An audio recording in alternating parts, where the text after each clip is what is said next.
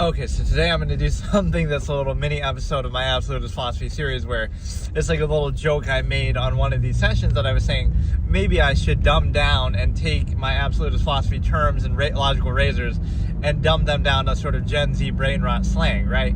And so one that I came up with is actually pretty funny and pretty fitting. One of my most common terms that I use, and one of the great enemies of this era of human civilization, basically I talk about, I say this expression that I also wrote in one of my short stories. Basically, it's you're looking at the nature of the species right now. And so I say the stimuli Acme is preserved in this era, or I have a certain character say it in that story, right? Like an observer basically from outer space, this godlike being who's like kind of going down a checklist and saying like, what defines this era for us? Like, right? He's like assessing our technology and seeing like what kind of state we're in. And so it could be aliens too that do it, but kind of that's more like a singular godlike figure, but still. And he's going down the checklist and he's basically saying, oh, the stimuli Acme is preserved in this era. And what does that mean? It basically means that people are obsessed and know of no higher value or form of meaning and value basically than hedonism, and of hedonism, right, like the sexual stimulus basically. Of the highest form of hedonism we assume to be sexual in nature. You could argue it's substances or something else, but so that's what he sees, like, oh, this is a hedonistic society that's ruled by that, to the point where, again, we see proof of it. I've said this a million times and I'll keep saying it. We see proof of it in profanity, right? Most profanity has to do with it, even if we're not thinking about it when we say it, even if our conversation has nothing to do with sex, right? Most profanity has to do with it. Most music lyrics have to do with it. Most, a lot of stories, drama, fiction has to do with it. A lot of life goals have to do with it. You base your whole life around it. You live with the person, right? So this is how I would translate that into Gen Z brain rot slang, is the stimuli Acme is preserved in this era equals we are all down bad, right? We're down, people are down bad for everything these days, that kind of thing, right? Society is down bad, right? So that's basically the impetus of this. I said that one of these sessions, I thought, okay, that was actually kind of an interesting tie-in, and this might be how I have to dumb it down for people to get it, right? Oh, that'll make sense to you, right? Okay, so it's the same concept. People are down bad for everything these days. And a form of being down bad, or simping, I guess, is the fact of, like stimuli Acme specification or preservation is simping, right? You're simping for one person when you could be free to be with anybody and everybody, or not limited. So by specifying the stimuli Acme, you are simping for one person in particular. Right, so let me try to think. I actually have to look up maybe some Gen Z terms to understand, right, if I do it in reverse.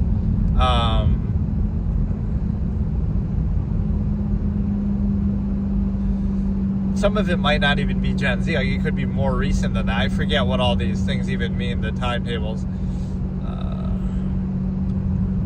Right, but all this brain rot slang and stupid stuff. Like one term that I was gonna think of is, I always say this concept, right? That whether through error or ulterior motive, something that's bad is still bad. So that applies to like government or things like that, where people say, oh, it's a conspiracy, or something like that. It doesn't matter whether it's a conspiracy or not, right? If something bad happens, like, okay, 9/11 happened, right? The people say, oh, the Condoleezza Rice memo and the U.S. wanted it to happen. It was an inside job. That's not even necessary to say, but you can say it's the government's job to protect us from exact things like that, and they failed to do it. But instead of blaming them for it, we kind of give them credit, and Bush's approval ratings were high after that. We kind of rally around him, and you let him use it as a pretense for being a war criminal and doing the Iraq War. So the point is that it's not an actual valid basis, and the reason why is because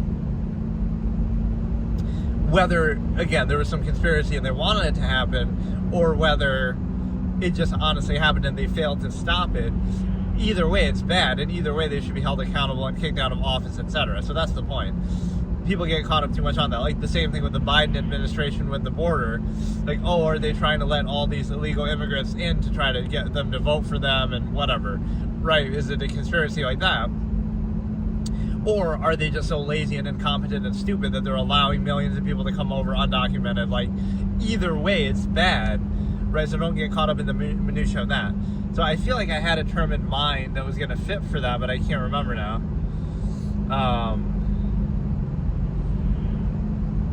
I don't know, actually.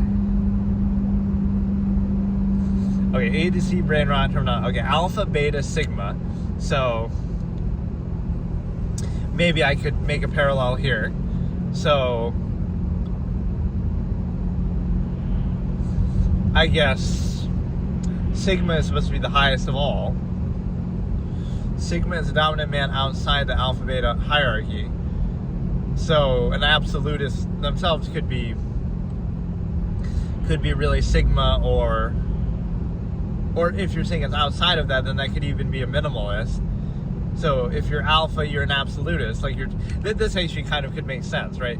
You're alpha as opposed to beta.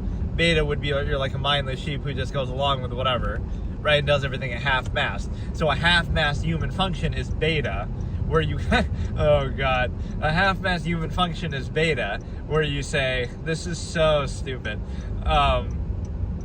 Right, where you're kind of going along with things, you pretend to value them, and you let the supposed value and pretense of them be used as a basis to inhibit you and hold you back, but you don't practice it fully.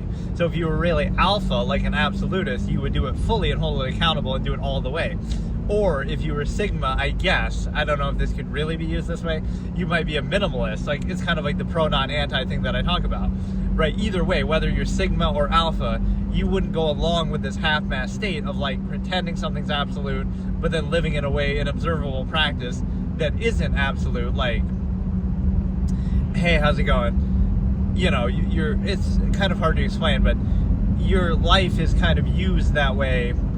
Like, whenever something is posed, oh, it's because of God, or it's because of some gratifying standard, right? Like, oh, we have society and we have laws and rules for such and such reason. But then if you truly value them, then you do it all the way. You would do it without inhibition, you would do it fully. But then that's also a negative. Oh, you can only do it in the context of serving some empirical authority or things like that. So again, sigma could be outside of the system, where you're kind of a minimalist and you're at peace with yourself and you don't need validation from externality. And then alpha could be within the confines of society and contrivance, but you rule it. Like, you're not just some little participant going along with it, pretending like it's absolute, but then living in kind of a half-mast way. You are actually, right, doing it fully to the utmost and almost invalidating the process. Axel and harem. I don't even know what, I've never heard that. A humorous brain rot, I'm learning about brain rot, I guess, in the process of doing this. I just have a list on my other phone that I'm reading through because I don't know all these terms anyway. A humorous brain rot, that one kind of fit though, actually. That wasn't too bad. But basically, that's the half-mast state that I talk about. Let me just explain it in general. It's like no basis of value would lead to the exact state that the average person lives in society. Because you would have to understand, okay, if you have a basis of value, then you would do it fully, so much so that it would be kind of defining and it would be invalidating of, you know, you wouldn't be living in like a comfortable halfway. You'd be doing something fully, completely, all the time if it's really worth valuing. Or you wouldn't do it at all, and then you would be a minimalist and, you know, you would have your own standards. So there's no way to justify the half-mast state, to say, well, you kind of value it, but then you don't value it all the way, and then hang on, I can't see here. These stupid people with their lights that can't be the high beam. But no, it's a situation where basically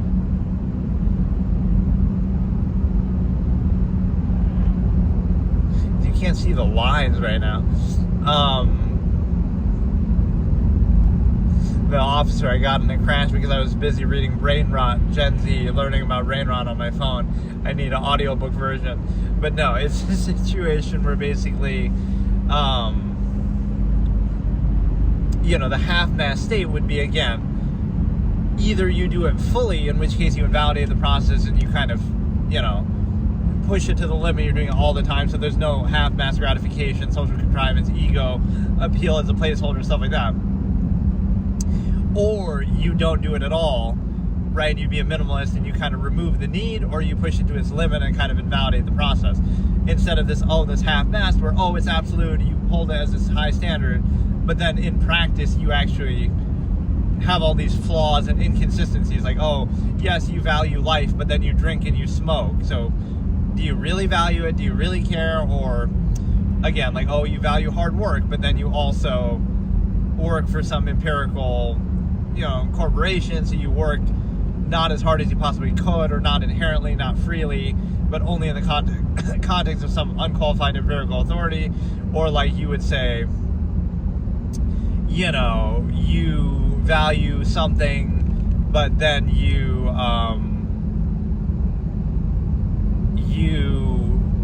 engage in favoritism, escapism, distractions. So it kind of shows you an imbalance and inconsistency, that it's not that simple. It's not that simple because it's not true value, right? It's not a true value basis in which you're able to fully value something all the way. And that inconsistency kills the credibility too, because then you can't assume the intent of others or tell others what to do. You're like, the basis of why we're inhibiting people and have rules and have authority and are telling other people what to do is because of blank, right? Because, God says this, or because some moral basis, or whatever it is. But then any inconsistency with that would discredit it. It was kind of like the glasses pointing finger emoji, like, you're being a stickler, this or that. But you better be that, because if you're inhibiting people from their inherent state, right, you better have a good reason, and you better be consistent, because if you're not consistent, then it's not absolute, it's not worth doing, it's arbitrary, it's interchangeable, it's variable. And so you understand that, right, that's why that consistency is kind of disqualifying, because you can't say, we're going to inhibit everybody's life and everything everyone does all the time on the basis of some supposed absolute or standard that we have, and then we ignore the standard and we say, we're going to selectively apply it and kind of, don't take it too seriously. But you better take it seriously, and if you're not going to take it seriously, then don't inhibit me, right? Don't tell other people what to do or stop them from doing anything, right, that they're inherently capable of doing. Blood is a term for this friend, like buddy or bro. So I guess I could fit this into, like, amalgam theory is my concept of the human family, that we're all bloods with one another. Whether it's, don't place undue emphasis on your family because you didn't choose them, or the nearness postulate. No, everybody is a blood. We're all bloods together, right? Blood is thicker than blood, like, then your family is the human family, where everybody is, you treat everybody equally. You care about somebody halfway across the world who's starving right now than you do about your own family, right? Once again, that same amalgam, absolute standard that I'm talking about, like, you pretend to value other people, so we got to be nice to other people and this and that, but you don't really care, you don't truly care, because then you'd be sacrificing 2 meals a day to give to them and whatever.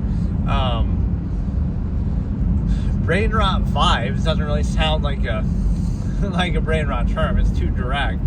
But the feeling of being mentally overwhelmed or consumed by something, kind of the cognitive dissonance, right? Thinking, this is like the enemy of thought thing, where I say, yes, if you think too much, that's the enemy, that's the problem. So it gives you cognitive dissonance, it gives you brain rot vibes. And so now you want to be dumbed down to the lowest common denominator and stuff like that. And you need drugs, and you need certain psychological conditions and labels, like the modern witch hunt, that we invent these things that aren't really real or don't really matter, to try to explain away behaviors that we don't consider socially acceptable. So bussin' would be, obviously, when something's really good. I mean, I obviously know that one, but so bussin' would be something just like positive or kind of effective or efficient. Let me think what I could fit that into here.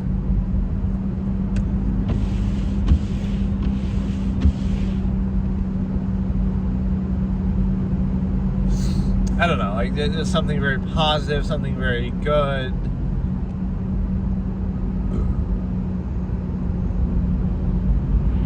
having high standards is bussin'. Holding something accountable is bussin'. Then we have like chuggy is going to be... I actually have heard this one, but I forget what exactly it means. Something or someone that's embarrassing or awkward. This is kind of a good concept that I could tie into. I've even said this recently quite a bit. That like, okay, what does it mean to be cringe, or what does it mean to be... Like, for example, humor is nothing more than cognitive dissonance, right? Something that you're uncomfortable with, some truth of reality that you can't face because you're in this indoctrinated half-assed state. And so what that means here is, like, cringe is nothing more than self-awareness. Somebody could do the same exact thing, right? And it's, in one case it's cringe, in one case it's normal, it's fine. So it comes down to the appearance, the pretense, the performative aspects, like, how somebody says it. So the greater degree of self-awareness that they exhibit, the more cringe it is. So it's not a criticism of the nature of the process, right? The process could be exactly the same, but somebody says something, right? Two people say the same exact thing, but based on who's saying it or how they say it, that could make it cringe. Again, based on whether they overcompensate for it enough or don't, have performative aspects, whether it's somebody rich doing it, famous doing it, that makes it okay, versus some random person, or you're letting the preconceived basis be a problem there. And then, like, your friend, hey, how's it going? So basically, right, self-awareness is cringe. So like, even if somebody's slow or something, or very deliberate with what they do, you might say, that makes them stupid or something.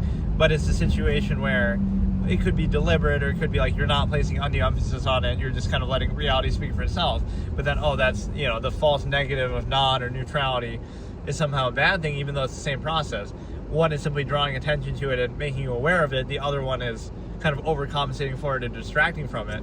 And so, again, it's kind of a sad commentary, because you're not holding accountable the nature of the process. You're saying that process would be cringe, the same exact thing that you're doing, but what makes it cringe or not cringe is the fact that how you present it, right? So if I'm kind of like that, where I have very neutral performative aspects, I try not to be, I don't like placing undue emphasis, because it's kind of, if you have a problem with the nature of the process, then face it, otherwise don't do it at all. But instead, you do it, but now it's a contest of contrivance, where like, who can overcompensate for this flawed process best. But if you saw it for what it is, you would acknowledge it's a flawed process, or you'd have issue with it. But it's kind of like shooting the messenger. So it's your fault for not overcompensating for it, not its fault for being flawed, right, of what you're simply displaying. So again, like the cringe, if you do everything like slowly or deliberately, it's like, it's your fault for not overcompensating for hiding the nature of the process, not the fact that the process itself is flawed or you have an issue with it. You're just kind of revealing what it is. Dog or schmlog? Someone you'd hang out with, similar words to dude and buddy. This could be like a platonic thing, like, everybody's a dog. I don't know. Not really. Some of these I haven't heard. Delulu would be delusional, obviously. Used to describe someone who behaves strangely or irrationally. And again, we would have to define those terms, like what makes something strange or, irrational. It could be irrational to live exactly the way you are now, but it's just controlled by, again, things that you didn't choose, you're indoctrinated in youth. It's real delulu to think that,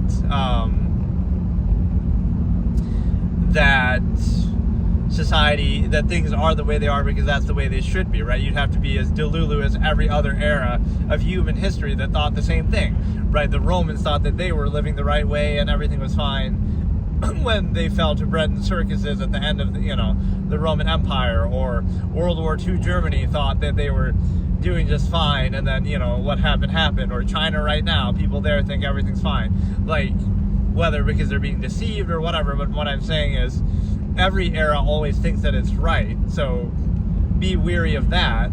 The delulu of thinking that things are the way they are because that's the way they should be, not because they just happen to be that way because of some established empirical power structure that came into place by force, that came into, that happens to be established, that doesn't validate it. You can hold it accountable instead of being held accountable to it, instead of trying to reinforce it, instead of trying to overcompensate for it. Did you pray today? That doesn't even sound like a brain rot term. That just sounds like a religious question. Viral catchphrase from a song. That's where a lot of these come from, obviously, like the 6-7 thing. Doom scrolling. Mindlessly scrolling through online content for hours on end, which can contribute to brain rot. Actually, I don't consider that to be the case. I never really, consider this really a brain rot term, but doom scrolling would be kind of like, if you're watching my Absolutist Philosophy videos, that could be a form of doom scrolling because you're being objective about reality and realizing the artificial nature of contrivance. So I guess for this one, you could say you could doom scroll to the realization and the epiphany that contrivance is that which is only real by acknowledgement, only necessary by overextension, which means that, nothing is real that you do, right? So there's sometimes this selective thing like, oh, look, this person is fake, but like self-awareness is fake, right? Just like how I was saying, oh, it's cringe. Like being self-aware is a bad thing, right? To be aware of it is not to be above it, but it's kind of like, right, you're aware of the process, but you still play along with it. You have that cognitive dissonance. You have, again, when it comes to, this one, again, contrivance is only real by acknowledgement, only necessary by overextension, which means you wouldn't have to do it at all. All the artificial things you do and take for granted as absolute or place undue value and emphasis on, you wouldn't have to do them if there weren't so many people. If the world was a village of 100, every man is a king, as I say, would be a king. Or the flip side is the fact that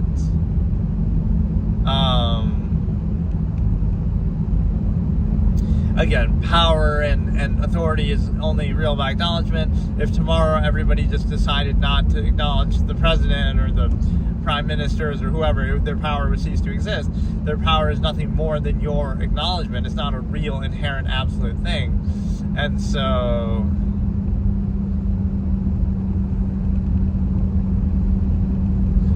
that definitely is something to be aware of. So you could kind of doom scroll to that revelation that, like, it's not real, but you put up with it anyway, or you pretend that it is, or what I say more broadly is, it's not even about whether it could be useful or have a functional basis, but it's unsound to specify universally, like exclusive to everything else. So you'd say, okay, maybe you could rationalize somewhat the state that you're in or different authority, but how could you rationalize it over everything else, even by the same standard and pretense? Like, oh, we could do the same thing that we're doing, but just better. So you would never be at peace with it, really. Fandoms, that's not really a brain rot term. Phantom tax refers to the theft of food between friends. I haven't heard, some of these I haven't heard at all. I feel like they're not very common. FR is for real. I mean, some of these shouldn't even really be considered brain rot. Gassy, full of hot air, idle talk, or empty chat. Kind of like the lowest common denominator, social contrivance, right? Most social interaction is like that, where it's just kind of irrational insistence upon the self, emotion, or ego, right? Overcompensation, kind of where you use the ego as a placeholder for value. You would say, if you didn't have social interaction, then everything you'd see is a zero-sum process, and you would just do it for what it is without any holding back or inhibition. But now you use gratification and social contrivance as a placeholder to kind of overcompensate for that. Like, now you're in a half-mad subversive state, and you try to use that social contrivance as a way to fulfill people in place of that. Goated with the sauce. First, is the sauce served with goat meat, referencing the acronym GOAT, which stands for the great. That's not a very good description. Like, yeah, no shit. It refers to sauce and the word goat. Like, that's not really explaining what it really means. It's just a glazing term, right? Glaze. Undue emphasis is glaze, right? All emphasis is undue emphasis. So all praise is glaze. Oh, that's kind of, oh shit, I just came up with the term. All praise is glaze. That's good, because it rhymes. All praise is glaze. It's kind of similar to, oh shit, that deserves to be a brain rot thing in itself. So any amount of praise that you give, all of it is glaze, because it's like all emphasis is undue emphasis. The fact that you have to place that emphasis shows you it's not inherent, otherwise it would speak for itself. It would be self-evident, right? So Damn, this actually turned out a little bit more interesting than I thought it would be. Goblin mode is kind of like you're a human function. You're a, mindless human function. You're defined by your physical state. Reduce your infinite objective mind to the limited physical body, right? And act like you desire that. That's going goblin mode. Like, you can be aware of everything and your mind is infinite objective. Think about anything at any time and no limits. But you try to reduce it to the limited physical state and act like that defines you and that's what all you are, and limit your potential, right, and do all that. That could be going goblin mode. Goofy I don't know exactly what that means in this context of like what I can overlap it with. I feel like I've made some sort of joke quote with this before where I call like I'm talking about some religion or certain beliefs, and like I call it like a goofy dogmatic persuasion is another word for religion, so I guess I could fit that in there. Grindset, a mindset centered on constant effort and hard work to achieve success, focusing on achieving goals at all costs. That's what it means to be an absolutist. Wow, that actually is a perfect description, right? That you would push something to the limit and max at all costs. Machiavellian principle, yeah. Let's really max out this absolutist grind set. That one actually works very well. Yacht is like a butt, I guess. Wait. Oh, I didn't even know that's a term used to express excitement or shock, particularly in response to seeing an attractive woman. I thought it specifically had to do with the behind. Huh. But this is saying it more generally. Okay. Again, that's another, the stimuli acme, it's preserved in this era, so that's why everybody is down bad and everybody is expressing this gyat. Hitting the gritty. Doing a dance move called the gritty, created by high school football player Alan Davis. Does he get a royalty on this shit every time people say it or do it? Which went viral on TikTok in 2019. I don't know what really I can say with that. Looks maxing, a trend that encourages young men to enhance their appearance in various ways, from skincare to basic hygiene to more extreme measures. This could be like my superficiality protest, where I talk about how those things don't matter, those things aren't you, whether it's male or female. It's emphasized more for women. Or this could even go into like my what do I call it exactly? Like false duality, where I say,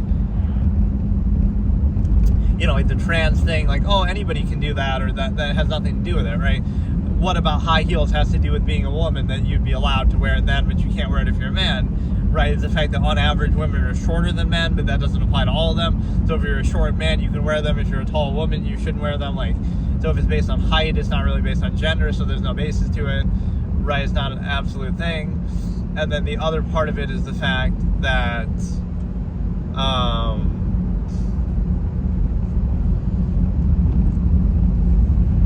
like what I was just saying here is the fact that if you were to, again, put this in the context of superficiality protest, I would say, like, oh, your hair, your color, your clothing, your nail polish, your lipstick, your makeup, none of those things are actually you in your inherent state.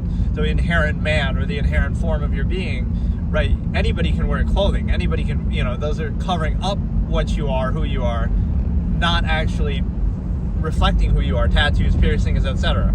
So none of that stuff is actually you, so why does it matter, right? Like, oh, you look so good today, but you look the same every day, you're the same person. Like, oh no, but because of your makeup or because of your clothing or something, so it's not really you that they're talking about, right? It's, oh, your clothing. Well, anybody can wear that clothing, or you could wear any different kind of clothing, so you're not defined by that. But and the other way I could say that too is the expressive fallacy, is the fact that appearances and things like that are used as like a placeholder, where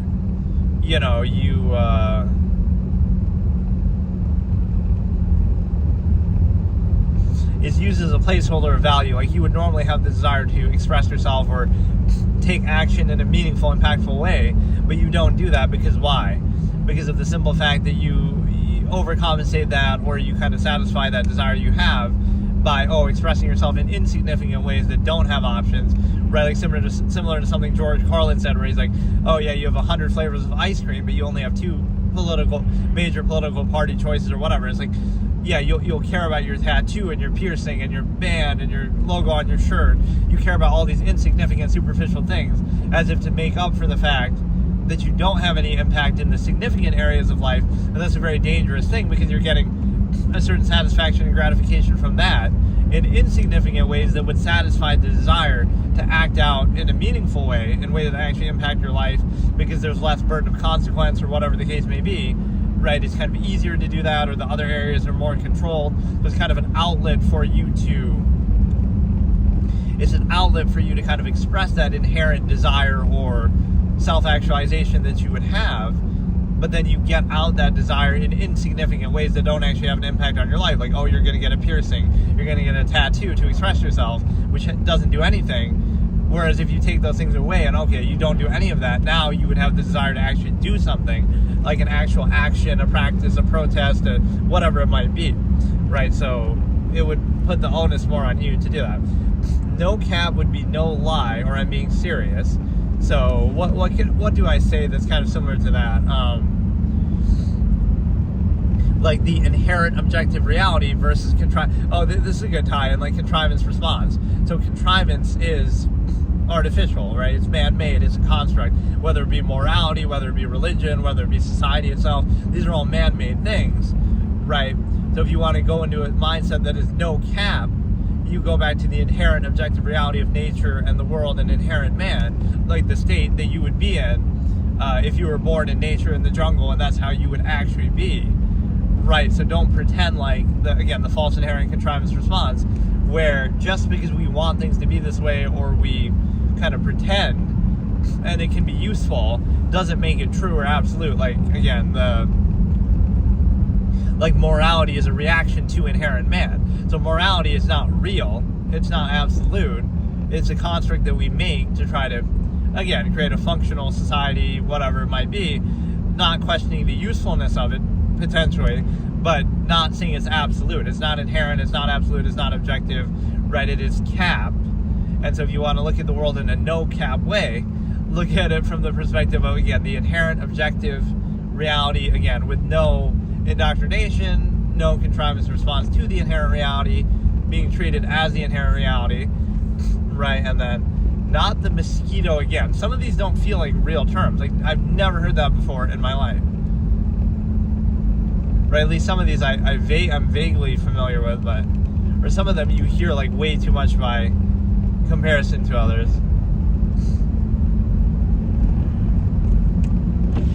So this, a term used in memes to express irritation and like the very concept of what I'm doing here might seem dumb, and it is dumb, but it shows you like the form, right? The lowest common denominator form focus is like people care about the way something is expressed.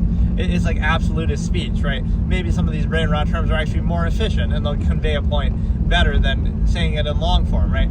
So where I have like that whole short form language that I invented, where it's just like you take words and you shorten them and you make it like hyper efficient, so you don't care about the form or the appearance of it, you care about the effectiveness or the, so it's like the inability to achieve a false absolute, that's not absolute. And then you have, the fact that you need appearances and stuff like that. Mewing is kind of just complaining or pulling a strange facial expression for comedic effect. I thought it was more like just to show you're dissatisfied with something. Stop mewing at me, like,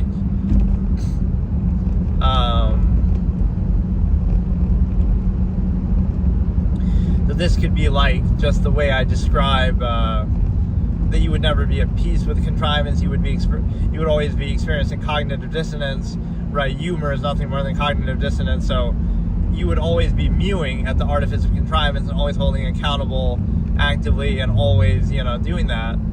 So you would never be at peace with it. So your mewing would never stop. Your whole life would be a constant state of mewing, just because again, contrivance society is not absolute.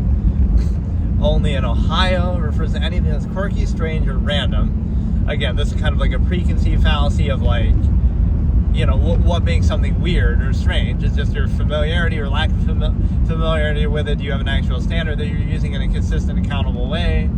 And Riz is, again, charisma and sort of this is like the false absolute to value or to specify. You want your critical thinking to be bypassed. But it's like, your inherent nature that you're not aware of, right? So you're not in control of it. You're not at peace with it, but so therefore you're controlled by it, right? You're not aware of your inherent nature. You're kind of, you're not at peace with your naked body. You have to censor reality itself, right? People have to censor their bodies in society. That's how insecure and not at peace with it we are. And so therefore repression leads to obsession, where I say that, we fixate on it so much when we obsess over it, we're down bad for it, because again, the stimuli acme is preserved in this era. So what that means is the fact that repression leads to obsession because of the simple fact that we kind of treat it as an extreme negative, or we censor it and we kind of limit it, and therefore we inhibit it, the inherent nature and tendency that we have. And so because we push it back so much, now people obsess over it, they're down bad for it, they kind of fixate on it everywhere, even in places where it has nothing to do with it, like I say with profanity, or like I say with people can't think of any higher form of expression than that, or a reference to it, or again, people are just obsessed with it all the time in every area of life. So by again, you're controlled by it, but you want to pretend like you're not, and so there's that constant conflict that you have. And so Riz would be kind of the ability to bypass your critical thinking to achieve that. Or again, like I say, specifying it, like, you pose like a false absolute to specify something. That would be an inherent variable universal process. You place undue emphasis, right? So you're good at doing this as far as like, okay, we're going to pose something as a false absolute so we can specify and limit it to one person, right? Like, you're the only one for me, and this and that. So again, you're taking an inherent variable universal process and you're limiting it and you're inhibiting it. So you have to pose it as a false absolute to rationalize specifying it and limiting it in that way. Otherwise, you would say, well, it could just be, again, I could just be with anybody then, or everybody or nobody. You wouldn't be so restricted then. So you pose it, again, you create a false absolute. So having Riz would be basically just you're good at doing that. And then Schlog is to, I thought we already did this one, or it was like Chugi or something. Schlog is to criticize or disapprove of someone or something in a nasty way. So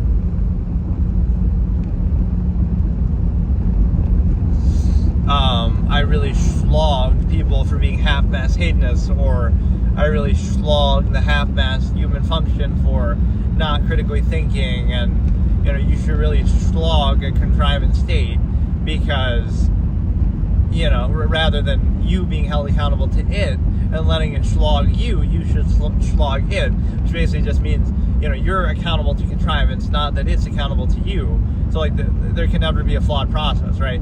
It's your fault for not overcompensating for the flawed process, not that the process can ever be questioned or flawed. So it turns into like an ego gratification thing where people will slog each other and say, oh, look how I tolerate this irrational contrivance state better than you do, and how I'm so gratified by it and rewarded by it. So again, could you tolerate World War II Germany better than your other people? Like, maybe you shouldn't tolerate it, though, is the point. Maybe there's something wrong that you should, so it's not that you are lacking in your ability to inability to overcompensate for it or tolerate it. Maybe there's something actually that has a flaw that could be corrected or dealt with. And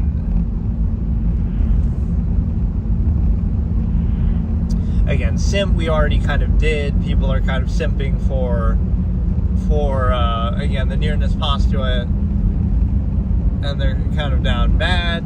Something that slaps is just a positive thing. Skibbity really doesn't have a meaning to it. I mean, it's just kind of a word that sounds kind of silly. Spiraling, a rapid see, that one doesn't sound like a brain rot term at all. That's just like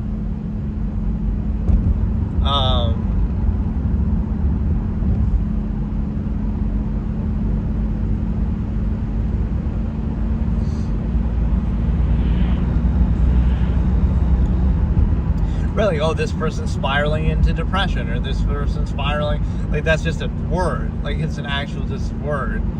But I don't know why it's so dark and hard to see today. Something like fucked up with my windshield.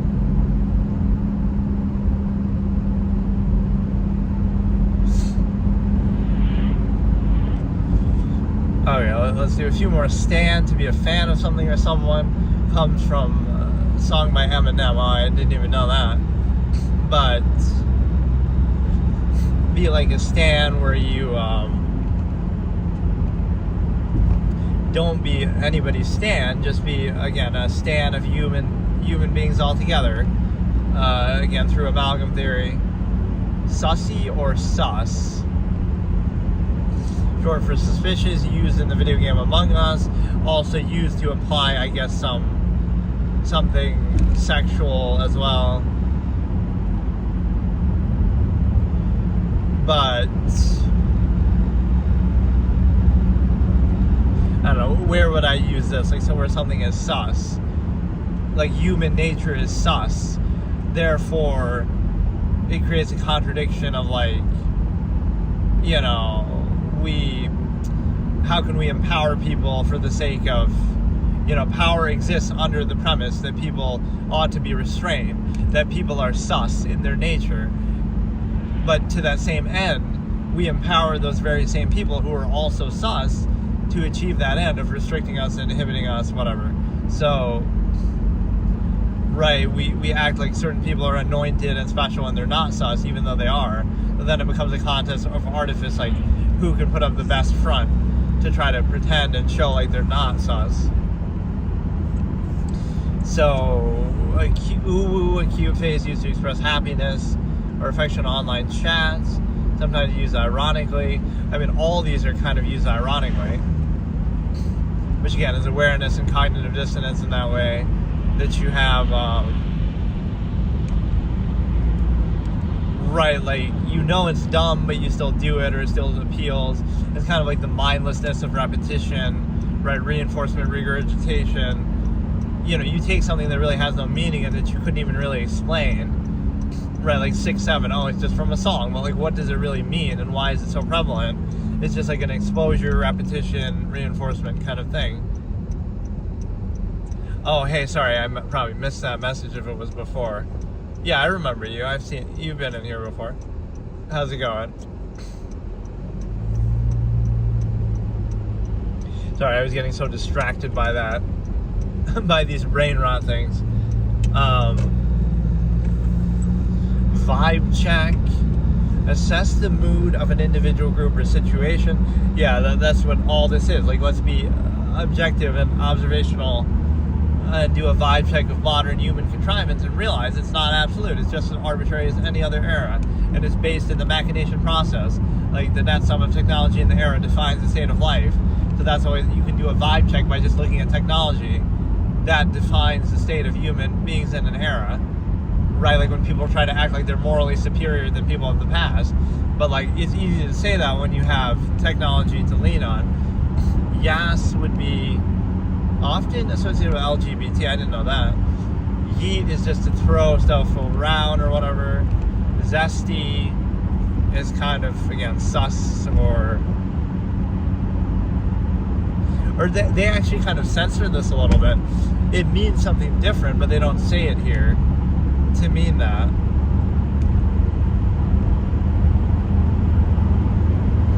Okay, whatever. That was more fun actually than what I thought. I like that. There were some pretty good tie-ins again, but my favorite one is the stimuli Acme is preserved in this era. Is again, people are down bad for everything these days, or society is down bad. Like, just again, we're obsessed with sex. Repression leads to obsession, like I say. So yeah, that was satisfactory, I guess. I got pretty into it, actually. Some of them worked out pretty well. Like, they're pretty good tie-ins or good ways to explain something. Like, imagine doing this, but this is the way you have to do it. Like, this is it, dude. This is the state of brain rot culture, everything like that.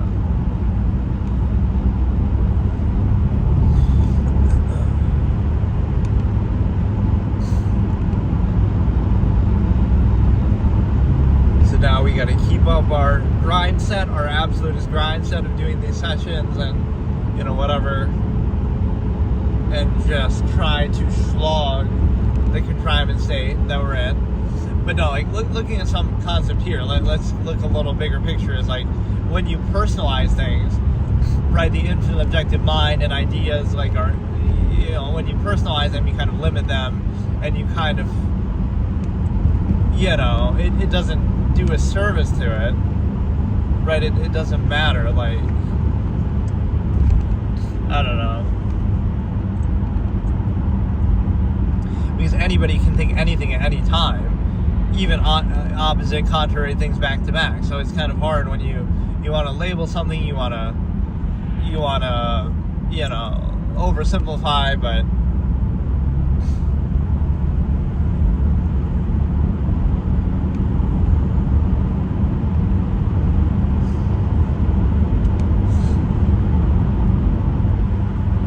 I don't know. I think I'm pretty much burned out from that, but that was good. Again, I thought I would make like a video of it, like where I would just do that in short to kind of appeal to the dumbed down thing, but whatever. It's still the same discussion. Okay, so today I'm going to do, you don't have the greatest view, I guess, with these snowbanks and shit, but what, it's just cars going by. Like, people seem to be so fascinated by those kind of stupid things, like just, you know, the difference between me discussing these same exact things with not showing anything, I guess showing a notepad or whatever, versus me doing it with showing stuff in real life, right? People seem to be so fascinated by that instead, like where I am or where I'm going or whatever.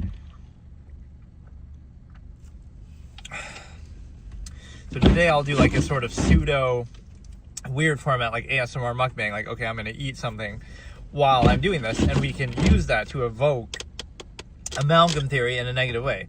So like, what is amalgam theory? It is, I'm eating a Pizza Hut right now, so we can evoke amalgam theory, and amalgam theory means something very simple, and that is the fact that, I guess I could show what I'm eating to for this purpose, but the angle doesn't line up and I'm not going to bother changing it. But what it means is the simple fact that, so let me first review Pizza Hut. Like, okay, I always have liked it since I was a kid, and I always, it's their pan, right? Original pan, I just ordered it, so I should know. Original pan, like where the crust is thicker, right, is very good compared to a lot of other places that are like thinner or whatever, soggy kind of crust. And so I've always liked it. Maybe over the years it's become less cost effective and stuff, but generally if I had to choose, it's still my favorite. And so I like to, and then I get the honey barbecue boneless wings, and then I kind of dip it. I like to dip the pizza in that as I'm eating the wings too. And then I also got, I kind of getting a whole day's worth of food because it's going to be bad weather. So then I get the pasta, and I get the what is it? It comes with the breadsticks. But the point is that we're going to look at amalgam theory as we're doing this. And what that means is it's a concept that I always talk about. Obviously, all of these concepts from my old debate format is a concept that I talk about where it's basically like the human family. The idea that, hey, Nurture, how's it going? Like, where everybody on the planet, like, you view the whole human, everybody on the planet as your family. So, oh, how can you eat 3 meals a day? Or how can I eat this or whatever? Right, more than you need when you know somebody's starving halfway across the world. And it also contradicts the fact of the pretenses in everyday life in a contrivance state that exists only to reinforce itself, rather than some pretense of value. So you would say, oh, the basis of society and everyday life, you should be nice to people, and you know, you value other people, but you really don't value other people because you value the ego and the social reaction of that one person in your presence at that time. But meanwhile, you know somebody's starving halfway across the world, or you can do something more to impact that. So the hierarchy is not a value of human beings inherently. It's the value rather of the proximity to you, right? So you have your luxuries, you have your conveniences, but you have your luxuries, you have your conveniences, but you ultimately pretend like the basis. This is how every society in human history works, right? oh, we value other people and we value this and that. But ultimately, no, they value themselves, they value their own luxury, they value their own conveniences. And they use this fake humanism as a basis for, as a pretense for justifying their specific society. So we can use a different example of that too. Like, for example, the environment, right? Oh, all these big corporations care about the environment. Those same corporations would not exist or be in this position that they're in if they valued it in the first place, right? They're the ones who ravaged it. They're the ones who exploited it and took over it. Now they want to act like, oh, you gotta cut down on your usage or whatever, right? Like, so you get, it's the same thing as, again, society as a whole. You get to where you are because of the very thing that you would condemn and then use as a pretense to control others. I think the Botez sisters said something like this and got in trouble for it, but it's like, oh, the U.S. got, this is empirical value. Like, oh, the U.S. is only here because of all the atrocities they did in the past. Like, you could say, again, it applies to every country. I'm not singling it out the way that some people do. But, hey, Connor, how's it going? Like, okay, you would condemn the very things that got you there. So whatever country it is, whether it be, invasions or slavery or genocide or whatever, those things happened in the past and you would condemn them now. And if anybody did the same thing now, you would say it's a bad thing. But you still are in a position that would only have been achieved by doing those very same things. So again, these big corporations will say the same thing. Oh, you should value the environment or whatever, right? Meanwhile, they wouldn't be where they are if they didn't exploit the environment or whatever. So it's a hypocrisy of the same form, right? You are created by a process, but then so if you really cared, again, it would go against your very way of life or your modern society in such a way that, would contradict. Wow, snow, yeah, I know. It actually isn't that bad yet. They're predicting a big storm coming today, but it's kind of probably be later in the day.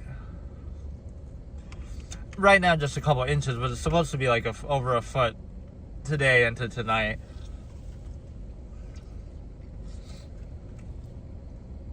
Maybe not the greatest view. My windshield catches the water. Like, there's parts of, I don't know if that happens to a lot of people. Like, it's maybe so dirty that somehow, in a way that even if I go to a car wash, it doesn't fix it. Like, the water collects and sticks there. Even if I wipe it through the windshield, it doesn't go away. Like, it still stays there. It's kind of weird. Mine is close to half your, oh wow.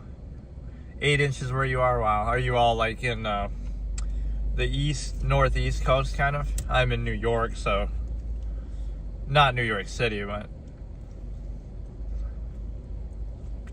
yeah, basically what I'm saying is that you probably can't even hear me chewing, so the whole mukbang part is a lie. But no, it's like,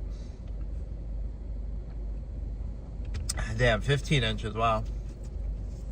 Yeah, but basically these entities and authority is always self-contradictory because it would condemn and kind of prevent. See, think about it this way. Okay, this is like a Machiavellian tie-in almost. Why does the empire condemn killing people? Some hypothetical, whatever, any empire, any country, government. Why does it condemn killing people? Is it because it really believes that killing people is bad or doing some crime? No, it does it because it wants to have a monopoly over that so that it can control using it. In other words, only it can kill, only when it feels, and it'll try to justify it with pretenses, and nobody else can, because if they could, then, oh, that's a threat to their authority. So in a big picture sense, right, all the things that are condemned by government and society are only so that it can stay in power by using those very same things in a selective, myopic way. Right, same thing like technology. Oh, it's a bad thing to have this thing, right? Weapons or something, but oh, the government can have nuclear bombs and this and that. It's not a question of whether you trust your government or anything like that. It's an inherent basis of the same things that are condemned, they're doing in a greater degree. So it's more like, again, authority will do those things and monopolize them so it has control. So it's a pretense to say, oh, it's a bad thing to do this, as in, it's kind of clowning the individual, right? You'll say, oh, you're not to be trusted with a gun, or you're not to be trusted with this or that. But, oh, the government, which consists of people who are just like you, ultimately, you can try to pretend like they're better and they're anointed and whatever. But they can be trusted with nuclear weapons or whatever.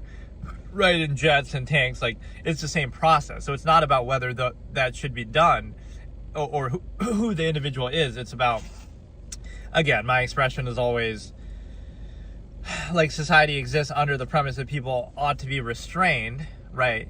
But under that same premise, those same people are empowered to that end. Like, so people are animals and their nature is bad and they need to be restrained. But also, let's empower those same people with that same nature to that end. And then we think there's not going to be a problem with that. So what happens is, again, you have the ability to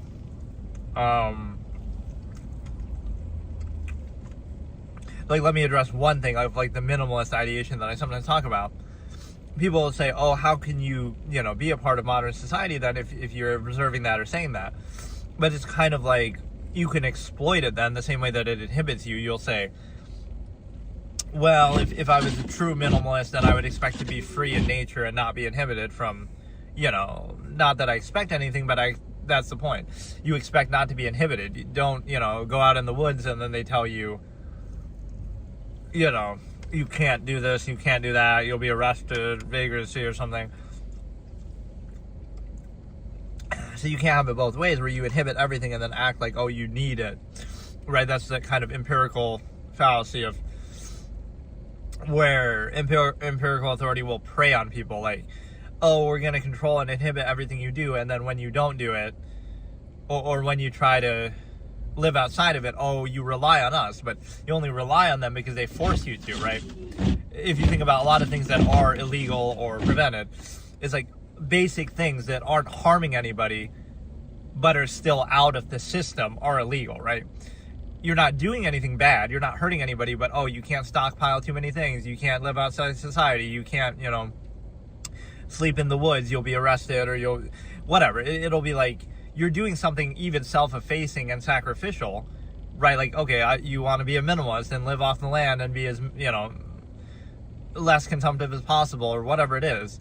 You're simple, you don't require things, you don't desire things, but even then, that's going to be prevented. So that there's a basic premise, like, okay, don't kill people, don't do bad things, but then some stuff like that isn't hurting anybody is arguably a positive thing, right? That too is prevented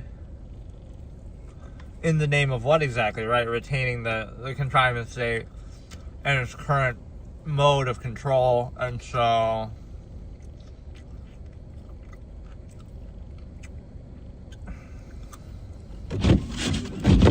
I picked maybe the worst angle because you at least can't even see the cars go by and stuff, because it's like whatever, there's like big snowbanks in front of me. But these banks are not from just now. This is like a gas station, so this is from probably weeks worth. Or maybe not weeks.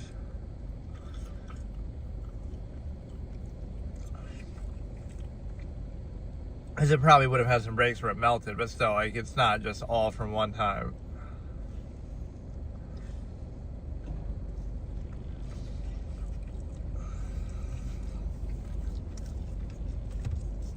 But yeah, there's like the monopoly over means argument, the fact of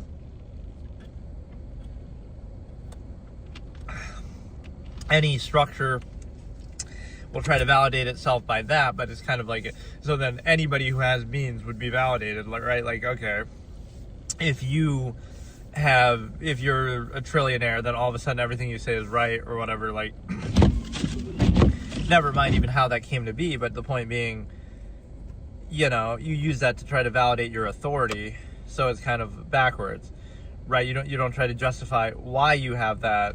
You say, I have that, therefore I'm justified. Kind of like a might is right thing, but not even requiring you to actually go and get that yourself, kind of.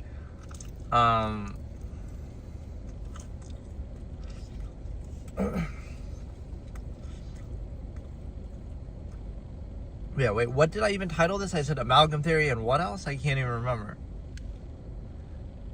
what the second part of my own title was. Oh yeah, the machination process, again, the nut sum technology and an era. So, people just blindly accept things like sheep, but it is worth noting that means validation kind of slippery, because every government, every society would use that to justify itself, kind of like, okay, China right now would use that means validation, so does that mean that that's right, the same way that your society is or any other society is? It's sort of like, that's the power of objectivity, to be able to see outside of your own initial premise, or where you live, or what you do. Right, if you're aware of history, there's like two interpretations. You would say everybody, it's kind of like religion. Everybody else is wrong and we're right. You know what I mean? Like, we could look back and say, oh, how could the Romans fall to bread and circuses? Meanwhile, we're, whatever. We're escapism, entertainment all the time, modern society. But no, it's kind of like, you would have to think everybody else was stupid and wrong, and you could ridicule people in the past. How could they have allowed this atrocity? How could they have trusted this leader? How could they have fallen for this? How could they have been so stupid? How could they have done this, fallen in this way, or done this stupid tradition? Or so we're very apt and keen to ridicule the past and see the mistakes of others. We don't have self-awareness as we're doing it right now.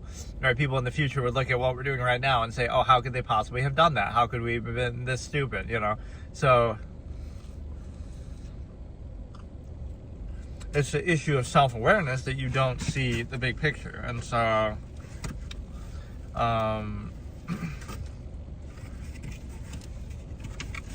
I'm on slice number 2. I'm doing this partly to like stall for like doing an extra session, because I don't have that far to drive, so I want it to be like at least a 40-minute session. And if I only have 20 minutes to drive, then I'm doing this for 20 minutes. That's part of the reason why I did it like this, because I didn't want to drive too far on a day like this even. But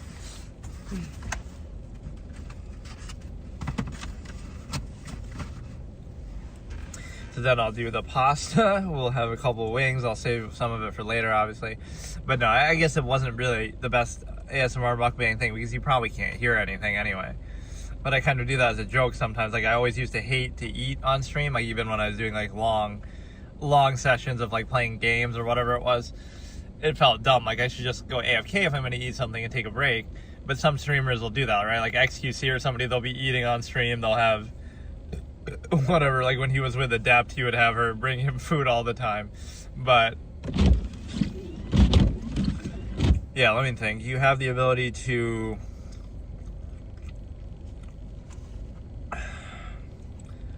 basically yeah, that's one of my favorite things to do. You take a slice of pizza and you take the wing, right, which is like honey barbecue wing, and then you kind of smear the sauce from the wing on the thing, on the slice of pizza. It seems kind of weird, but it's actually pretty good. What was I saying? Machination process. So there's a double meaning to the machination process that's actually quite interesting. Where like originally I would use it in a negative way, or I can't remember which came first really, but it's the net sum of technology in an era, right? That defines the morality, the lifestyle, the state, the hobbies, whatever. Everything about you is defined by that. But then you choose between the choices that are chosen for you, and then you act like, oh, you take pride in that, or that's your desire, or that defines you. But it's something more intrinsic. Like the second meaning of it is how you're controlled in an era, which often aligns with that technological state, often in reverse. Like, oh, we won't fall for things of the past because we have a certain level of technology or knowledge or science or whatever, but we will fall for something else, right? Like, what do people fall for in the modern day? A good example is like all these labels, like medicine or psychological conditions that people have. All of a sudden in the modern day, people have all these imaginary conditions, right? And we need to be drugged and we need to be labeled and whatever.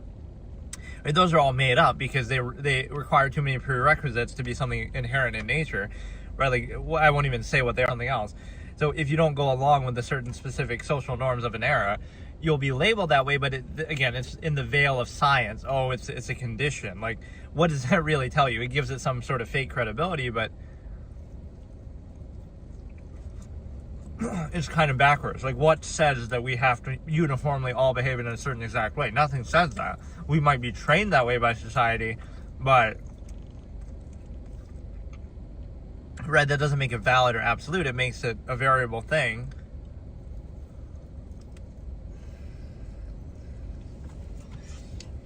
So it's kind of like that clip of the horse, standing still and realizing the cage, right? Oh, he broke the simulation, but the simulation is actually society itself.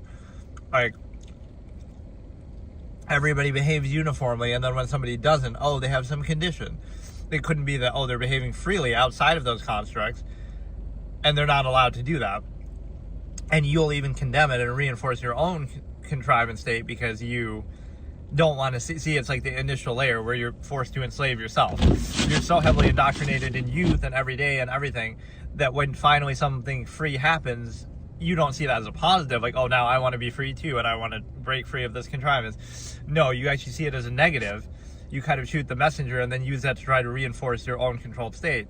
So that's why it's kind of stupid when people say, the simulation thing, because the real simulation is in front of you, is society. It's what you see every day. It's what you do in terms of, whatever, just, all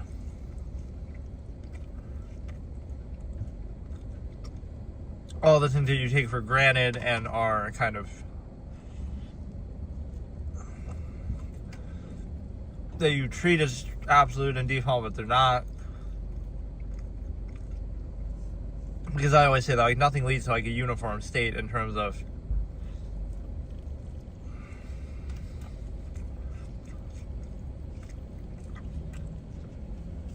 nothing leads to a uniform state where hundreds of millions of people or billions of people would behave in kind of exactly the same way. Right? There's no such thing as that.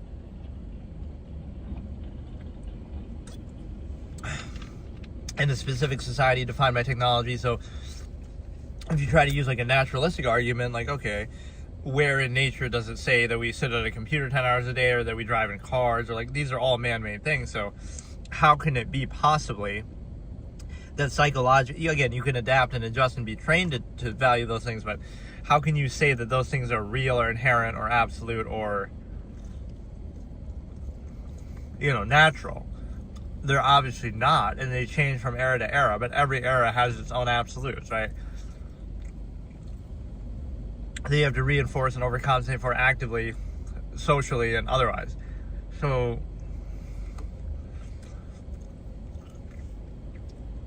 right, it's an expression I use sometimes to talk about the stimuli Acme specification, like relationships and stuff. Like, if everything is absolute, then nothing is absolute. It's like everyone has their own false absolute. It's their love of their life and their soulmate. And everybody has one. So out of, 8 billion people in the world. And if your relationship doesn't work out, that doesn't invalidate the process either. It's just that was the wrong person. You got to wait till find the next one.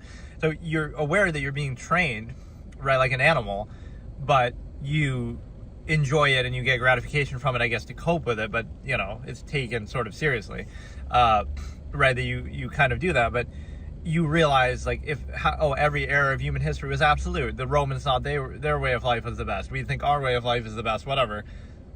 But again, it's defined by technology, and it's defined by kind of this ego gratification reinforcement, because it's a cognitive dissonance of, like, you can't be aware of the flaw or the nature of a process and still do it at the same time. Even though you can, it just makes it difficult, or you wouldn't take it seriously. But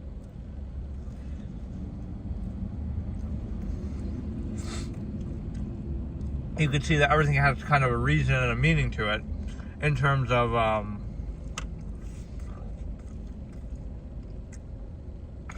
like, it might seem innocent or normal, but those things are used to reinforce this unnatural state. Like, you need to be social contrivance, and so it's your fault for not being socially undue emphasis, right? Positive pretenses. But the fact that that's necessary shows you, you could be positive about any state of being, so it doesn't justify or validate that specific one.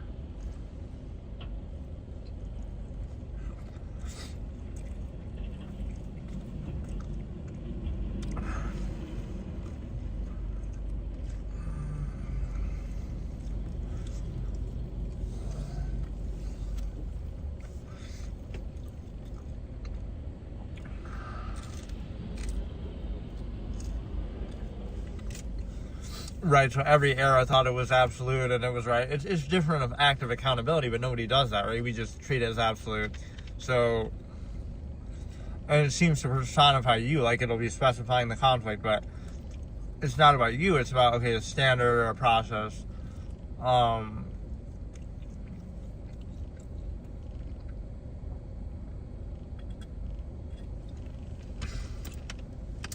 right? It's always inconsistent. Let's pose this pretense, but then we know it's not absolute, but we treat it like it is, and then I got like an 8-piece wings, but it seems like they gave me more than that. Okay, this is taking longer than I thought, so let me have a little bite of the pasta, then I'll drive back.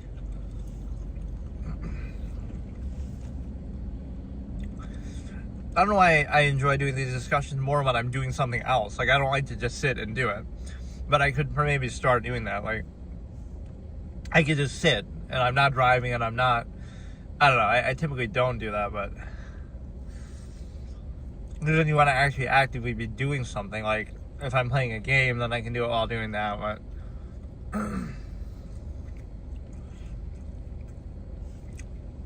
Or I guess if there was more viewer engagement, like, oh, people are actively talking and stuff, and debating and asking questions.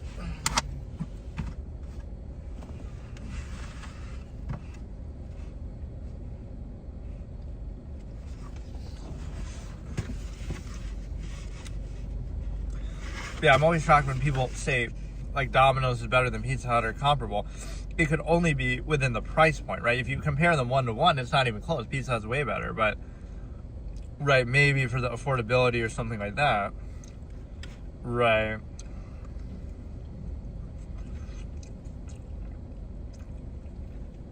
Okay, last step here. That really took me longer than I thought. It's been like half an hour.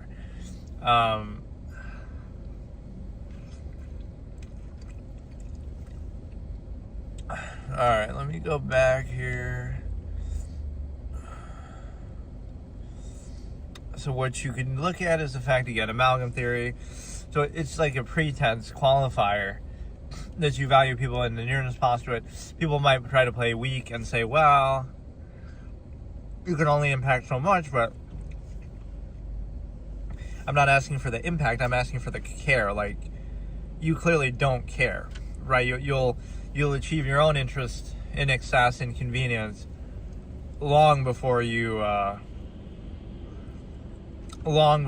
ever think about that. Or it's kind of like excess. Oh, if you become a millionaire, then you'll help other people,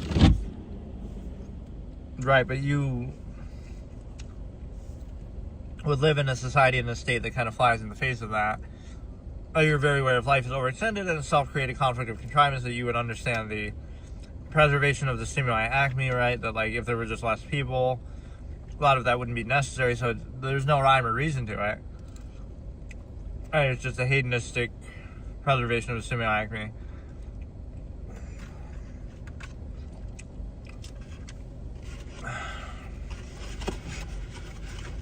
But yeah, that should last me the whole day, so I don't have to go anywhere. But no, there's also this inhibition aspect that I talk about. Like, for example, okay, you have right, like the contrivance state has the need to reinforce itself like that.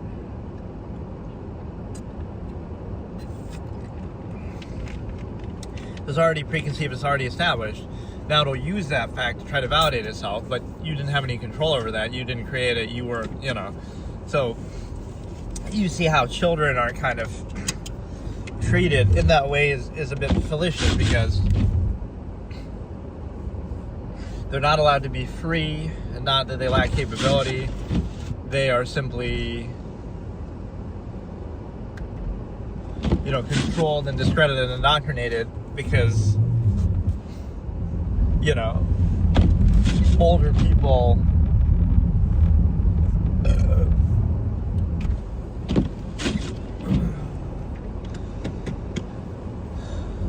whether it be older people or younger people, they have nothing to lose, or they're not yet adequately indoctrinated, so, we can't have that, we can't allow that. So, it's a situation where,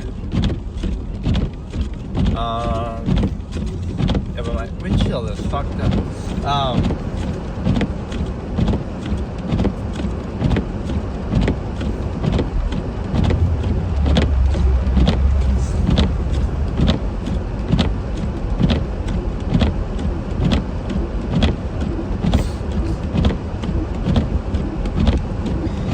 would basically understand is that you're in a position to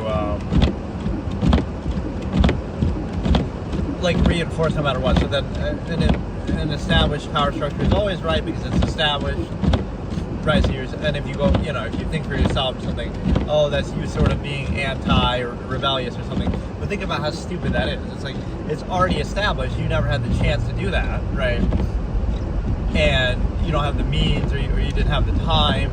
So like, it's already established. So therefore, it's always right, or already right. And people just go along with it mindlessly, but that happens in every era then. So there's no actual standard being used, and so you understand that you're not very credible. There's no rhyme or reason to it, and so right. But that's what it'll do. Is a power structure will try to inhibit you.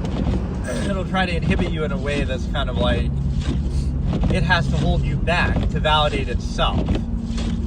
Right, so it's impure, and you see that even on a basic example like with parenting, right? There has to be that element. Like, what if you just, whatever, you have to be held back and everything has to be done within the contrivance terms. If you do something so much, okay, a 10-year-old kid goes out in the woods and fends for himself, and so now they don't need their family. So then what if they're capable of doing that? Right, but they can't be capable. We can't let them do that. Right, anytime, or again, even adults or even anybody, if you do that, then all you have to do is you have to, right, like, okay, if you're willing to do that, you're a minimalist or whatever, you don't need it anymore, so then what, right? Or, even the social contract, sometimes people was that the fastest light ever, or what? Can you even see that? Bro, I thought it just turned green. But no, yeah. People treat it as absolute, take it for granted, and they are not very credible either. And so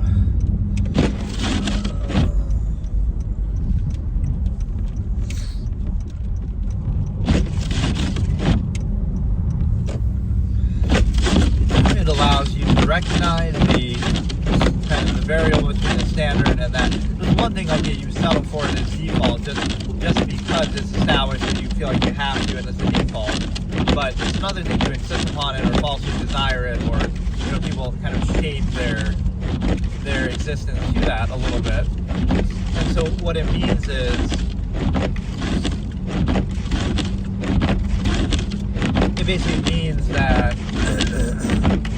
right now you care about appearances more because it's a false absolute structure, right? And then if the appearances are not held up, then it's the fault of the person for not overcompensating for it, not the fault of the process. So if you were to just look at something inherently, objectively, you would have an issue with it, but you just don't. You treat it as absolute. So it's a good way to twist the ego and cognitive dissonance against this individual, like, because you don't want to think and see the flaws of the process. Is that, the process is absolute. But it's the emperor has no clothes fallacy. Every society, every process is absolute. Even though we would point out the flaws of previous ones or whatever, or we have constant conflict with the flaws of our own, but yet we still take it seriously somehow, right? And we don't actively hold it accountable even, really. But we sort of complain, but we still give it the benefit of doubt. So the problem with that is you kind of are aware it's not absolute, but you still pretend it is, and then you're surprised by the holes when you see them. So again, it's the emperor has no clothes fallacy. It is absolute, right? The process, every era of human history are all absolute together, which means none of them are. Yours is absolute. And anybody who observes or points out or even just simply doesn't go along with it or doesn't overcompensate for it exactly, it's their fault, right? For that recognition that it's not absolute, not the fault of the process itself, that could be a legitimate issue or something like that. So if you don't vouch for the process, or if you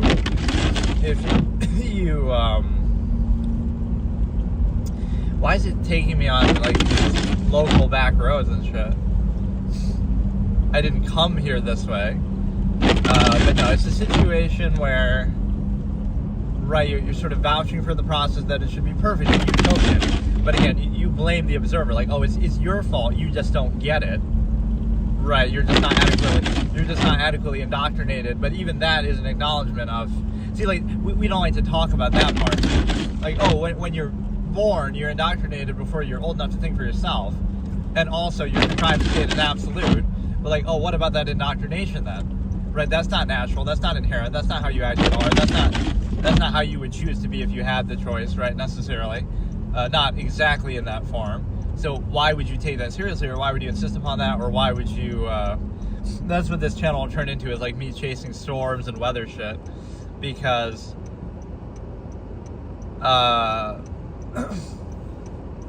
like I was thinking, okay, if I turn this into like a traveling thing, but then what do I actually show off, and what is it, you know? I'd have to like get out and do something a little more, because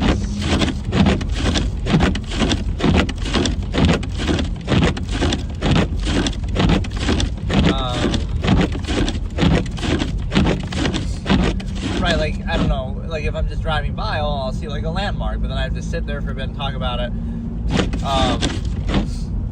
Like, I keep acting like the Starlink won't work outside of the car, but I almost have to do that. Like, I'll have to sit somewhere outside and then bring the Starlink with me, and like, because it's not plugged into anything like in my car, it's plugged into a battery that it's a standalone.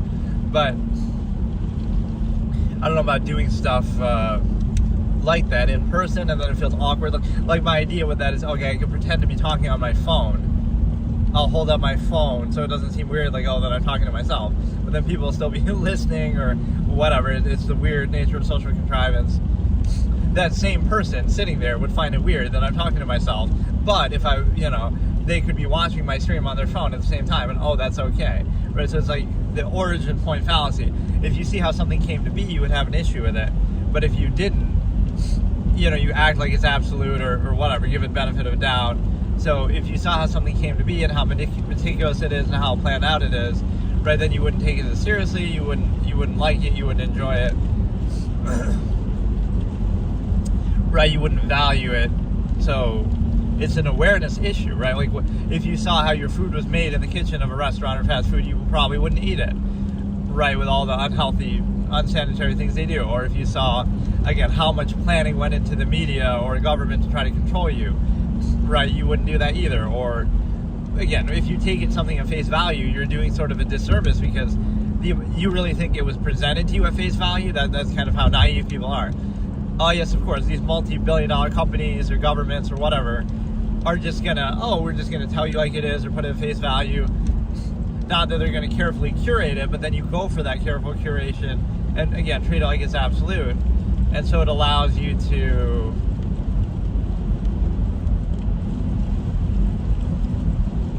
you know, just kind of fall for it and be controlled by it, versus the inherent. So you have everything projected in a halfway sense, so you're controlled by the inherent in a half, you know, it's in service, everything in service of contrivance, right? So everything has to be controlled and done in a certain way, which, again, as a collective, massive, controlled, trained animals in society, that is true, that is correct. But you won't want to look at it like that, so you seek like ego gratification as a placeholder over compensation. So even those positive things that seem positive are only a way to reinforce and regurgitate a state that's only necessary by overextension and only positive to a lowest common denominator mass collective. On an individual basis, you would have no need or desire for such things, but that's why you seek gratification, because you obviously, you know, gratification of a false absolute to specify an inherent process that would otherwise be free and uninhibited. So you falsely desire it. So again, in that sense, being positive is a negative, because you're kind of reinforcing somebody's training of a subversive state instead of allowing them to see the objective reality and choosing for themselves, or you know, freeing them of that. You're trying to keep them trapped within a contrivance state. And so it allows you to basically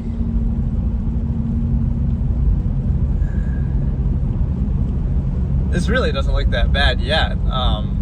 These are even local roads, but it's kind of like, I guess later it's supposed to get bad.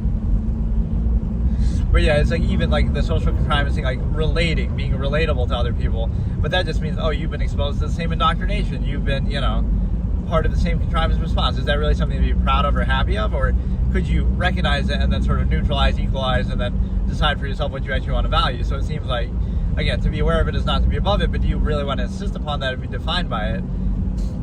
So what happens is people do it in like a singular sense of, oh, but now, whatever, somebody makes some money or they're part of high culture. Oh, now look, I'm defined by these things rather than something else, right? But that's not even the point, right? You're being defined by things that you didn't choose and that are kind of already established, not really free, self-actualizing. So that's where, again, the absolutists would take no pleasure in such things.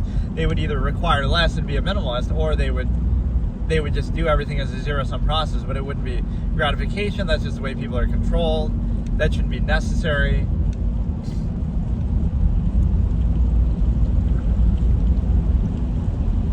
So it's kind of the need that contrivance has to control you, either labels or different things that they have to control. Because again, they have the need to control you, but they have a need to look at you a certain way too, right? Everybody has to fit into this contrivance structure. You can't be free. No man can be free, because then, everybody could be free, and it kind of casts doubts on their own cognitive dissonance contrivance state. And so it allows you to realize that so deep is their training that they're not only trying to control you, but they're trying to reinforce their own controlled state, right? Whereas again, something free would be seen as a negative on an individual basis, never mind the rule by omission, protocol by empirical authority, right? That it's like initial perception is the enemy.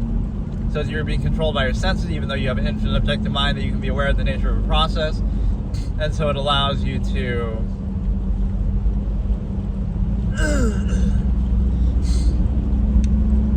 but no, I should have a way to do like a rear view camera with this a little better too, because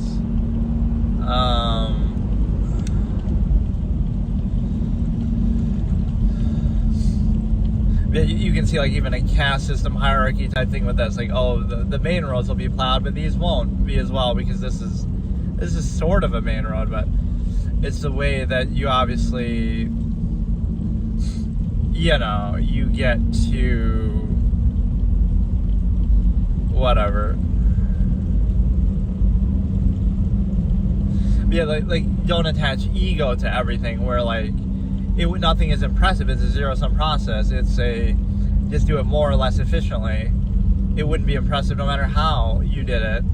Often the struggle comes from the deference to empirical authority, cognitive dissonance with that, right? If it's worth doing, do it. If it's not, then don't, versus overextension. And then you also have the recognition of the like inherent objective reality becomes the enemy of a contrivance state, because it requires constant contrivance, reinforcement through externality, etc., overcompensation, undue emphasis, again, appeal to ego, bypass, all of that.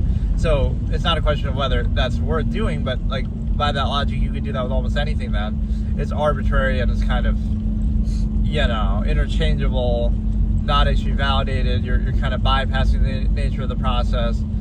So it's like the inability to overcompensate for the process, not that it's a flawed process. And so you have, right, that's like the initial mindedness aspect. If you were to try to introduce a new idea, or whatever, a social element or higher standard, that'd be a bad thing. But since it's already established, right, again, the fallacy things are the way they are because that's the way they're meant to be, or like even giving human beings credibility, it's like you're just reactionary. You're just reacting to what's already there. Right, there's no real credibility behind it, right? Even the way it came to be is not always based on, like, a lot of things are based on mass production, like, everything mass produced suffers inequality for it.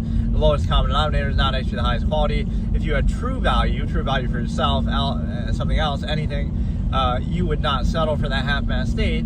So one thing is the stimuli Acme preservation, is you wouldn't do that, there wouldn't be as many people, you wouldn't have kids necessarily, right? So if you had true value, you would do that, but instead we just go along with the overextension, where it's kind of the norm and even a gratified trained state to subvert, but only subvert within that specific empirical, unqualified contrivance state machination process, dependent over extended pretense.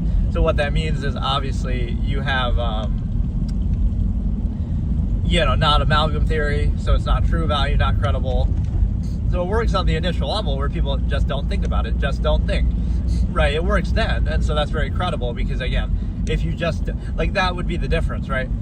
If I'm questioning something or I'm observing it, I'm thinking, I'm using my brain, and not to be condescending, but you can be objective, anybody can be objective. It's not about like an inherent state, like, oh, you're smart or you're not smart. Anybody can just think, but that would be the difference. Oh, and then the mass collective of people who are so sure of themselves and indignantly insist, like, full of sound and fury, but signifying nothing. Oh, they don't think, and they treat thinking like a bad thing, or it's like a plague, or it's like a, somehow there's like propaganda against thought that way. Like, oh, that means you're crazy, you're, talking to yourself. Like, oh, but it's okay to do it on stream, I guess, haha. And I have that quote, like, talking to yourself, it's called thinking, you should try it sometime. Or like talking to myself, yeah, it's called thinking, you should try it sometime. But basically, we are taught to condemn thought and whatever, just so we're easier to control, but people take that seriously like it's actually, a desirable state. So thinking is bad, mindlessly going along with something is good, being a half-mad human function, reducing your infinite objective mind to the physical state. So just because something is maybe useful or necessary to a collective mass of people does not mean that it's actually the highest standard. In fact, it often means it's not. As far as, like, it often means that it's the lowest common denominator that you have.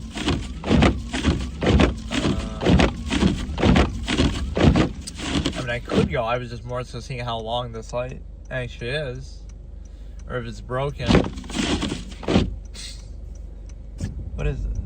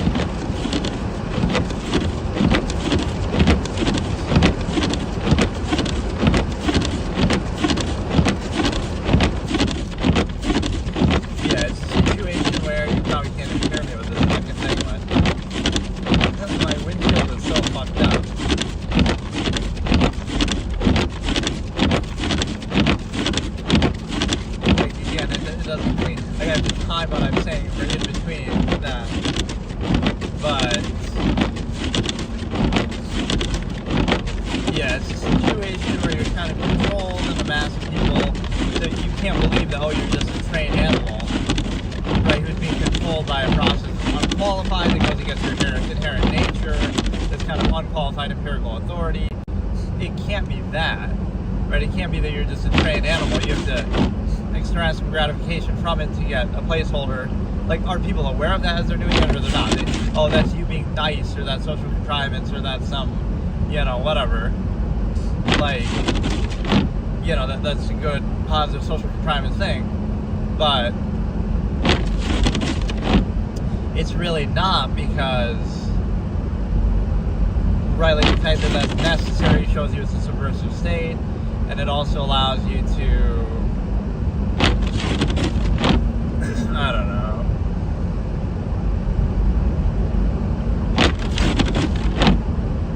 Right, so you can't look at anything objectively, everything is personalized, specified. But that would be interesting to say. Like, I could discredit people then and say, oh, you're only being objective because of blank, right? Somehow personalizing the process. But again, after a while, with this long-form postulate too, you realize that's not really valid or logical. But even if you say it isn't, what happens is, okay, the only reason why you think the way you do is a reaction to your state. So the objectivity would be like, despite the state, you can still see something a different way, versus, oh, you're in this contrived state, so therefore you have to see it that way to try to cope with it or whatever, and react to it. So, right, wouldn't that have more credibility then, instead of just saying, okay, you kind of go along with it, or you have to do whatever is, right, ordained by the contrived state, or you kind of reacting to it. So a lot of what people don't realize is, like, your perspective and your way of thinking is not really yours. It's just a reaction to the contrivancy that's already there. Within that, there might be some variance, but it's basically like a pretty preconceived process.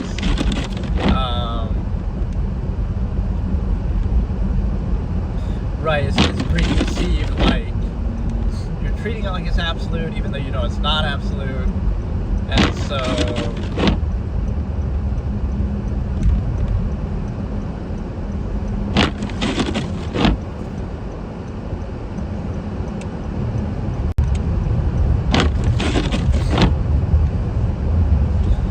right, like you know it's not absolute, you pretend it's absolute, you kind of go along with it, and yeah, like we can use a little example here, even to like, oh, my style of driving, let's say, is part of like the path of least resistance or something. Like you would try to, like let me try to explain one of my characters from a little short story series of mine. It's like it's an absolutist king, and he chooses to go to this place that's very frigid and very inhospitable and very whatever, like somewhere else where, like let's say you conquer Antarctica and you make a kingdom there, right? Like I'm a billionaire and I do that, and so it's kind of like if I do that, then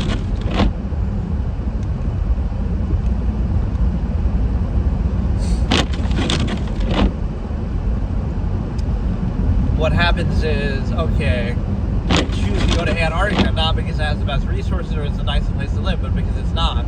Because then at least you avoid other people, you're not competing with them, right? You'd be more free there, or you would get a head start, or you would, whatever.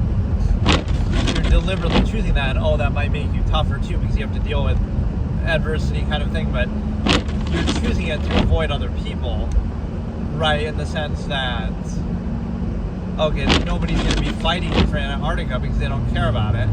And then, you'll discover oil there or something, and then they'll come after you. But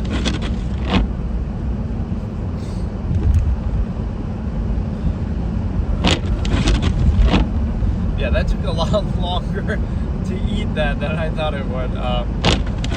But yeah, whatever. That was like a combo ASMR mukbang / driving stream. And whatever, we went through some good topics, but you probably couldn't hear a fucking thing with the windshield wiper thing going so hard. Okay, so today in the aftermath of the big storm that everybody's freaking out about, it wasn't that big of a deal. We did get where I live, central New York, about 1.5 feet of snow between yesterday night and today morning. So it was reasonably bad, but whatever. People freak out too much. You see videos of people stocking up on groceries, so it'll be the next new age conspiracy. Like China is trying to control the weather, whatever, how they're trying to spread a super virus with COVID, but no, it'll be the same thing. Although the US government's trying to manufacture, control the weather to get people to buy more products and stuff.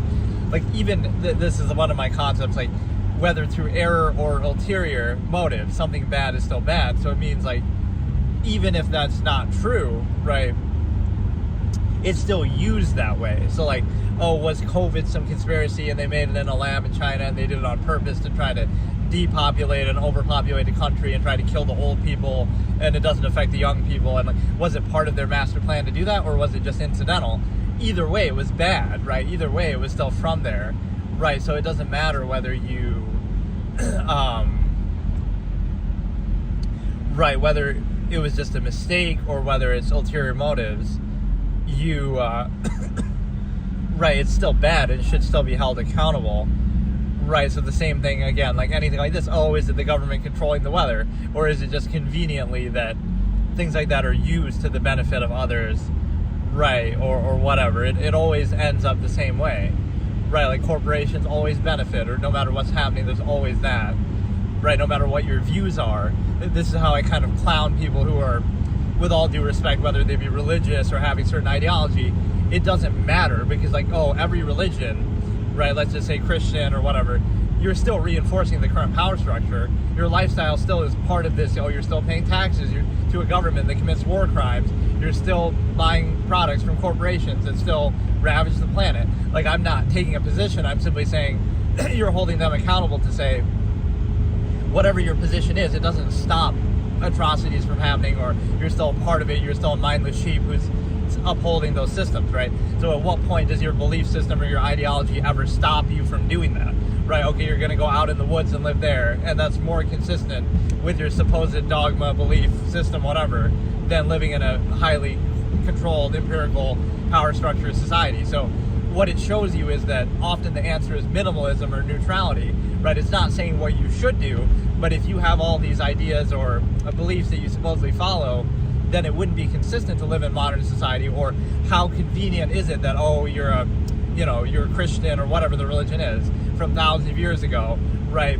These religions and different belief systems. What are the chances that it would align with you living in modern society?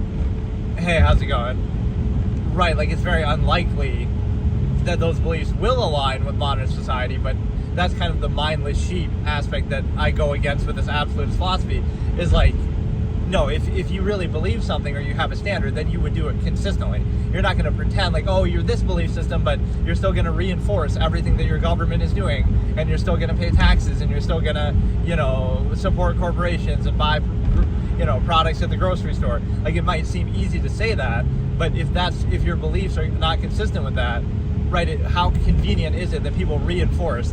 And look at human history this way, right? Every era of human history, the vast majority of people have gone along mindlessly with whatever power structure was in place, right? It didn't matter what their beliefs were. It could be religion, it could be ideology, it could be anything. It still aligns, right? Those middlemen that I call them always have the power, they always win, they always rule. So it's kind of like, you can have whatever beliefs you want, but they don't matter. It doesn't matter, right? You're still going along mindlessly. Oftentimes people's point of view is even a result of that, right? It's a reaction to the state. Like, you'll say, you think what you think, not because you actually would do that objectively, right? If you could just think anything you want or have your own perspective. It's more a reaction to try to cope with the contrived state that you're already a part of. Like, how do we rationalize this one, right? And you see that even in religion, like, oh, you'll try to retcon and say, oh, well, the Bible didn't really mean that. It meant something else because we live in a society that accepts certain things that the Bible clearly says it doesn't accept. But it's just a contradiction of belief and faith where those things lack credibility because, again, it's fine. If you believe something, then do it all the way. Do it fully. Like if you're Amish or something, that might be more consistent because at least you're living in a different lifestyle, right? So I can respect that. But I don't respect the sort of mass of people who all have supposedly varying beliefs, but what are the chances they align with one empirical power structure, corporate owned everything, modern government, whatever it is, it aligns perfectly. So you have a mindless mass of people going along with whatever the era is ruled by, right? It never changes, it never stops it. When do you ever say, oh no, I don't agree with this, so I'm leaving society, or I'm gonna, make my own little commune or whatever? Right, when does that ever happen if your beliefs are actually strong or valid? But the point is that getting back to this actual episode topic, we have a situation where it does apply to religion and belief systems too. That's why I was introducing it with that. But basically my point is that this is an age-old expression of mine from way back. This is one of the first things I said, actually, on my debate format in 2013, 2014. Was this concept of the best argument against something is often the flawed or lacking or lack of an argument for it, basically is how I said it. So, again, that'd be true of religion, that'd be true of like contrivance, societal contrivance. Hey you, how's it going? So, in other words, it's not that you have to make an argument against it, right? Like I'd say, oh, I have to disprove it or I have to pose some sort of alternative. It's more like you can be objective, you can be neutral. You don't really need to hold a position. You can just be, okay, I'm ignorant. Human beings are ignorant. We don't know everything. We don't have all the answers, especially thousands of years ago from when some of the belief systems originate, right? We don't have to have all the answers, but if, the burden is on the claim maker, if you claim to have all the answers, then you have to explain it adequately. And it'd be hard to kind of discount all the other ones, like, your religion is right and everyone else's is wrong. How can you think like that? Right, but so really that's the whole irony. You can kind of turn them on each other, right? I wouldn't even have to say anything. I could just say, what makes your religion right and all the other ones throughout history wrong, right? And then they'll attack each other and try to discredit each other and say, oh no, theirs is the right one and everyone else is wrong, right? So they are the one who have to make the argument. But the point is that you're basically looking at it from a perspective that, right, the lack of an answer for that would be the problem, right? Okay, the universe needed to be created is the premise, and therefore God created it. Wow. But then what created God? And then they can't answer that. So it's the same problem. You're just saying, so, okay, something needed to be created, and we can't explain how. So whether it was God or whether it was the universe, right, we're still left with that same question. So it doesn't really answer anything. Or even the fact that, you know, you're basically putting yourself in a position to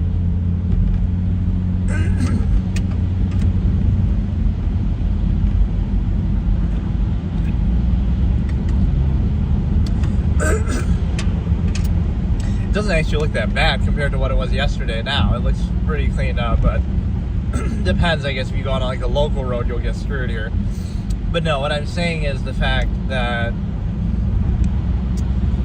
how can I explain it? Basically, again, the lack of an argument for, right, religion is the best argument against it, right? I don't have to argue why there isn't a God or why that specific God isn't valid, right? I can literally just, okay, you tell me why there is one, and then I can hold that accountable and poke holes in it, right? So I'm not making a claim, really. I'm just poking holes in the claim that someone else is making and showing it's not valid. So wouldn't you rather just say, you know, okay, you want to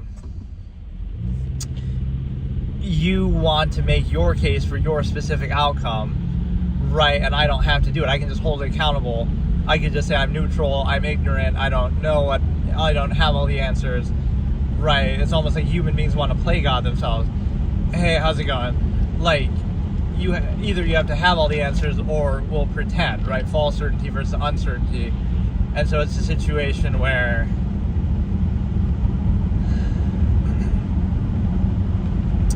you know, it's a situation where you're basically able to have this sort of selective framing that every culture, every society will use it to reinforce its own kind of dogma. That's awfully convenient. You're still breathing. If there wasn't a God, you wouldn't be. Okay, so let's look at that claim. You're still breathing. If there wasn't a God, you wouldn't be. But what does that mean? Like, that, what does that have to do with, why does it have to be God, though? Like, what part of that? So the fact that I'm breathing is based on like your biology. I could start or stop breathing at will, in the sense that, like, so when somebody dies and they stop breathing, does that mean now God no longer exists? Or I don't know what that relates to. Just the fact that we exist. Some people frame it like this, like, oh yeah, it's a miracle that we exist, so that proves something with God. But the problem is right, so animals that go extinct, right, where is their God then? So and, you know, dinosaurs, where was God for them? So it's kind of a human-centric view that we think we're so special, which we are a little bit special, mostly in a good way, that, like, okay, our technology and our intelligence, I get it, but you know, it's this like random chance fallacy of, oh, could existence be random? But it's so organized and it's so intricate and innate, right? This is sometimes what people say, but the problem is, it would have to be. It's kind of ex post facto justification. The fact that we're here and the fact that we have the technology we do and we have this level of intelligence, the only reason why we're having this discussion and why we're aware of that is because we are that intelligent. So obviously if we weren't, we would be animals, we would be, you know, in nature doing that. So you kind of look at it backwards sometimes, that it's not that, oh, it's a miracle, it's that it would have had to be this way, otherwise we wouldn't be here to even observe it, right? So again, I don't see what that has to do really with God, though. That's just like a self-fulfilling thing. Right, the fact that you're alive, you owe it to God, even though, again, so if human beings go extinct, then God ceases to exist, I guess, because we're so egotistical that we tie the two together, right? Like, before we existed, there was no God, and then after we're gone, there's no God. So animals don't matter, the rest of nature doesn't matter, none of that matters, only we matter. And right, a lot of dogmatic language has to do with that too, like, oh, God created us in his image, right? If you really look at a lot of religions, they have to do with the ego, just we want to feel special, we want to feel like our standards are absolute and inherent in nature when they're clearly not objectively. So it's very egotistical. But what I was saying before is the simple fact that so I could disprove God by being David Blaine. I'll stop breathing for 6 minutes, and then oh my goodness, that proves like I don't know. But it's a situation where there's this one dude whose name I always forget, who does these long streams. He has like curly hair, and he's always talking to people, and he bro thinks he's me about religion and saying, you know, he gets pretty good viewership. But I mean, I talk about all kind of different subjects. It seems like that's the only thing he talks about. I think it might be allegedly Ian, if I'm not mistaken, or maybe that's not. But yeah, what I'm basically saying is the fact that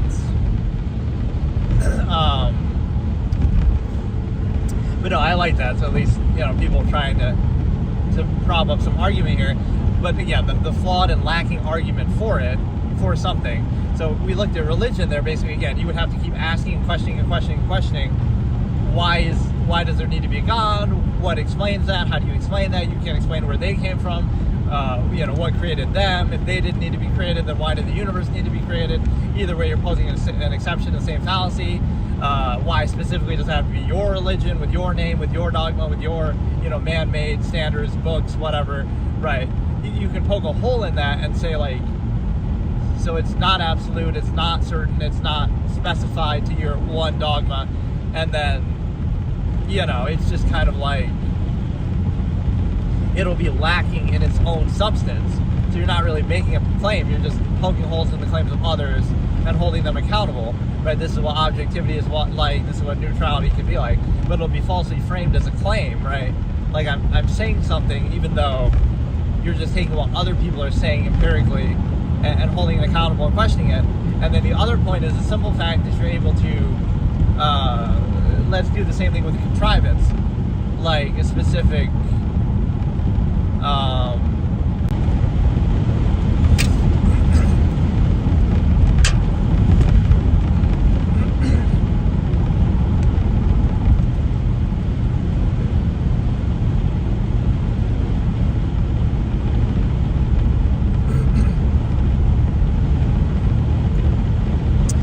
sorry, what I was saying is, it's not like, okay, like religion, you'll hold accountable their claims that fall apart and are lacking in foundation. It was kind of something that's just accepted blindly, often from a place of desire and psychological need instead of logic and reason.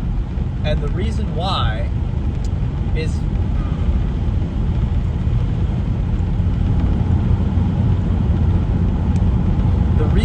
because of the simple fact, if you get to that with contrivance, you understand that, like society and government and social norms and stuff like that, that's also kind of the same way, because it's kind of inconsistent and selectively applied and myopic. So here's where you'd hold something absolutely accountable, like, oh, we do this because we value people and human life and whatever, right? But then you hold it fully accountable. Amalgam theory, as I call it, the concept of the human family. If you truly valued human life, it wouldn't just lead to you living in a comfortable state, overextended technology, whatever, and then somehow, you know, help people in your immediate environment. No, you'd sacrifice 2 meals a day, and you would sacrifice 2 meals a day to make sure somebody else has at least one, and they're starving halfway across the world. So there's a non-base of self, dependent over extended pretense, kind of, you know, more to do with yourself, right? That which is nearest to you, and then within that you can create some little pretense that you value other people, but you don't truly value other people, not objectively, not inherently, not absolutely.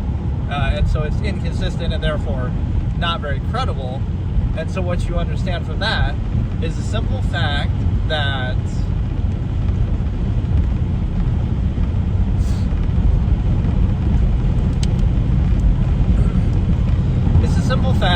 again, let's try to layer contrivance, and we understand that it's not absolute, it's kind of arbitrary, it changes from era to era, time period, right? Everybody believed their era to be absolute and right at the time, right? Human history and credibility are at odds with each other because, right, the Romans thought that they were right or whatever, but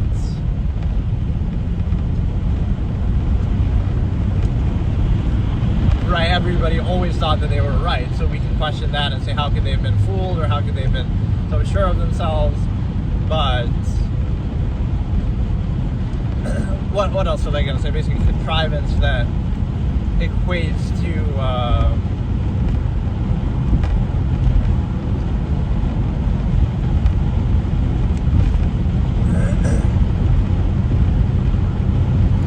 contrivance that equates to, right, like you would have to somehow, right, like argue against it and say, oh, why should you, I don't know how to explain, like the inhibition that people experience in society and contrivance state. You'd have to say, oh, why do you need to do blank? Why do you need to do something? Or, you know, you need to sort of justify what you're doing, not that it needs to justify and be held accountable by preventing you from doing something that you're inherently capable of doing, right? So it means that obviously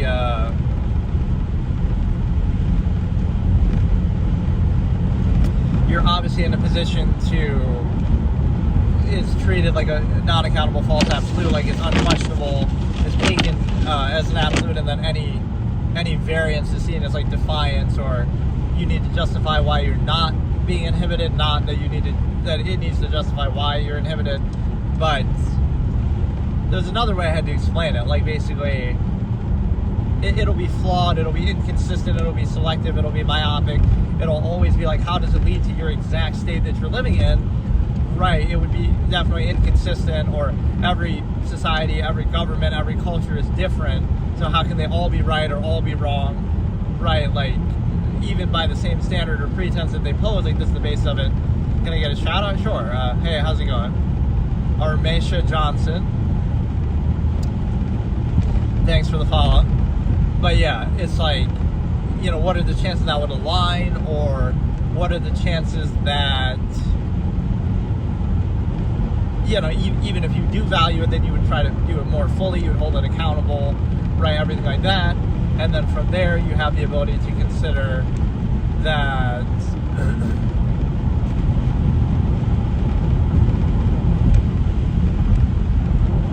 right, you would try to do it fully then, but then you realize, oh, it's just a pretense. It's a dependent over extended pretense where the contrivance comes first, right? It's not really about a standard, it's about everything is in service of this empirical contrivance state, whether it be corporations, whether it be government, right? That's what ends up happening. And so you're basically in a position to be discredited by that. So whatever the argument is, or whatever the supposed standard is, you have to hold it absolutely accountable, especially if it has the basis to try to outwardly insist and tell other people what to do. Then it needs to be absolutely consistent, right? So it's kind of like the nerd glasses emoji with the finger pointing thing. Well, actually, if you really value this process, you should do it this way, or, you know, like you can always hold it accountable. And if it's not held accountable, then it's not credible, and therefore there's no basis to inhibit other people and assume their intent. Even if it is consistent, you still can't assume their intent, really. But again, always look at this in debates, like from an objective, neutral perspective, that you would say, like, you know,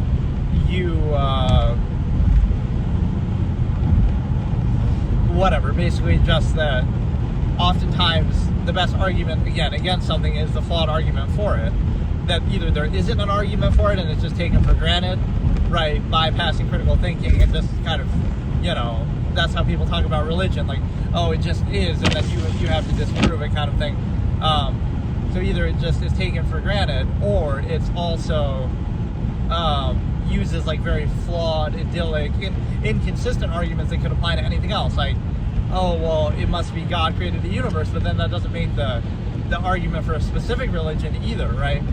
Or by that logic, you could just make up any religion then that explains that, or that tries to explain it. So it's inconsistent, it's kind of self-invalidating. Right, let me try to think of some other case examples. But with anything, you'll find like an inconsistency, right? Does anything point to that specific thing only exclusive to everything else? Or, right, like what are the chances it aligns with your exact country, or your exact religion, or your exact time period, or your exact lifestyle, your exact technology, right? None of that. You're kind of making the argument in reverse, right? You're saying we're already in this era with this technology, with this government, with this lifestyle, with whatever. We're already in this state, and so because we're already in this state now, you try to piece together something that'll rationalize it instead of being objective and pure. That's what I call the self-actualizing from an inherent base state. Pretend you're 15 years old, whatever, you go out in the woods and you decide for yourself what you want to do or what your standards actually are, and then you decide for yourself in that sense, instead of, oh no, I'm going to try to reinforce and overcompensate for this flawed process, this cognitive dissonance, I'm indoctrinated before you're old enough to think for yourself, right? You kind of mindlessly reinforce it. So at no point are you actually choosing that. And again, what a coincidence that a mass of people mindlessly go along with it, right? It's kind of used in a weird, gratifying way. Like, oh, that's part of being an adult. That's part of being mature. Yeah, it is. Being a mindless sheep who accepts whatever the current era is, that's being, an adequately indoctrinated member of society.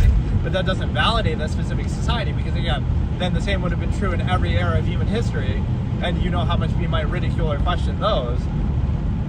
So again, it's a fallacy that people believe that things are the way they are because that's the way they're meant to be, but that's not how they came about, right? They didn't come about through careful thought. They came about through force and empirical authority and just kind of a bunch of random stuff that subjective, flawed, imperfect people do, often with some incentive or ulterior motive, but then we treat it in hindsight and retrospect as absolute. So that's the best way to control people, is to kind of get ahead of it. It's what I call the initial basis, right? You establish something and then people have to argue against it, right? Not that they have to qualify it in the first place. This is how people often perceive authority, like, oh, we just take it for granted that it's right, and then you have to justify questioning it, not that it has to justify what it's doing in the first place, right? That like power somehow validates something rather than it needs to be held accountable, right? It kind of gets reversed on itself. I don't know, it's basically very lacking, let me try to think of some specific examples, but basically there'll always be inconsistencies and contradictions by their own premise, right? So you always have to ask, like, what is the basis on which you make this argument or this specific claim? And then you can find contradictions within that. So it could be like a lesser of two evils or something like that, but there's always a variance. Like, it's not just two options, it's not a false duality, it's not, one size fits all, or, the world is black and white and one is absolutely right, one is absolutely wrong, right? That's not really how it works, but that's how people like to think. It's like the absurdist concept, unwillingness to be puzzled or something, where, you want to believe that what you do or what you believe is absolute. And so you kind of want confirmation bias, and you kind of block out any nuance or critical thinking about it. So it's kind of like what you think is absolute and unquestionable, and you'll ignore anything that might make you question it, and everything else is wrong and bad.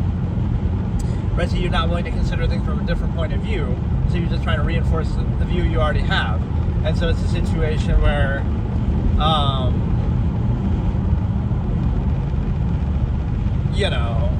it's not really objective. So people don't want to think too much in nuance. Like, you can't be on a side or have some nuance and say, okay, you support this, but you also have some reservations about it, and you still have some questions, instead of like a tribalistic identity association where, oh no, it's because you are associated with it, it must be absolute and unquestionable because you couldn't possibly be wrong, or there couldn't possibly be any flaw with it, right? So that desire to think like that is kind of unfounded and self-defeating often, because then you're tricked into defending things that you don't really support or value, or that you don't really share a standard with, but you somehow act like it's a means to an end. If I support the worst aspect of this, it's still worth it because it's better than the alternative, which could even still be the case, but you don't have to support that thing. You can say, okay, that's flawed too, and we should hold that accountable too, right? Being self-critical, being kind of critical of the same side that you're on, or not even dedicating yourself to one side fully like that.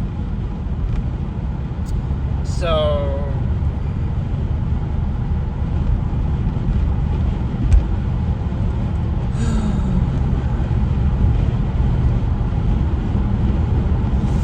but yeah, what else can I say about this? Basically, goes along with the concept of, the burden is on the claim maker. You always have to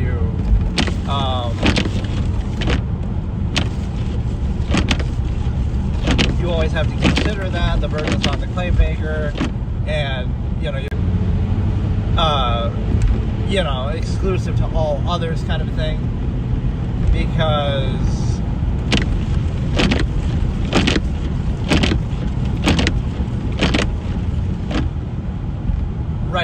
are the chances that one religion or that one dogma or that one idea is right and all the others are wrong, right? What are the chances of that? Even if they all use the same pretense and share certain... See, people would use that to sort of validate. That proves that religion is right and that there is a God. The fact that, they would share some of the same moral fiber and stuff like that, right? But the problem is that it could almost make the opposite case, because that shows you it's a psychological need and desire that people have, that people in various parts of the world, throughout various parts of history, would have all come up with something similar. It doesn't mean that yours is right, or, that one is right. It means that they're all a psychological reaction to the same thing. You want some sort of false certainty or structure or peace of mind. It answers a lot of psychological needs that people have, and so that's fine, but it doesn't mean that's actually true or absolute or specifically valid. So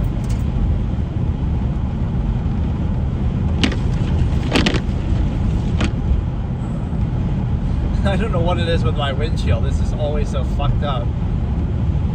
Like, some of these stains just never go away.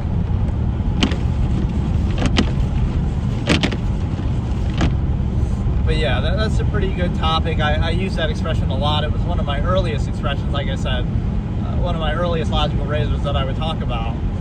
So again, when you're looking at something, you're not really making a specific case. So like, people would say, oh, what's the alternative then? Oh, if there is no God, or you don't even have to claim that with certainty, but there's nothing to suggest it besides the human desire to believe it, or ego, or whatever. So you would say basically that I don't know what the alternative is. I'm not a God myself. I don't have all the answers. I wasn't there, when the universe came to be. So we're a little bit arrogant with that. And this is like thousands of years ago, you could say, if you were debating Christianity in 1,000 years ago, right, you would have the same question, like, oh, so what's your answer then? How do you explain the universe? It's like, well, we had even less scientific knowledge then than we do now. So that's quite the burden you're putting on the individual. So if you can't explain the universe, then whatever you say is right by default. So, oh, God did it, and I don't have a better answer. But I would argue it's not a worse answer, because their answer is with false certainty, mine could be with uncertainty. We don't know that. We don't have all the answers. So, right, that doesn't mean you can just say whatever you want. The Tooth Fairy did it, the Santa Claus did it. But the flip side is with contrivance, too. This is kind of the challenge that the absolutist takes on. Right, let's try to answer where the universe came from or how exactly it came to be, sure. But it would take a long time and better technology, and we're not there yet. So in the meantime, believe whatever you want, I guess. But the same thing with contrivance, like, oh, if you have cognitive dissonance and some reservation about the contrivance state that you're in, right, the era that you live in, then, oh, just then don't be a part of it, right? Don't buy clothing from corporations, and don't eat food by corporations, and whatever. To some extent, you can still try to do that, be a minimalist. But that's not fair to the individual. It's like, oh, you have to combat eras of human civilization deferring to authority, right? The last generation of traders that, oh, we've given up monopoly over nature itself to big corporations. And now you as the individual, simply by being objective and having standards, now you're supposed to single-handedly overcome that. And it's like, you know what I mean? Like, you can be aware of it, but you don't have the means to combat that. Give me hundreds of years of empirical authority and established corporations, and give me that much power, and then sure, I can combat it or make it seemingly equally viable thing. But you're starting on, like, you're starting from zero as the individual, because you, right, that's kind of an unfair expectation to have.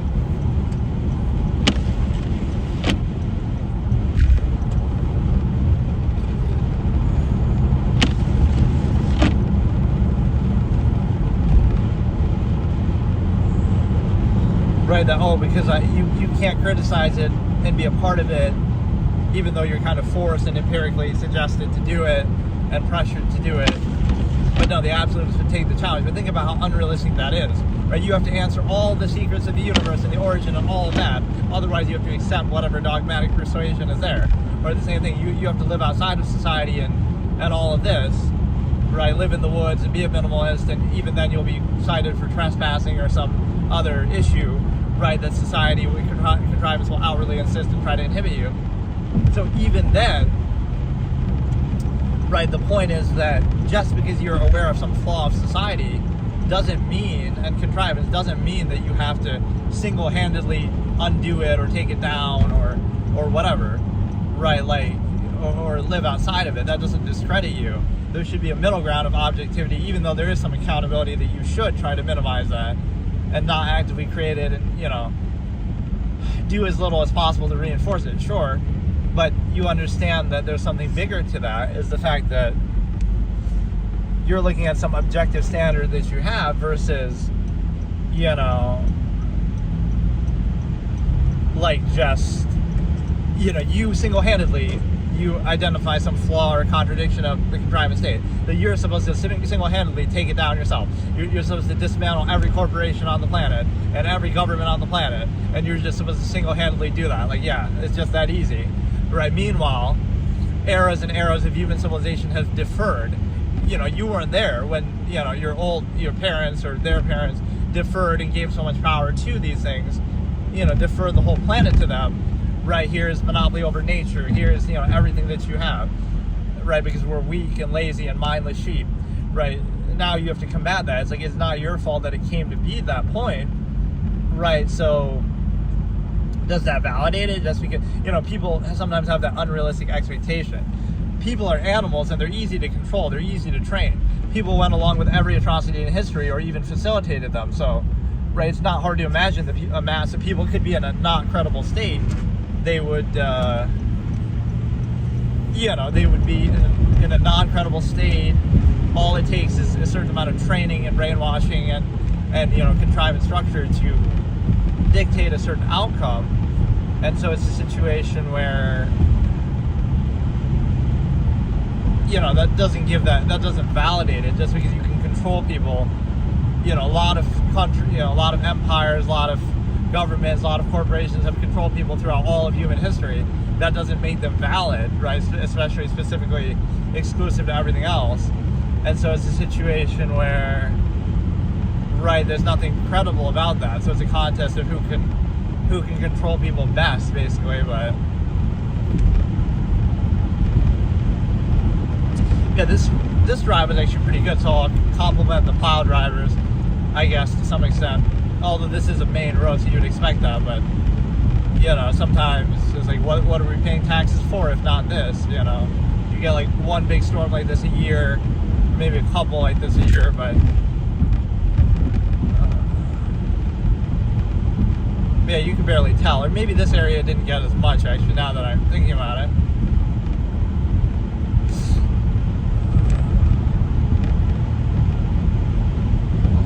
But yeah, it's a great logical razor, very, very useful, very dynamic.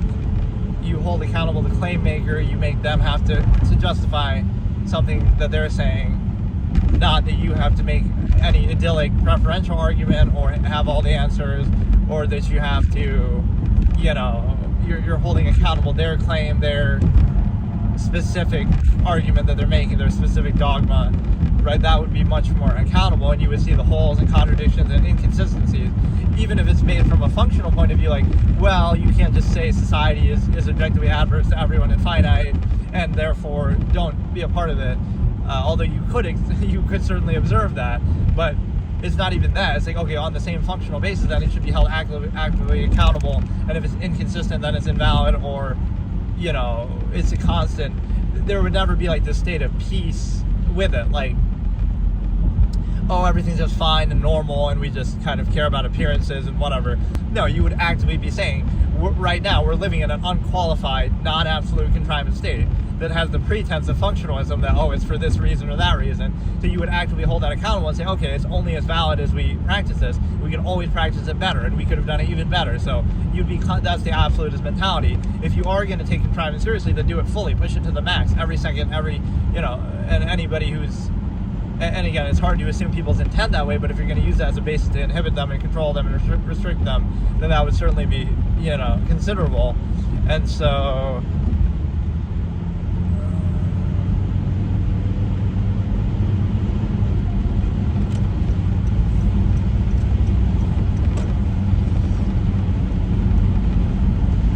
yeah, it's a good topic. I guess I can't remember exactly how I would always explain it, but it's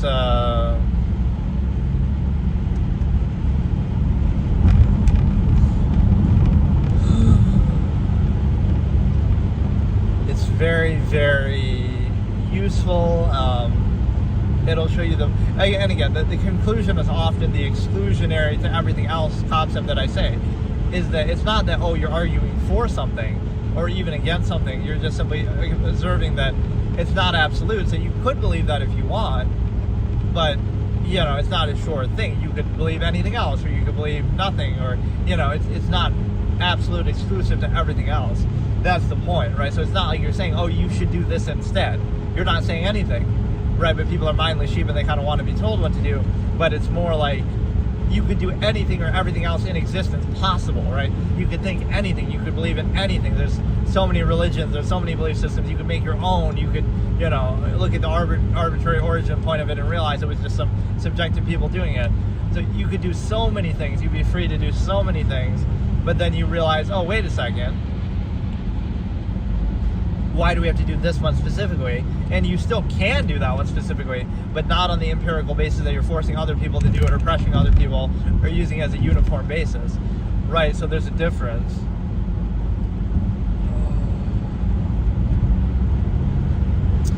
So yeah, that was a good topic. I swear there was something else I would say with this, but I can't remember. There was some specific example I would give besides just religion. But again, often the arguments fold on them. So either there is no argument for it, and they just kind of take it for granted, absolute, and let it bypass their critical thinking, which is kind of true of both religion if you're indoctrinated at a young age, but also society and contrivance. Like, when are you indoctrinated to society? Oh, when you're too young to think for yourself, right? From the ages of 1 to 5 to 6 to 8 to 10, right? When you're young and vulnerable and, being trained like an animal, that's when you're indoctrinated. So is it really based on any logic and reason, or is it just based on, oh, you're indoctrinated so heavily at that point that you just accept it mindlessly, period? Right? So it's not a very credible basis, but you insist upon it nonetheless. Even on certain pretenses, you hold them fully accountable. It would be inconsistent and therefore invalidating. But it's a situation where,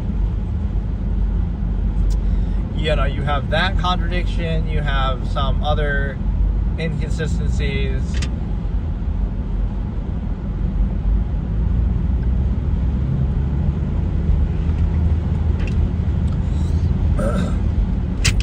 Or let's even look at the contrivance state in practice, in observable everyday practice, right?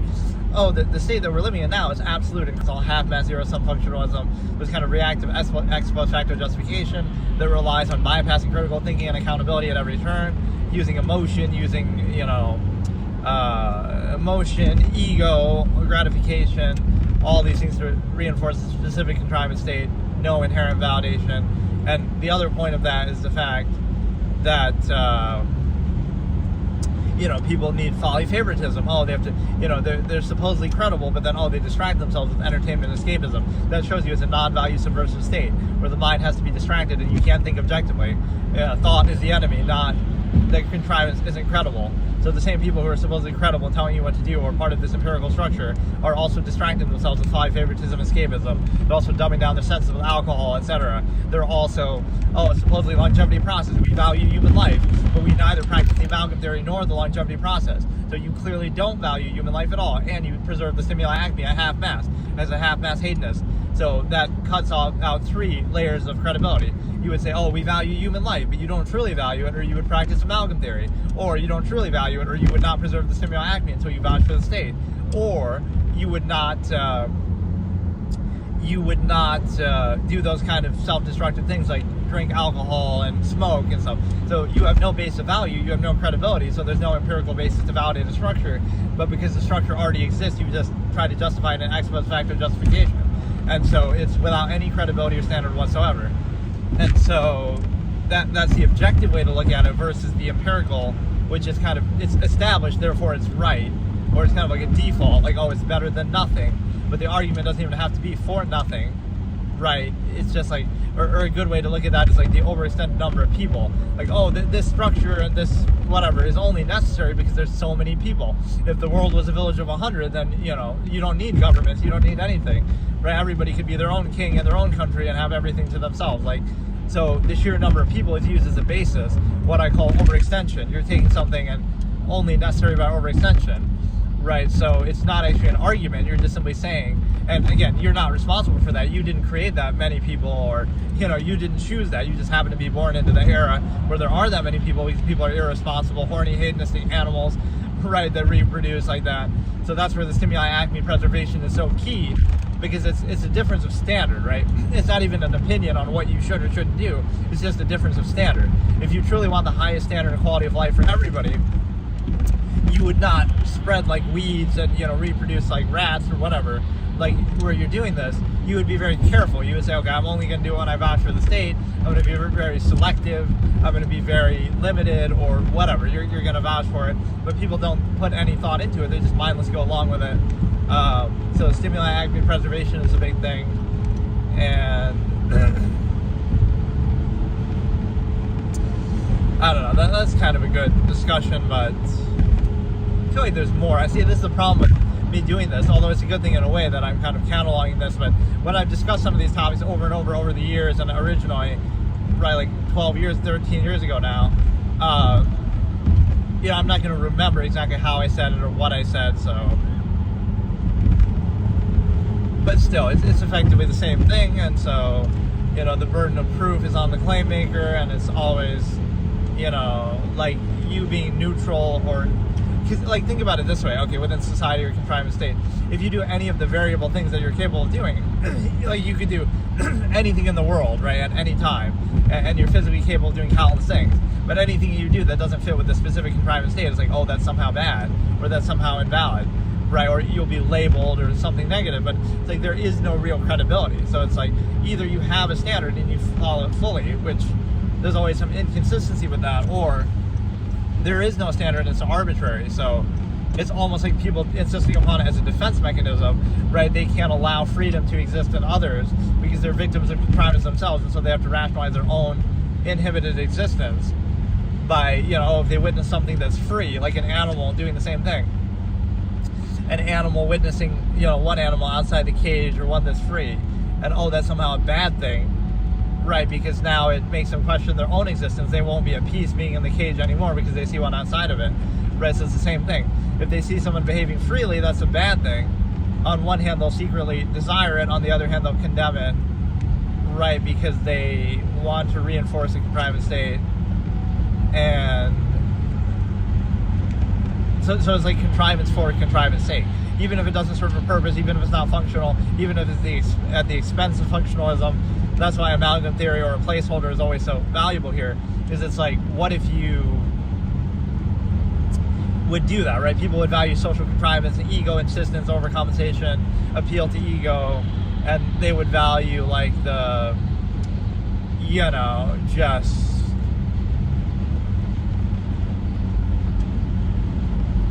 half-mass, whatever, like versus amalgam theory, like you would rather value your own ego at half-mass than value human life or something of actual value. So pretend you can do that. Every second of your life could be spent trying to help other people or save other people if you truly value human life, but you don't. You'd rather insist upon your ego and the ego of others around you and dependent over standard pretense, right, in a machination process. So everything is overextended. It's indirect. So you say, but if we make enough money, one day we'll give a little to charity. Right, it's overextended. It's not true value. It's not credible. It's nothing. So, right, it's more important for you to be in a machination process.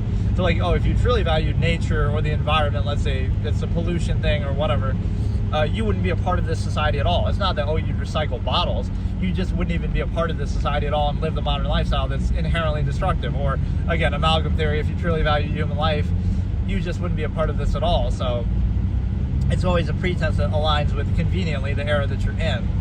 So a bunch of mindless sheep with no credibility, but yet they still have the ego, indignant insistence as victims of contrivance themselves to outwardly insist and to try to tell other people what to do. And that sort of social reinforcement is only a way to almost assuage their own cognitive dissonance as trained animals themselves, to try to, you become both the victim and the enforcer of contrivance, even without any credibility, even without any functional basis, even without any accountability, even without anything. Everything is seen through the lens of the ego, non-inherent standards, right? Non-basic self, ignorance, insistence. You kind of treat your myopic view of the world as absolute and try to reinforce your worldview from a biased, preconceived state. So, Okay, so today I'll discuss a concept that I've talked about before. Basically, this is the origin point in a way that you look at absolutist philosophy. You go back to the origin point of, like, let's look at the most intrinsic, basic definition of a human being from an objective, inherent standpoint, and you look at it and you say that what defines humanity in reality, not some pretense like, oh, the soul is just made up. It's a misnomer for what we mean by, like, you know, certain judgment in the mind and certain moral whatever application. That's fine, but it's a misnomer, right? There's no such thing as the soul, but whatever we attribute to it comes from the mind anyway, like whether we choose to behave in a certain way or not, that we consider desirable or morally gratifying. So that even the heart is a misnomer, like, oh, animals have hearts too, right? So the soul, there is no soul. Hearts, animals have hearts too, and you know, they pump blood. It's not, you know, we're also using that as a misnomer for the mind, that, oh, you have to have a heart, but everybody has a heart. It's like what we're describing actually has to do with the mind that way too, right? Everything really has to do with the mind, and so it's a misnomer, it's a fallacy. We try to change the definition. We try to, right, use these sort of gratifying meanings, and even emotion itself is nothing more than a rational insistence upon the self, right? As I always say, even to best achieve that same self-interest, right? How do I say it? Like, emotion is nothing more than a rational insistence upon the self. Even to best achieve that self-interest, it would behoove you not to be emotional about it, right? You would think logically, rationally, how do I best achieve my self-interest, or whatever the goal is, or whatever your intention is, and then you try to achieve it logically, right? To be emotional is kind of like you're already in a subversive, powerless state that you're kind of conceding to. You're kind of saying that, okay, you accept the fact that you're in just some subversive, powerless, deferential state, and therefore you just kind of accept it. And now it's like a cry and helplessness, right? You want to pray to God and hope that he helps you, or you want to defer to some invisible authority, or you want to hope that you hit the lottery or some superstition, or you want to blame something else. So in other words, all of those things just show you your own weakness, right? These are all ways that people are controlled. Like, what about your own potential? What about everything you could possibly do that you're not doing?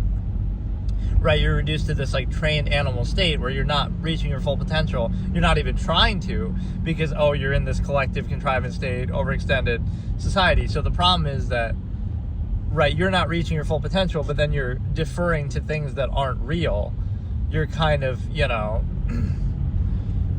you're blaming things that aren't real, or you're hoping for things that aren't real. You're, you know, praying to God and things like that, instead of just saying, okay, let me maximize what I can control, instead of worrying about things that are insignificant and kind of, you know, made up, obviously. But even if they weren't, like, you know, if all it took was to pray, then anybody could just do it. So people get caught in this weird middle ground of, like, all these kind of special things that you would act like, oh, you know, religion or faith and all that.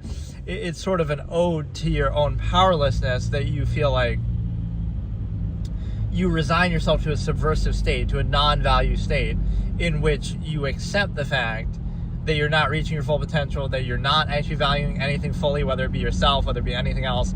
So it's a non-value state that requires constant contrivance, reinforcement through externality, social contrivance, overcompensation. It requires distraction, folly, favoritism, escapism. It requires hedonism, you know, distracting yourself, drinking, smoking, not, you know, anti-longevity process, all these things I've discussed.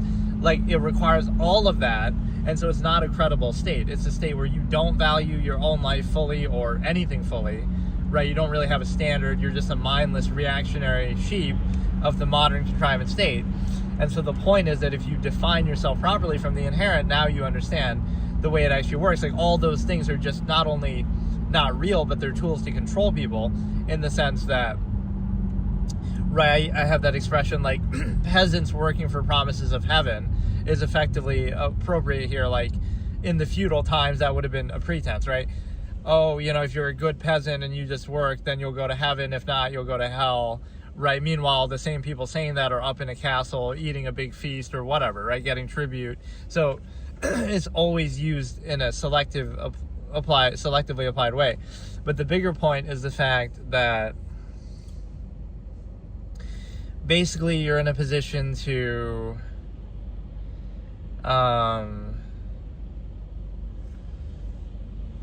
this windshield just doesn't clean, man. Like, it does not come up. But no, it's a situation where I don't understand. The fact of the matter is the fact that, okay, so people define themselves incorrectly in a way that's to control them. So like emotion, or even like this humanist, false humanism, right? That isn't amalgam theory that I talk about. Like, oh, you got to be nice to other people. But in what way are you being nice to other people? Only in the context of some overextended empirical authority structure, right? Modern society, corporate owned, monopolization of nature itself, right? You're like, oh, you'll have 3 meals a day and you'll have your luxuries and comforts, but then you pretend like, oh, be nice to other people socially. Not socially, like how about sacrifice 2 meals a day so you can, feed someone else halfway across the world. So I'm not saying to do that. I'm saying if you really cared about other people, that's what you would do. So it's not even consistent, right? It's just a pretense that's used to selectively apply to your current contrivance state. So the one thing I'll say is the fact that, again, we debunk all these fallacies. Again, even emotion. Like, think about what emotion actually is, right? You are kind of insisting upon yourself, right? I call it the non-basis of self. Like, you don't have any standard of value or basis of value other than just that. Like, okay, something's valuable because you're familiar with it, so therefore you'll insist upon it. Like, oh, you've seen that before, you've heard about that before, right? So therefore it's good, or not. So you're insisting upon your own ignorance as if you've experienced everything of value, or, right, you're defining value that way. Or it's things that you didn't choose, like even your family. Oh, the best, the strongest bond you have, oh, family. But it's something you didn't even choose. Or, even friends and stuff, the nearness postulate. Like, it's all things that, it's not a question of whether you should do them or not. It's a question of whether you should, it's a question of whether they can be taken seriously or treated as absolute when they're clearly not, right? Oh, the best friend, but it's only because they happen to live in the same local environment, right? That's the defining factor. Or same thing with like a, sexual partner, or again, even family you didn't choose. So none of these things are actually absolute. They're just, oh, they happen to be the case, and then you place undue emphasis to kind of bypass that reality, right? Oh, family is something you didn't choose, so it would be the most shallow relationship of all. So you have to overcompensate for that fact by, pretending like it's absolute, or again, insisting upon it from an emotional standpoint. But that's what emotion really is. It's a rational insistence upon the self, and it reflects the human ego in a way. The fact that, like we think everything revolves around us, or we want it to, or, that's how a lot of dogma and different things work, that we want everything to revolve around us from a human perspective. And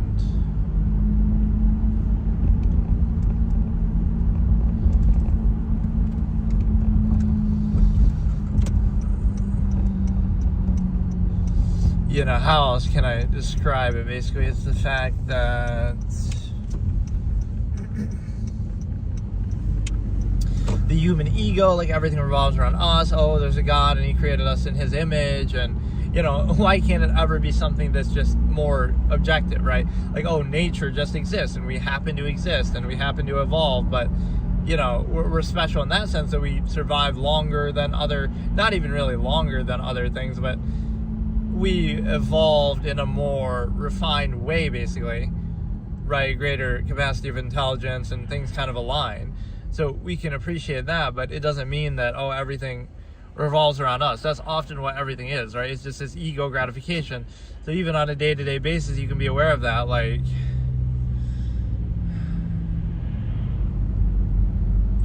just you want to socially contrive and insist upon something, right? Mundane, everyday things that you're doing and stuff like that. So let's actually define it properly now. What separates a human being from an animal? Now that we've debunked all of those things, what defines us is the fact that, or separates us from animals, is the fact of, obviously, the mind. Not that they don't have minds, but we have greater degree of self-awareness, intelligence, capacity for that. And that's obviously proven by our technology. So that would be the defining factor, nothing else, right? Not emotion, not the soul, not anything else. That might be our appeal to ego to try to gratify ourselves, but it actually is a way to control us and hold us back, right? When you're in this half-mass subversive state, then you feel like it's a cry and powerlessness, if you will, that you feel so powerless, and then you blame that or you focus on that.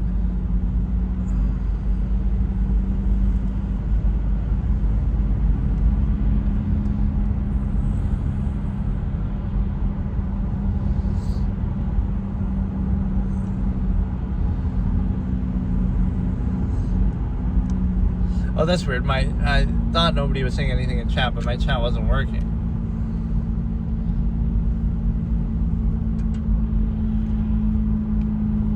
That's weird. It's not showing up on here.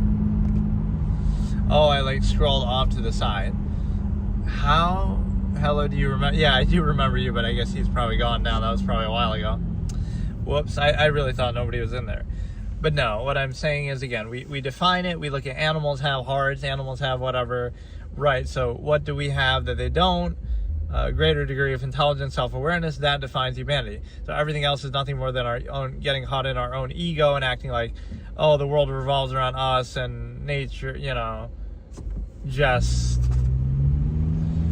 there's a God, and He created us in His image and stuff like that.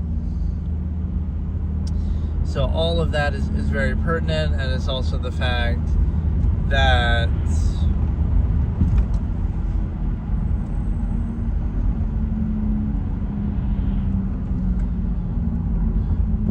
so you would look at it more objectively and more truthfully, that because it's like this is what emotion does to it. It'll reinforce any state, and it'll pose some ego gratification, like, oh, you got to struggle and you got to tolerate and do all this kind of thing.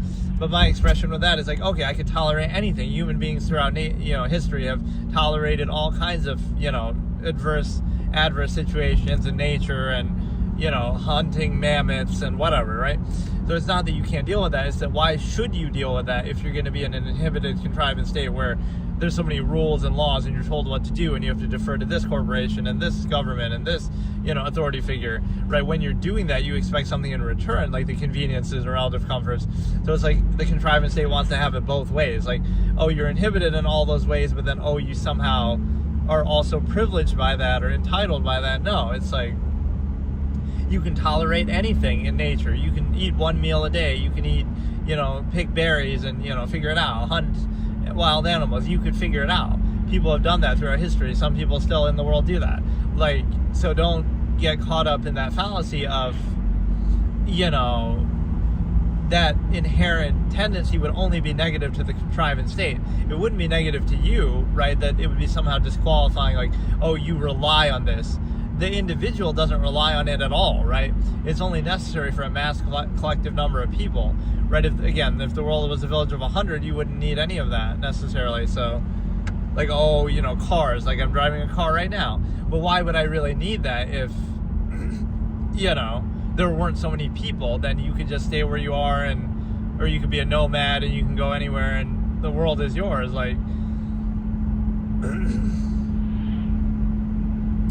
Yeah, we're defined by that. So again, the absolutist tendency here would be you want to maximize your potential. You want to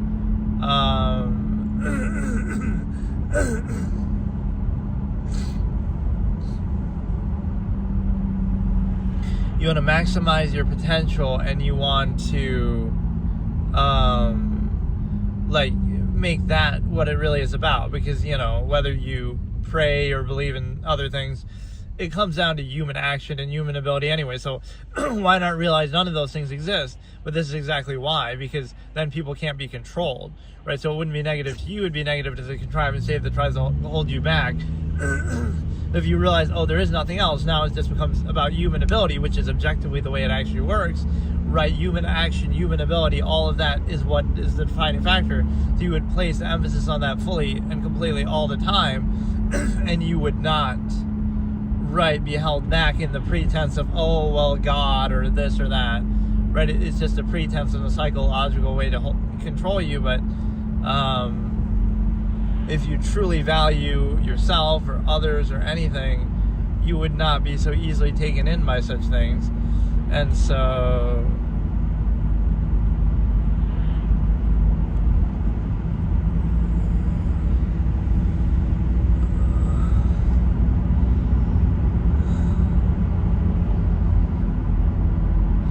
right, so you place the onus on people, everything is, within potential and ability, but then you're reduced to the subversive state where, again, everything is controlled, everything is monopolized, and then now you're expected to, well, if you have any doubts, then that's your own psychological issue.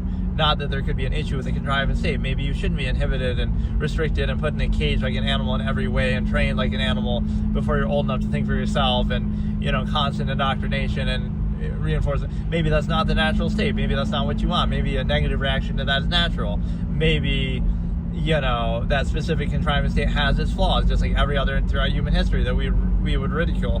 Then we treat our own like it's absolute. We're kind of aware of it, but we accept it anyway, cognitive dissonance inducing as it might be. And then you also have the understanding that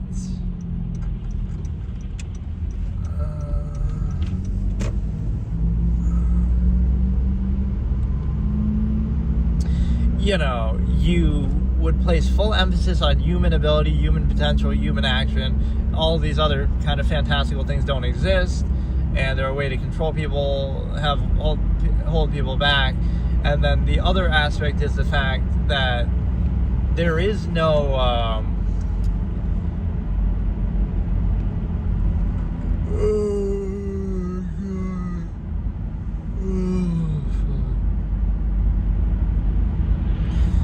right, those things don't exist, or they're not accountable, or they don't matter, and it's like,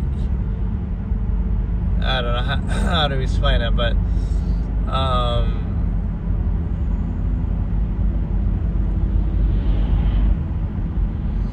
you're basically putting yourself in a position where you can easily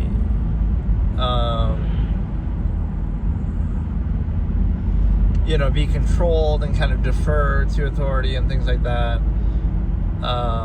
Things that happen throughout history or any meaningful sense are always done by people. You take the will, the action. So it's like, how do you get people to not practice their full potential, and just kind of be like mindless sheep and just kind of go along and like this herd mass collective mentality? You need some sort of outlet of gratification as a placeholder for true value. So they're in a subversive non-value state where they're not fully valuing their own life or anything else. So how do you get them to be comfortable with that or accept that? And the way that you do it is by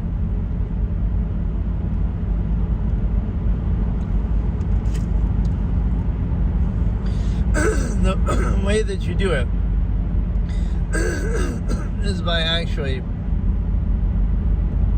making them, again, believe in God or things like that. So the problem with that, even if you want to value those things, or again, like place collective human value or something, it shouldn't be used to reinforce a specific contrivance state. Then it's like, okay, we value other people, so amalgam theory or minimalism, or we value something, progress, but okay, maybe then we do it fully without any restriction. So this kind of mindless deference to authority is imaginary, only real by acknowledgement. The fact that you wouldn't need that if you had true value, then in fact it would be an obstacle to that, because you understand that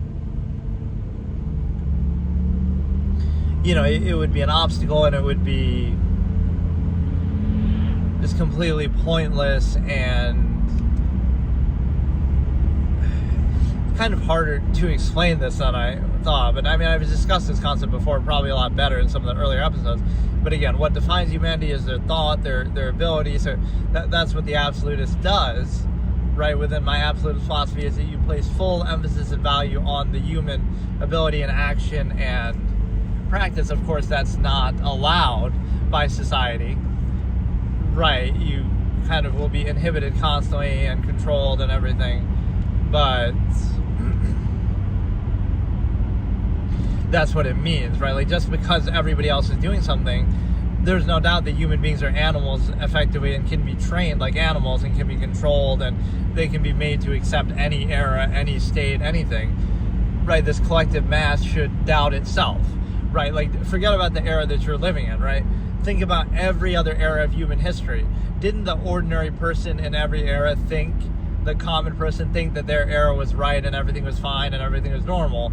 And then only later do we look back and say, oh, they were being tricked by the government, they were being, lied to, they were being manipulated, they were, doing ritualistic, superstitious things that we would ridicule now. But you don't see that in yourself, like, so it's like you're not only are you not more intelligent than they are or morally superior or whatever, you just have better technology. So if they had that, they'd be the same, or vice versa. But what you're not doing is you're not getting ahead of it, where you're self-actualizing from an inherent base and kind of thinking more objectively about it. You're not doing that, and the reason why you're not doing that is because you're treating it as though it's absolute, right? The state that you're in and everything at the time that you're living in, but you know that it's not, but you just accept it anyway and treat it as default. So it's one thing if you go along with it to some extent, okay, but you should always have that doubt. You should always realize you're self-creating something that you don't necessarily vouch for, but you just kind of do it anyway. This is like the unqualified empirical authority. So the best way, again, like I say, is to starve it out or to be neutral, right? You could end every corporation right now, right, just by not buying from them. So it's your indulgence, it's your choice, everything like that gives them power, right? It's absolutely, everything is self-created. So even there, you're going to human potential, right? People will complain about something, but they also build those very same entities of power up. Like, you vote those people in and then you complain about it, or you defer to them, or you buy products and build up the companies and then they come back to bite you. So it's that's one aspect. So everything is self-created. The one thing that gives you the illusion that it's not is like, well, if contrivance is so well established and so firm and so in place, it's easier, and you have your bread and circuses, overcompensations and whatever, it makes it easier just to go along with it. So that's basically how a mass is defined. The ordinary person in modern society, it's just easier to go along with it. That's their standard, that's their position. Not that there's actually any rhyme or reason or basis. And again, this universal kind of thing that people just mindlessly accept across the board, right? There's no actual standard behind it. It just happens to be what's already established. So by that logic, no matter what it was, you would just accept it, right? There's no actual thought or self-actualization put into it, because it's just a mass kind of herd mentality that you're just kind of going along with what's already there and using that kind of as validation, that, oh, it's preconceived, it's just easier. Like, at what point do you realize the human variable that, oh, people would have different standards if you actually thought about it or tried to choose something for yourself, which is seen as outward, not the contrivance itself is outward. The specific contrivance state in your era, right, would be like that. So, but yeah, you first go to the origin point and define humanity a certain way.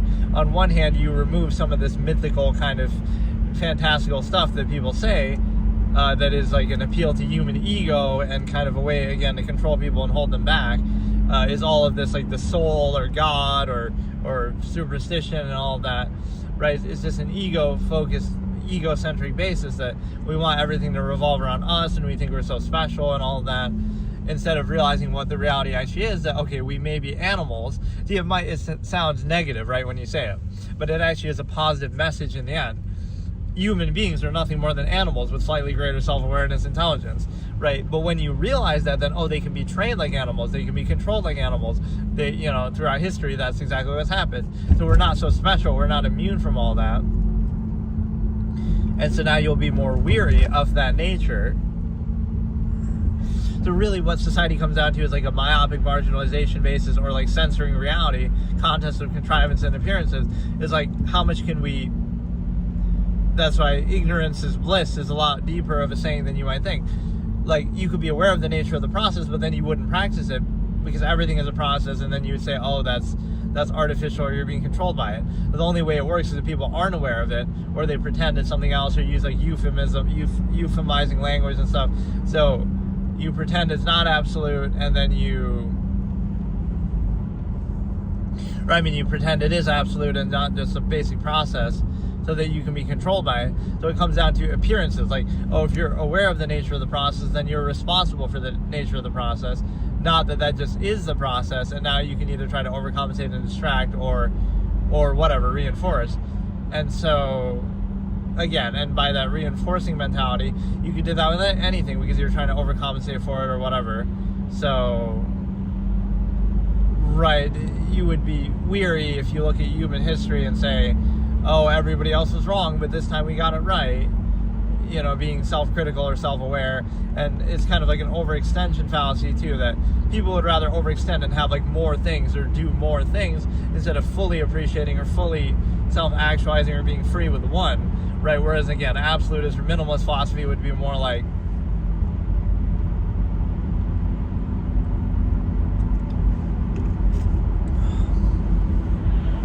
you do less things, you do maybe only one thing, right? As little, you have less possessions, but as less to hold you back, less to control you, less to tie you down. And then you're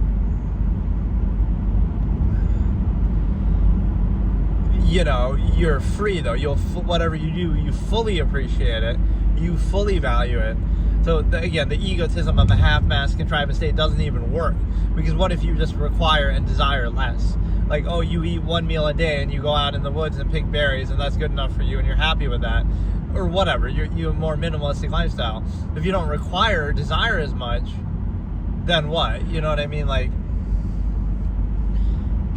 oh, you got to be hardworking, but you only have to be as hardworking. Again, this is like ego gratification. You only have to be as hardworking as what you require, what you desire, even if society tries to make that. It's sort of the trap of modern corporate-owned society. Like, oh, you'll have this better quality food or this luxuries or whatever, right? Fast food and convenience.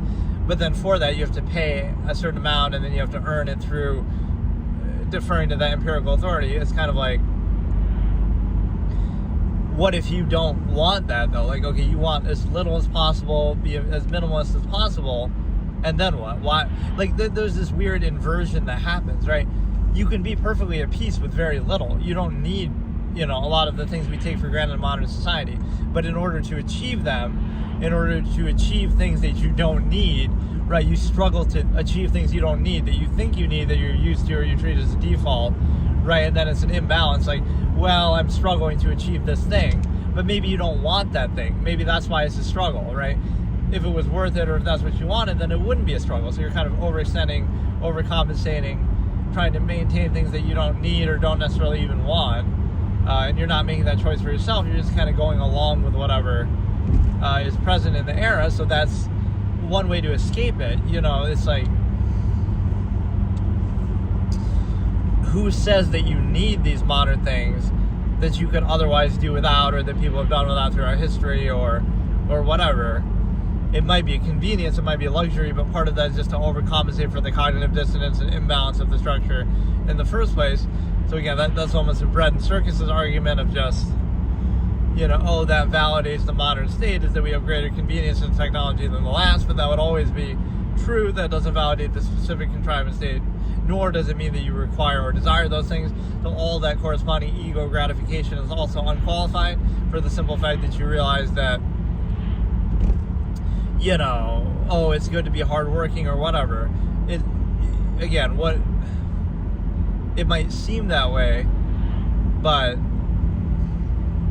it's a zero-sum process. You're doing it for the end to the means. It's non-invasive self.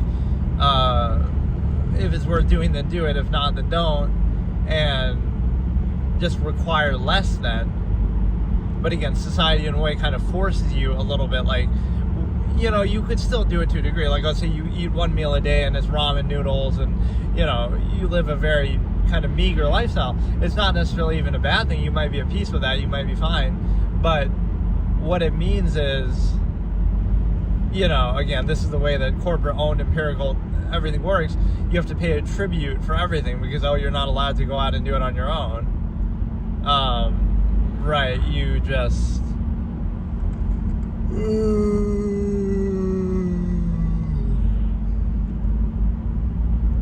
Right, your ability to do that is heavily inhibited, so it'll be misframed as, like it's a real trap. Right, you'll say, you don't want to go out in the woods or in nature and hunt for yourself or fend for yourself, or, you don't want to do that, or you can't do that. But it's more that you're not allowed to do that, right, to the extent, certainly mass number of people. You wouldn't be allowed to do that. You would be restricted by whatever, government or corporations, property law, trespass, whatever. So taking monopoly over nature itself. So it's kind of a trick that, it's so gratifying. Like, you rely on, you need this, you need society, but you're inhibited by it. It needs you, it holds you back. Imagine what you could do if it wasn't restricting you in every way. So don't forget that you're being inhibited by it, that everything is controlled and overextended. You'd have to be a mindless sheep who doesn't value life and a stimuli Acme preserver, a half-mass hedonist to go along with such things and reinforce them. And so you understand now that there's a simple reality of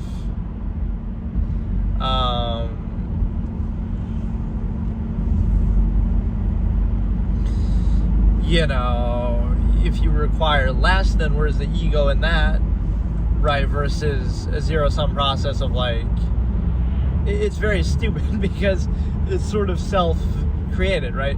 You have all these expectations and then you struggle to achieve them, certain things that you don't necessarily need or want, and then in the name of those things you're controlled so heavily in your life.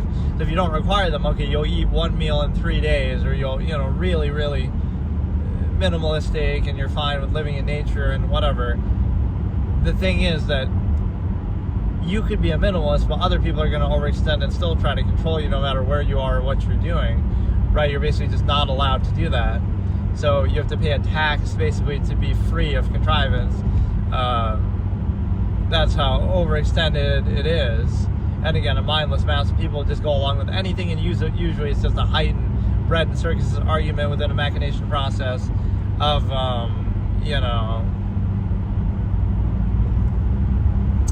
Okay, I'm not feeling too good today, so I just couldn't really bring myself to do this for very long, so whatever. It's a good topic, but I think I've already discussed it a lot, and the key point is just the fact that everything is self-created.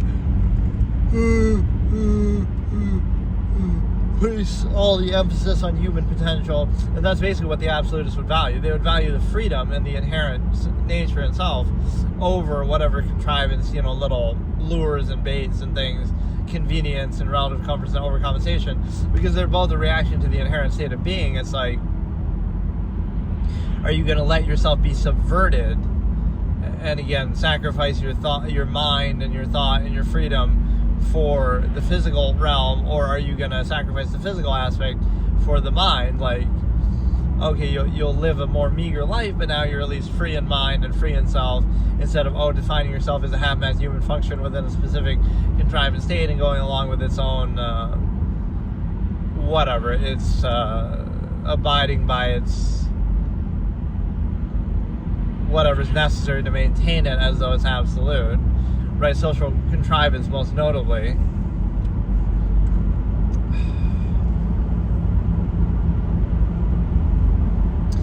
Yeah, what else can I describe here? I feel like I discussed this really well in an earlier episode, but I forget which one it was. It's good to have an archive of all this now, though. I'm glad I'm doing this, because a lot of these topics I've discussed countless times in the past, but this is like the modern version of if a tree falls down and no one's there to hear it, did it really make a sound, right? Again, the ego basis of humanity, like, only things that we witness matter or exist. Like, that's not how it works. But in this sense, like for my thing, it doesn't matter what discussions or logical razors or whatever I've done in the past. unless I have some record to show of it, then, it's like it doesn't exist because nobody was there. I was kind of an unknown. I'm still an unknown, but you know what I mean? Like, you would have to have some record of it, I guess, right, for it to be valuable. So at least I have something to refer to now here, and that allows me to keep building on that. I feel like I touched on most of the important topics and my key phrases. I do have some on my Court of Reason channel as well. I still haven't finished uploading that. That shows you how behind I am with like old VODs and stuff. That I did that review in like 2022 of a lot of terms from my old debate format, many of which I've obviously discussed here anyway, but that is right, I still never finished uploading those on my Court of Reason channel. In fact, I might even just abandon that and just use this instead, because that's basically what I'm doing with it.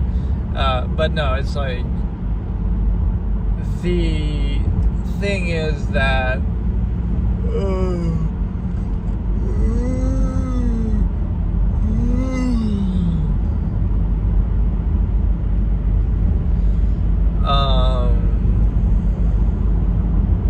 whatever, you have all these logical razors that I've discussed, and you have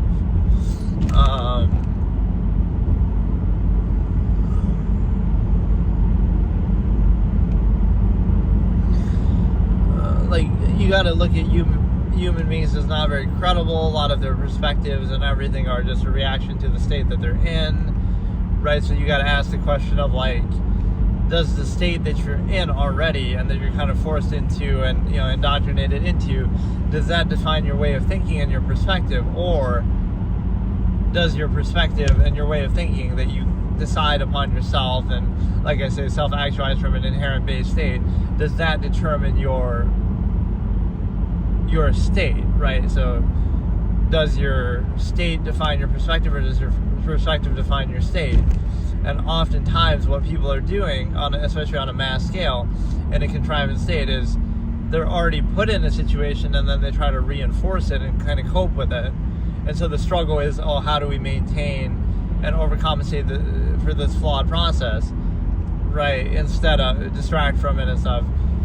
Instead of that it's flawed, and maybe we have some other, not even that it's flawed, like exclusive to something else, that, you specifically should do this instead, although by the same standard that's used as a pretense to inhibit and control people and have that be a contrived state and structure, you could hold it accountable and say, okay, it could be done better this way or something.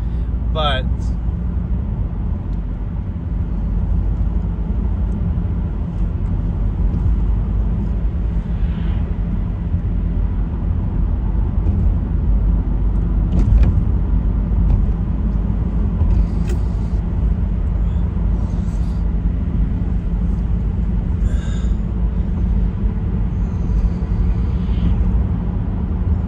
either it can be done better by the same pretense and standard that it poses, or you can just do something different, right? The human variable, choose for yourself, think for yourself, right? Whatever that might be. And so it's a situation where, okay, I've had enough. Again, I'm not feeling too good today, but it was a good topic for sure.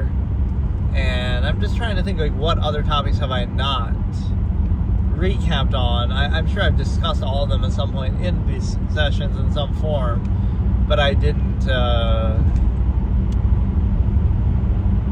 probably, it doesn't mean I've done a full episode title for each one.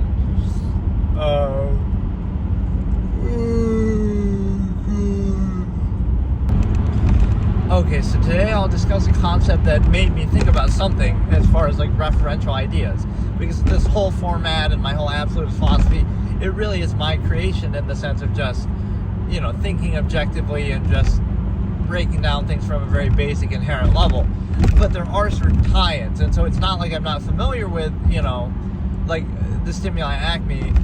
I could reference Sigmund Freud and his ideas to do with sex and, like human obsession with sex and like Freudian, people call it like Freudian slips and stuff. That like people are so obsessed with sex that they're thinking about it even when they don't realize it, right? But that's not really where that idea comes from for me, but it doesn't matter, right? Like, you don't have to specify it, but that's a good way I could relate to it. Like, that's almost something I thought of later, but it's just, my whole prognostication of profanity, I don't know if Freud said anything about that, and it seems so obvious that, like, surely that must have been said, but I feel like it's not understood well enough that, like, you know, so many things reference sex that you don't even have, you know, that don't even have to do with it, that you're not even thinking about it. So, like, most profanity has to do with it, even if you don't, you know, even if you're not thinking about it or relating to it, right? Most profanity has to do with it anyway, so that kind of shows you that's the only way that people know how to express anything, or that's the only highest form of expression that people know, is that it has to reference something sexual, right? So, like, that's the end-all be-all of what how human value works, to do with hedonism, to do with that basic animalistic kind of nature of, you know, it's nature's way of inspiring reproduction. So I could make that tie-in, even though, like I said, I don't think like that, and that's not where this comes from at all. But just to give it some reference, and again, I don't even know, like, I'm familiar with it, obviously, Sigmund Freud, but in a basic sense, like, that's not, because the problem with that is then everything becomes narrow, right? Like, oh, everything you say or do is a reference to somebody, or vice versa, and you get kind of pigeonholed in that. That's not the way that this whole thing is meant to work, right?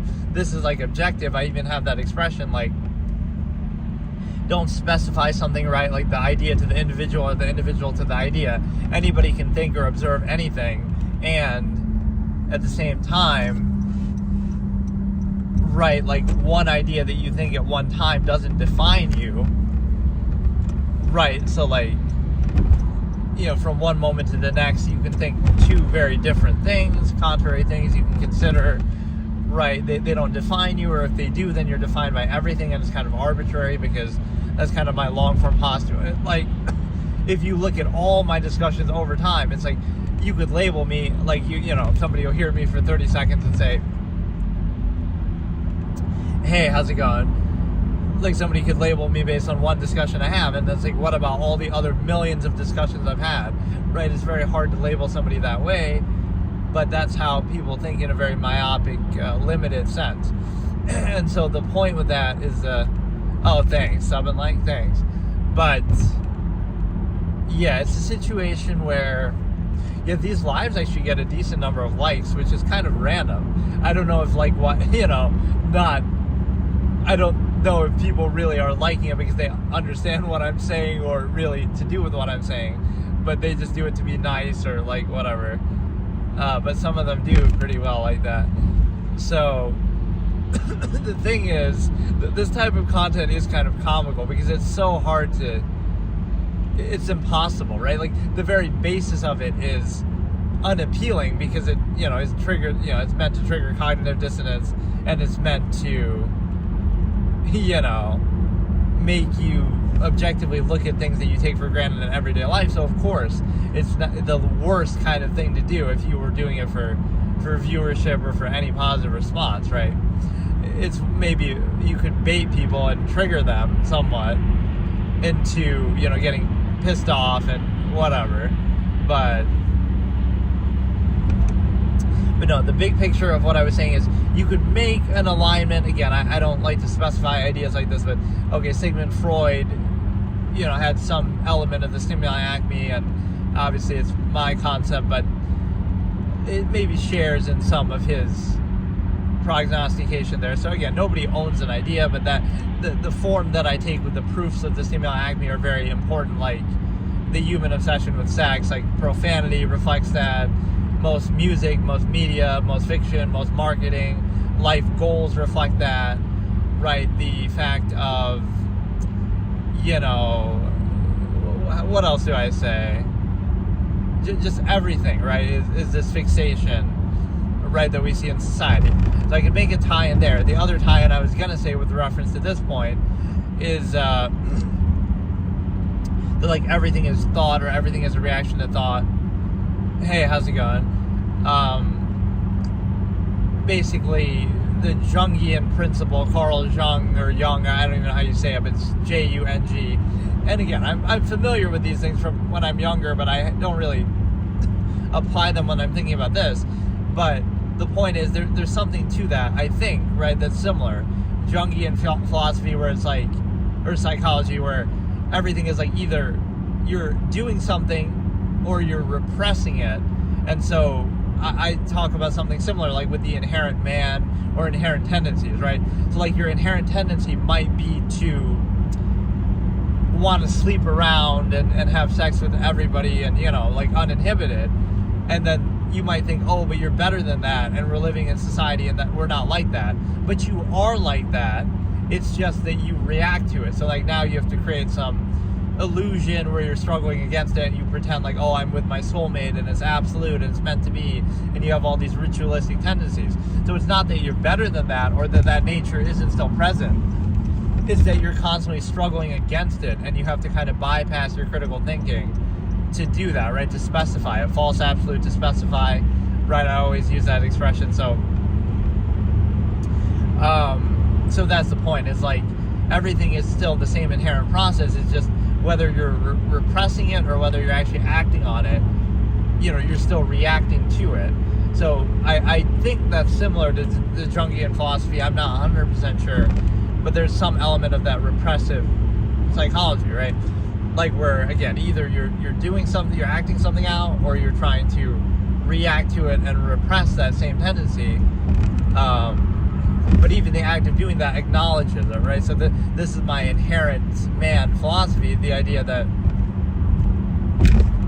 right, you'd be looking at human nature and you say, oh no, we're not just savage animals who would just kill each other and do what, all these things we would condemn.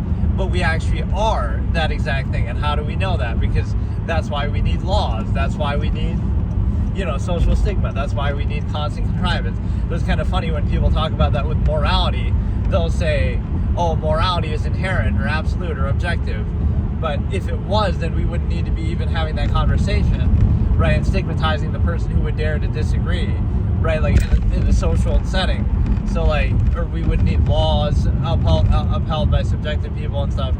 So the point is that,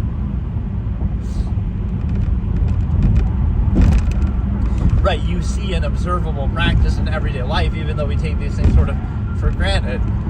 You see how it's not absolute, right? Because we have to actively uphold it, and there's flaws and inconsistencies with doing that. But yet you still treat it like it's absolute and unquestionable, right? And then you take it for granted. And so the point is that these fucking roads, man, you get the authentic New York experience, the democratic shithole state that I have to get out of.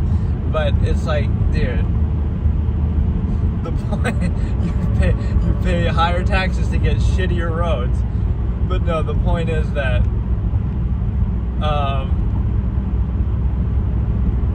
either something is done inherently or repressively. So again, this is how I talk about it. Like, the inherent tendency of a human being is blank, and then people might deny that in society or act like, oh no, that's not true, that's just a negative view or something, right? But then their actions show that that is their nature. They're just reacting to it. So for example, right, like you would point to a negative element of like human behavior, like, oh, people wouldn't hurt and kill and steal, people are good, people have a good nature, and we believe in the goodness of people. But we also have indoctrination when they're young. We also have, laws, enforcement. We have to appeal to that same self-interest. So you would say the reason why a person would commit a crime is in self-interest, and the reason why they don't commit a crime isn't because, oh, they're good. It's also because of self-interest, because they don't want to be caught or punished for it, or even stigmatized for it socially, right? Public shame kind of thing. So the fact that you have to do that not only doesn't mean it's absolute, but it actually means the opposite. The fact that you have to uphold that kind of artificial construct, not to argue the usefulness of it, but it can be useful to do that, but that's not the point, right? The question is whether it's absolute or not. And the other aspect of this is, again, you take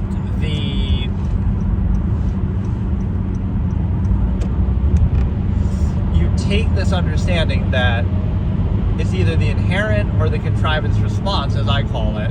So the contrivance response to the inherent reality still shows you what the inherent reality is. It doesn't change it, but that's often how people think or how this works, because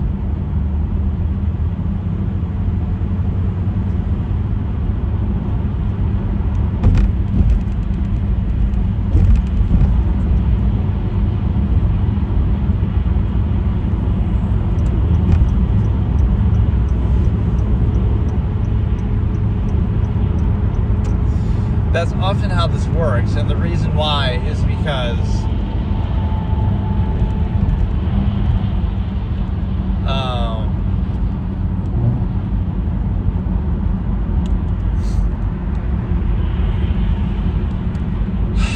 the reason why is because of the simple fact that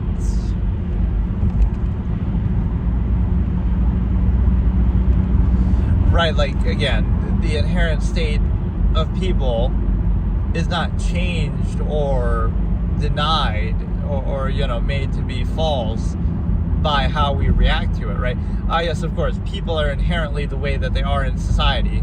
We just need to indoctrinate them when they're young for years and years and years, and we have social stigma, and we have reinforcement, indoctrination, we have laws, we have all this kind of social structure, constant contrivance.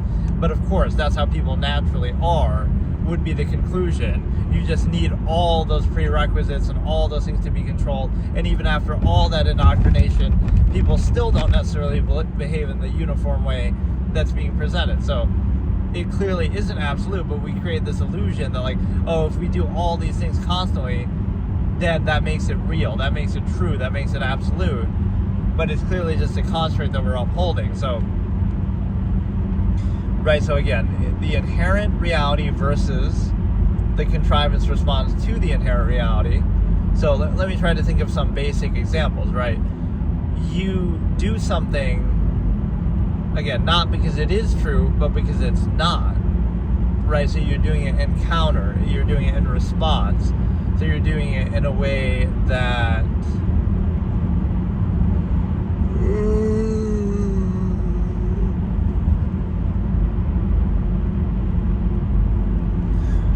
right, like all the condemning of sexual, like, promiscuity or open relationships or whatever. You're not doing that because, because you wouldn't do those things naturally.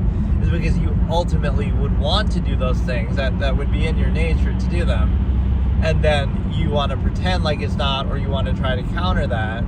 So if you stigmatize it or something, right?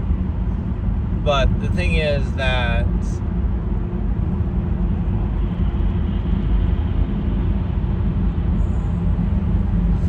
right, so you look at it again, the inherent reality. Trying to think of a better example, but again, getting back to the actual title of this episode, the point is that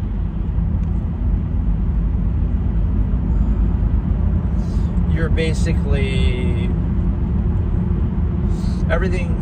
What defines human beings is thought and their ability to think and be self-aware, and their greater degree of intelligence than animals. Everything else is a byproduct of that, and a lot of it has to do with our ego as a result of that. We're very egotistical, so we want everything to revolve around us, or we think it does, or whatever, right? So religion and God and all those things are kind of a reaction to that, just that we have a big ego. And then we also,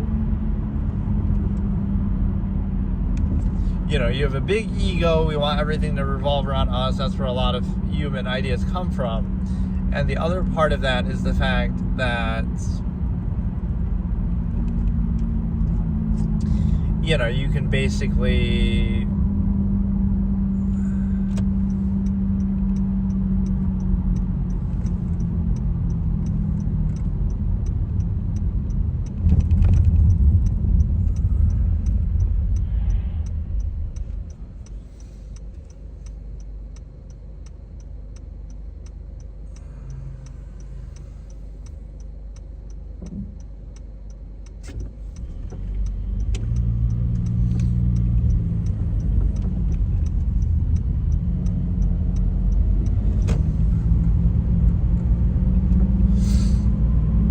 again, what defines you is thought and the ability to think, and that's what defines human beings, and that's what obviously everything we do is a reaction to that. So, for example, social contrivance versus inherent objective thought. It's the same measure, but just greater. So compare somebody who's thinking to themselves, and they can think about anything and freely in all of human history and all of every idea you're capable of possibly thinking as a person, right? So it's more infinite, it's more objective, it's more free, versus social interaction, which is more limited, or at least typically it's more limited, right? So would you rather be limited, or would you rather be unlimited in the same capacity? So we have this special emphasis placed on people just from an egotistical standpoint, but the reality is that you're reacting to the same thing. So I call social contrivance anti-thought, where you're kind of countering what you would normally be thinking and trying to reinforce the physical, inherent, whatever state that you're in, right? Versus thinking objectively, which would be just observing the actual inherent reality and everything, larger process of work. So you might think the two are different or at odds with each other, like somebody who's thinking to themselves versus other people socially interacting. It's actually the same thing that they're doing. It's just that one of them is kind of subverting thought and trying to distract from it and trying to reduce it to the physical initial state in front of them, and the other one is observing it objectively. And again, one of them is kind of more open and free, whereas the other is kind of more limited and restrictive. And so it kind of, I use this other example, somebody who prefers, somebody sitting at home or whatever on the internet all day, right? Somebody's on their phone all day and on the internet, versus people talking in person. And we'll have this weird glorification, it's better to, right, social interaction, face-to-face, whatever, is better. But it's objectively worse by this standard, is that you could, first of all, you can talk to people online, too, all around the world. So it gives you more options than in your local immediate environment, number one. But bigger than that is the fact that it's objectively more of the same thing. So it shows you this human-centric, egocentric point of view, but it doesn't even make sense, because whatever you could possibly experience one-on-one, in-person, face-to-face, socially, you could experience that same thing online from billions of people all around the world, or from, you have access to all of human history and works and fiction and entertainment, escapism, and all human ideas at your fingertips. So you're comparing an objectively infinite, basically, amount of information or resources to a much more limited, subjective, narrow option in front of you. And that's how a lot of things are, right? That we place this false, absolute, undue emphasis on things in front of us. I call it the nearness postulate, to give it special value that otherwise it wouldn't be specified. So again, would you rather be on a dating site where you could see people from all around the world and potentially interact and maybe date and whatever with them? Or would you rather limit yourself to, just your immediate local environment or just one person in front of you? Objectively, right, the other one, the dating site or that sort of option, would be much greater, and it could even include the lesser option too in your local environment. But one is objectively better by the same measure than the other, because it's giving you more options of the same standard. But that's why we place this undue emphasis, a special kind of emphasis, to say, here's why this specific, limited, narrow thing is better, right? Just because it happens to be in your local and immediate environment, which really there's nothing special about that, because you just happen to live there. So what? It's just more important because you're there. The non-base of self, the proximity of something to you therefore makes it more valuable, which is directly how people think, but there's no actual criteria or standard behind it, right? So you could look at it literally like that. Why did you end up with the person who you're with in a relationship? Because they happen to live around you, that's all. Hey Rick, how's it going? So that would be one element. The other element is the simple fact that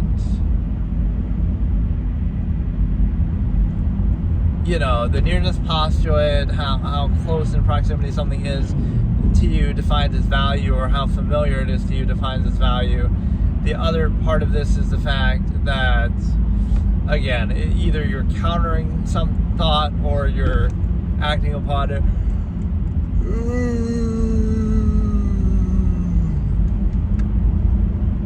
Yeah, you have to place false, absolute, undue emphasis to specify and to limit something exclusive to everything else, whether it be, again, a relationship with somebody, or whether it be even just value socially, things like that.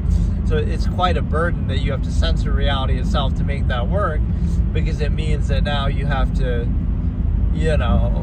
treat something as absolute that's just an arbitrary other element of existence, like where it's interchangeable and there's nothing really special to it, but you kind of are forced to settle for your immediate environment, and then you have to place, instead of being aware that okay, just as incidental, you pretend like it's absolute to try to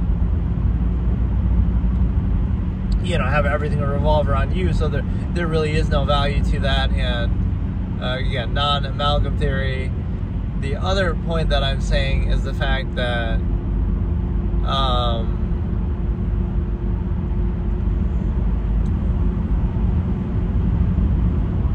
it's basically the fact that, again, the inherent versus the contrivance response, or again, even social contrivance versus the objective thought,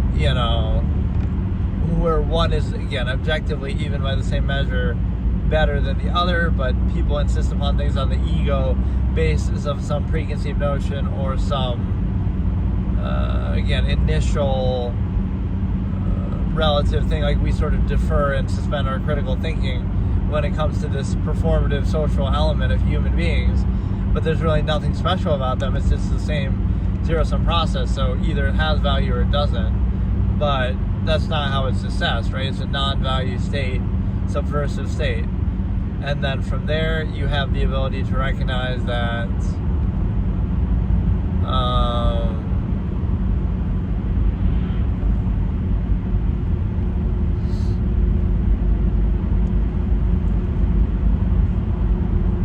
you basically have the ability to recognize that, again, everything is just part of the same process. It's just a matter of whether you're reacting to it or whether you are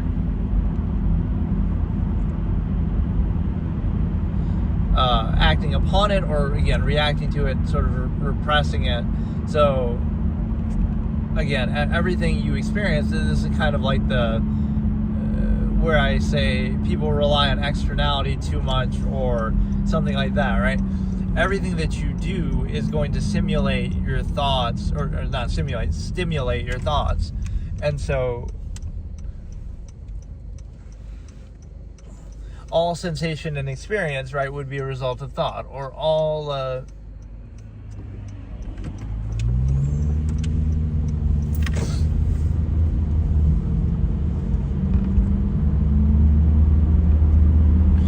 right, so like, how can I explain it?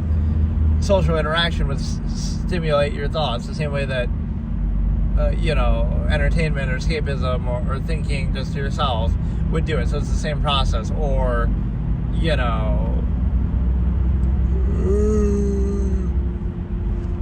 if the result is your mind being stimulated, it doesn't really matter what the source of it is, right? So if your imagination is great and you're writing a whole storyline in your head and this and that, versus, you're going out and partying, it's like, what if you find that more, you can imagine something better than reality itself. So there's that element, and there's also, what if you're doing everything for thought anyway, right? You're doing everything to kind of react to the ability to think that defines human life, but you can either dumb it down, or you can either, right, like nothing is innocent, or nothing is just, you're just doing that, this is a normal thing to do. It's only necessary to reinforce a contrivance state. It's only, everything is an imbalance over compensation. So there's a reason why you're doing it, even if you're not aware of it, right? You have to kind of place emphasis on it from an egotistical standpoint, that you have to,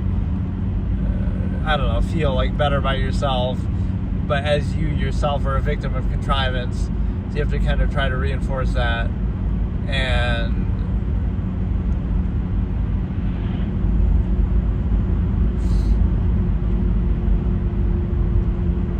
so there's some missing link with that one aspect that people don't seem to understand.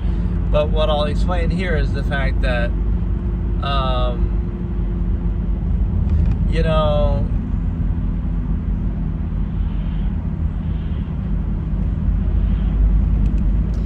It's basically the fact that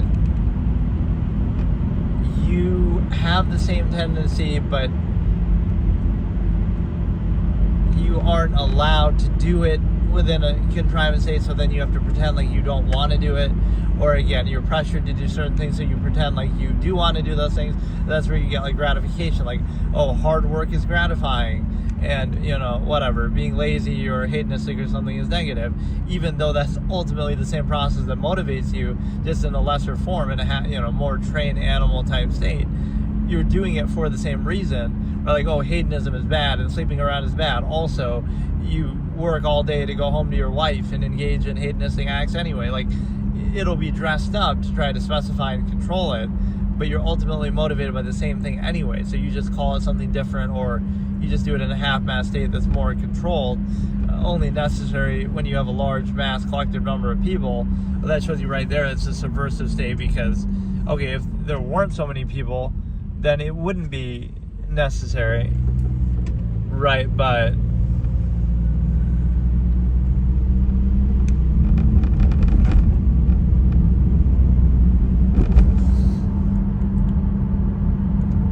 the other thing you have to realize with this discussion is the fact that, you're basically almost fooling yourself a little bit, right? So on one hand, everything in your life in society would be inhibited and controlled and restricted and all that. But while you're aware of that, you still try to pretend, oh no, people are good and I believe in the goodness of people and whatever, right? So which is it then? So if people are good, then you don't need that restriction, so you should be free of it, and then you rely on the goodness of people. Or if they're not good, then you should be aware of that, and you should be always skeptical, looking over your shoulder, because you know that your whole life is being inhibited on behalf of the fact that you acknowledge people are not good. So it's kind of like the contrivance response that bites its own tongue, because it'll say, on one hand, in reality, this is what actually happens and this is what actually works. Like, we need laws and we need this and that. But on the other hand, you want to pretend like that's not the case. Like, oh no, but we're all good people and we'd never do that anyway. But if that was true, then you wouldn't do it, then you wouldn't need the laws, you wouldn't need anything. So, and then you have like a guilty until proven innocent fallacy in society that's basically like that, where, the majority of people are held back on behalf of the assumption of a few bad people, but really it's everybody that you're punishing, right? You're restricted even though you haven't done anything wrong, because it's assumed that you might do something wrong, right? Instead of, oh, if you do something wrong, then you're then you're punished for it, then you're blamed for it. No, it's assumed that way. Like, okay, everything you do in your life is restricted just as a default, and now you have to earn permission back to be able to do what you freely could do inherently anyway. And then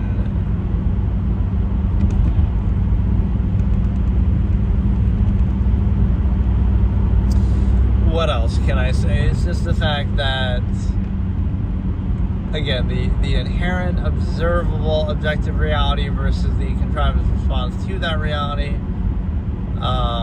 Just because you can react to it and try to prevent people from doing it doesn't mean that that's actually their inherent natural state. So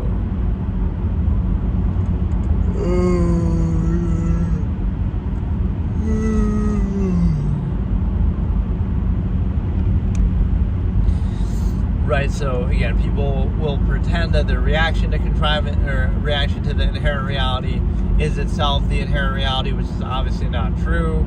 Otherwise, it wouldn't be necessary to do that. But you also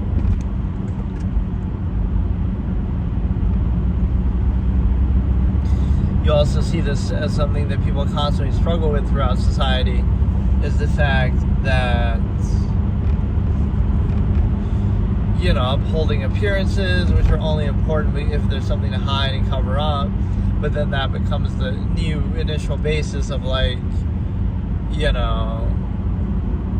that's how value is defined, even though it's not very credible or consistent.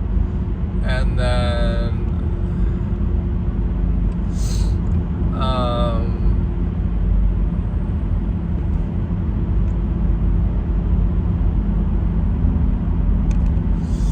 I don't know, there was some other way to explain it, but I keep forgetting. I always used to say a certain expression here. It's the fact that,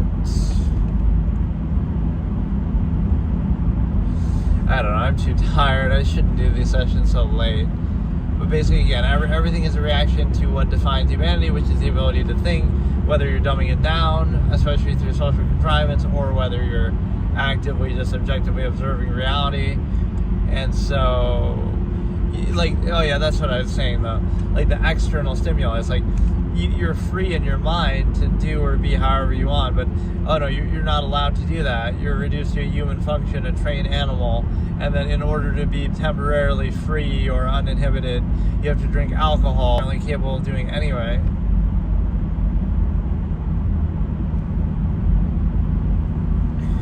Right, like you don't need to drink to act silly and free and uninhibited and direct. You don't need to do that.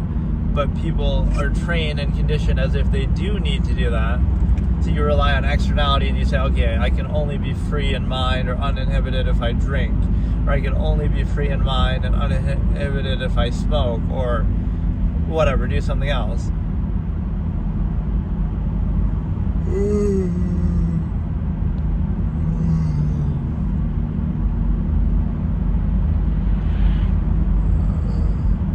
Right, so you're in a position to basically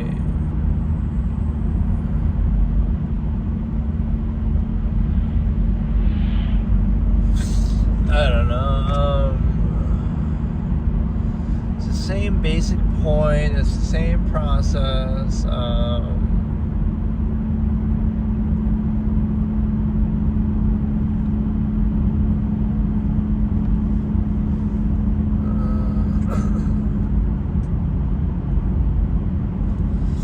Okay, I'm done, dude. Okay, so today we're going to look at the concept of basically that which you take most for granted and treat as a default and a false absolute. Well, I mean, you treat it as an absolute, but it is a false absolute because there are no absolutes. That's what the whole meaning of absolutist philosophy actually is, as I coined the term. But basically, right, the things you take most for granted are what control you the most, what define you the most, right? So anything else you would question and critically think about, right? Like if I introduced a new idea to you, or if anybody did, right? So you think like, oh, you're resisting that influence, or you're questioning things, or you're making a choice for yourself. But the things that you don't question and you just say, oh, those go without saying, or oh, it's just part of life, or oh, it's just part of being an adult, or oh, it's, you know, whatever, you don't realize, oh no, those things are contrived too. But you just take them for granted and let them control you. And so the meaning of that is pretty clear, that you get to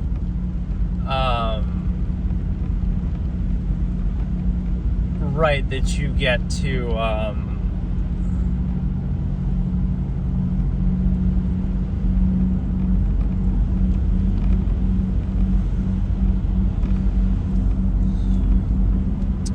it goes back to an expression I say almost about religion or other sort of false absolutes, that you have,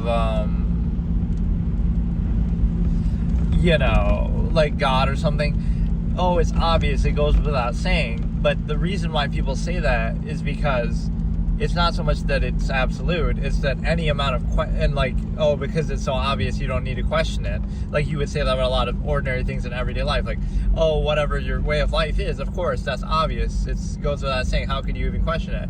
But the reason why you do that is actually a defense mechanism, not saying it's even bad or you shouldn't do it, but that the pretenses that you hold, like, oh, we're doing it because of this reason, you could hold it accountable and say, okay, if you like, we're doing it for the goodness of other people. But then you have amalgam theory, or again, like with, you would question it and you would realize, oh, why am I doing this specific thing instead of anything else that you could possibly do?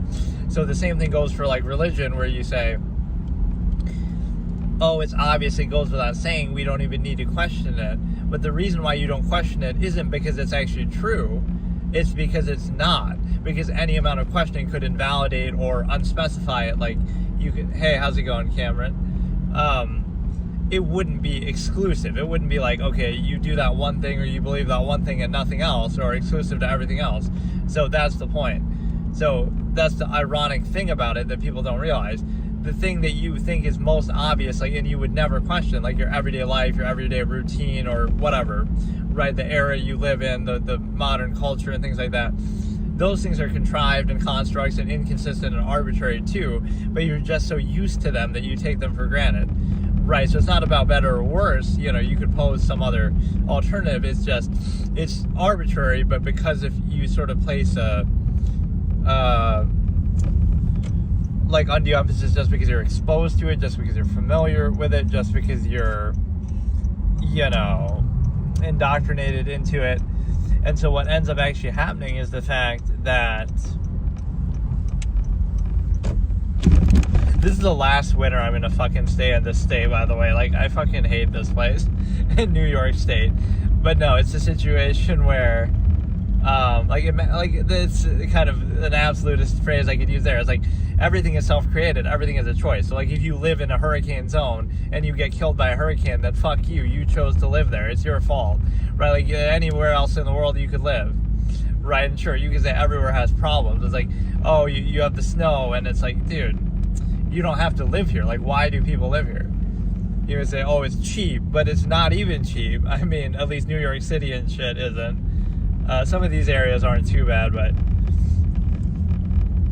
sorry, I kind of can't read that right now. Can you please give my daughter Nixie a shout out? She is only 10 years old. She is currently battling breast cancer, and she is very sad. It'll put a smile on her face. Oh, that's sad. Yeah, hey Nixie, how's it going? I hope you get better. Wow, that's crazy.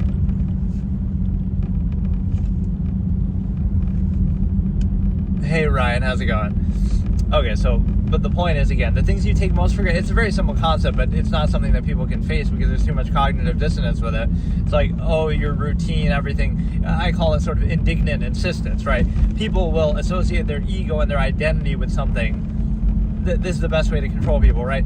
You indoctrinate them so heavily when they're young before they can even choose or think for themselves. So now they grow up and they associate those things that they didn't choose with their identity, and they're proud of it, and they, you know, they define themselves by it.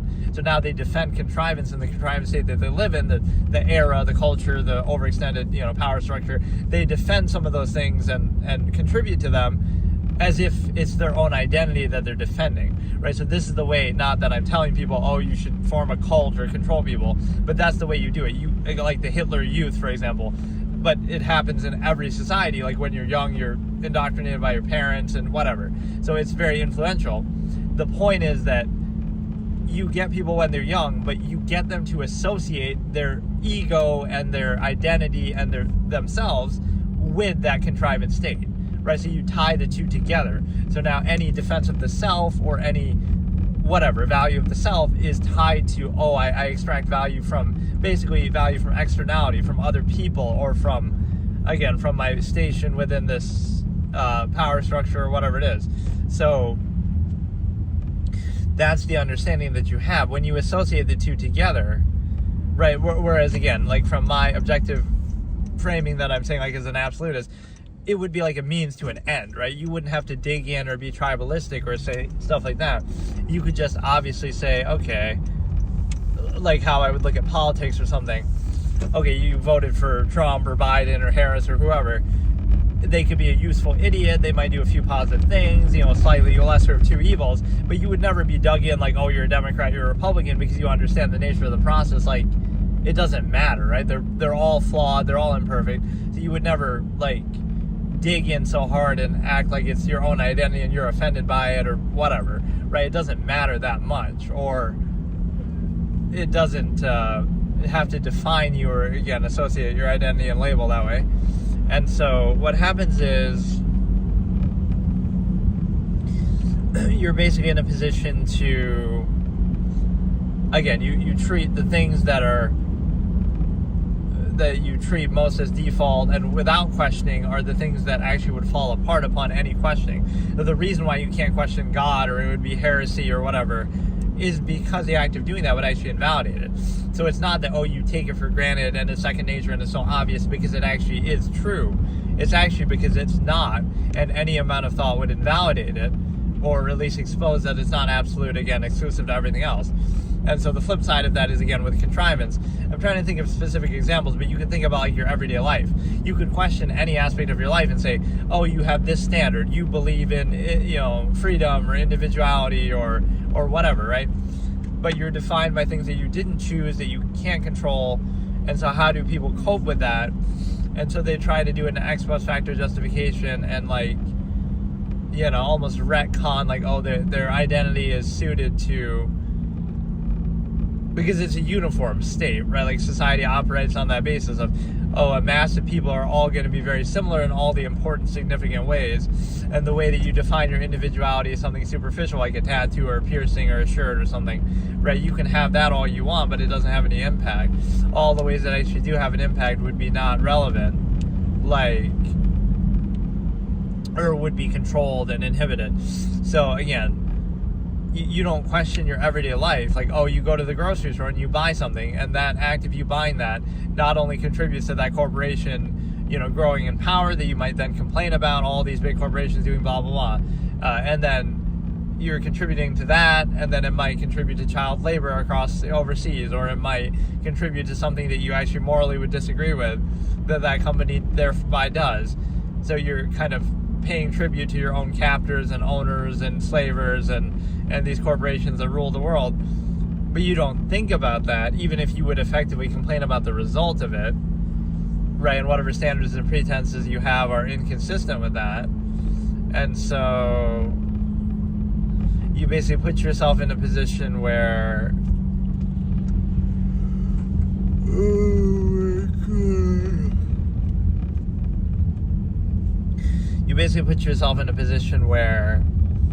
right, it's going to be inconsistent, it's going to be, if held accountable, so it's just not held accountable. Again, there's a certain ego insist, because again, the individual can never be wrong. So what do? You force the individual into a situation that they didn't choose and can't control. Like, for example, especially when they're young, and then they'll defend it even though they didn't choose it, because, oh, they can't possibly be wrong. That's a great way to trick people and make them think it's their own idea.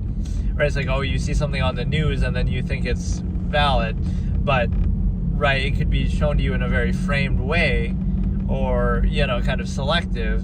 So, oh, you just happen to see it on the news and therefore you think it's invaluable, but you don't think, oh, you're being shown that exact thing for a specific reason, right? There's a lot of thought put into it.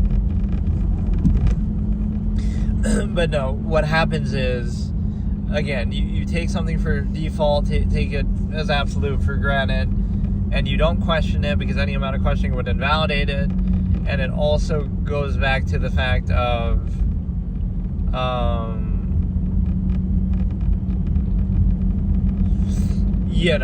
just, you can't question it, or you don't question it, or it triggers your cognitive dissonance. So it doesn't actually mean, and it often relies on empirical authority and things like that. It doesn't actually have any basis that would be absolute, right? Even if, like, a functional pretense, you can hold it consistently accountable endlessly, and you understand that what that leads to, right, is endless accountability and never being at peace with it, always a half-mast state, always accountable, contrivance. But it's a situation where bro is indicating for like a fucking hour. What is it? Where is he going? Oh, I'm supposed to go there anyway.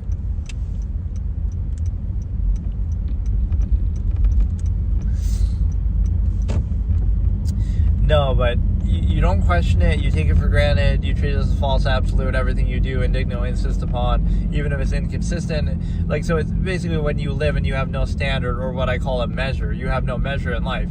You're just mindlessly reacting to whatever is established, whether it be the machination process, technology in the era, whether it be, the power structure, everything. You just kind of react and just mindlessly go along with it and define yourself in kind of insignificant, inconsequential ways.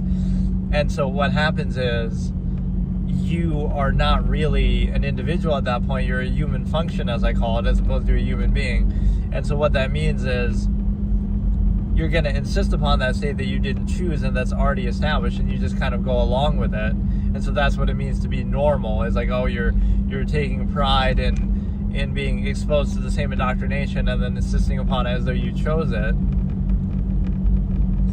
And again, the ego is the way that you're often controlled. There's a lot of social contrivance, reinforcement. So everything is actively self-created, right, and upheld because it's not absolute, right? It's an artificial contrivance state. But what you also get is the fact that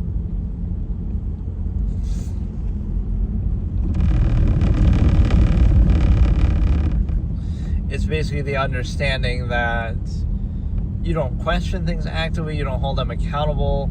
So that's an odd state to get into, is like, how could anything not be questioned constantly? But if you do, then it gets like, so don't let standards and actual value and having a measure and having a mind of your own and thoughts, don't let that get in the way of half-mass functionalism of like, but that gets in the way. But gets in the way of what, right? If it's really worth doing, then again, the pretense will be posed like, this is being done for functional reasons, like it's efficiency or whatever, but then it can always be done better. So you would always be thinking about it, you'd always be questioning it, right? You'd never be at peace with something, again, absolutists wouldn't validate the process, but the way that like people are at peace with their state is often just ego insistence, right? This is where a lot of conflict of contrivance comes from, is like, there is no actual basis to what you're doing, right? Again, you'll just insist upon it because you're already doing it, but it's not like you're making a choice. So like, do people define that for themselves? Again, neutralize at a certain age when you're 10, 15, whatever, think for yourself. Neutralize all the influence and the non-choice reaction you've had up to that point, and now decide for yourself what you actually value. So you would say, okay, I value this, so therefore I'm going to behave in a way consistent with that, and I'm going to, cut out, minimize other things, even though you're basically forced to do them or deal with them a lot of the time. But you would at least define that, okay, this is my standard, this is what I value, this is some, then you would be more of an individual by practicing that, instead of, you just mindlessly reinforce and overcompensate the state. Unquestionably, just go along with it, just like every other era in human history, people would have just went along with it, even though now we would question that. So you're kind of vouching for the state by doing that, but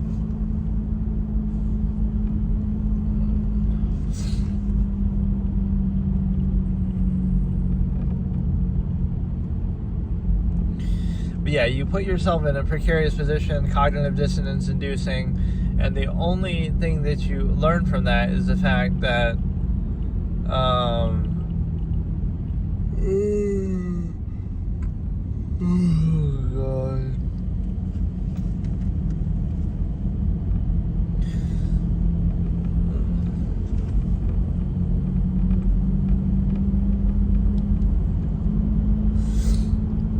again, a lot of things, it's kind of like full of sound and fury signifying nothing. What I call indignant insistence, like, it's easy to be passionate or, emotional, enthusiastic, yelling, screaming about something that you're actually only have peripheral knowledge of, right, that you only know on a superficial, myopic level, right? It's not that, the passion is born of objective logic and reason and consideration, because then it wouldn't be so exclusionary, right? This is why people like artifice or myopic marginalization, as I call it. People want to see reality framed and cut down. They basically want to be lied to because, that myopic framing, you kind of cut everything out and kind of, minimize and like focus on one thing and frame it a certain way because, that can be twisted to your benefit, right? Like, it's good to be nice to other people, but that doesn't mean you sacrifice 2 meals a day to feed somebody starving halfway across the world. No, it means you say something socially nice to somebody in your immediate environment that reinforces your luxurious, relative comforts, bread and circus estate, right? So it's a very different element. Hey, Nazir, how's it going? Right, so what happens is the fact that you full of sound and fury. I'm good. How are you? I forgot how I exactly said it. It was basically,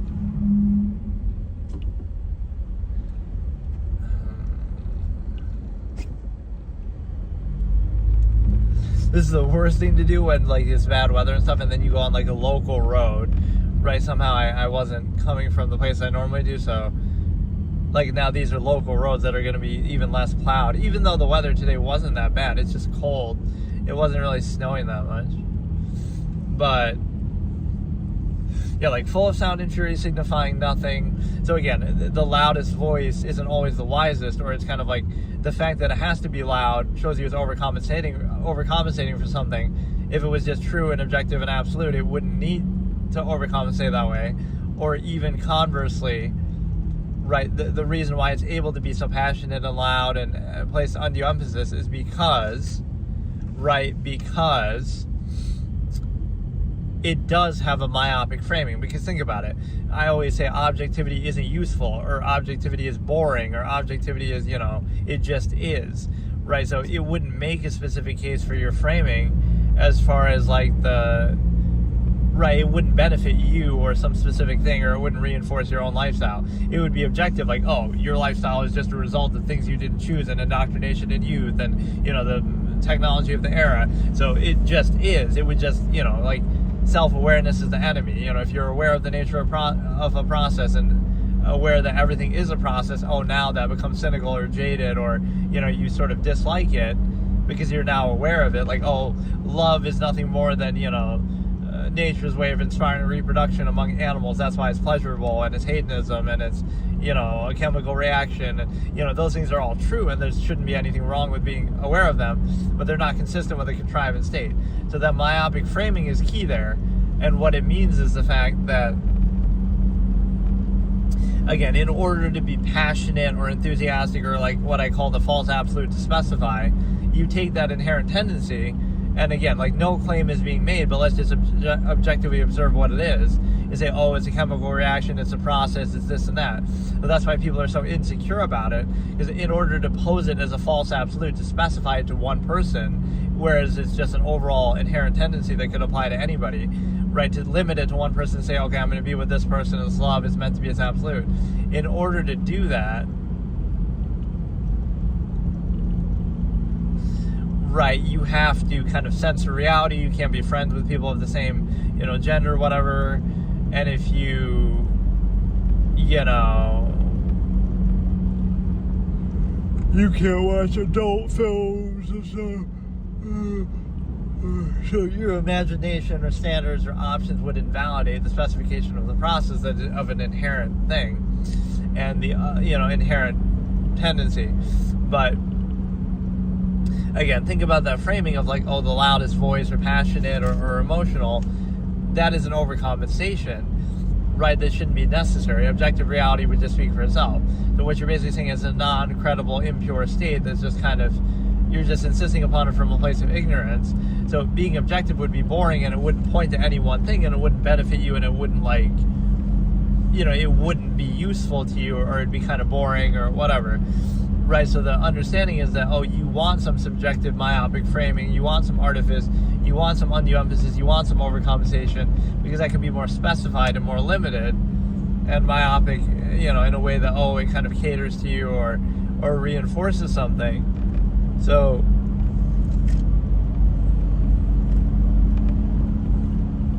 that's the whole irony of it, is, again, the people who would be most emotional or passionate are not being objective. It's not based in truth and reality. It's actually based on like a myopic framing that's kind of selective and just inconsistent, because, like I always say, you need a false absolute to specify or value something that would otherwise be just an inherent reality, matter of fact kind of thing. So, right, you wouldn't need to place undue emphasis that would speak for itself. So you typically see that in a contrived state where something that you wouldn't normally value, you're kind of pressured to do, or something that you're already kind of exposed to without having any choice in the matter. So you just try to reinforce it and overcompensate for it. But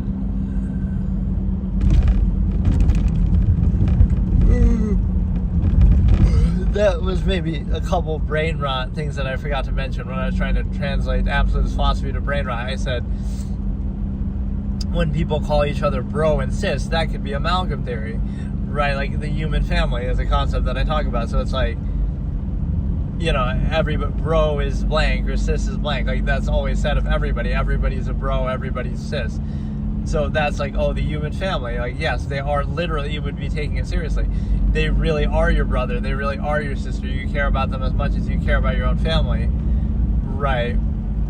So that would actually be the correct interpretation, like if you were to take it that way. That's not how people mean it, but and then the other one would be like, oh, you're like an incel because you prefer not to preserve the stimuli acme. So that could be obviously something. But yeah, let's look at like the lack of credibility of appearances. Like oftentimes it's based on something somebody doesn't choose, or they just don't care to uphold or overcompensate that way. And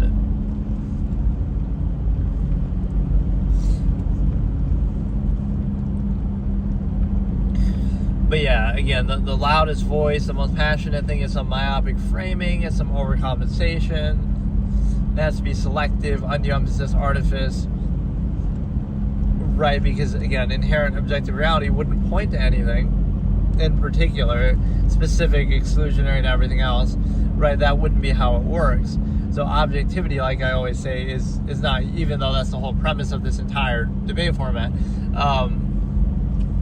is the fact that it's not useful to people. Like, oh, being objective, it's just boring. It's just a fact. It's just stating it matter-of-factly as is, even if it's more efficient and to the point and consistent with the measure standard. If you value it, then value all the way. No, you want this halfway ego overcompensation framing, where again you might think it's a value, like, oh, you have some standard behind it, but that standard is selective because by that same measure you could just do it further or better or fuller. But you kind of dumb it down and defer to it because of the human involvement and the human level and the ego associated. So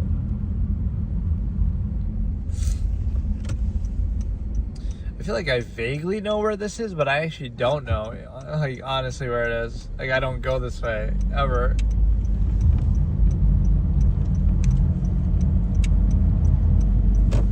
So yeah, you treat it as a default, not because it is, but because any amount of thought would invalidate it, so you almost have to. It's almost a defense mechanism, and you also have the ability to understand that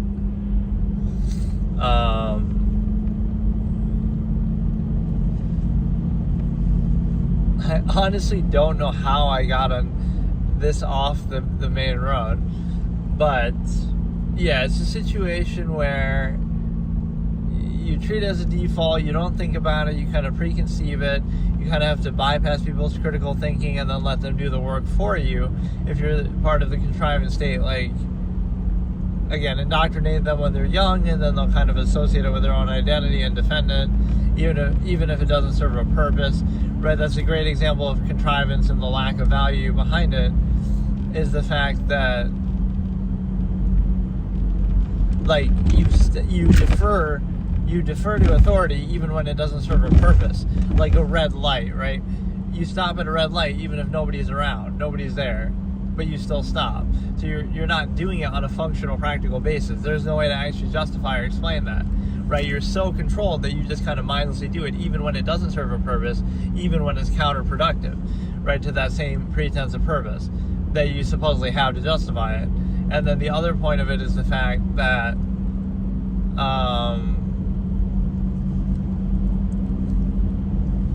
you value things even when they're not functional, and then you neglect things even when they are, right? Again, for this ego placeholder overcompensation, for lack of true value, true or full value, true self-actualization in life, you overcompensate by, again, social contrivance, appeal to ego, all these kind of things that don't really matter or have any significance or have any impact on your life, basically.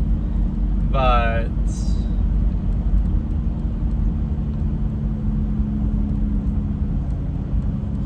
yeah, like, you have to, if you were objective, it's not that you'd realize, oh, your way of life is wrong and here's the way you should actually live. That's not the way that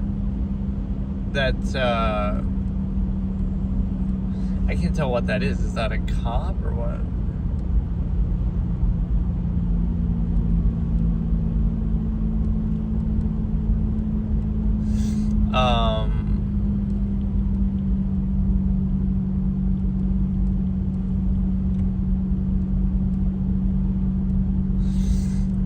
It's a situation where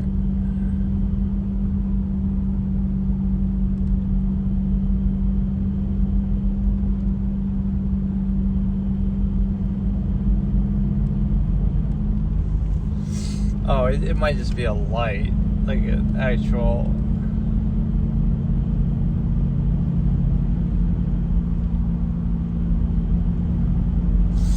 But yeah, you don't think about it, you're not objective. Objectivity wouldn't point to a particular thing. So think about the two examples. You're thinking about true value, objectivity, you consider all angles, you are aware, you're willing to be puzzled and all the variables. So you're willing to consider objectively everything. So it doesn't point to one particular thing, and you're just more open-minded and objective. So that's more concerned with truth and true value.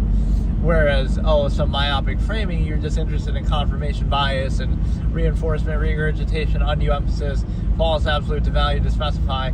So that's when, again, people would say ignorance is bliss, because you would rather limit your perception of reality so that it's not too overwhelming or confusing, or so it doesn't give you unlimited options and you can't decide what to do, or you're kind of pressured to do some and you can't do others.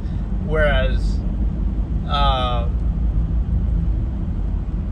right, it would be like too many options if you're objective. Whereas if you have like a myopic framing, you want to be fooled, you want to have undue emphasis placed so that you kind of overcompensate and, again, create a false absolute of something to specify it. Like, you love this person, it's meant to be, and therefore you limit what would otherwise be the inherent tendency to, sleep around or whatever. So, right, so you kind of pretend that tendency doesn't exist, even though that's the whole base of why you're kind of contriving that. So by that same logic, you can make like anything appear to be true. Like, it's absolute, but it requires constant contrivance. It requires, censoring reality. You can't be friends with people of the same gender. It requires so many kind of prerequisites that, right, it's not actually a valid process at all. And then,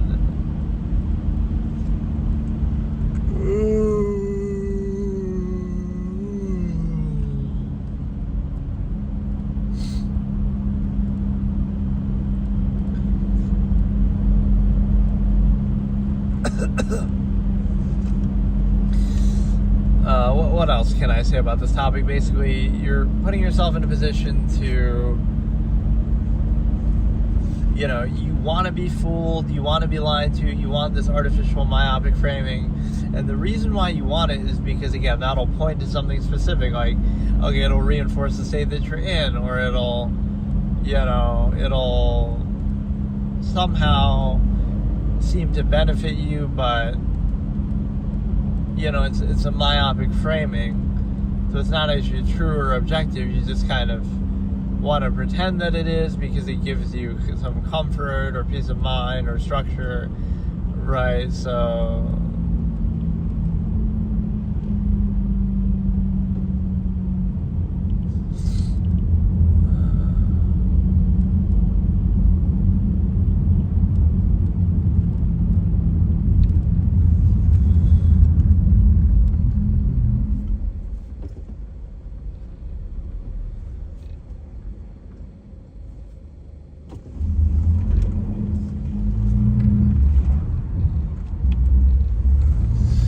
here we go. Now we're on a familiar route. What a moment.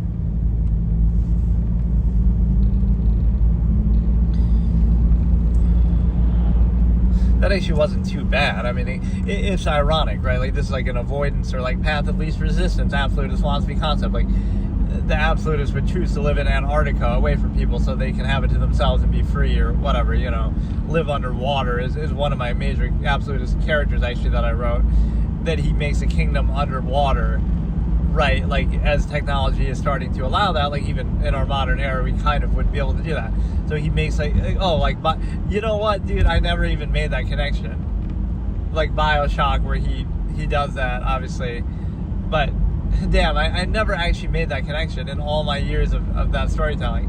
But no, basically it's the same concept that you made this underwater country, kingdom, whatever, so that you can be free and so that you can be, Yeah, BioShock copied my idea before I even knew I had it. Or basically, that's such a long-standing storyline. But the philosophy behind it is that what I'm saying. You'd want to go to Antarctica, or you'd want to go to maybe space and terraform Mars or something. So that way you can be free, and also you can avoid other people. So you're basically saying, like, that this is, the danger isn't the weather or anything like that. It's actually other people. So the fact that, oh, it's night and it's whatever, bad weather, is actually a good thing because now you avoid other people.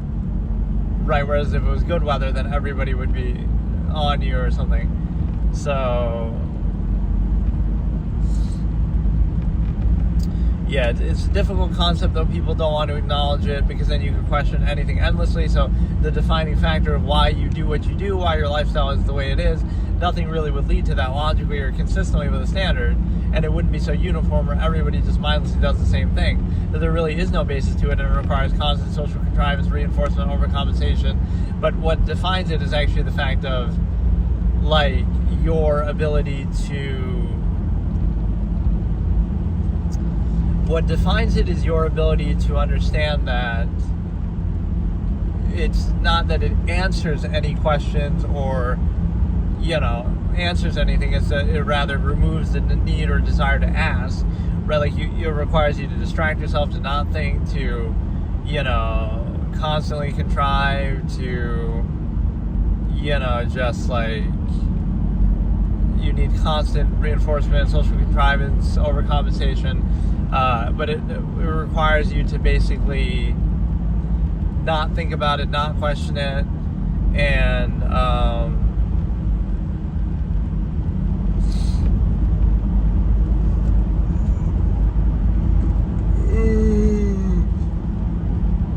be indoctrinated in youth before you can even think for yourself. So that's kind of like, by that logic, art's arbitrary. It could lead to anything, and that's what we've seen throughout history. It's not a credible process. So if you look at the origin point is arbitrary. That's why it would explain everything that could possibly happen, all the conflict, all the inconsistency. And so, because you look at that arbitrary origin point, you realize it's not absolute, it's not true, it's not, based actually in anything consistently. So again, you take it as a default because, it's better than nothing. Or, it's just already established and preconceived. Doesn't mean it's qualified or anything. And again, the framing is often turned on the individual, like, it's your fault, you just don't get it. Or like, emperor has no clothes fallacy. Like, it is absolute, you just don't get it. Or it is absolute, but you just don't adequately overcompensate for its flaws, which you shouldn't need to do if it's absolute. So the variable there is kind of like, people wouldn't uniformly behave a certain way just like that.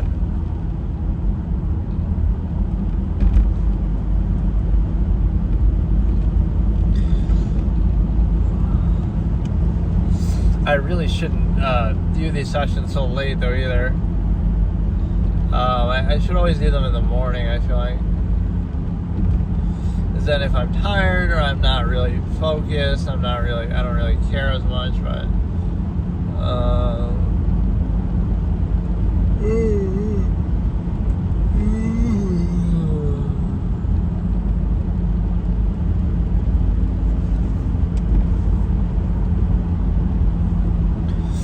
shouldn't it be in this modern day where your high beam isn't blinding to other people? Like, it should be still a stronger light, but not where it blinds the next person. Okay, so today I'm going to discuss something from an inherent base standpoint that I talk about, like the origin point of contrivance. So contrivance is that which controls you. Contrivance is that which is, you can characterize it in part by society, but it's more than just that. You can characterize it by that which is only necessary by overextension and only real by acknowledgement. Right? So it's something that isn't real, but that's treated as real. And in that basis, you have to hold a strong, stark, accountable functional basis, which means it may be useful, right? This is how we could pose it from the simplest point. Like, morality isn't absolute. It's not objective. It's not inherent. It's a human man-made construct. Now, people might have a negative reaction to that and say, oh, no, but how can you say that? That's, it's important to pretend that it's real. But here's the point. Contrivance isn't real, so we have to hold accountable that the way it's being used and acknowledged is actually useful, right? So you'll say, well, so morality would say that killing somebody is wrong, and objectivity would realize that right and wrong are human constructs. They're not real, they're not absolute, but it can still be useful. Obviously, in that case, we should have laws, we should have, rules, that's okay. right, when it comes to something as extreme as that, like, obviously hurting other people. But that becomes overextended, because that's a very clear, obvious one that, you can, even then though, there's no absolute origin point. So for example, or like, it's not being held consistently. So there's no way you can say any one of those things is absolute. Even something like that, you'll say, oh, it's absolutely wrong to kill another person. But the government does it, and that's questionable. Or throughout history, human beings have done it all the time, right? People do it all the time. It's okay to do it in self-defense.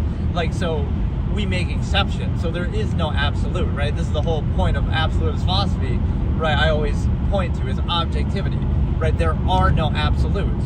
So, if you were to look at God or religion, you say, oh, God says thou shalt not kill or thou shalt not murder, right? But God being all powerful would be that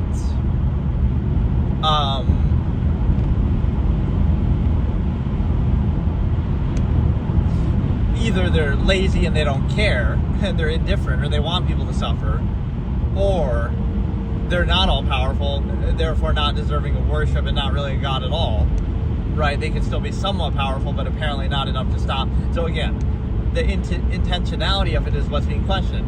Oh, God doesn't want people to kill, but God created people with the ability to kill and allows people to kill each other, right? So that would discredit it, and whether or not people do it comes down to human influence and ability anyway. And then, right, so the same thing with morality is like, it's not real, it's not absolute. That's why we need laws, that's why we struggle against it, that's why, it's even a topic of conversation. And so what that means is that, right, you would acknowledge it's not absolute, but you would say, it comes down to subjective human enforcement, acknowledgement, etc. Right, so in other words, it's up to you. Right, so the fact that one random human being, you can condemn them all you want, but the very fact that you have to condemn them or that you would do that shows you it's not absolute and you're kind of insecure about it, or like, you have to actively uphold it. So the point is, the fact that one random person around the world right now could decide, you know what, I feel like doing something that society considers bad, right? Like, again, something negative towards another person.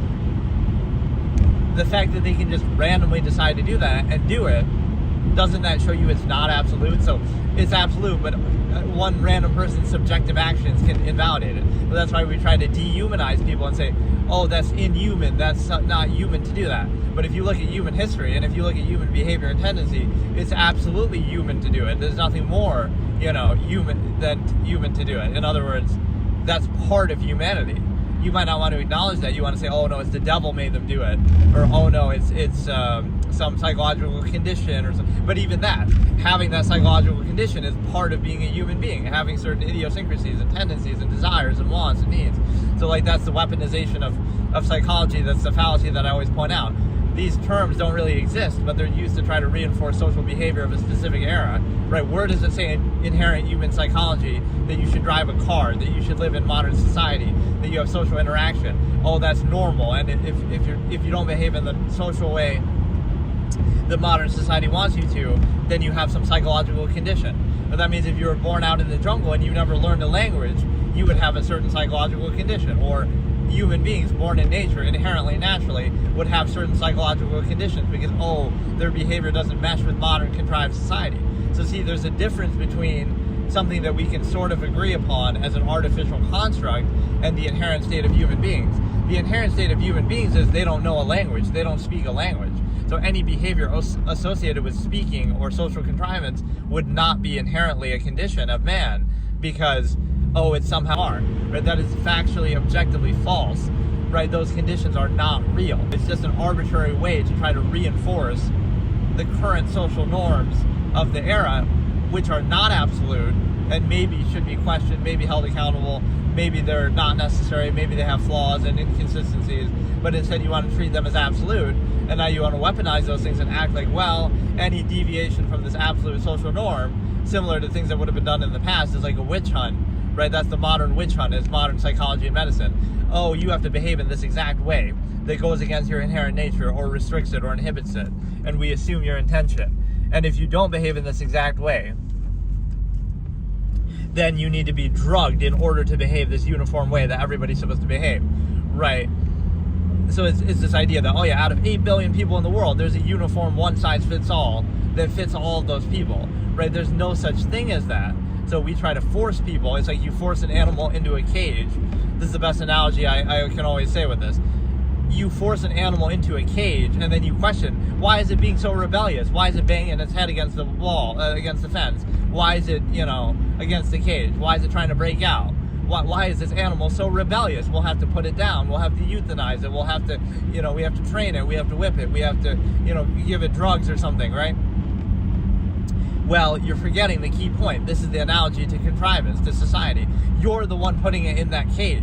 You're taking it from its natural habitat, its environment, and you are putting it in a cage, and then you're questioning, oh, look how rebellious it is. It's misbehaving. That's the same thing we do to human beings, because human beings are animals, and we train them like animals, no matter how much we overcompensate with the modern machination process era of bread and circuses. So the point is that you understand that,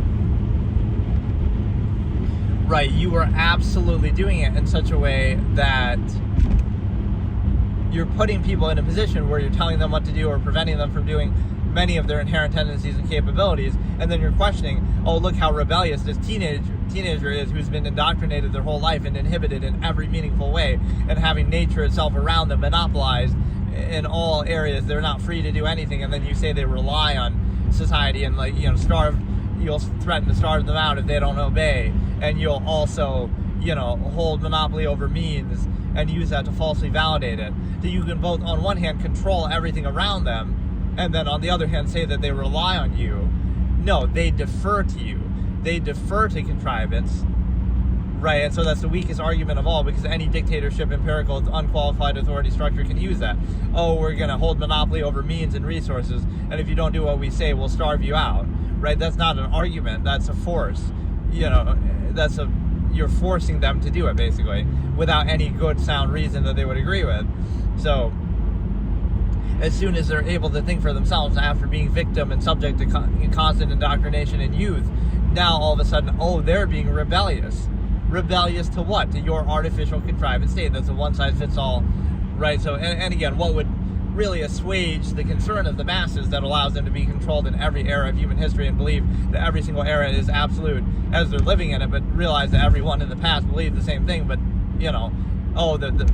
the past wasn't absolute, but the current era is defined ultimately not by standard or subjective, desire or opinion, but actually by the machination process, by the net sum technology and the era is what really defines your life, and then your perspectives are a result of your state. Your state is not a result of your perspective, so it ends up being a kind of a reactionary coping defense mechanism to reinforce and regurgitate the state that you're put into by contrivance, not one that you're inherently choosing or self-actualizing from an inherent base state. If so, it wouldn't be universal, where everybody's just mindlessly kind of doing the same thing and going along with the same thing. And so it's defined by that.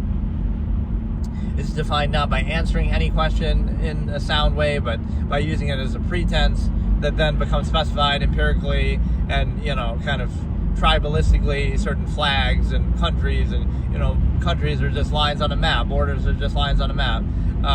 All these things that aren't real, only real by acknowledgement. Not even saying they can't be useful, but it's arbitrary, because again, throughout human history, people were just as indignantly sure of everything else. Like, every other society thought it was right. Every other society in the world thinks that its way of doing things is right. So it's not an absolute, it's just you're going along with the mass collective. If you look at the origin point, you'll see how arbitrary it is, right? If you were introduced to something new, you would critically think about it, but you don't actually actively think about it. And so it's kind of the fallacy reversal of authority, the fact that you get unqualified empirical authority, that you are held accountable to the authority by the authority rather than holding the authority itself accountable, right? Again, power exists under the premise that people ought to be restrained and their nature is negative, etc., by their own subjective standard. But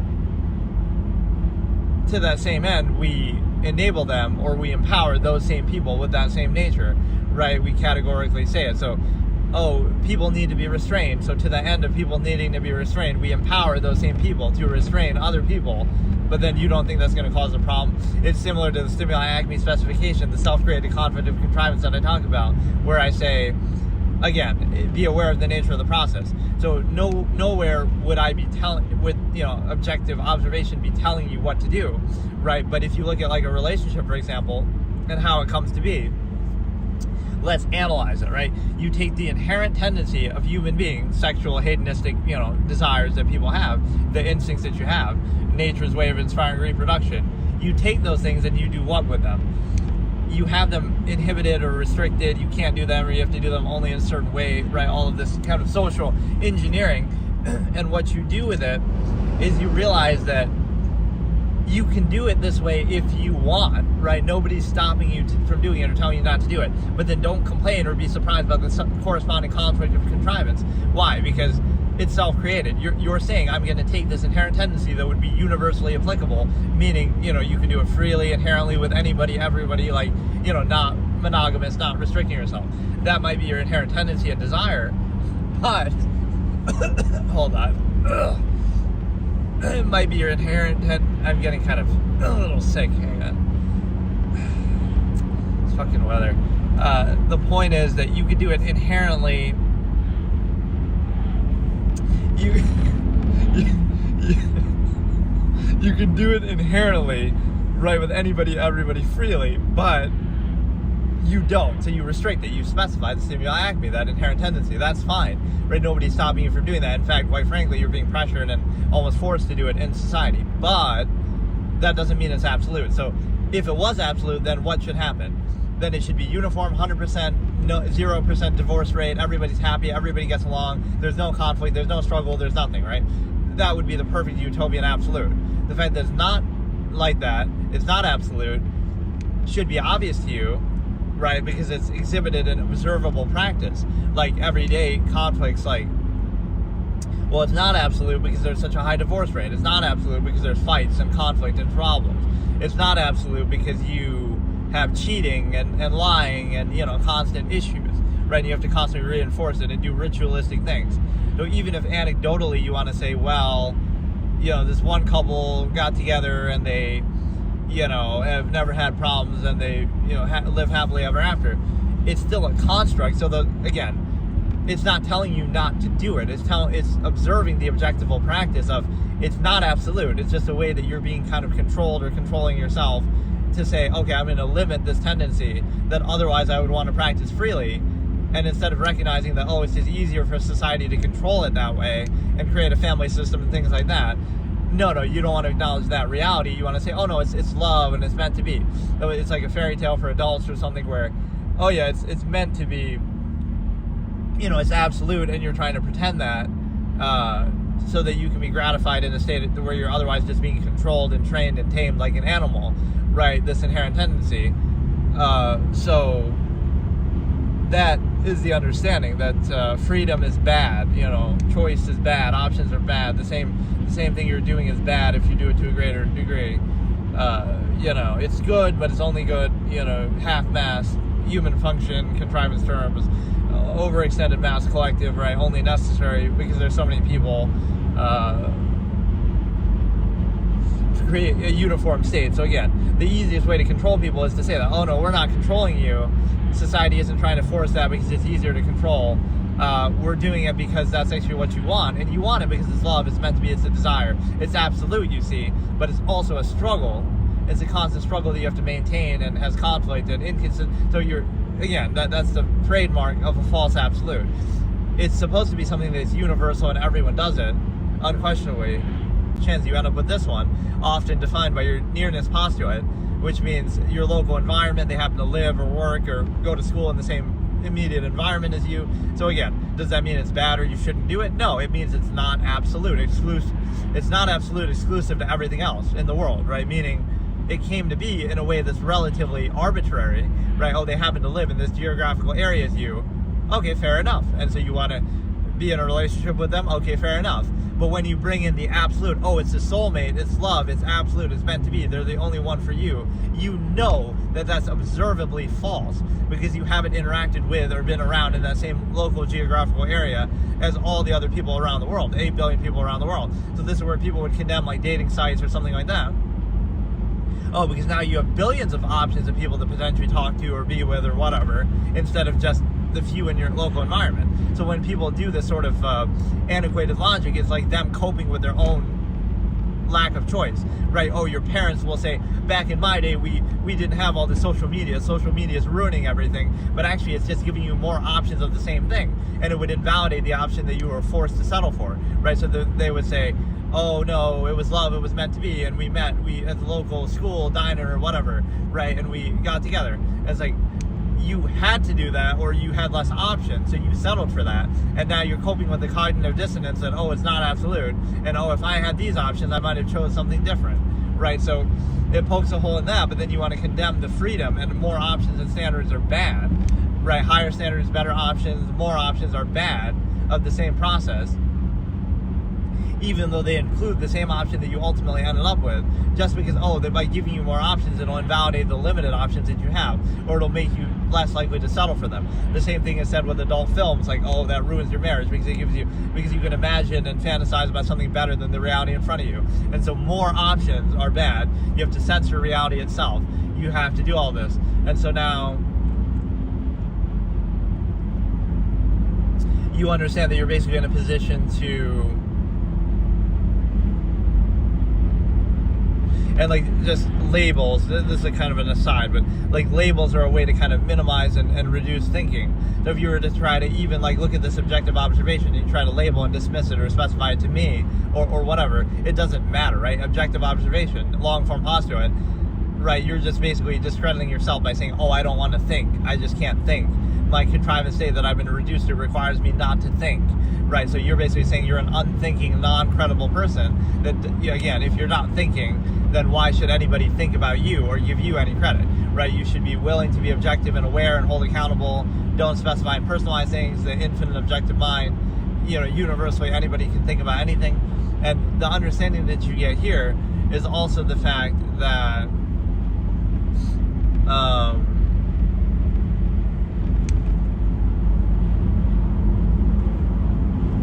is like the ego basis by which we're controlled. But getting back to the other point is the fact, again, of all those prerequisites. So again, be aware of the nature of the process. So nobody is telling you what to do or not to do something. We're saying that if you let the nearness postulate define your relationship and you limit the inherent objective universal tendency to one person and you specify the stimuli acme, and if you treat it as a false absolute, then you are going to struggle from the conflict of contrivance, which could lead to high divorce rates, which could lead to breakups, leads to fights, leads to abuse, leads to cheating, leads to all these conflicts. So you can constantly struggle against it. In other words, you can constantly struggle to maintain this illusion of an absolute. But what that shows you, it is not absolute, right? Just so you can do that with anything. Oh, we can pretend like we can all walk backwards all day, every day. And if there's any problem with that, oh, it's, oh, you just lack the ability. You're just not good enough at walking backwards. You're just, you're just a loser. You're just an idiot. You just lack the ability to walk backwards properly, right? Not that walking backwards is a flawed process or, that there's something alternative that you could do. You could walk forwards. You could walk left to right. You could walk diagonal. You could walk any other way. But you say, no, you have to walk backwards and only walk backwards. And this, the emperor has no closed fallacy. And if you don't walk backwards, then that's your fault. That's on you. You just lack the ability to do it, right? Just like, again, specifying the stimuli acme in one person. Oh, it's your inability. You just can't find the right one, or oh, whatever.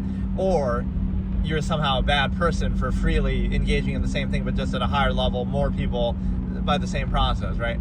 The sort of thing that a mass collective is gratified by. Like, oh, if Leonardo DiCaprio does it or somebody, and they're sleeping around with younger people or whatever, multiple people, we condemn that and we want to feel gratified. Oh no, we're better people because we are with one. Not just that, oh, you probably want to do the same thing, but you just don't have the option or the means or the resources or opportunity to do it. So instead of saying that, oh, I would like to do that, but I just don't have the opportunity, you want to pretend like, oh no, it's love, it's meant to be, I'm gratified.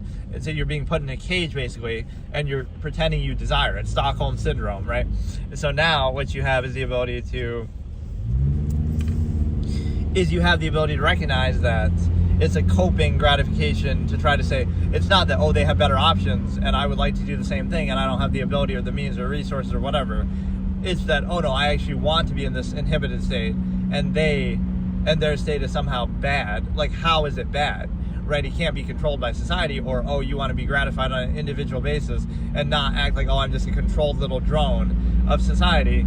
Oh no, it's a bad thing, but let's analyze how it's bad. It's the same thing that you're doing anyway, sexual stimulus, but oh no, it's with multiple people, it's with more people, right? It could be, fun for everybody, consensual, free, everybody's getting what they want out of it, right? So why is that actually a bad thing? It's just a bad thing because it's harder to control, and it's maybe harder to achieve. But that's the kind of thing that if you were in that position, you might want the same exact thing. So you pretend to want something you don't want, and you pretend to not want something you do want, just to cope and gratify with that on a mass collective level. So it's like you're tricking yourself, right? Oh no, it's not that you're being controlled and you're kind of dumb and being fooled.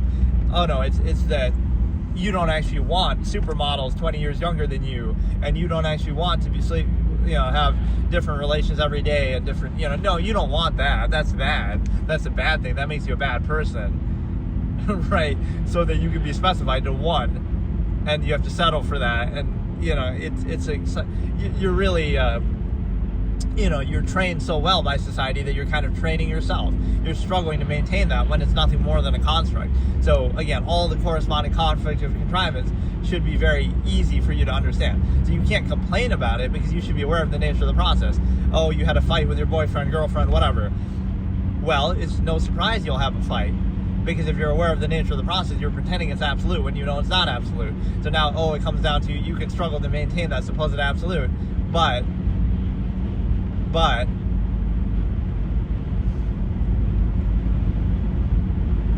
you know it's not absolute. So it's a self-created conflict of contrivance. You can choose to struggle with that if you want. You can try to overcompensate for that if you want. But what you can't do is actually claim it to be an absolute, because it's objectively not, right? Because you see the origin point of how it came to be. So let's look at it more broadly, right?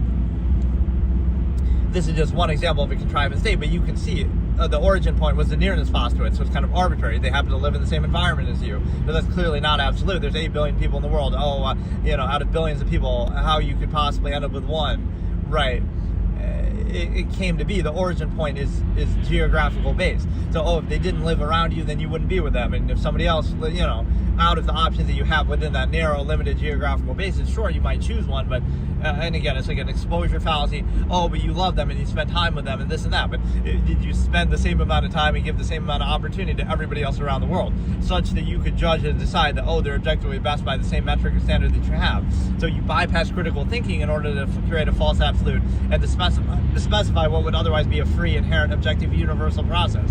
And also you have the ability to consider the fact that, again, so we poke a hole in the origin point. It's not absolute, right? It's not absolute. It's nearness postulate. It's geographical based. It's narrow, right? So it's determined by something that isn't absolute or universally applicable, right? So there's no actual standard or criteria behind it. You'll say, it's because they're so good looking, but out of everybody on the planet Earth, by whatever subjective standard you have of what good looking is, right, it would be impossible to define that. So you're basically just saying, okay, you have to not critically think about it, otherwise you'll realize it's not absolute, and act like that's actually a credible basis for something, right? And so that's part one. The origin point is arbitrary. The next point is the fact that you're specifying it to one person, you're treating it as a false absolute, you are kind of limiting yourself, you're censoring reality itself. And so, again, it's no surprise that there'll be a conflict with that, right? That you'll constantly be struggling with it, whether it be fights, whether it be breakups, whether it be divorce, whether it be, cheating, desire to cheat, whether it be, lies, deception, whether it be, even the origin point extension, like you have to woo them and you have to impress them and use pickup lines and socially, whatever. You have to do all that. Why? Because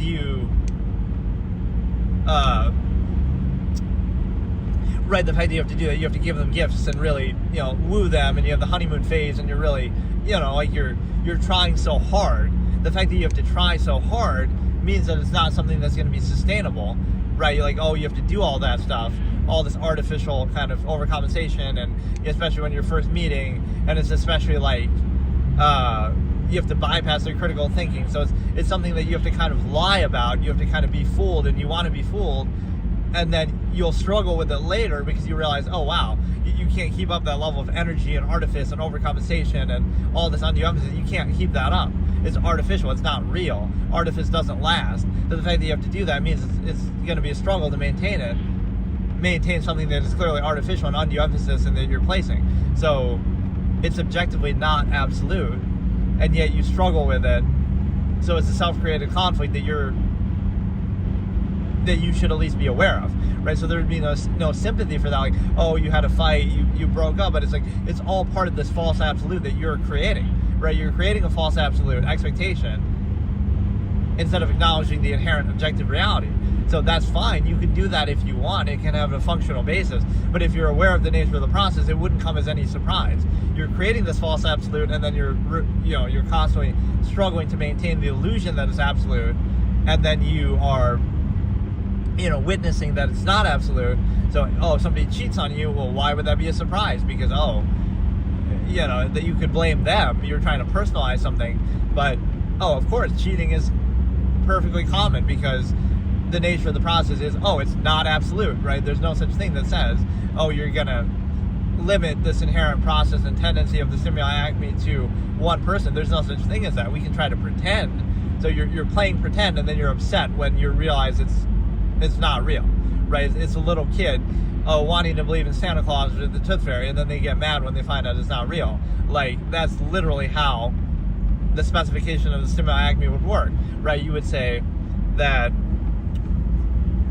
you're able to, you pretend something is absolute, you create that expectation, but then in observable practice of how it actually comes to be and is maintained is clearly not absolute, and then you suffer the conflict of contrivance associated with pretending it's absolute, right? And all the holes show, all the cognitive dissonance comes out, all the inconsistencies are constantly struggled against. You have to do all these ritualistic things to maintain it. You have to censor reality itself. And in doing all of that, you realize, wait a minute, it's not absolute. You're pretending it's absolute. You're creating the conflict yourself. And so you can choose to create that conflict, but you are choosing that, right? You're aware of the nature of the process, that it's not absolute, but then you choose to pretend it is anyway and struggle with that. So all that struggle is self-created, and that's fine. You can do that if you want, but you're choosing to do it, right?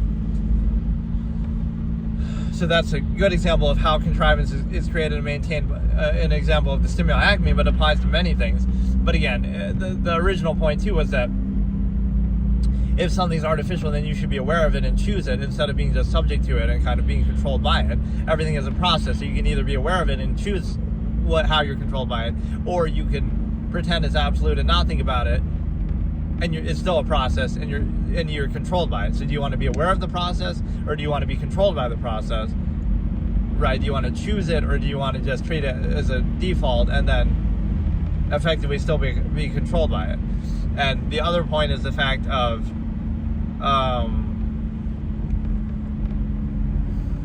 like you would hold accountable, like, you'll say, killing a person is wrong, so of course we can have that as a contrivance state and treat it as absolute, but it's not absolute. And so what that means is you're able to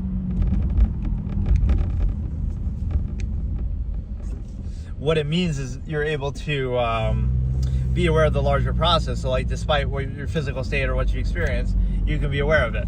And so now you understand that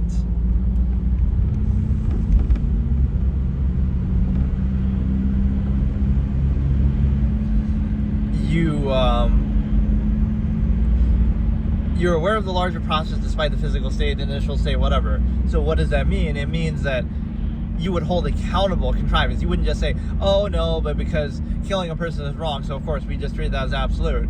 That's fine, because that's such a major thing that would be used as an example, right? In this discussion, that morality is not absolute, but we should pretend it is, because stuff like that. But it gets overextended so far, right? There's so many mundane things. You can't drive with your whatever, with a certain light on or off, or with a wiper or windshield, this regulation, that regulation, right? There'll be all these overextended things. You can't sleep in the woods, or you'll be trespassing, or you can't fish here, you need a permit to hunt here. Like, those things go way beyond, right, that basic thing of like, of course, don't hurt another person, don't kill another person. But it becomes so overextended that we just treat those things as absolute. Right, here's a good example, the red light fallacy. You'll stop at a red light even if there's nobody there, even if you could go, right? You obey contrivance even if it doesn't serve a purpose. And so what that means is the simple fact that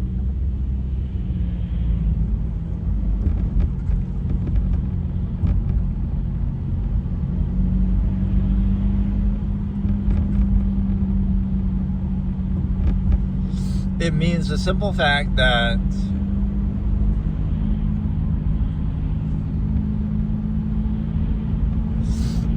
you're basically in a position to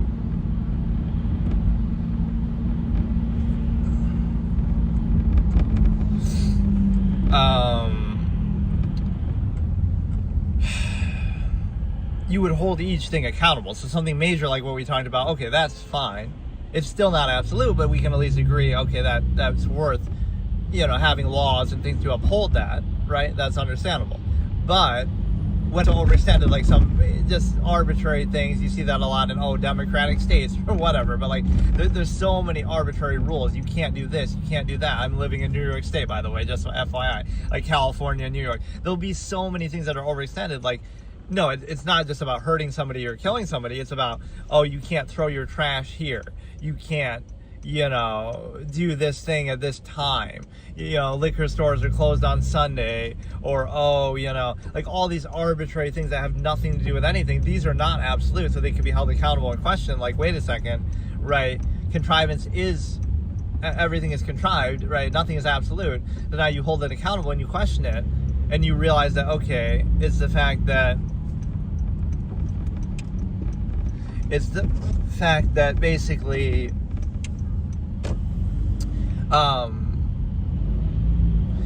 you understand that it's not absolute, and so you hold it accountable, right? Is it worth having this law, this regulation, this rule, right, instead of just treating it as absolute mindlessly, blindly? And what that corresponds to also is the fact that,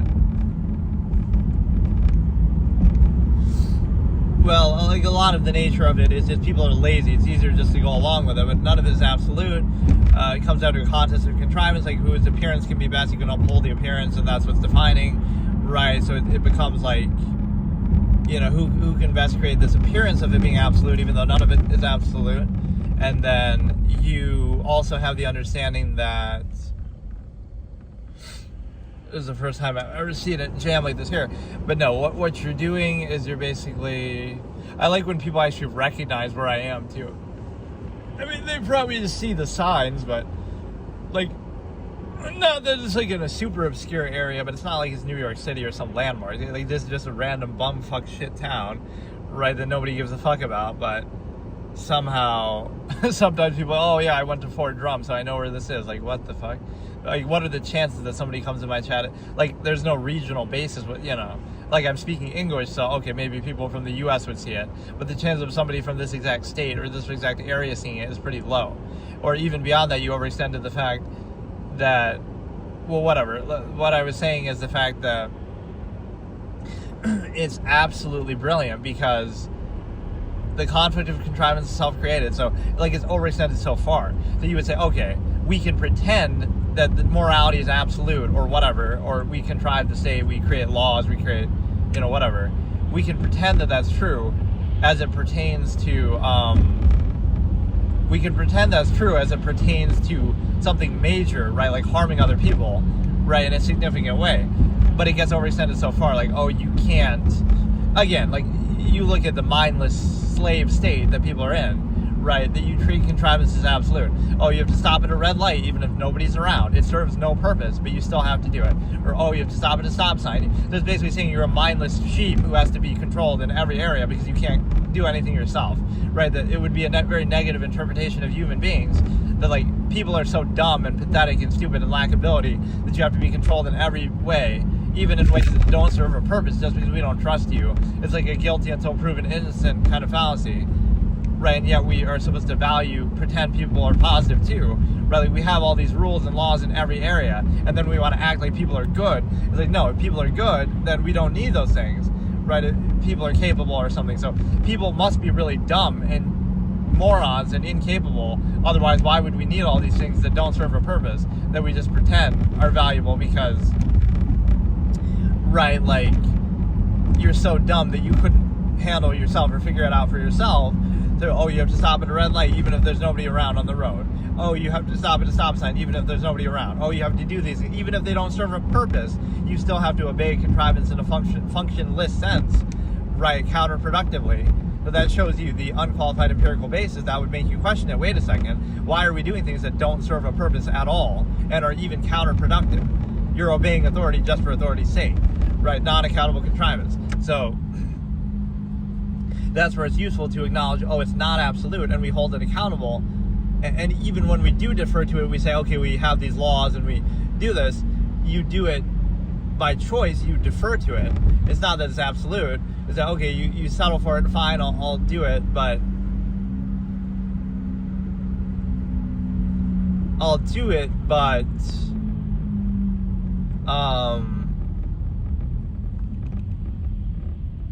what do you call it? You'll do it, but you do it by choice, and you know it's not real, so then you hold accountable everything to make sure, okay, is it really worth doing? Is it really worth deferring to? Is it really worth pretending? Is it really worth valuing or not? Instead of just treating it as absolute, mindlessly, blindly, non-accountably. And then the other point is the simple fact that, like the self-actualizing from inherent base state, this is sometimes what's characterized as like, oh, being crazy or something, but it's like, okay, I walk into a place where like, you're not reduced to structure. You're kind of like, okay, I'm aware of everything, the nature of the process, I'm in control, I can do anything at any time, which people would discredit. Oh, that means you could kill somebody or you could do something bad. Yes, an absolutist would be able to do those things, but guess what? They would also be able to do anything else, right? They're free to do anything at any time. So people fear it because it's not easy to understand or predict. People fear it because, oh, freedom is bad. People fear it because, oh, we project the negative things to that. But it also includes positive things. It also includes like literally everything else. And so what it means is that you're basically, right, you would project it to the negatives, but it would include the positive things. It would include countless other things too. And so it means that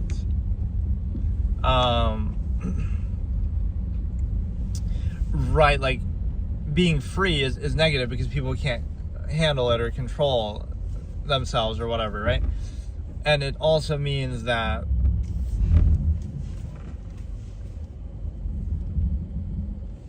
again, people can't handle themselves, control themselves, so freedom is a bad thing, being self-aware is a bad thing, thinking is a bad thing, right? Not contrivance, not cognitive dissonance, that's the initial state. Like, oh, everything is perfect if you just don't think about it, if you just don't hold it accountable. Or the other point of it is the fact, again, like I'm saying that, like you're self-actualizing from an inherent base state, so you're not defined or reacted to or controlled by externality. You can be thinking anything at any time and having that freedom in mind. You can do anything at any time, you have that freedom, right? So you would rather have that freedom than be a mindless slave, right? But the problem is then people don't trust one another, or they assume the worst and negative projection, right? So I can be aware of the artifice of that, but then you say, oh, then why not do anything at any time?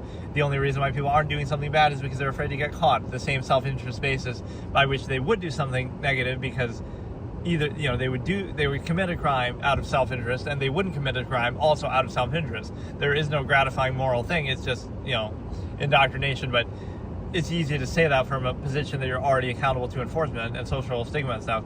But the reality is that, oh, you're like, the reason why a person would commit a crime is out of self-interest. They have something to gain from it. And the reason why they wouldn't commit a crime is also out of self-interest, because they have something to gain, like they're afraid of getting caught. So you appeal to the same basis, right? So there is no absolute, there is no contrivance. Contrivance is what it is. It's not absolute. So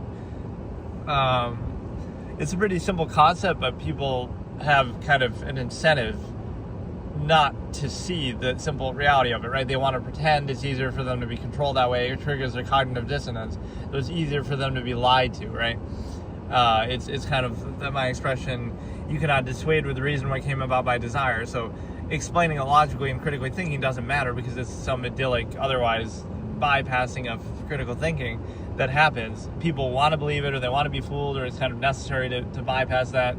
So that's why you would fear and condemn freedom, or any appearance of it, like, oh, this person does not have their mind reduced to their initial immediate physical state. They can do anything anytime, they're free in mind, they can do anything, but that's somehow a bad thing, because freedom is bad, basically. That's the argument of a lot of things, like religion or something. Oh, it's okay to do something in a limited sense, but doing that same thing to a greater degree, right? Like something that's good, but if you do it too much, it's bad. Or again, like Stimuli, Acme specification. Oh, it's love, it's meant to be, but only with one person. Instead of, oh, if you're with 100 people, why can't it be, if it's a good thing with one, why can't it be a good thing with 100? It's basically freedom is bad, options are bad, higher standards of the same measure that you're supposedly valuing are bad, right? So basically that's the premise of a lot of contrivance, whether it be, religious or otherwise.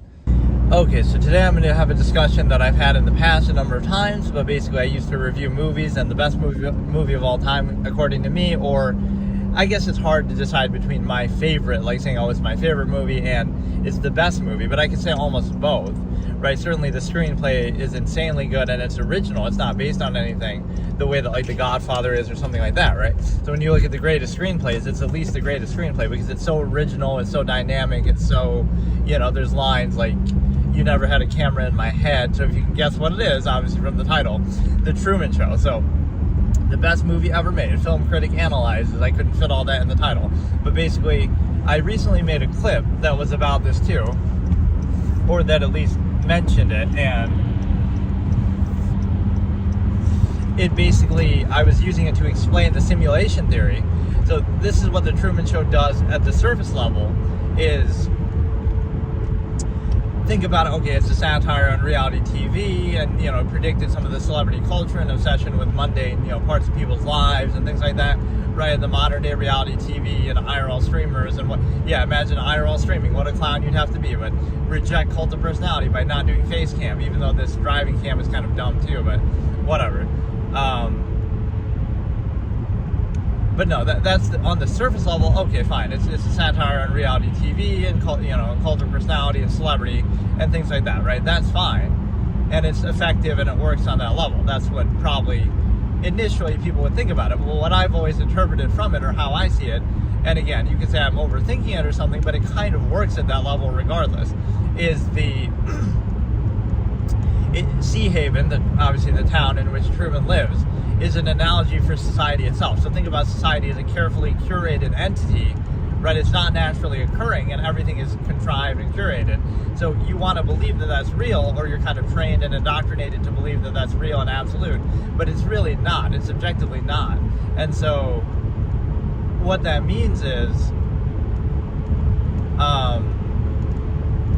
it's carefully curated, but you still take it seriously, and it's like, it's kind of arbitrary. Every era of human civilization has been like that, where to some degree, where there's some false absolute to bypass your critical thinking. Could be God, could be something else, maybe moral gratification, or again, the weaponization of medicine and medical terms in modern day, like all these things that make this uniform state of people all kind of relatively doing the same thing, being the same way, which is not natural at all, right, is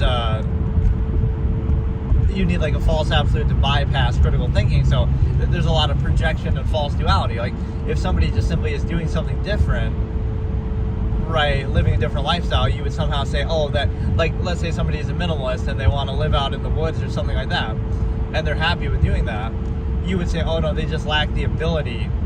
They lack the ability to live in society or be a part of society. Not that they wouldn't choose something different, right? It's like Bolshevik rhetoric, again, false duality.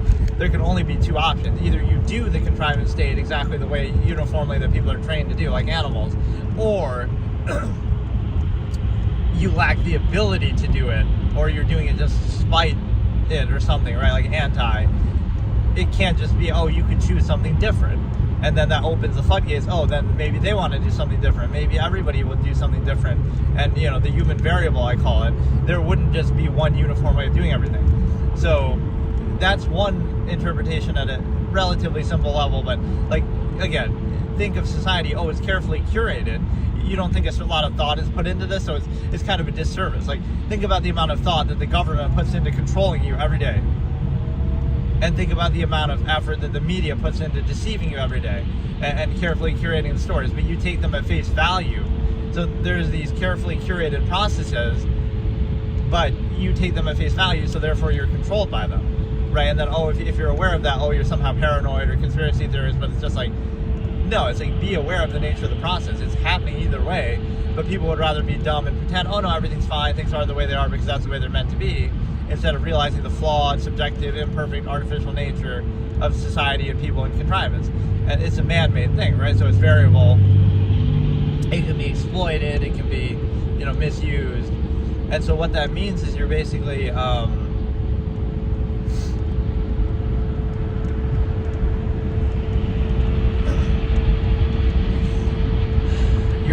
again, a process that has a great deal. This is almost the inverse of one of my logical razors, where I say something like if somebody says something dumb, or like, oh, it's supposed to be an insult, but it's something just totally false or nonsensical, you shouldn't be offended by something like that, because this is arbitrary. Like, oh, you have 3 feet, or oh, you have, whatever. So it's something that's just like not based in reality. The problem with that is the fact that since it didn't require any thought to say it, right, that which requires no thought deserves none. So if it required no thought to say it, then it doesn't deserve any in return, right? That you shouldn't consider it because, oh, it's just nonsense. And so this is kind of the inverse of that, where a process, this is actually like a new logical razor as I'm explaining this, that I'm, at least the phrasing of it that I'm coming up with, is a process that is carefully curated and artificial and manufactured and has so much time and effort and thought and resources put into it, right?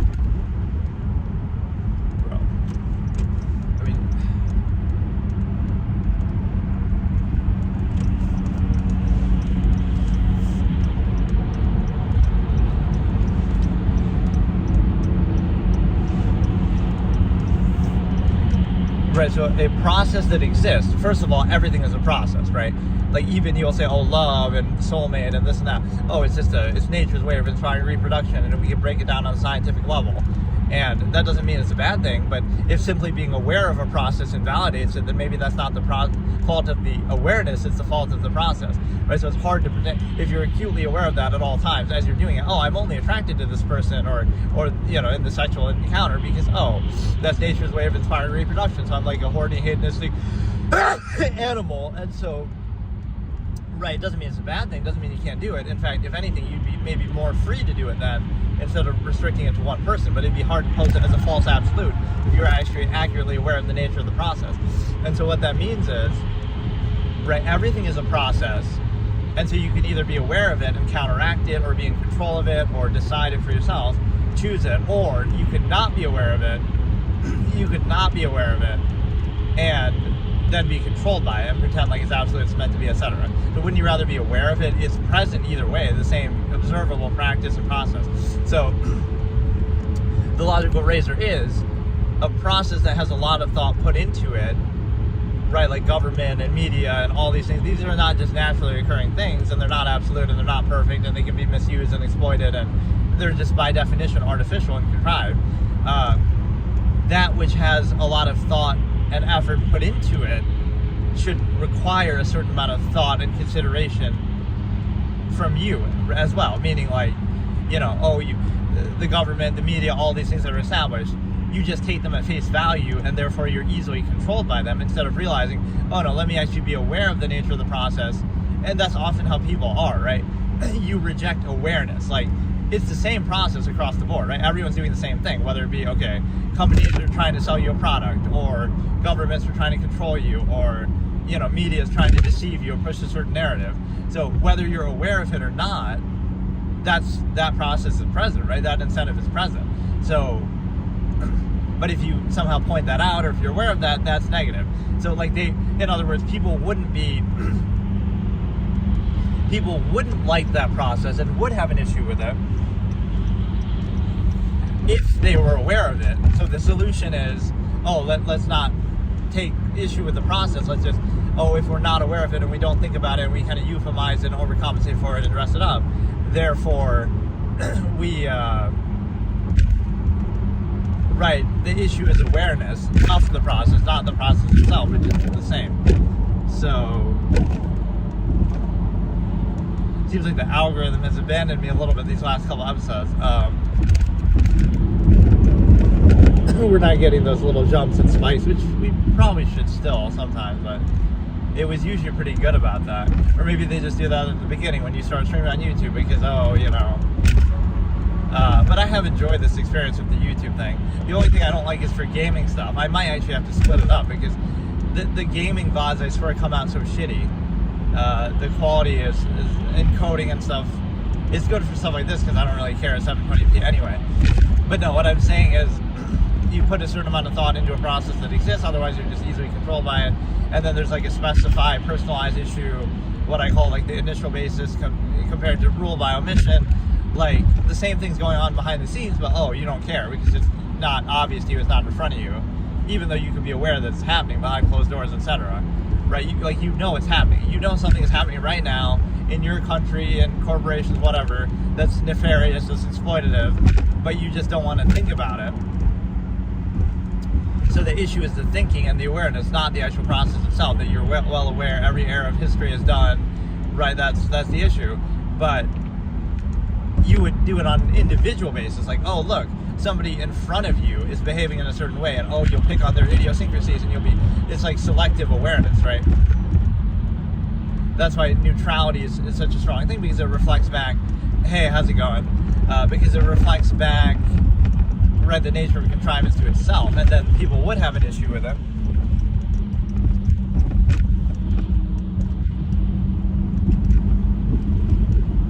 People would have an issue with it if they were aware of it, but right, they're just simply not aware, or they try to fight that awareness and act like thinking and objectivity is the issue, and even like specifying and personalizing thought. I've been in one of your, I think I remember you, I've seen you. How's it going? But so one of the points with, again, the Truman Show on the surface level, it's a satire on reality TV, which, again, on that level alone is good. On an entertainment level, it's good. It's very fast-paced. It's only 90 minutes, so it doesn't waste a lot of time.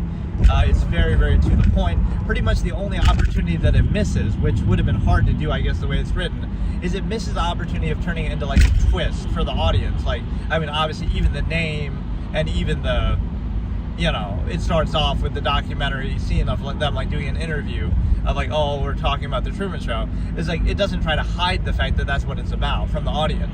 But it could have been played like that, where, right, that could have been another layer, which, again, it would have been a totally different movie then, but it would have been like, you don't know whether Truman's crazy, and maybe there's still some implication, like maybe he's imagining all this, but it kind of doesn't make sense when you see the interviews of some of the characters and stuff. But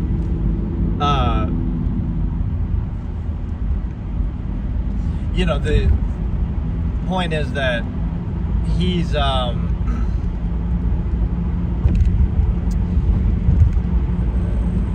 what was I saying? Like it could have been a twist type of thing where you don't know whether it's to show yourself as the audience, and you're kind of left to wonder too. But so it doesn't try to hide it from you that way. But again, we can talk about the technical stuff. There's a lot of avant-garde camera angles that are really good, right, where it shows you like kind of, in fact, you might be able to trace back every single camera angle from the audience perspective is also the camera angle of the show, which actually isn't true. Right, I would like to believe that, like, every camera you see pointed at Truman is actually a camera that they have on the show. But the reason why it can't be that is because there's times where you see Truman doing stuff that isn't actually known to them, right? Or like when they're watching his little stuffed toy that's snoring, right, as he's actually not there. So that, and like it shows Truman on the boat or something, they're not watching him then because they don't know, right? They didn't know that he did that. So, right, like there are times where it shows camera angles that wouldn't actually be, it might be something that they could theoretically have access to, but it's not something they're actually watching at the time. So it's not like you're watching just strictly the show, right? There are other things that you see. Right, but by that logic, you can say, well, they have cameras everywhere, so that, they could be watching it if they want. Right, you should have done a bug sweep of the boat when he gets on the boat. But no, it's like, this guy, is obviously the ordinary man, the everyman. He's kind of you and me in society. So this is the bigger analogy that I always draw, right? That the Truman Show isn't about reality TV and so to imply that your life is on rails, right? That everything's kind of controlled and preconceived. You're born, you don't choose to be born, you don't choose where, you don't choose the area, the family, anything like that. You go through school, you go through, you get a job, you get a white picket fence, you have a wife, you have a family. And so without really choosing anything, you choose things within those confines, but everything is kind of on rails and structured for you, right? There's no variance, there's no self-actualization or choice, and then you struggle with that and act like, oh no, it must be your issue, it must be, something else. You're kind of always waiting for something, but you realize none of that stuff is absolute, right? Maybe you don't want those things. It's not so uniform, but you're kind of pressured and forced, and so you feel like your whole life is on rails, and then before you realize it, oh, you're 30 something or whatever, and then you have a midlife crisis, and it's like, or even like teenagers, oh, you've been indoctrinated throughout your whole youth, and now you can finally think for yourself, and like, oh, look how rebellious they are. And this is the ultimate false duality, and it really, this is why stimuli acme preservation is such a sin of objectivity, because you really can't justify that perspective. Like, you would hold it over their head. Like, you have kids, you choose to have kids, you don't have to do that, you shouldn't do that. Then you hold it over their head and use that to try to validate yourself. And again, society, oh, look, we fed you and you needed us, like, but you also created that, and you also inhibited every aspect of life and monopolized nature itself, etc., etc. So what it means is there's no actual basis of credibility there. It actually hurts the credibility of the people doing that and creating that, but it shows you the lack of credibility that society and contrivance has, because you can't assume a person's intent. You can't. So you'll say, oh, they're rebellious, but rebellious against what? Against this heavily inhibiting, rigid structure that assumes people's intent and what they want to do and everything in their life, and you can't assume that. Okay, that person wants to go live out in the woods, but they won't be allowed to, or that person wants to do various other lifestyles or anything else on the planet. It's like, oh, look at them rebelling. It's like, again, the animal thing. You take an animal from nature and you put it in a cage, and then, oh, you might feed it well and take care of it, and you act like, well, look, it should be grateful, even though you stole it. You're enslaving it, trapping it in a cage. Right, human beings the same way, training them like animals, trapping them in society in a contrived state, inhibiting and controlling every aspect of their life. And then what do? You say, oh, look how they're rebelling against it, as if that's their outward practice. No, they're inherently just doing things that they can do. They're just doing things that human beings naturally, inherently can do. And society is imposing itself on them and acting like, oh no, we know better than you what you want or what you would desire or what you would do, and we're going to force we're going to assume what you want, right? It's one thing, again, non-consensual social contract, but it is a forced, subversive state, right? It is not a qualified state, which is why by preserving the stimuli acme, you're vouching for it, but you really don't vouch for it, right? With the constant conflict of contrivance that you have. So there's like this cultish contest of gratification. Who could tolerate an unqualified contrived state better? But by that logic, they would all be reinforced and regurgitated no matter what. Because, oh, it's like, who could tolerate Nazi Germany better? Who could tolerate China right now, communist China right now better? So, in other words, oh, you just can't deal with it, stop being so entitled and spoiled. So nothing can ever be wrong with the nature of the process. Instead, it's, oh, your ability to overcompensate for it and tolerate it. And then the other point is the fact that, again, the nature of the process, if you're aware, and it's like you frame it in false duality and you assume. So if you inhibit, again, you indoctrinate people when they're young before they're old enough to think for themselves, which is kind of a predatory, very, very questionable thing that you might think, oh, but it's necessary or it's a good result. But the problem is that it shouldn't be necessary, should it? Right? Or by that logic, again, you can do that in any era, any civilization would lead to people following along mindlessly as you could like. So indoctrination is highly effective, but should it really be necessary if, oh, what we're doing is the right thing in the right way in the right society? Okay, then don't indoctrinate them at all. And then once they're old enough, they should be able to decide that for themselves, but you don't do that, right? So it's very predatory. Again, it threatens in the empirical basis, unqualified empirical authority. We're going to threaten to starve you out or, take monopoly over resources and then act like you need us after, in that case, even creating you. So, right, it's a self-fulfilling fallacy. When can the contrivance state ever be wrong, right? And so, or just contrivance itself unqualified. So you can indoctrinate people before they're old enough to think for themselves, and then as soon as they are able to think for themselves, everything is framed in false duality. Oh, look at them being rebellious to a false absolute that we pose and that we had the advantage of indoctrinating them into, right? And they still don't abide by it. So, oh, that's somehow rebellious. Like, rebellious to what? Right? The assumed intent that you're forcing upon them again, you put an animal in a cage and then act like, why is it being so defiant? Why is it banging its head against the wall? Why is it trying to break free? Right? Like, how could it possibly do that? What a rebel. What a rebellious thing to do. It's the same process, despite the form, right? The bread and circuses type thing distracts people, but appeases people. You know, that's really, you say, like, what defines an era of human civilization? If people carefully think about it, or, you know, we have laws and we have a certain, you know, pretense of value, but what really defines it? And it's like, oh, people have adequate bread and circuses and technology and distraction and polyfavoritism and indoctrination in youth and bypassing critical thinking and false absolutes of value and specify, right? Like, all these things that don't actually qualify value, right? They're just, oh, it'll be enough for the mass majority of people to be controlled by. That's what being normal is. Oh, you're just easy, mindless sheep to control. And it's also like,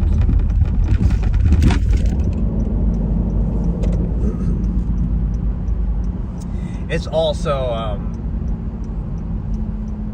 you're an easy, mindless sheep to control, and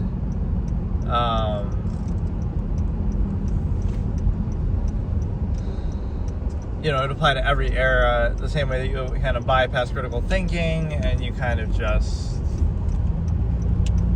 you know, it's anything but logic and reason. And again, there's never a uniform state, so you assume people's intent, and then you somehow use it as a basis to control them, rationalize controlling them.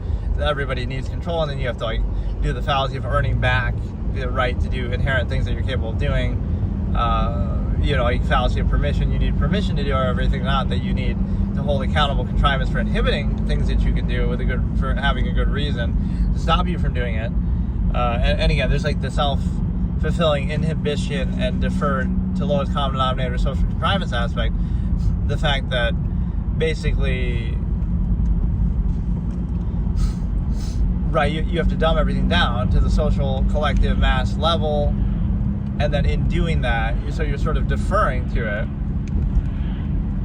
and dumbing it down, and then that somehow validates it, or again, like, you're inhibited in so many ways. Like, oh, you follow all these rules and laws, and, you know, some of them you can say, okay, there's an actual good reason for it, but a lot of them are like, oh, look, you can't do, look at your lack of capability, even though human beings' potential is much greater.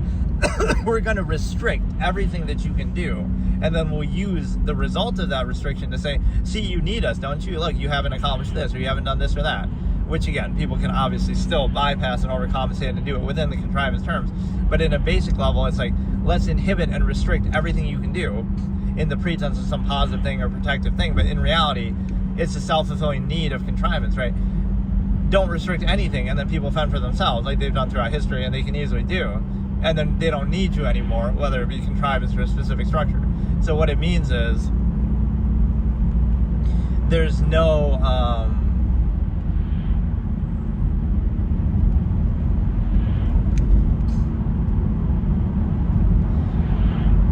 you know, there's no basis for it, and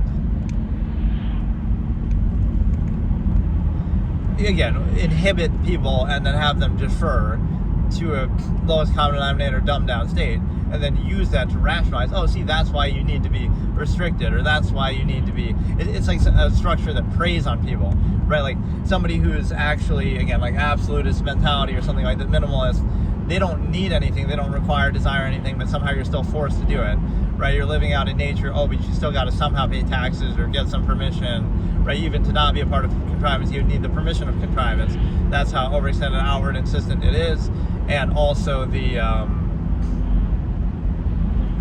you know, Christoph is an analogy for society that way. Like, it's benevolent, like, oh, we're here to help you and we take care of you, but therefore we get to control everything you do, and you can never escape us, right? You can never remove the need for it. Again, it's like a doctor or something. Oh, we don't really want to cure you because that would invalidate ourselves, right? That's objectivity. It would, you know, not perpetuate a needless process. You try to remove the need, but yeah, the point is, again, on all the superficial levels or the basic level, again, the camera angles are avant-garde, the music, the score is great, by Philip Glass. Father Colby's Preaching is a great song. Raising the Sail, a lot of good songs. Truman Sleeps, which sounds like that Carly Commando song every day. Basically, There's a lot of good aspects to it. The acting is good. I almost didn't watch the movie originally, or I held off watching the movie originally because of Jim Carrey, and I thought it would be like stupid comedy or something, or I thought it would have something to do with like Harry Truman or something. I had no idea what it was about. I went in totally blind. Obviously, they tell you what it's about very quickly in the movie, but it's just like, it really stunned me, right? I didn't go into it expecting a whole lot. Maybe my expectations were even diminished a little bit, like, oh, because Jim Carrey, but then after a while, that's not even relevant because it's just that good. Like, it's just that.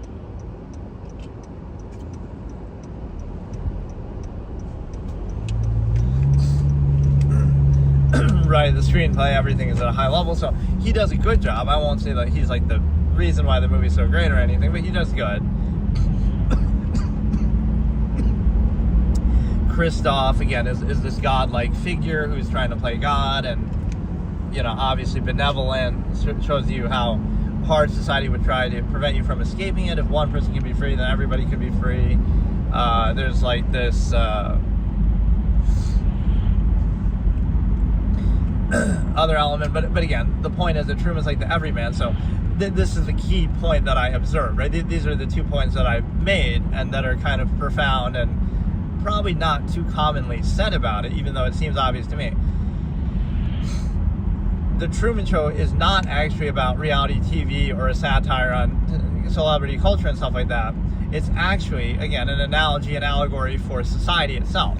So again, Truman is you and me, the average everyday person, the everyman, and the Truman Show itself, Sea Haven, is society. And so it shows you that kind of on rails, everything is kind of scripted and curated and planned and prepared, and yet we still take it seriously at face value, false absolute, even though you see, again, the origin point, like, oh, you saw how it came to be. Oh, this person went to sales school for years and they practiced this, and oh, but look how genuine they are, or like, everything is a process, everything is artificial. Doesn't mean it's bad, but it wouldn't be taken seriously or as an absolute. But that's why it becomes a contest of contrivance, like who can put up appearances the best. But it's the same process, so there'd be no need, or, you know, why would you even bother? So it's projected as far as incentive or something. So that's why non or unconditional is negative, because it has no need of it. It doesn't reinforce it. It's projected into, oh, like inability to do the false absolute. Now that's not absolute. But the other point is the fact that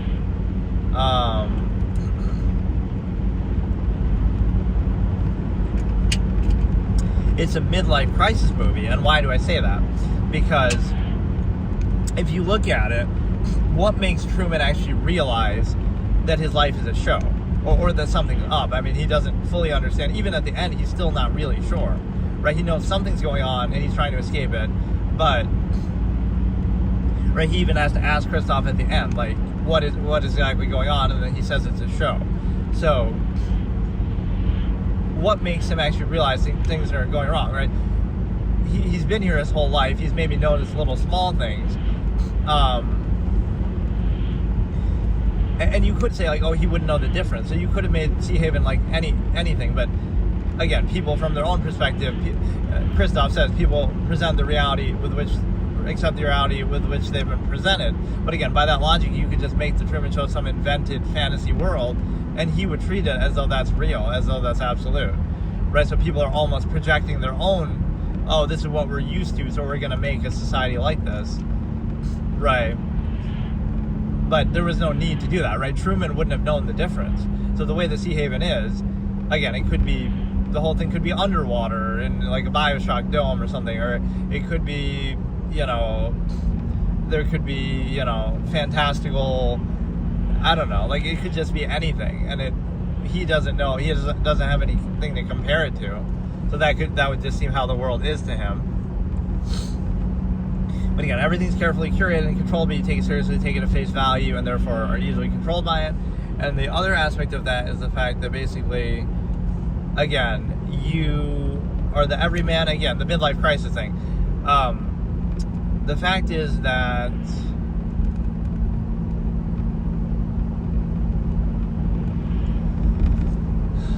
you know, is it like, okay, he's suddenly old enough and now he's suddenly catching all these clues, but he's been, you know, there long enough, he's been old enough to think for himself for a while. So it's not just simply, oh, he's reached a certain age where now he's smart enough to notice this, right? Or, oh, things start falling in place and falling apart with the set. Like, oh, the light falls down, and that's something he notices. Again, that could just be like from a helicopter or a plane or something that he knows or doesn't know is there, didn't notice. But,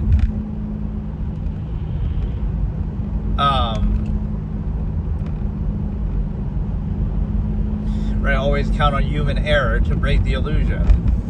And then blame that. Like, oh, it's your fault for breaking the illusion. Not that it is an illusion that you would evidently have issue with if you... Right. Because that's often what the point of this objectivity is like, you're not saying what to do or what is or isn't, what should or shouldn't be, but you're just simply saying you should be able to see the nature of the process and then decide for yourself. But that's often how it is. People don't want to see the nature of the process. If you present it to them or reveal it to them, that's your fault, that's negative. And if you don't overcompensate for it or distract from it, that's your fault. So in other words, they're conveying that they would have issue with it, but they're just not aware of it, or they don't want to be aware of it. But either way, it's the same process. And then the other thing is, again, Truman,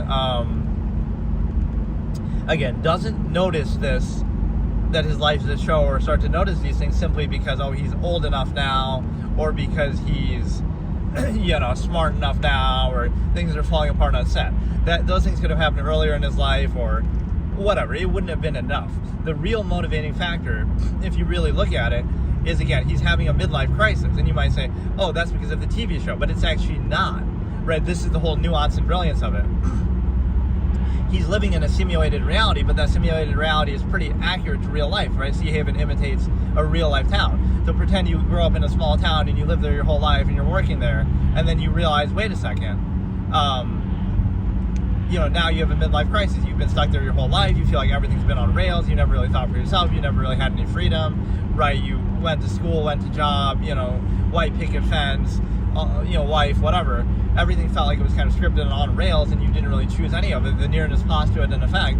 And so now you have a desire. You want to go somewhere. You want to do something different, right? Go to Fiji, basically. He wants to travel. Which leads to the great line, like, oh, why do you want to go to Fiji? You've never been there. And then he says that exact thing.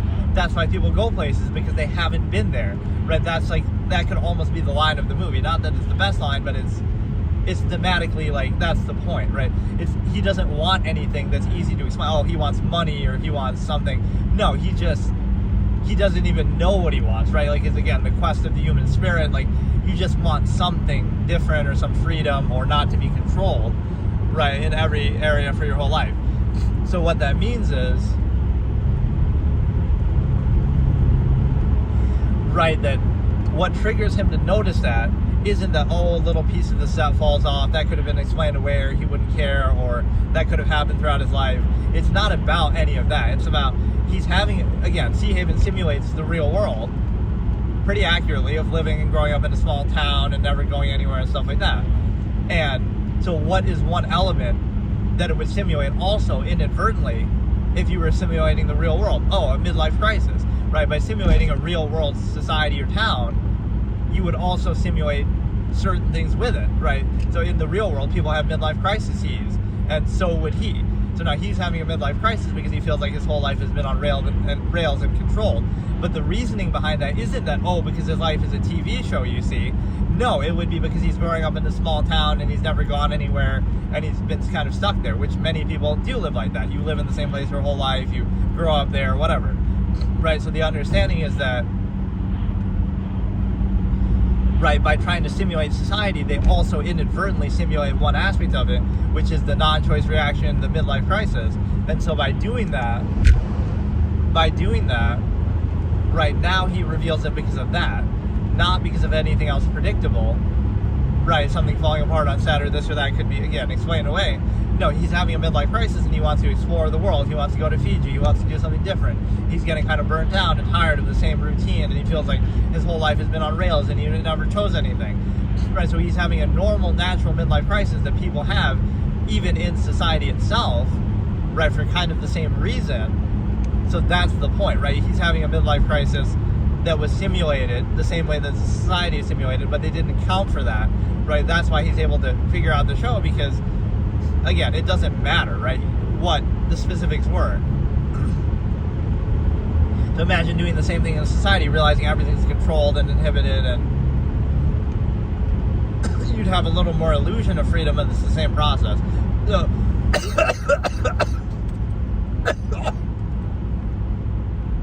So the thing with that is the fact that, again, you grow up in a small town, you'd have that same desire. So he's having a midlife crisis that people normally would have in society. That's like an inadvertent simulation by trying to create a lifelike society. That would also be one element of it, that people want to break away, break free, have that midlife crisis. So that's what actually triggers them to realize it's a show, right? To start to look for answers, to start to try to do something different, right? There's no real simple explanation or reason for it. So again, the same way that people have that midlife crisis in society would be the same reasoning that he is having it. Again, not because it's a show, but because it's simulating a small town or a society in which your life is like on rails, everything's carefully curated, controlled, right? That is what it's simulating, right? So that's actually the reason, right? Not because it's a show, but because it's society, because it's operating the same way that society does, right? So in other words, you are Truman, and your life is exactly like that, even if it seems a little better, even if you have a few more options, right? It's effectively the same thing, where everything is on rails and heavily controlled, and you defer to it like a mindless sheep, right, and let it be in the name of some pretense, convenience, bread and circuses, relative comfort, safety, promises of that overextension. So what that means is the fact that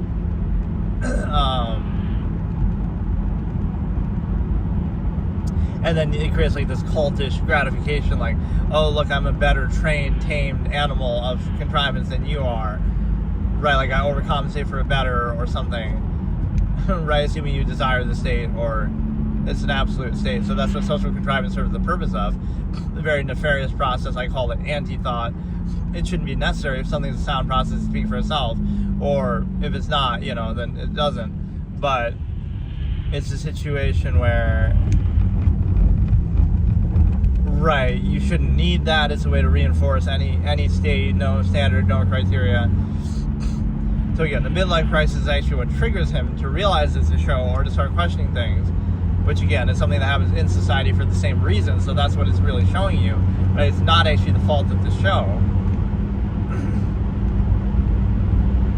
right? Something deeper. It reflects something about actual life. And then the simulation aspect is also the same thing. It's like, people say society is a simulation. This is the clip that I just made discussing this a while ago. But, oh, society is a simulation, and it must be aliens, or it must be whatever, some other explanation, some computer simulation. But on an observable everyday level, you see how it's not like that, or how it is actually a simulation that we create ourselves. We indoctrinate our children when they're young. Then we have constant laws and reinforcement and rules and media influence and reinforcement, regurgitation. Everything is a process. You might think you desire something or you enjoy something, but it's actually just a overcompensation or a half-mass practice of an inherent tendency. And so what it means is that you basically,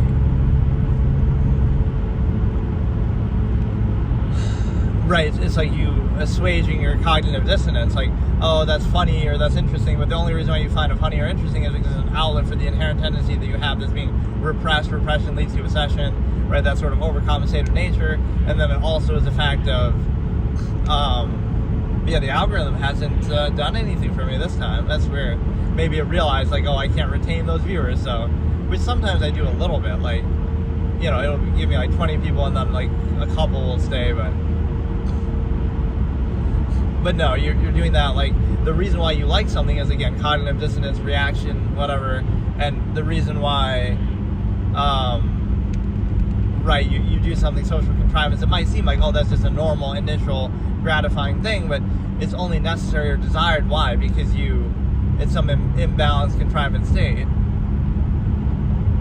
right, that you're overcompensating for. So be aware of that. Whenever you're doing something, oh, you think you want that, but you really don't. because the only reason why you want it is because of the imbalance of society, the cognitive dissonance, all of that you are subject to. So again, it's always a false absolute, and then you overcompensate for it. There's never any self-actualization, inherent-based state. Just kind of reinforce everything, try to overcompensate for it. It's an unsound, unqualified process. Yeah, society's a simulation. And then you realize, wait a second, it is, but we created ourselves. Again, you're on rails your whole life. You're indoctrinated when you're young. You go to school, you get a job, you white picket fence. There's so much social engineering, social indoctrination, all these false absolutes, all these rules, all these constant reinforcement. So it's like you're expected to behave a certain way, and you're forced to behave a certain way, and you're pressured to behave a certain way in every aspect, every area of life. And that creates like a uniform result, because most people are kind of lazy and not going to try to self-actualize, or if they do, social stigma, shame, whatever. That's what you have to realize, right? People are trained and indoctrinated to be sort of their own enslavers in that way, in contrivance, where they'll enforce it themselves. Like, because you're subject to contrivance, you're a victim of contrivance when you're young in indoctrination. Now, not only are you going to accept that, but you're also going to force it on other people. If you see someone else doing something that's free or variable, you'll condemn it to try to reinforce and cope with your own state, because you couldn't realize, oh, wait a second, maybe I wouldn't want to do this, or maybe I could do something different too. No, it's a false absolute state, and anybody who deviates, they're the problem, right? Because they trigger your cognitive dissonance, so you'll kind of insist upon it and try to do that. But yeah, like, society is a simulation, but you see how it comes to be, that every aspect of your life is on rails. There's rules for every little thing. You need permission for every little thing. Everything is inhibited.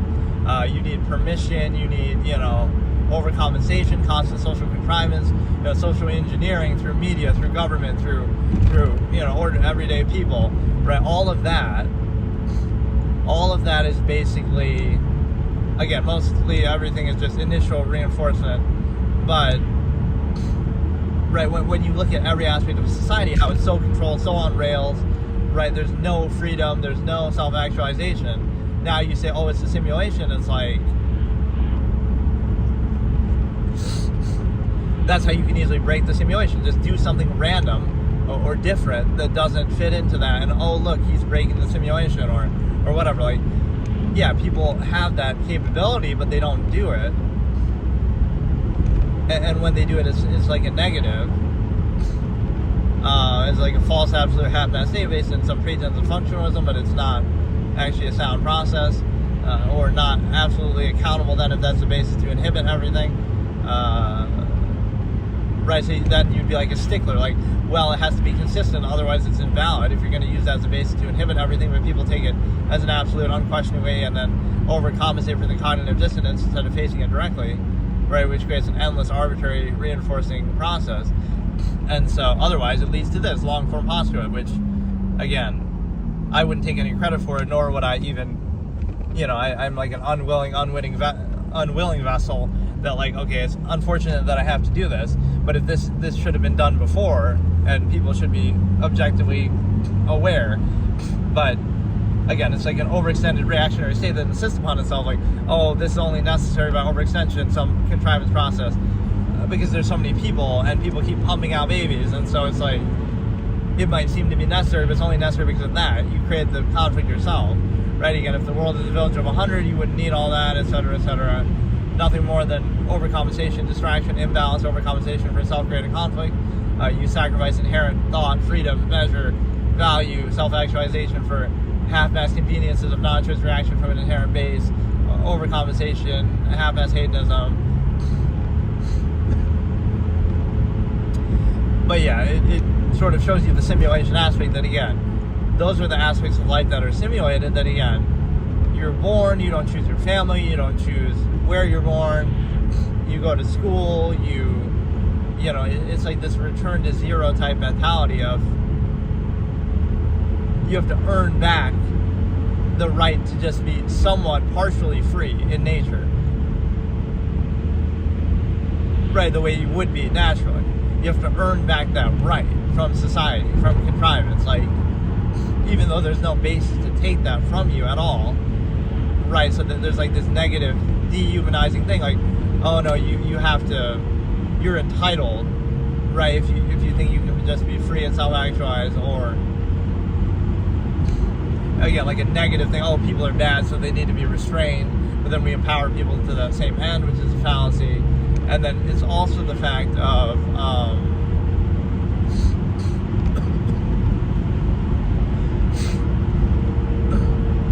it's also the fact that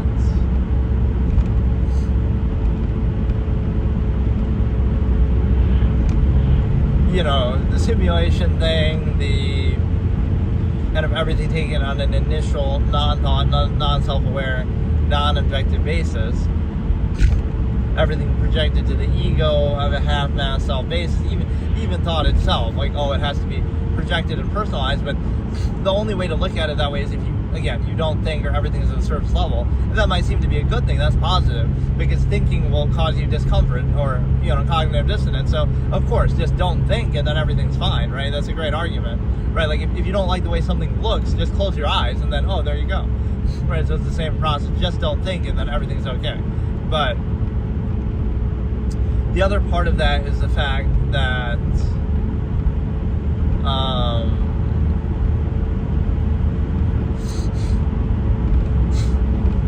like even thoughts are personalized or specified, but if you think enough, right, you think all the time, you think enough, you're self-aware, self-actualized, now you can't personalize thoughts anymore, because anybody can think anything, and you've thought a million different things, so how can that personalize you? Because you consider countless things, variable things, contradictory things. So again, not thinking might be necessary or desired to maintain your half-mass contrived state, but that doesn't mean that that state is absolute or whatever, like unquestionable.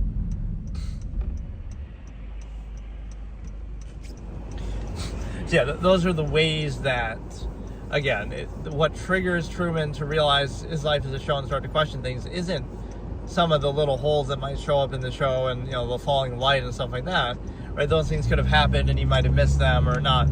It wouldn't have been that big of a deal. What really makes him want to explore and go away and do different things is he's having a midlife crisis, the same way people do have in society, so it kind of stimulates that too.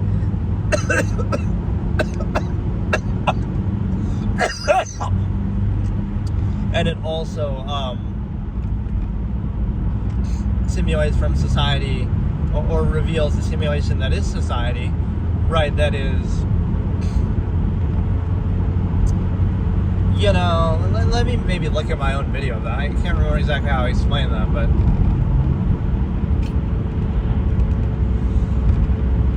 and I use the Truman Show as the thumbnail for that, like, right, society is a simulation with Truman going up the staircase, and it's like, Absolutist Philosophy debunks the simulation theory, society is the simulation.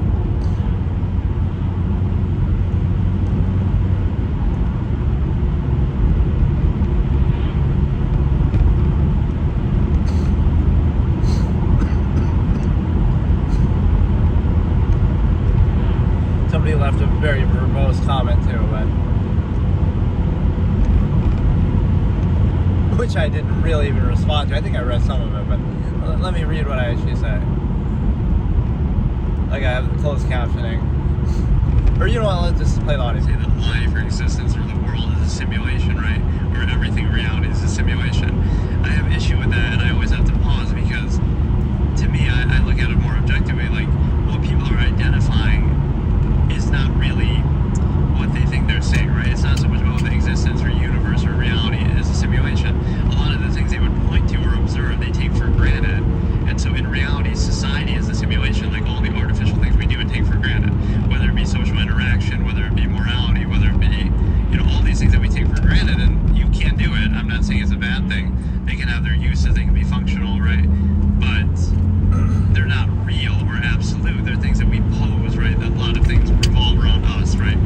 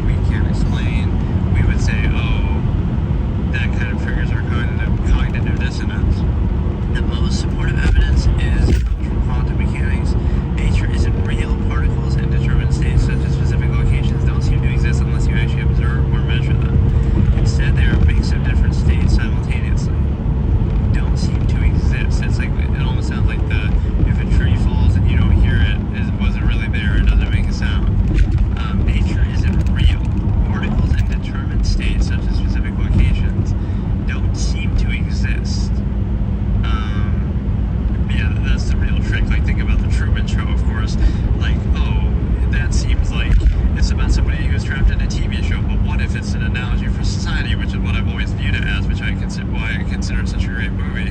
Beyond just, it's a satire on reality TV and some of these things that are predicted, sure, but like celebrity culture and stuff. But the bigger picture point is, no, it's an analogy for society. Sea Haven is the world where, again, the reason why Truman discovers his life as a TV show isn't just because he happens to get older and he's now noticing things around him. It's partly because he's having a midlife crisis that you would normally have in society too, right? And that's what the show doesn't account for. So now he wants to go to Fiji, he wants to do all these things, travel, do something different to break the monotony and the routine that people have this happen in ordinary life because of society. So again, it's an analogy for that. So you realize the issue is that Truman, again, is like the everyman in society. So it's like you and me, where again, you're born, you don't choose where, you don't choose the family, you're indoctrinated heavily in youth before you can critically think for yourself. Then you go to school, you're indoctrinated there, you're kind of, subject to authority. Then you get college, job, everything is on rails. So it's not a question of whether it's good or bad. That's where the simulation idea comes from. Like, everything is just like sort of a scripted, artificial construct that people are making. Even if you think it's functional and productive and useful and worth doing, none of that stuff is real or absolute, right? Those are all man-made, actively artificial things that are changing based on cultures and societies, and again, they're not intrinsic or real. So we question like some larger simulation of nature or the universe, but we don't see or realize or actively aware of the simulation that we go through every day, which again is man-made artificial constructs of society. Or it takes me back to an old quote of mine where I say, like, I ask this question in a short story, I have a character ask, like, what is this? And so that's sort of asking of existence and self-awareness, like, what...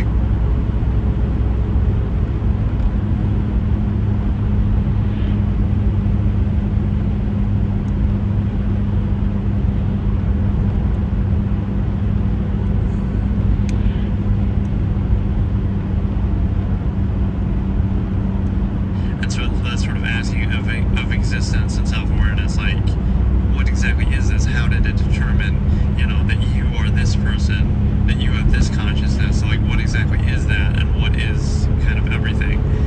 They ask it in a very kind of, I don't know, larger than life way. It's kind of hard to explain, but just that question, like, what is this, as in the universe, reality, existence, but your awareness, right? Why are you this exact person?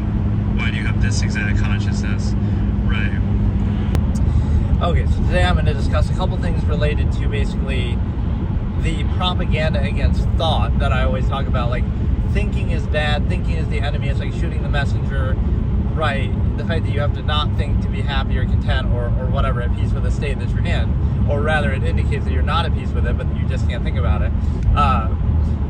That is disqualifying. So it's kind of like when the long form postulate is posed, right? You see this a lot, like, oh, that's like somehow you're overthinking, or it's somehow your fault, right? Or it's the fault of like the same measure by which something is valued, but if you take it too seriously, that's somehow a bad thing.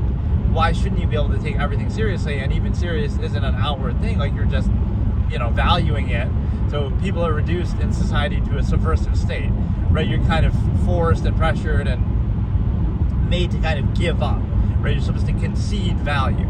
You concede yourself to a non-value subversive state where you acknowledge, right? You acknowledge you don't value your life or others or anything fully. You don't value anything fully, not yourself, not something else, not anything, right? So when you're kind of tricked into that, now you have no credibility, though. This is kind of the credibility of the masses. So you might think, like objectivity, what would it lead to? It wouldn't lead to the contrived state that you're already in, and that's not how it was reached. So what it would do is it would allow you to recognize that, like, do you have, you can't think, and thinking is bad, and any, freedom of thought is bad, and even like the appearance of thinking is bad, right? Anything like that. Even though thought is what defines us and separates us from animals, but it's, social contrivance is the reduction of it. So the human ego gratification is used as a collective tool of control. And then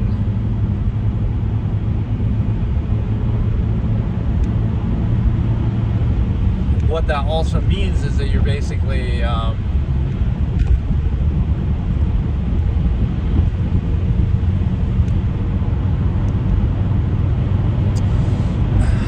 describe it. Basically, it's propaganda against thought, but what it also represents is the fact that people are in an unthinking state. Like, so that's why appearances are important. Like, anybody can contrive an appearance or not, or, so the difference of you valuing or not valuing something is the appearance that they pose, but you're not placing any inherent value on the process itself, right? So it's like, oh, if you just dress it up, you cover it up, you kind of put a figurehead in front, now all of a sudden it's good.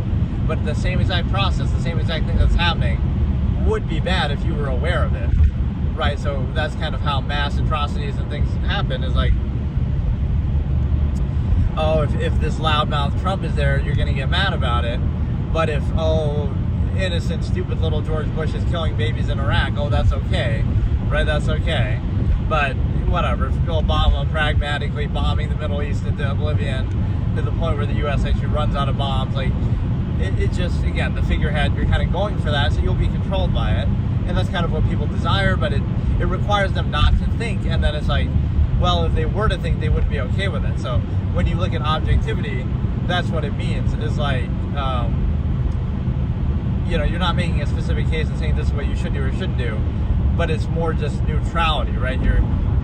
It wouldn't lead to this exact state, and it would kind of reveal the state to people, and then they wouldn't be at peace with it. So you're blamed, right? This is the false inherent contrivance response. You're blamed as the observer, or even as a neutral person who's not reinforcing or overcompensating for the contrivance state, ergo revealing its actual nature. That's somehow your fault for not overcompensating for that specific, flawed, inconsistent, artificial, process. The very fact that you have to overcompensate for it is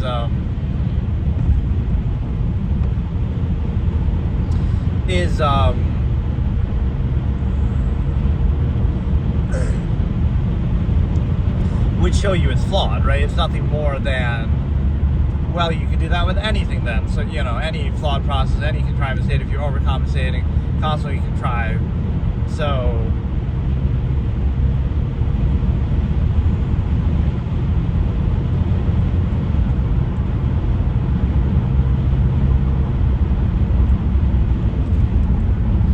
so it's like this fallacy of neutrality is negative because people expect special treatment, or human ego emphasis is really narcissistic and self-obsessed. So you expect the world to revolve around people, and if you simply are objective and realize it doesn't, then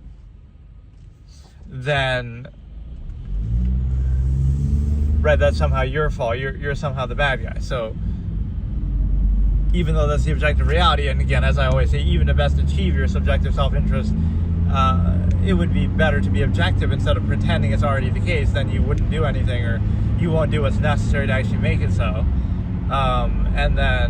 But again, it's kind of reactionary. You're already put in a contrivance state against your will before you're old enough to think for yourself, and now it's sort of like a coping mechanism, right? You get people to associate their identity with it, so now they'll defend contrivance, a specific contrivance state, because they're already in it and they can't acknowledge, like, oh, I've been a victim of contrivance and non-choice reaction and indoctrinated before I can think for myself.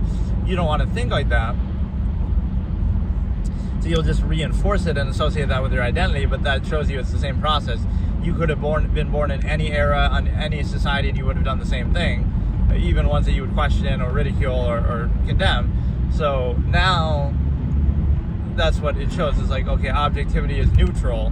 It's not negative, or, like taking things seriously, but that would be the neutral state. Like, okay, you're valuing something or you're not, but instead, it's this subversive state where you can't take it too seriously because, again, you have to defer to unqualified empirical authority that monopolizes nature itself and everything in the world, right? So, you have to defer to that through overextension, and the overcompensation of machination process kind of blurs the line a little bit because it makes you think that's worth it, but the problem with that argument too is, so like China has pretty good technology now, the US has pretty good technology now, everywhere in the world has pretty good technology now, pretty much.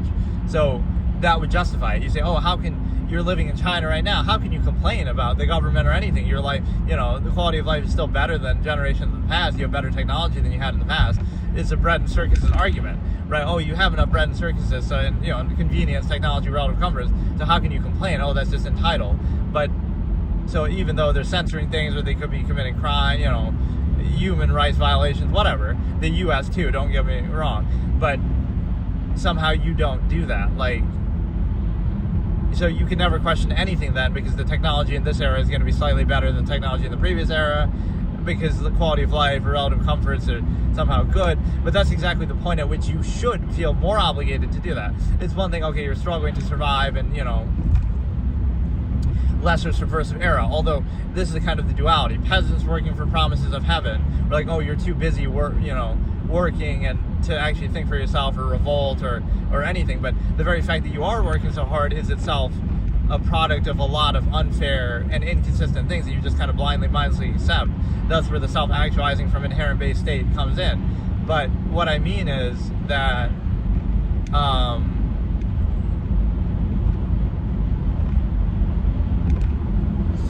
so you'll use that as an excuse, but then you'll also use relative comforts and the convenience state as an excuse, like, oh, the quality of life is decent or whatever, and you have your bread and circuses, so now you don't question it, you don't, so now you accept whatever is given to you, whatever state you're in.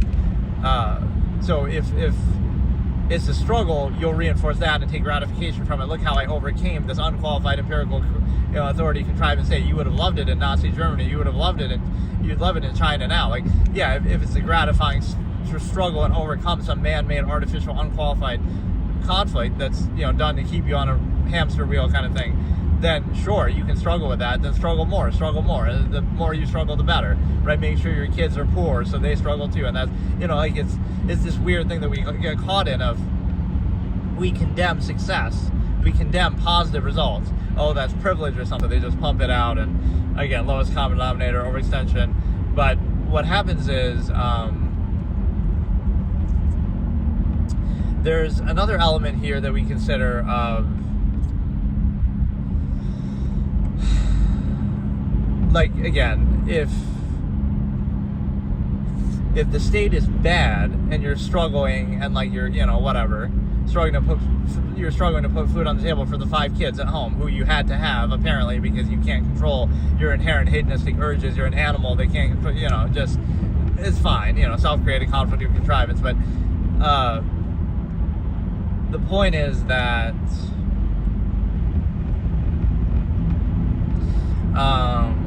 it seems like the algorithm's kind of abandoned me, though. The last couple of streams, I haven't gotten that boost that I normally do. That's so weird. It would always be where they'd give you these little bumps and jumps and stuff. I can never tell if somebody's looking out, like looking for a ride, or that's what I should do for content. But the kind of thing I do if I'm bored anyway. But I have too much shit in my car to be able to do that right now. But no, my thing that I'm saying is, again, objectivity, neutrality, and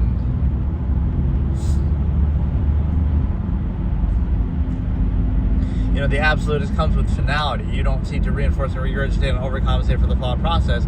You seek an end to it. You seek, again, remove the need.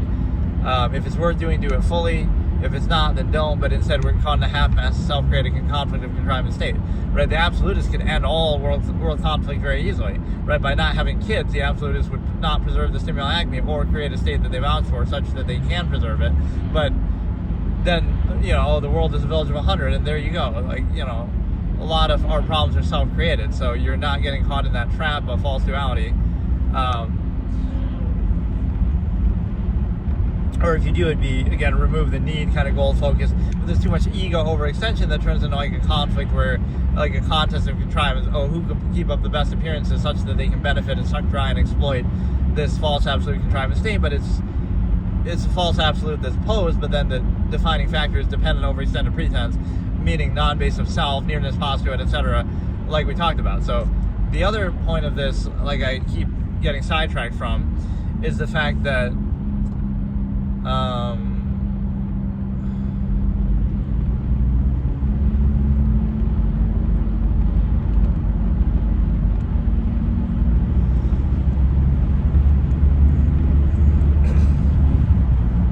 again, if you're struggling, you'll take gratification in that and reinforce the struggle within a contrivance state that could be creating that on purpose and, is holding you down, but you still blindly accept it and falsely desire it and take pride in like a cultish way. Like, oh, look, you're so proud of how and gratified by how you overcame right, what might have been a completely unqualified, illogical, inconsistent, self-created, human-created contrivance state, but you'll take pride in it and want others to, victims of contrivance, acting as enforcers of it now, wanting others to suffer through it as they did, kind of, this antiquated logic.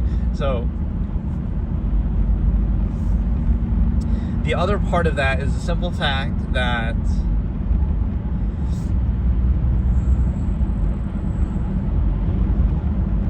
again, so if it's a struggle, you'll take gratification in the struggle, thereby reinforcing a contrivance state. And if you do the other thing, if you have relative comforts, bread, and circuses, now you overcompensate for the contrivance state. So and reinforce it. So in no scenario are you actually holding accountable the contrivance state and actually self-actualizing, and it may be in some minor way, but not in the ways that you don't think about, right? The things you treat as false absolute and take as default. Like, for example,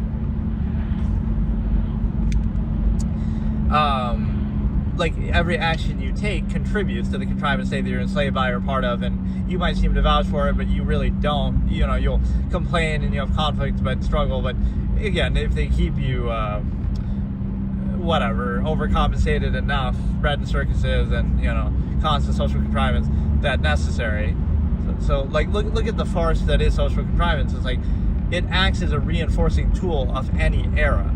Right, this is where I kind of clown religion a little bit too. It's like, if religion was to be taken seriously and it has this high moral imperative, high ground, etc., then okay, let's take it seriously, and it should have stopped atrocities from happening throughout history. Right? Oh, the U.S. is a majority Christian country, so if it had certain virtues and values, then it should have stopped the Iraq War from happening, or it should have stopped a lot of things from happening. So in other words, you're holding it accountable then. Okay, let's say it was true, it was real, but then you're not living up to it. You're not doing a good enough job of holding it, because that should lead to a better state, better outcome, or not these negative atrocities being committed on your watch or by you, enabled by you. So what the things you do that you don't think about that contribute to that contrivance state anyway, right? That like, okay, everything you buy, everything you eat, everything I could, pose an example, like, okay, try to be a minimalist, but basically,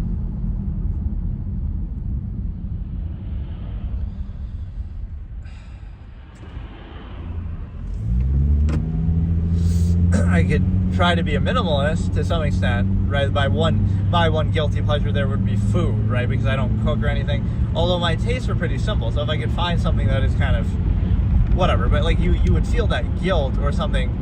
Or not even guilt, but like you would always feel the cognitive dissonance in every action you take. So it's not that you wouldn't still be a part of society, although you might question it constantly, but you would not be happy about it, or you would not be overcompensating or pretending. You would always have the inhibition. Like, yes, I may be buying fast food here, but it's an objectively adverse process that contributes to my captors and my enslavers. Effectively, it creates this corporate structure, etc., that I'm complaining about or ruled by or enslaved by. It's not about the state you're in either. Like, you can say, well, what if you do well for yourself, you exploit people through that as well, but you're still aware of the nature of the process. That's what the absolutists would do, right? They try to remove the need for it even themselves if they're in some structural basis, right? They'll exploit it, but they're doing it to try to remove the need. They ultimately want people to be free, right, and then decide for themselves. They don't want they don't want to rule through empirical structure the same way that. So they reject the ego basis, they reject all that because it's all unqualified, it's arbitrary. Right? Even if you want to say, oh, meritocracy, but meritocracy, first of all, there is no true meritocracy in society anyway, right? Because it's always, through empirical structure, through, some middleman, you have to go through something. But even to the extent that that's relevant, you would understand that,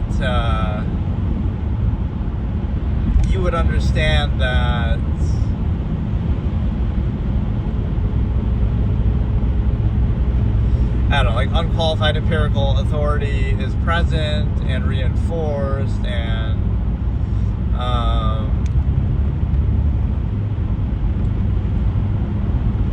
damn, the YouTube algorithm abandoned me though. What the hell happened? Every time, maybe it's the time of day, but I would often, I don't know. Those bumps were so good because, again, even if people leave promptly, they would sometimes like it, or at least they comment, or at least there's it gives you a chance to at least try to retain that, even though the kind of content I do isn't the best for that anyway. But in fact, it's, like I've said, it's arguably almost the worst thing you could possibly do. But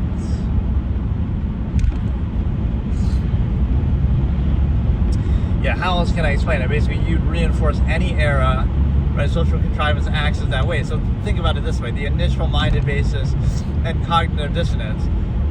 First of all, it's like the middle class is the villain. They keep having kids without vouching for the state, or they keep, preserving the Stimuli Acme and like mindlessly treating their outward state as a default. Like, oh, this poor old lady is the victim, right? I had like some little scene I wrote like this in a story of mine. Like, this old lady is all, we're being nice to her, sympathizing with her, but actually her life and her lifestyle is outwardly causing, people in third world countries to die or something, whatever. Like, so we don't feel bad for this empire or whatever that is in this kind of lofty position, and then, oh, we want to feel bad for the individual or even like the middle class. No, it's like you're in an outward state. You're in a, like, oh, you're just trying to live your life, but you're not. You're living your life in an outward, empirical basis way, overextended way, machination process that is outward, right? So you're treating your outward as a false absolute default and acting like, oh, woe is me, innocent me. But, right, the middle class are the real villains in that, because they're mindless sheep. And they want to play the victim, but they don't do anything about it, or more to the point, they treat an outward, actively contrived state as though it's default, as though it's natural. And then the other part of it is the fact that, again, like the social contrivance element or the overcompensation, cognitive dissonance, what it means is that you're basically, first of all, the lack of credibility, non-true value, and like subversive state, but also it's a case where,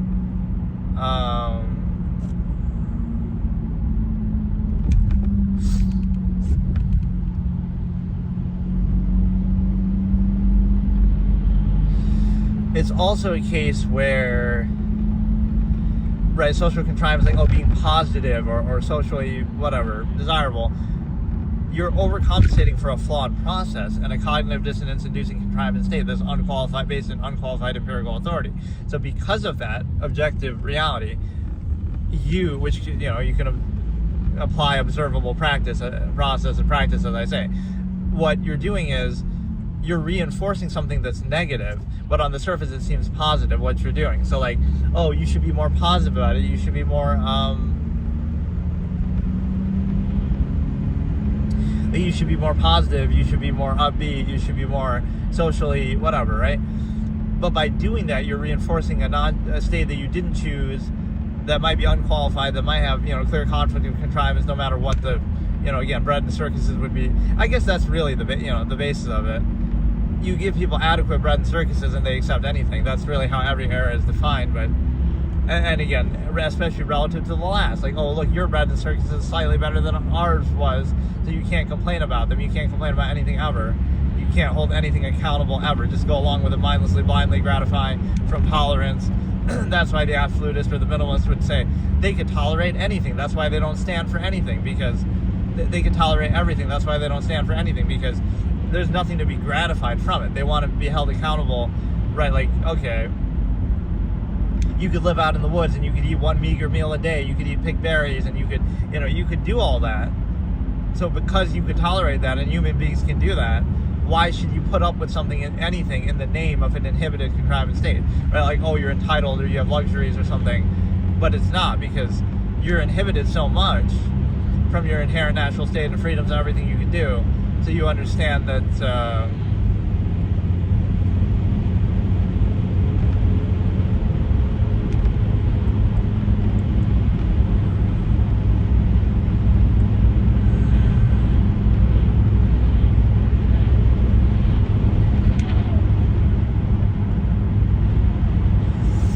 right, you understand that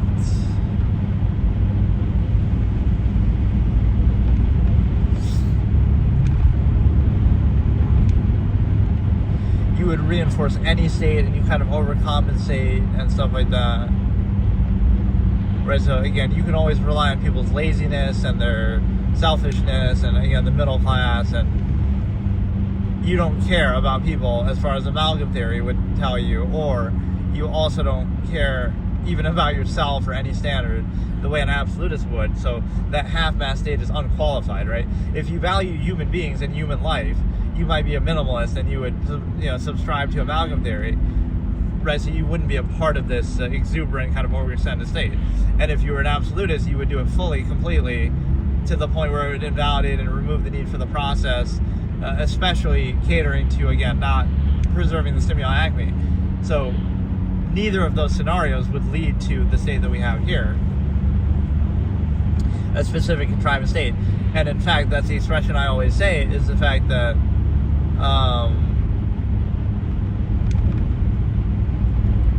it's like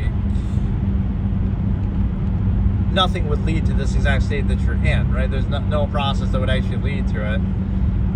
That's why, like, logical, objective, and even if it did for you individually, it wouldn't be uniform. The way it's made uniform is by bypassing your cognitive dissonance, by bypassing your critical thinking when you're too young to think for yourself, and then people just kind of go along with it once they're indoctrinated so heavily. So you're being trained like an animal, and society is your cage and all of this, and you kind of accept it, and it's Stockholm syndrome. So again, the conclusion isn't some specific thing like, oh, you should do this instead, or anything like that. It's just more the state that you're in isn't absolute, it's arbitrary. It's, you can see the origin point of how it came to be. It'll be inconsistent. So there's some pretense that's held to justify it, but that, the pretense of society is like, oh, we need law and order, otherwise people just kill each other or whatever. But that doesn't justify a specific contrivance state. Oh yeah, that would justify Nazi Germany then. That's why they had a government there, and that justified their, or like China right now, or whatever. I always use those two as an example, but any other society in history, yeah, that's maybe the basis of why a society exists, but why it's so overextended, and that specific structure and, all the specifics of it are not justified in that, right? So we're talking about the base, like mere existence of the structure versus the specific structure and its characteristics.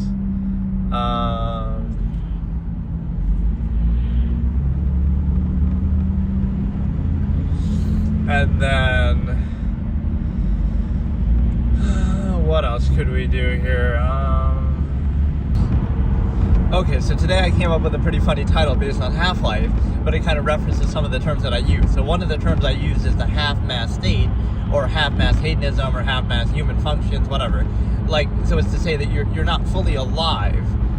You're not fully aware, you're not fully like a human being in the sense of your mind, right? Your mind doesn't dictate your life, your infinite objective mind. You're not fully at peace, you're not fully aware. You're in this half-mass subversive state that's then overcompensated for by technology or relative comforts or things like that. So you don't see everything for what it is, or as true, or as it is.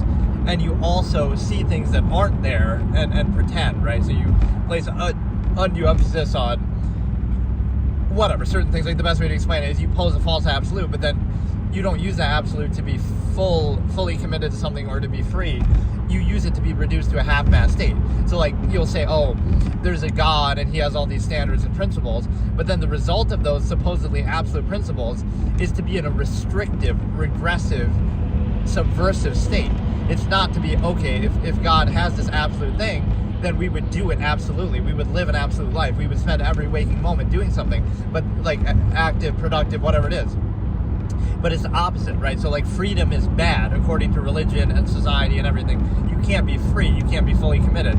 Everything is a pretense. Like, oh, we value human life, so therefore you have to be nice to other people in your local environment, and you have to don't waste, and we'll pretend. But if you truly valued it, if you fully valued it, it wouldn't reinforce a half-mass state where you have conveniences and technology and you eat 3 meals a day, but then you want to recycle one bottle and act like you're doing something, or you want to help an old lady across the street and act like you value other people and feel gratified to reinforce your own half-mass overextended state.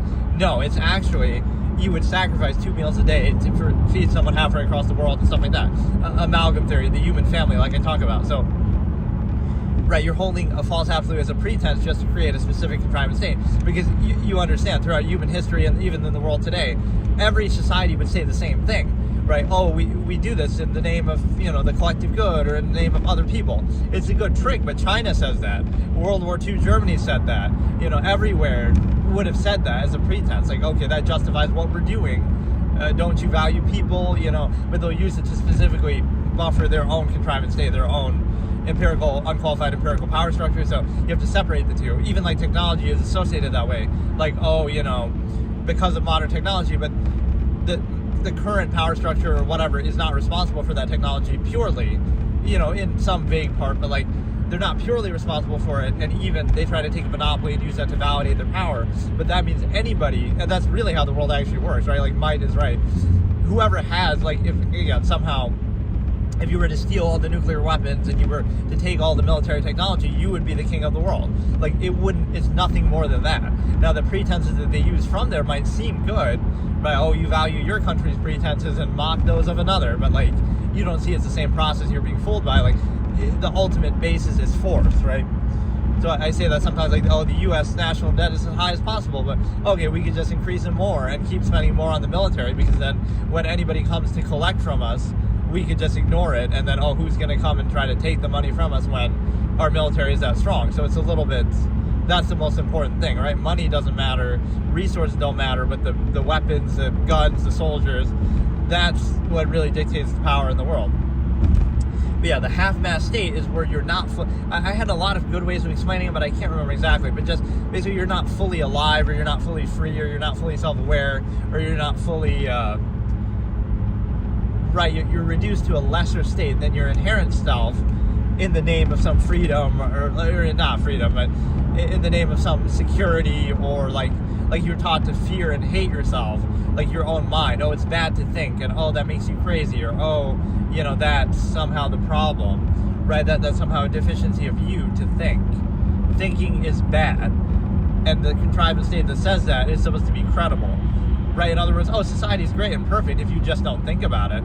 Religion makes perfect sense if you just don't think about it, just don't question it. Like, that's it, emperor has no quotes fallacy. In other words, you can't poke a hole in the process.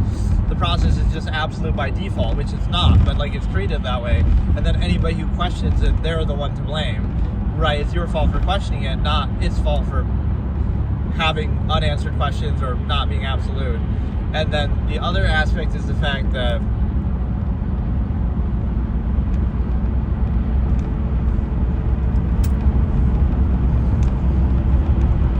again, you're in a half-mast state where you're not your full self, full potential, right? You're reduced to a subversive state. It's not about like means or resources. It's about like, you could be living out in the woods, but you could be your free, uninhibited, inherent self. Versus in society, oh no, you have to make concessions and pretend you don't want things that you do want, pretend you do want things that you don't want, all part of some overextended structure, right? Which is only really necessary. You might think, oh, those things are good. It's only really necessary with a mass of people. Again, if you're out in the woods, none of those things matter anymore. It's like, oh, it's wrong to hurt people, but there are no people to hurt, or oh, it's whatever it is.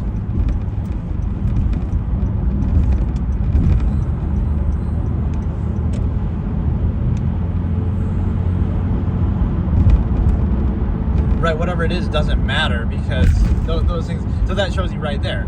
A guy living in the woods feels fully free, and he's dealing with it, living off nature, whatever. But then he comes in society and he has to make all these concessions. It's like, why is that gratifying, or why is that necessary? Only because of other people, right? If you compare the two directly, now you might say, oh, you got all these conveniences, but you're acting like people are actually making that choice. Now that choice is taken from them and made for them, and now you're expected to cope and overcompensate, which is nothing more than a bread and circuses argument. And then the other aspect is the fact that,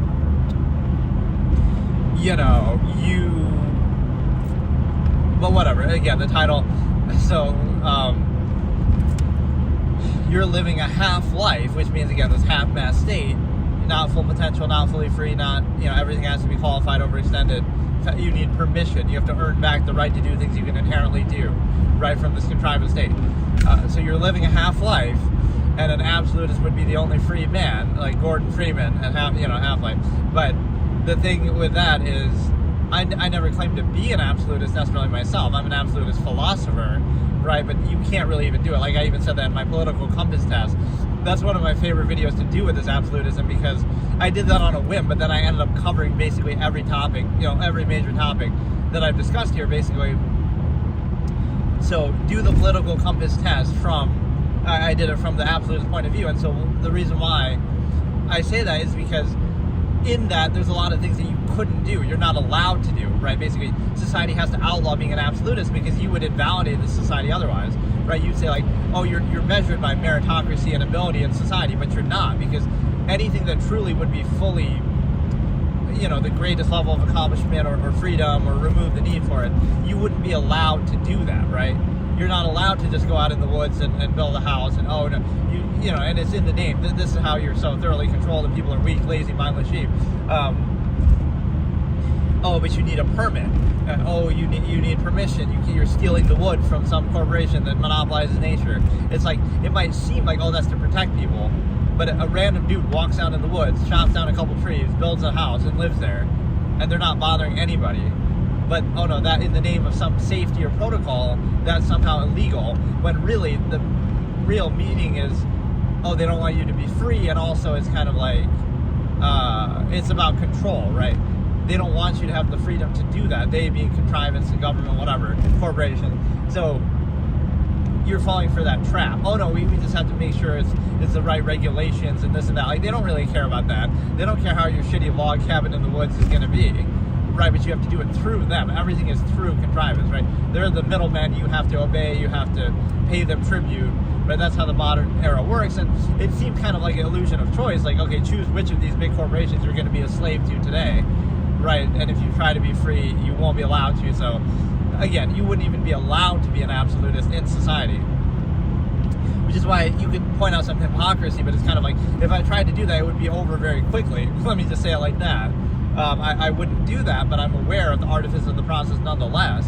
So like, I could do that, it would end very quickly, but not to any fault of your own. But like, so how would an absolutist really go about it? Would they go about it the way I'm doing? Not really. Would they go about it by like gritting and bearing it and trying to rise to the top of the system and then changing it? But you become jaded to that a little bit because you realize that's not really how it works, right? That wouldn't be enough. Okay, I'll try to become the president and then I can change something, but it would never be enough, right? Or like, try to write a book or something, but then that just serves to reinforce and regurgitate the polyfavoritism, the state using, it doesn't really change anything. You write the most profound book ever, but it doesn't change the world, right? What would really change something? And, that minimalistic aspect is what makes kind of more sense. Like you remove the need, or so you kind of starve it out, right? Starve out society. Like everybody just collectively boycotts every major corporation, and then what happens, right? You don't need them, but see, that's where the more people there are is like a device of the empirical power structure. Like, they want more people because then you can be controlled by them. There's more pawns for them to use. But there's also that pretense of like, you wouldn't need these big corporations who rule and own everything if there weren't so many people. You'd be like, okay, there's plenty of food in the world naturally for everyone, so you could just go out and get it yourself, right? Go out and hunt, go out and fish, go out and pick berries. The only reason why that wouldn't be allowed, or why you need this overextended thing in the first place, is because of the mass number of people. So you've created that problem yourself by being half-mass Stimuli Acme preservers. But yeah, the point is that, again, the inherent man would be your inherent natural state of being, which is kind of forgotten about or buried or condemned. It's one thing, okay, you condemn certain aspects of it because you want them to not be present in society and whatever, but it's actually just a way to control you. It's not a real, like, okay, you'll say you're sexual, let's look at the Stimuli Acme.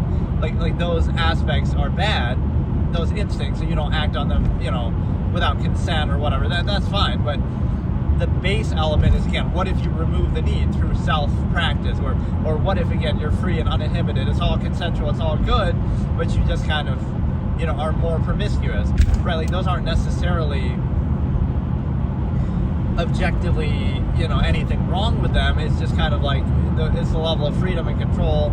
It's a good way to tame and train people, right? Like people believe in these fairy tales for adults, like the thing, the Stimuli Acme specification that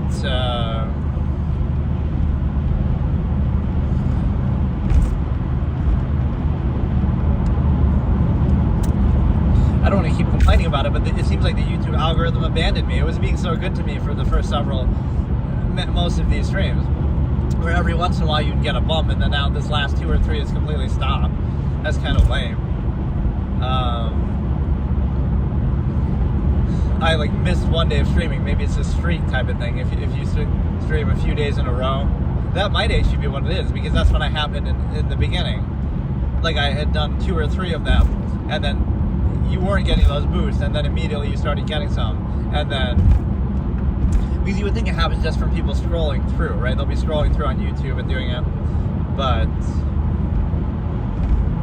yeah, that's almost what I'm doing with this, though. Is like, if you're that consistent, like I won't be denied that. It's not that I want anything from it. It's just like you'll become a fixture. You'll become something because of how much I've discussed this, how many times I've said this. I had my old debate format, right? Like I'm going to keep doing it forever because that's the objective reality of the world, and you can see it for yourself. And like it's unfortunate that I have to do it, so that people attach some sort of ego to it, like, oh, you think you're so smart or something, but it's not about me. It's like I shouldn't have to even do it, but people are dumb, and so you do have, well, even saying they're dumb, but they're not aware of it themselves, or they kind of act on a different way, because like you got to think, your behavior on an everyday basis is like a defense mechanism and like a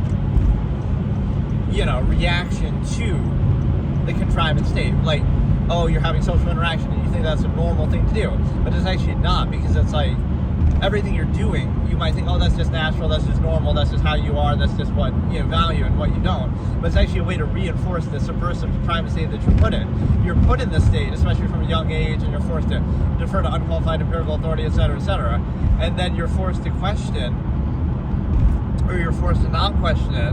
So now you have to cope with it. So everything you do, like you think on a social level, it's actually you trying to cope with that subversive state, right? None of those things really matter, but they're necessary for you to see the world a certain way in order to continue to value that artificial contrivance around you. So the people who rule you are the ones that take contrivance seriously, but exploit it and try to, overcompensate for it. And the people that you would somehow negatively project would be the ones who don't do that. There's somebody who's neutral and not trying to control you with that, who understands the artifice of the process, who maybe just deals with it, bears it, or doesn't want to even be a part of it. They're not trying to overcompensate and do that, right? They won't take the contrivance state seriously because they can see it's artificial in nature. And so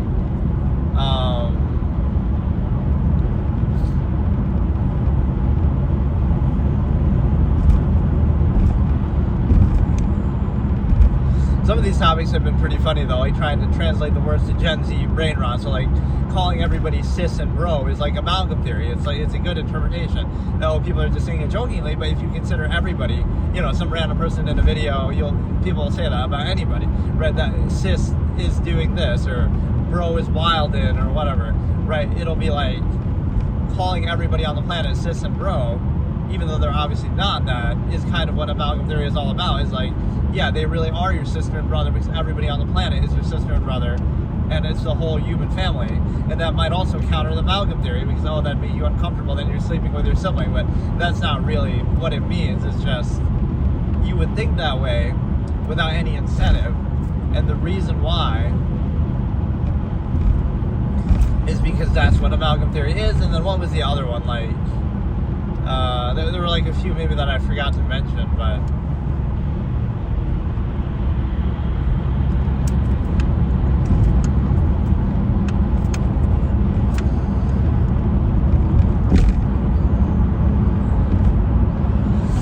yeah, we've been abandoned by that. Maybe it'll come back after a couple days, and I just like to see some amount of reaction to it. That's the whole thing I liked about it, actually, over Twitch, was you would get these little bumps and spikes, even if the people would leave.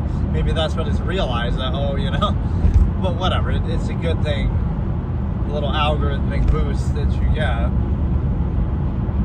We try to remember. What was that other Gen Z ran around thing that I forgot to mention? It was one to do with bro and sis.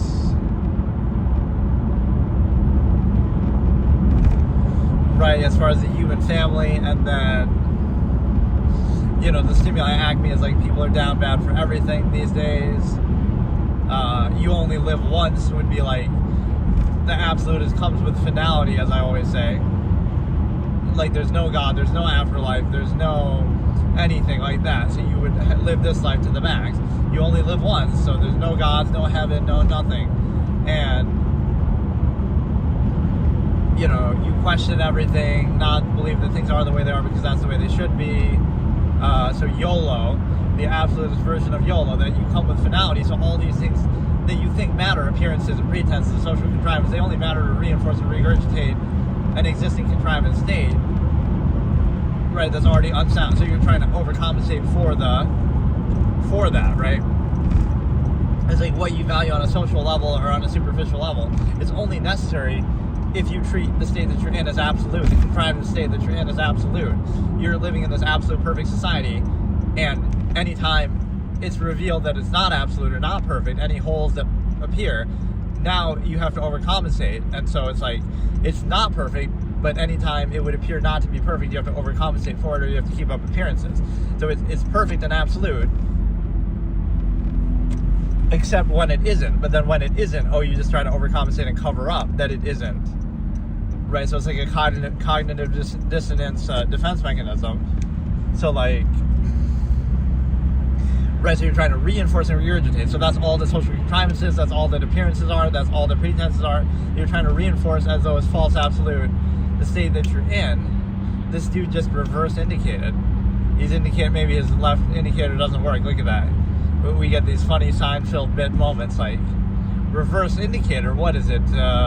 Opposite day, or like that? That's the kind of banal way that he would talk about a lot of stupid stuff. But it's a situation. One of the few TV shows though that I've seen every episode of.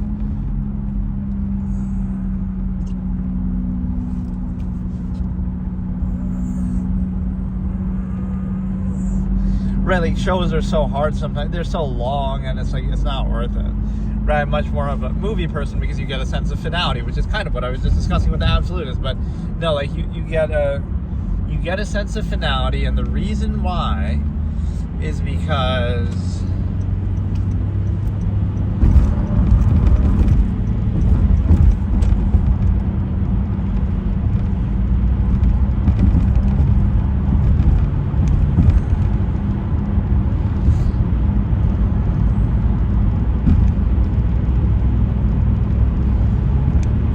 get a sense of finality, and the reason why is because, again, the absolutist isn't seeking to reinforce and regurgitate a contrivance state. They're either trying to make one that's better, or their own, or remove the need, or, a sense of finality, not a sense of reinforcing something subversive, right? Because that's how contrivance operates. It resets to zero. Like, you work your whole life for what?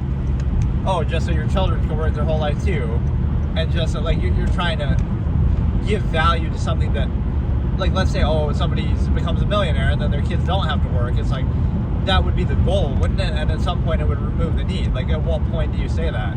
Like, okay, we're trying to be like that, so we remove the need, and then now we no longer need contrivance, and now we, let's try to free ourselves of it instead of trying to reinforce it.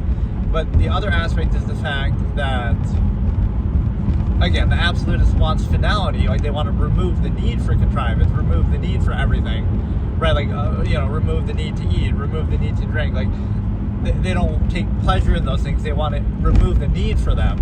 And then you might say, what's left? But then that's basically saying there's no value to it anyway. You're just trying to find false meaning and means, as I call it. But it's, you would have, means are defining still. So it'll be like, at some point you decided to do something, but it's only because you never had the resources to do it before, not because you didn't want to, or you might have always been like that, right? I've always saw the world this subjective way, perhaps, even when I was younger, but I didn't have the means to do it, and you're aware of the nature of the process, like, you're not allowed to do it. You're not allowed to do it. And so I feel like the stigma effect is maybe the best way if I try to explain it to other people. But it's very hard to because it's contrivance starts on home base or third base or whatever, like that you're indoctrinated so much by it. So of course you're going to accept that, and then now you'll critically think about something else that's told to you, which is good. You should be selectively aware and critical of the the observer, the messenger here, right? You should point out my every idiosyncrasy, and you should really fixate and focus on that, right, as if to counter and contradict what I say. But you didn't do that. You didn't do that with the original contrivance that you were indoctrinated to. Because if you had, then you wouldn't accept it blindly, uniformly, right? But that's the problem. You'll be critical of something else, but you won't be holding that accountable in and of itself, which would not be a specified universal state, which is why social engineering and stuff is so important. Collective reinforcement, something is more credible or valuable because of the number of people. And the reason why is because... But yeah, what I was saying is, again, coming with sense of finality versus reinforcement regurgitation. Appearances only matter if you're trying to, again, treat everything is absolute and perfect.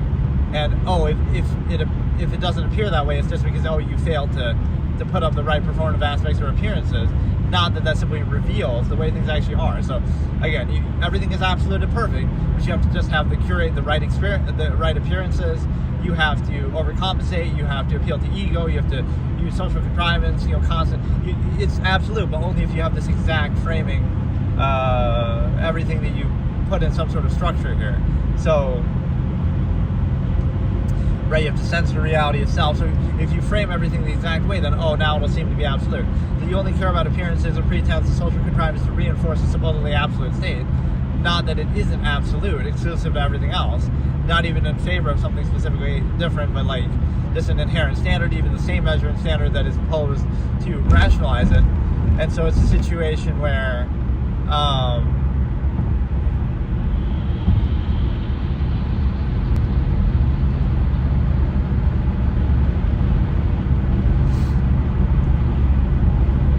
so that you're trying to reinforce things and treat them as though they're absolute and overcompensate for them if any holes arise. But versus the absolutists, they know it's not absolute, so they're always trying to hold it accountable, always trying to either improve it by its own same standard measure, trying to remove the need, not insisting upon it, not gratifying, not specifying self, non-invasive self, or they're trying to remove the need for it altogether. So again, they want a sense of finality. They want to remove it. They want, again, self-governance. And you might say, even saying want is the wrong word. It's that would be the natural state. Return to the natural state, remove the need. But you're kind of baited in, right? Let's even use a religious analogy. The devil is trying to tempt you away from your free, inherent, true self. Even though religion would not really, would condemn inherent man or aspects of inherent man. But the,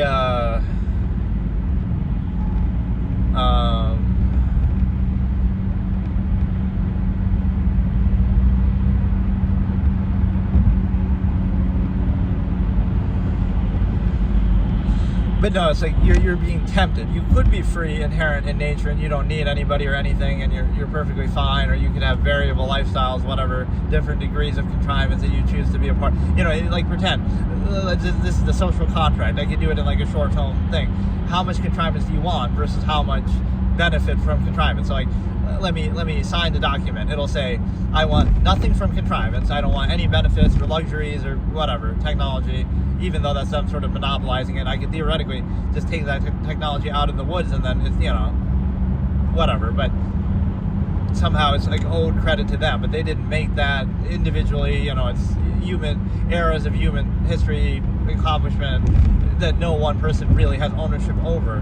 But right, monopoly over means. But what happens is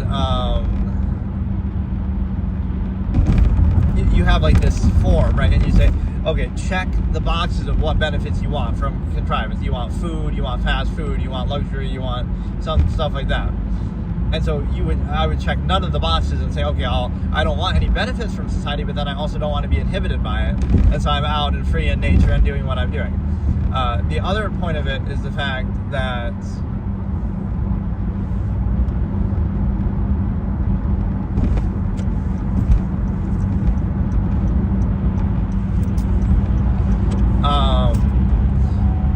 you could do some. okay, make a choice. Okay, I want some of these conveniences and I want some of this inhibition, but not total, not complete. So this is where social contrivance and the appeal to ego and stuff like that. People are controlled by their ego and defined by their ego, which only makes sense in a lesser state. Suppose you're an absolutist and you're whatever. So it's like, oh, you're so accomplished or something, and therefore you're arrogant.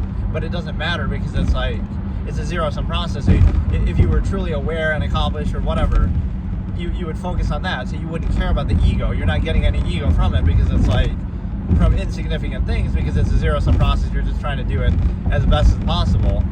So it's a subversive state by nature because you have,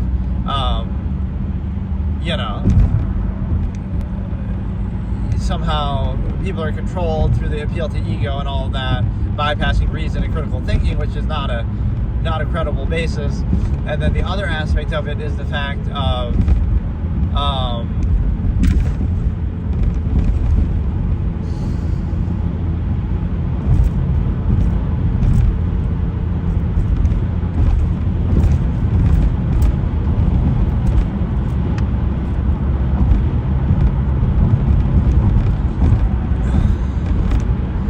the other aspect is the fact that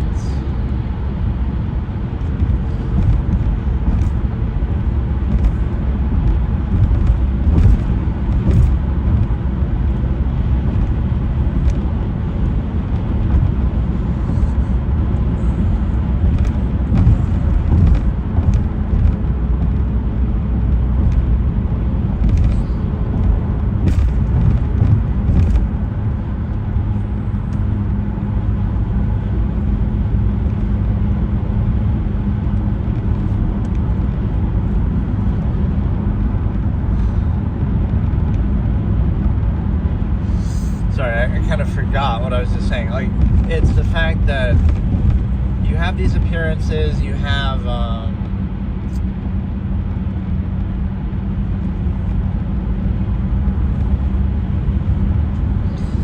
you would try to remove the need. Oh yeah, you do like a selective social contract, but you don't get to choose that in the first place.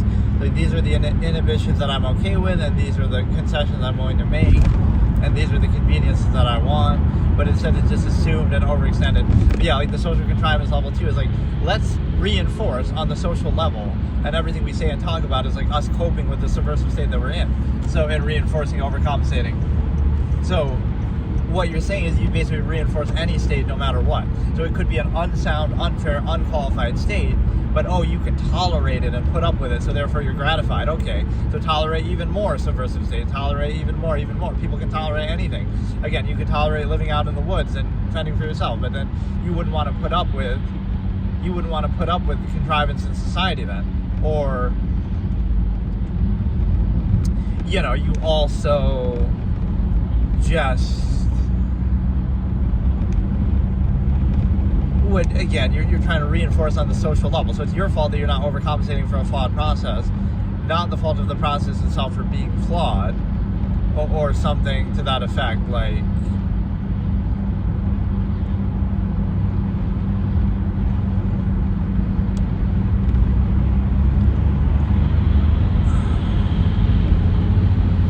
something to that effect, like,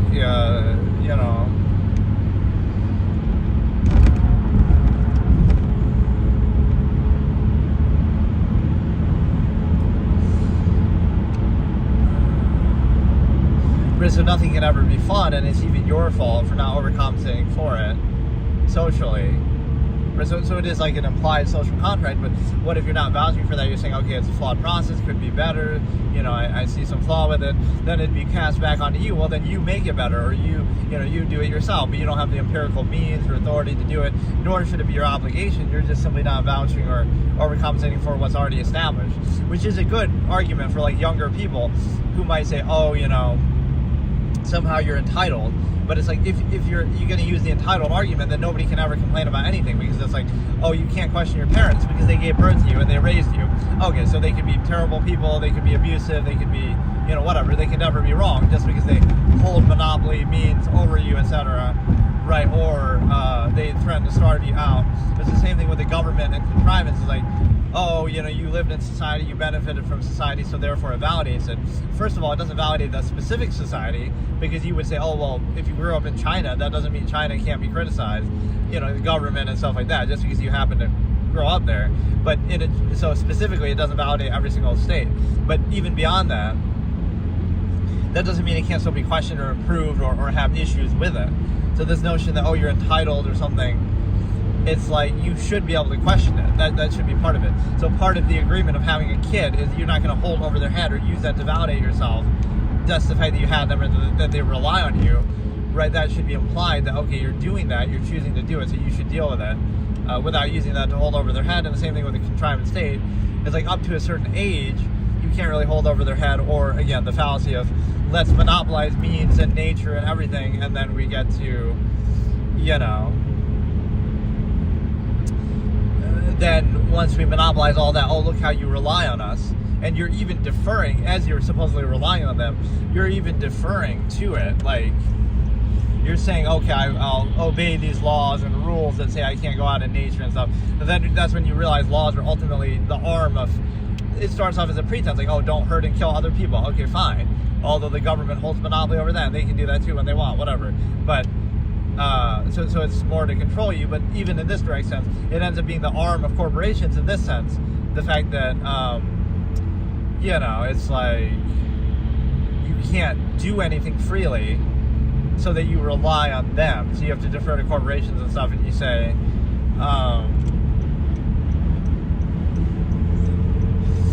you basically say that.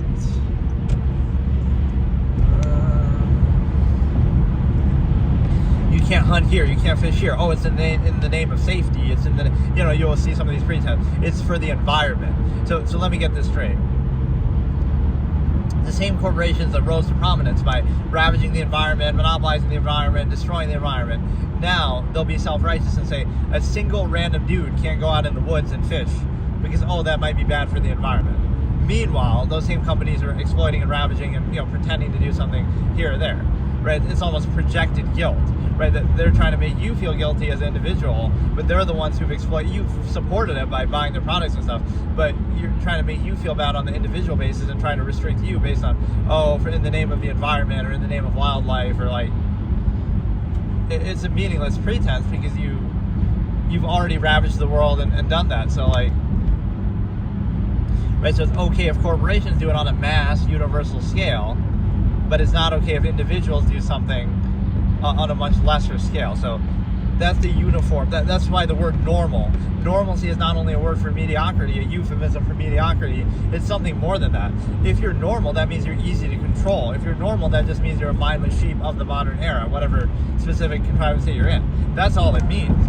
It doesn't mean you're not full anything. You're not fully a human. You're not fully self-actualizing. You're not fully self-aware. You're not fully exceptional, fully accomplished, fully whatever. You're not fully anything, right? It's all like you're just a half-mass, mindless sheep, goes along with everything, no questions, no thoughts, and there's like some weird gratification with that too. It's like, oh, that's part of being an adult. You just have to, deal with it. So no matter what the inconsistency is, you can't think. Just mindlessly accept whatever is the case, just blindly, right? You could never have any thought or any choice or any self-actualization or any standard. You're just a mindless, dumb sheep.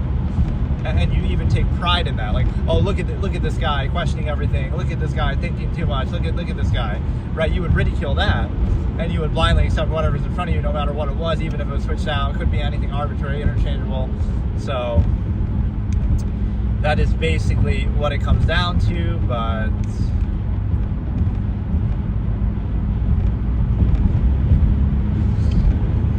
come on, how many days do you have to stream in a row before they... That's so lame, because that was so good. The little algorithmic thing they did. That gave it so much potential, at least. It's so weird how these things happen so firmly.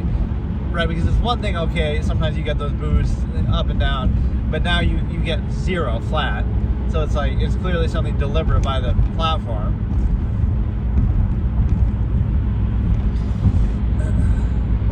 Right, you've been like, I don't know.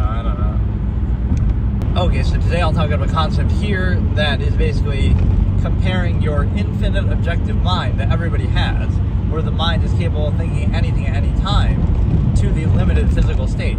So I have this expression like, do you let your state define your perspective, or do you let your perspective define your state? Right, so like you would say, you know, you're already put in a position in the society you live in the whatever, household, family, you're in your local environment. So now you'll act like those things are absolute. You might pick and choose out of the options there for you, but it's the difference of seeing it as an absolute. You're like, oh, you're only friends with this person because they happen to be in the same school and around you.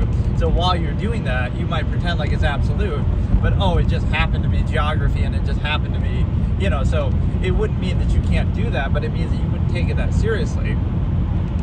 Right, your life is basically a Truman Show where like, oh, you happen to be put in that environment. So now once you get out of that environment, now you can choose something for yourself. You can live anywhere in the world. You can, you know, interact with anyone all around the world. So instead what people do is they sort of use a little bit of an ego gratification that they act like, well, because they're in this position, they treat that as absolute or, right, something more, and so then they therefore are controlled by it.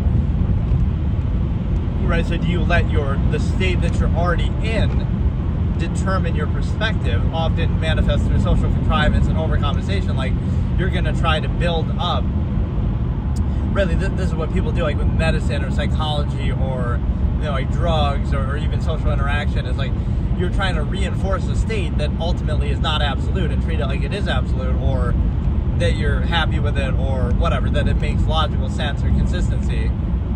Even though it doesn't. So you're trying to overcompensate. Oh, you'll be happy with your state, and if you're not, then you need drugs to make you happy with your state. Like, wait a minute, that shouldn't be necessary. And again, this whole thing of like toleration and gratification, oh, you should just put up with it, or oh, you know, modern society is easy. But it's not about that, because again, I always say that people can tolerate anything. People have lived in all kinds of, you know, subversive situations throughout human history. It's just, right, you would do that in the name of contrivance and a particular power structure and corporate state and, you know, government and society. No, like, if you can tolerate, okay, you can go out in the woods and live alone and this and that, right? You could tolerate doing that. Eat one meal a day and pick berries. Human beings can tolerate doing that. But why should you have to tolerate anything if you're being inhibited by society, right? You're saying, oh, you're not allowed to do that. That's government land, corporate land, et cetera, et cetera. So now you're being inhibited and told what to do in so many ways and told what not to do more so. So then, right, it's like a trained animal response. Now you say that,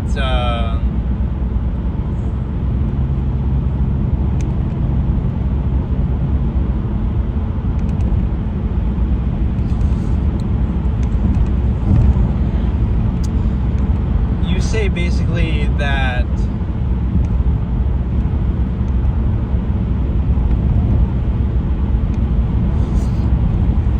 you're inhibited in all those ways, so now you expect something in return. It's like, oh no, that's entitlement, but it kind of, right, like, what is it that you're, so like, don't take any gratification. Oh, I can put up with my hard job and I can put up with all this, you know, subversive stuff in society.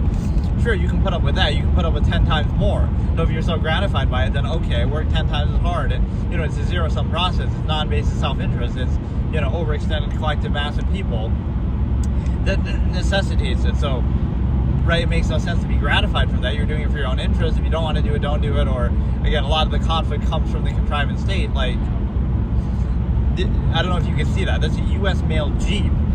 Maybe I've never seen that or never noticed that. Since when did they drive a fucking Jeep with no real logo on it, except on the stupid bag? But no, it's just, we're getting unmarked. We're getting unmarked UPS vehicles before GTA 6. Like, what is this, dude? Why are we getting an unmarked USPS vehicle? We have it on camera to prove it. Like, what the fuck? There was nothing on the Jeep itself that said that. It was on the bumper thing. But no, it's a situation where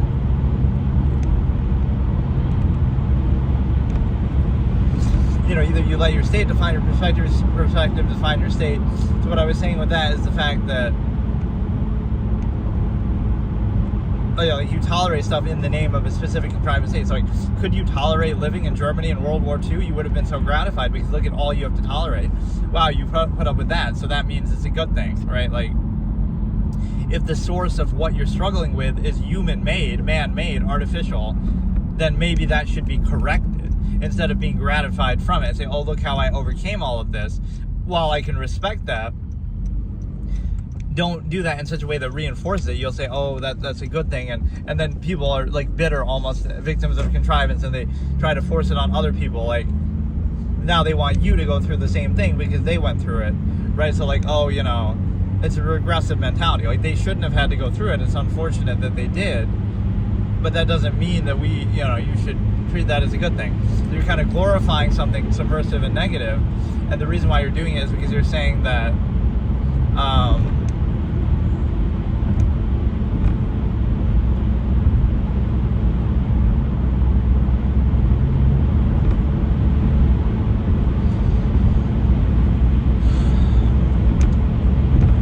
the reason that you're doing it is, again, in service of the particular contrivance state. So if you're living in China right now, oh, those spoiled, entitled Americans, they complain about everything. Whereas we're just good and obedient, and we accept censorship, and we accept, like, again, I'm not criticizing them for being subject to that. I'm saying, shouldn't you have an issue with it? Just like, you should always have an issue. You should always have a question instead of being gratified, like, oh, we have to put up with all this. Look how hardworking we are. Look how much tough we are that we can put up with all this. That's fine, but put up with it in nature then, where you're free. Put up with it in some other way. Don't put up with it in the sense of, reinforcing an unqualified empirical authority structure, because then you would just do that with any and all throughout all of history. And so everything is sort of tied together. Every little action you take is self-creating the contrivance state that you're part of, whether it be through corporations and stuff. So it's like, in order to control people, just be more subtle. If they knew what you were doing or what you were like, or directly seeing, what you thought, oh, you're Elon Musk and you're a bad guy, but he's just more vocal, right? If they see you in front of them, they'll criticize and pick on every little thing you do. So what did the real elite do in the world? Oh, they stay out of sight, out of mind. They carefully curate their image. They only show you what they want you to see, right? They say what you want to hear. So you're letting yourself be controlled by that because you're so dumb. I can't blame you for having limited perception, that you can only see and perceive what's immediately around you. But your mind is capable of being aware. Like, you know what's happening behind closed doors. You know there's all kind of things that, but even then people only react when something comes out, like, oh, the Epstein files. Forget about that. Like, every day, you don't think the elite are just the elite of the world, only meet together and only do these things and apply the resources and knowledge and time. They only do it to try to better their product. They only do it to try to better the world, right? That's the only motive they have. They wouldn't, once they're in that position, they wouldn't then say, no, let's try to make sure we maintain our power that we now have. Let's try to use our power now to achieve certain goals that we have that benefit us, right? You don't see that overlap.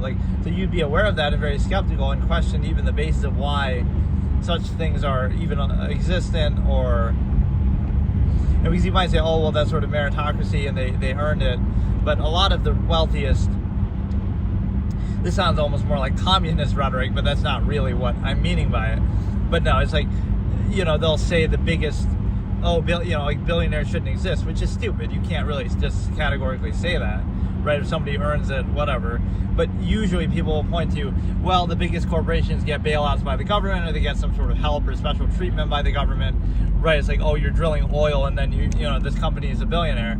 Whatever, but okay, then why can't the individual go drill oil? You wouldn't be allowed to, right, is the point. They're getting special privileges and permissions that the ordinary person can't do, right, rather than simply, because, like, really, in that sense, what gives somebody the right to drill oil? Like, where, especially in a foreign country, somebody's getting rich off that, but, oh, okay, I'll go drill the oil myself then, but, like,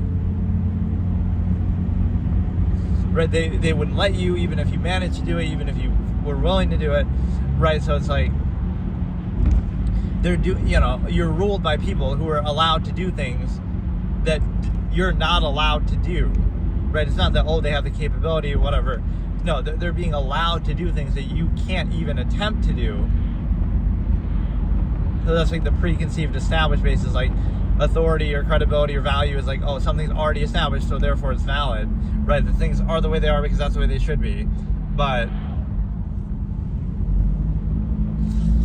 getting back to the state perspective fallacy is like, do you let the state that you're already in determine how you see things, how you think, what you value, what your standards are? Or do you value them independently, which is what objectivity and self-actualizing from an inherent base state is all about, that I talk about. Where like you would think, okay, despite your childhood, despite your environment, despite whatever, I'm going to have certain standards and then decide them independently and say, okay, this is what I value based on this criteria that I have, based on this standard that I'll hold accountable. And the problem with that is people would never be at peace with it then, because you're holding it consistently accountable in such a way that, you know, nothing would ever fully satisfy it, and even if it did, you would try to still keep making it better. So that's like the absolute point of view, that you're never satisfied, or you're never really at peace, because you're always realizing, okay, you'll settle for this now because it's adequate, or it's consistent with your criteria somewhat, but it could always be more consistent, it could always be better. If you truly value it, then you need to be consistent, otherwise you have no credibility within that standard. And so you would always be pushing, holding accountable, and that's what authority structures don't like. Authority likes it when you value things despite their lack of function or criteria. Value it just because. Value authority just because. Stop at the red light even though nobody else is there and it wouldn't cause any problem, right? Obey authority for the sake of authority. That's what religion tries to do, that's what government tries to do, that's what society tries to do, and if you don't, then that somehow speaks badly to you. So in other words, the collective mass of people are not credible at all because they live in a subversive state, a lesser value state that has no basis for it. In other words, combine all the things you do that don't serve any purpose at all, but you do them anyway, and that's like a whole lifetime wasted. You stop at a red light even though there's nobody around. There's no cars on the road anywhere, but you'll still do it. You'll still obey like the mindless sheep that you are, right? That's the point. Is like, you don't understand what you're actually doing because, right, you're obeying authority for authority's sake, even if it's not functional, even if it doesn't serve a purpose, even if it doesn't matter. The one thing in these videos that's actually good is there are subtitles, and they are pretty, like, at least after when it gets uploaded automatically, and they're pretty accurate. So even though the audio quality might not be the best because I'm obviously driving and noise of the car, that'll be like some streamer thing, like, oh, if you become a big streamer, now you're going to upgrade your car or your muffler or some shit, so you could, whatever, so the audio is better while driving. But it's like, I don't know, just,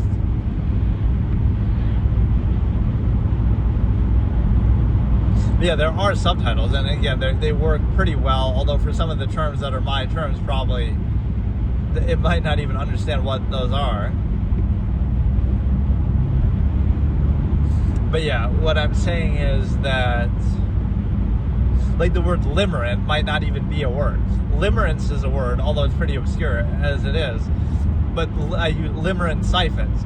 Nobody has ever said that phrase before, because there's no, that's my, like, a lot of these things are myological razors, but even some of them don't even consist of real words. I'm inventing my own language because this one is not adequate to explain what I'm saying.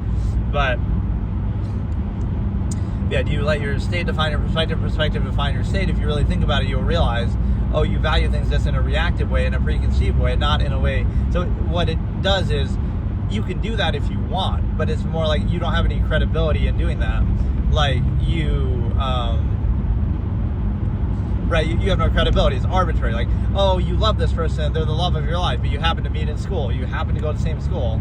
So, like, it does hurt the credibility of that because you're posing it as an absolute. You're not just saying it matter-of-factly, and you realize it's not absolute. That's why it's such a struggle to try to maintain, right? So it's a self-created conflict of contrivance. So you can struggle with that if you want, but it should be obvious to you. That's the point. Be aware and understand the nature of the process is what I always say.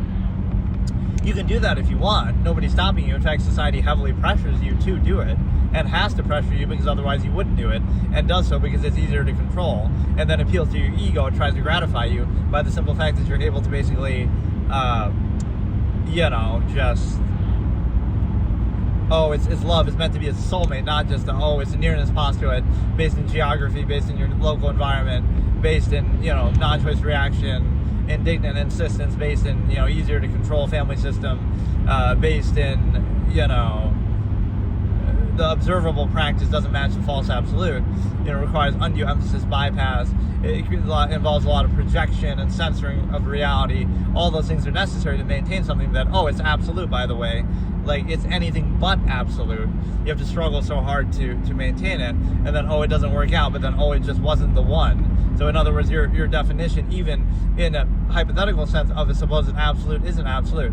So you're passing on the blame to the individual and saying, it's your fault. The emperor has no clothes fallacy, like, it is absolute, it is love and meant to be, but if it doesn't work out, a relationship ever doesn't work out, then, it's just not the right one. So until you finally settle for somebody, then, then it's love, it's absolute, even despite the constant struggle and conflict and, ritualistic nature of it that you have to maintain. What it shows you is it's not absolute. Again, in observable practice. The only way to say it would be absolute then is, you've met and interacted with everybody on the planet. Right, and then out of them you decide a certain criteria, and then you say, but people would even say that in the explanation, no, you just can't think about it. You have to bypass logic and reason. So that's where the human ego is a great tool of control. And people actually take that basis seriously, I guess, or they just don't think about it. But I like that that's often an argument. Like, just don't think about it, or condemn thought, or, it's your fault for thinking. Like, is that really an argument? Not only is it not an argument, it actually hurts your credibility in requiring that. Like, everything is perfect, you just have to not think about it. You know where else that worked? That worked in every dictatorship in history, or every other society that thought it was absolute.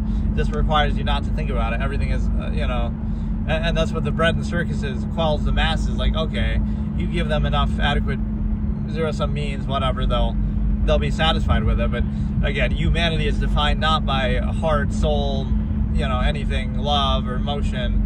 They're defined by the mind and the ability to think. And so anything that prevents that and inhibits that and hinders that is the enemy of humanity itself, right? And your true life and existence, and what defines you as a human being, right, is your ability to think. So anything that is against that is against you as a human being. But somehow those things are propaganda against thought. Like, you have to bypass and not apply critical thinking. And that's because that's a good thing to do for humanity. But even that, again, this is where amalgam theory or absolutist accountability comes in.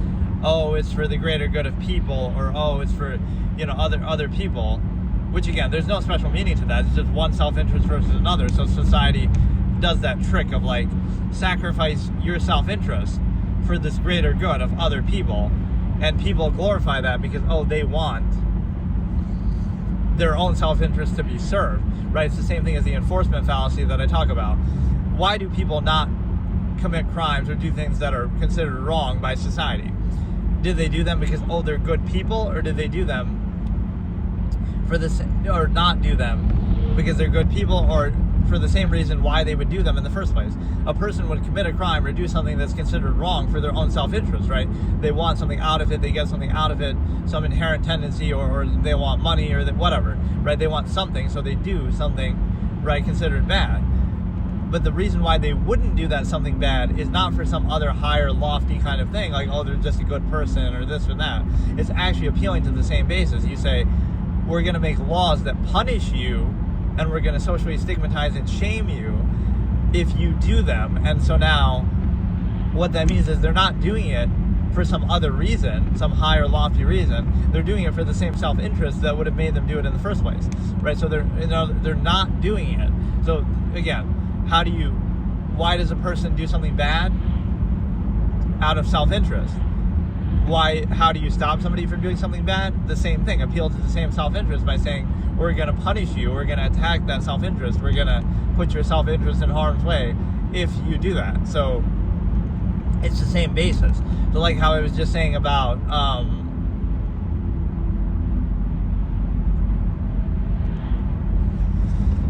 I was just saying the same thing with respect to where it would be the same basis.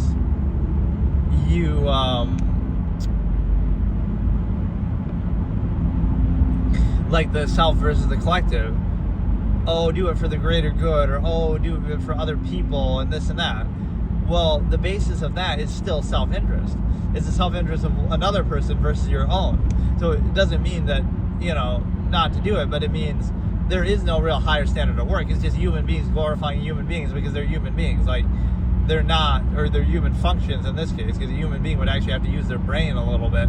But, again, a human being is defined by their mind, because that's what defines people, separates people from animals. But a human function would define themselves, again, by the physical state. So, again, do you take the infinite objective mind that everybody has and reduce it to the limited physical state in your immediate senses around you? Or do you do the opposite? Do you take the limited physical state and try to raise it to the mind, which you, of course, can't really do technologically because the body is limited, the senses are limited, but do you allow them to exist independently? And this would be condemned, or it would be hard for people to live like that, or it creates cognitive dissonance about everything, because then it never stops, right? You're always thinking, but it would make you question that a little bit. Like, in the name of half-mass zero-sum functionalism, you're going to sacrifice the mind, but that would be the absolutist response. You might rather be a minimalist then. Okay, sacrifice all these things that are being held over your head as little bait and bribes and ways to control you, and instead say, okay, you would rather preserve the freedom in your mind and your ability to think freely, and the consistency of your life and your measure and your standards, instead of, you're just going to react mindlessly and subvert everything and act like you desire it and reinforce it just because you have these little technological overcompensations. But even those technological overcompensations serve only a zero-sum end. So it's just reacting to your inherent needs and desires, reaction or relieving them. And so to make that a little more convenient or a little more pleasurable, you're gonna sacrifice your ability to think in your mind. So you're prostituting the infinite objective mind and your ability to think. You're prostituting that for convenience. That's really what society operates on, right? It's a form of mental prostitution, that you're giving up the ability to think freely. So, you can have these nice little conveniences in a functional half-mass contrivance state. That's what you do. That's what the ordinary person does. That's what defines you in society, not, goodness of people. So let's look at that again. The self versus the collective. The self, you'd say, it's selfish to value your self-interest. So there's a higher standard than self-interest? Yes, the self-interest of other people, which they're only saying is great because they want to benefit from you and suck you dry, and therefore the collective is glorified, but it's still the self-interest of those people in the collective. So you'll say, you as the individual with the non-basic self, that you value your own self-interest, you'll condemn the self-interest of others, but not for, some greater good and collective mass. You're only saying it because, you want it to benefit you, so you want to inhibit the self-interest of other people so that it benefits you, but you use the pretense of, we're doing it in the name of the collective. And this is how people are controlled generally, what I call the dependent overextended pretense, that necessary and valid. What it means is the fact that, whenever people are trying to do something, the best way to get away with doing it is to don't just say, I want to do this for this reason. No, you have to hide in the cloak of this collective value, and you say, I'm doing it for the greater good, but it happens to benefit me, or it happens to benefit this specific, so I'm doing it in the name of this cause, but it's going to advance your own agenda and your own thing, right? You're not just simply doing something unconditionally. That's what companies try to do. This money goes to charity, or this amount goes to, some cause. That might seem like a good thing, but they're trying to associate it with their company and their business. The real way to do that would be just to quietly make the profits that you do from your business, maximize that, and then on your own time you can give to charity as an individual, right behind closed doors, and people making money from that company. But you want credit for it, or you want to tie it to that, or you want to use that to boost your sales. It's so stupid, because again, the point being the self versus the collective. The only reason why the collective is glorified because the individual selves that are part of it want to benefit from it too. You can point to instances of that being kind of more unconditional, but then you're basically just using gratification as a placeholder for self-interest, which is often what society does. So in that sense, you could argue that's a good thing, but it's still, pretend you were doing it truly objectively, you don't get any self-gratification out of it, you don't want any credit or acknowledgement for it, you don't do it for some other self-interest overextended to a collective, So now you just do it because it's worth doing, right? That would be more like amalgam theory. You value human life, so therefore you sacrifice 2 meals a day to feed other people, and it's like, if you really cared, you would do that, but people don't really care. They just use it as a prop to reinforce, right, again, their own interest or their own overextended structure. Go buy this product that you don't need, and then we'll give $1 that you paid for it to charity, instead of, you could have given that whole amount to charity if you really care, but you don't give a shit. You just want to feel gratified. So it's this ego-stroking gratification. You get to feel gratified that, look, you gave $1, and the company gets to feel gratified that, look, we're doing something, when neither of you really care about it at all. It's like this trickle effect. If you truly care, you'd do it fully. Your whole lifestyle would be based around it. You wouldn't be living in an overextended machination process. So what people should acknowledge is that people are inherently, you could say selfish, but not even in a negative way, but like, okay, they value their own self-interest, and everything else is just a pretense. You don't really care, but you want to pretend to care and use that pretense of care to then validate some empirical basis and say, it's for the greater good, that's why we deserve power and authority over others, right? And again, this is the concept of separation that I talk about. You would separate the two. You would say, separate authority from that, separate the individual from that. So you would say, no, you don't want to use those things as a way to gain power and exploit it selectively. You want it to be separate. You'll say, okay, authority can just be for useful idiots. Like, you want them to serve a zero-sum goal. Be as efficient as possible in this area, and that's it. Don't try to give us this moral righteousness and high horse. That should be separate. That should be, okay, you could do that as an individual, but authority figures should not use that or hide behind that. So it should be, you're the Secretary of Defense, so you should try to make the military as strong as possible and try to protect us as best as possible, or whatever, right? Related to your position. It shouldn't be that, we're trying to ingratiate something, or we're trying to, make some moral position, right? Those things should be separate. You should be trying to do your position or your job the best you possibly can, and not use these things as a crutch or a prop to do that. To kind of, rationalize it or justify your position and your power in the first place. So no power would be justified then, or the power would be specifically held accountable and limited to a certain area, like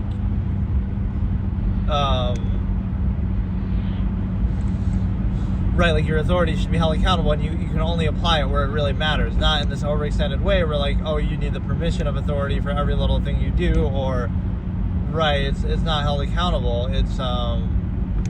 It's treated as a default, and then you need like some sort of permission or exception not to be exposed to it. Not that it needs to be held consistently accountable, that this is the reason why, it needs to be a functional basis, or it needs to be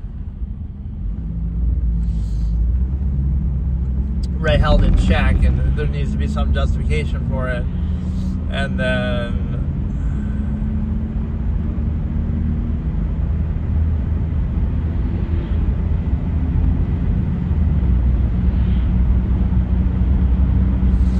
those are some simple concepts. And then one thing I'll end off on is the fact of the self and personalizing everything. Again, the mind is objective, so you can't personalize thoughts and ideas. Like, anybody can think anything, anybody can observe anything, but we have this desire to personalize it and act like, again, even if somebody comes up with an idea first, or is the first to be known for it, it doesn't matter. Anybody can think it. Either the idea has value or it doesn't, or so like if somebody is observing something objectively, you'll personalize it and attack them, but it doesn't matter, right? Is the idea valid or not, is the point. Like,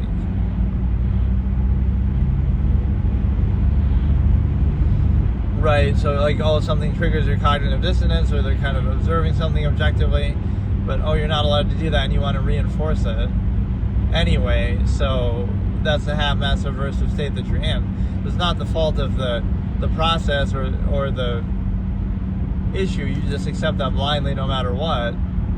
So that's a subversive state by nature, which is not credible. It's like, just don't think about it, or just accept it blindly, that kind of thing. But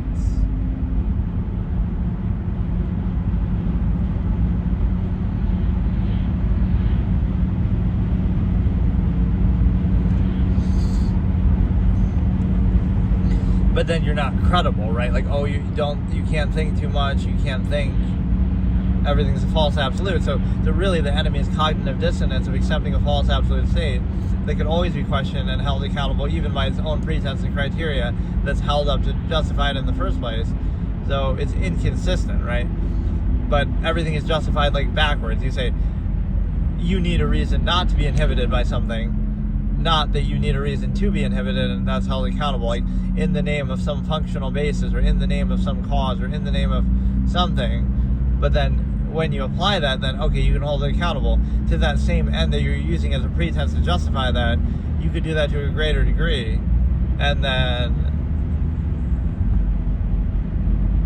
right, that would be objectively better or more qualified to have authority, etc.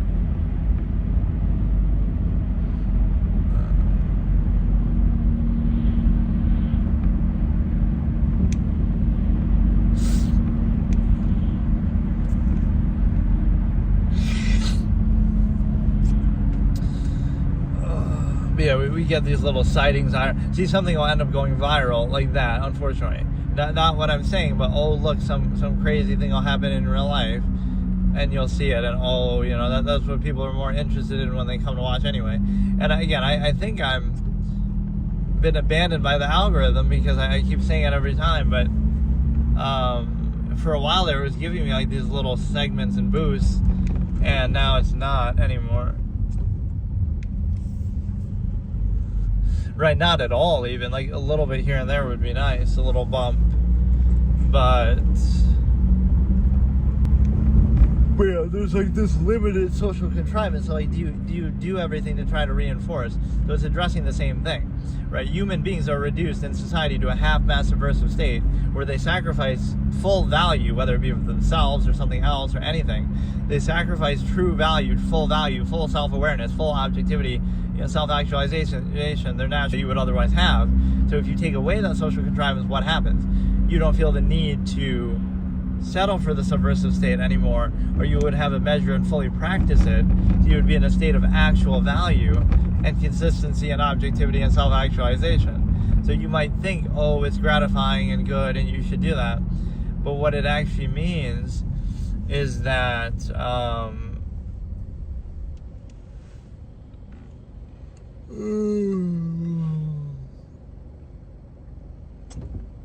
what it actually means is that you're actually addressing the same need. So do you reinforce and regurgitate a subversive state that you have cognitive dissonance with and objectively adverse, that you would have issue with if you're aware of it, so you have to constantly counteract that awareness? Or, and it creates a contest of contrivance, like who can overcompensate best or put up best appearance or something. But do you do that, or do you so do you try to reinforce and regurgitate it, or do you try to remove the need, or be objective and aware and have a measure such that you don't require it, right? Because again, an absolutist with a measure wouldn't require social contrivance.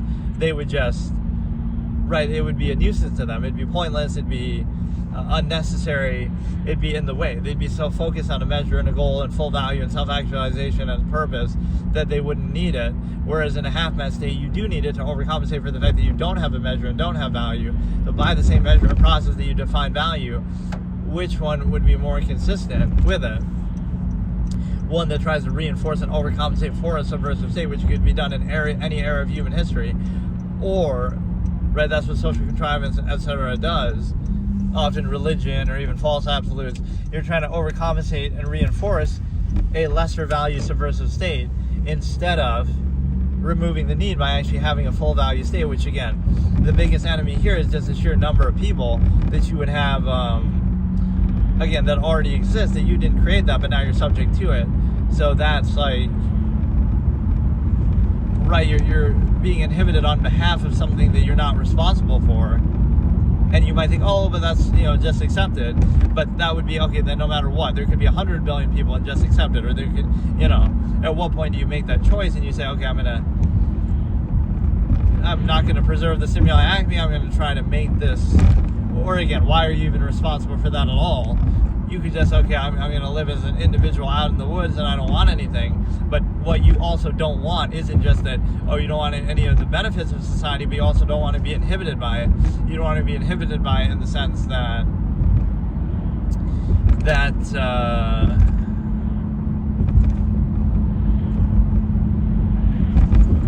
whatever, they'll overextend and outwardly insist even as you're out in nature or whatever.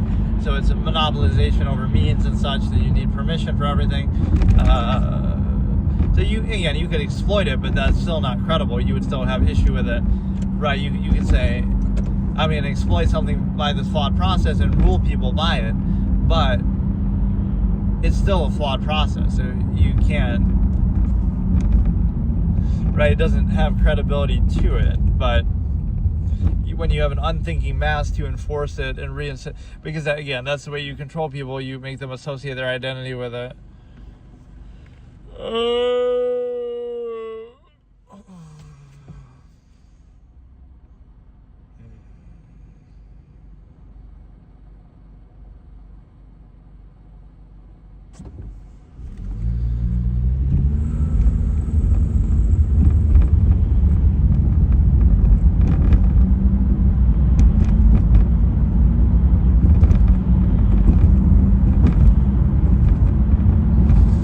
Yeah, this is the absolutist consistency and accountability. Like by the same measure, same process, same standard, you hold it fully accountable, but you can't do that either. But then that discredits it. You're saying on the basis of this standard, whether it be like safety or convenience or functionalism or whatever, right? We have this end goal. Okay, on the basis of that, that's why we're being inhibited and restricted, and you should hold it accountable that better be done then. But somehow it's reversed and you're held accountable to it instead of it being held accountable to you. So that's authority for authority's sake, unqualified empirical authority. Instead, you hold the standard accountable and say, okay, it has to be done fully, consistently, in the best possible way. Otherwise, it's invalid. But that's not how it's associated because, again, then in reality, it lacks credibility because you're saying, well, we're using this thing as a pretense to justify our authority and to inhibit and control others. But it's not actually justified because it would have to be consistent. So any, if it could be done better, any lesser measure, any, holes in it, any inconsistency with it, right, would be wholly invalidating because now, you don't have a basis for authority because, again, what if you do the same thing but better?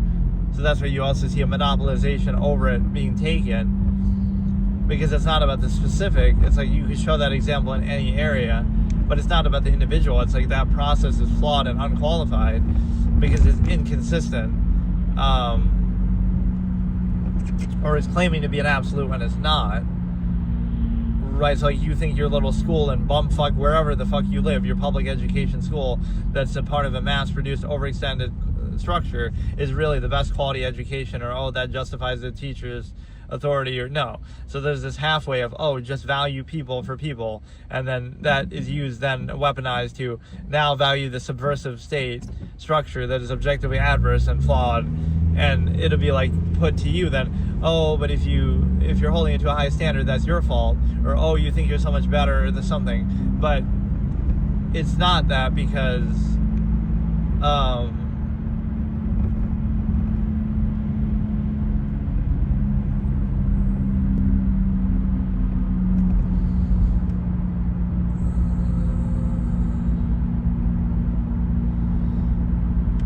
it's not about the self. It's like you're holding let's look at it this way. You're growing up in a society, you have very little, access to resources, you're young, you're a child, whatever, right? But you're holding accountable maybe this empirical society and structure and monopoly that already exists. Maybe that should be held accountable to see that it deserves all that authority and resource, right, that you obviously don't have access to. It's like, but it already has the authority and access, so you can't question it, or you try to appeal to it and suck up to it. But, right, this notion, you question it, like, wait a second, it uses this basis as a pretense of why it has this authority and power, but then when it doesn't have that authority and power, or then when it's not consistent with that, you question it and hold it accountable, and but then it attacks you, say, but you're not, who are you to question it? Or, right, like you're no better than it, but you don't have those kind of resources. So you're holding it accountable to behave a certain way because it has that resource and that power. Otherwise, it doesn't deserve it. but then you're saying, oh, but you don't have that, so therefore your opinion is invalid, or you should do better. But right, it's backwards logic, because you're saying it already exists, it's already established, you didn't create it, you weren't responsible for it. Now that you're here, oh, but you can't question it because it's been there the whole time, and oh, somehow you benefited from it, or something like that.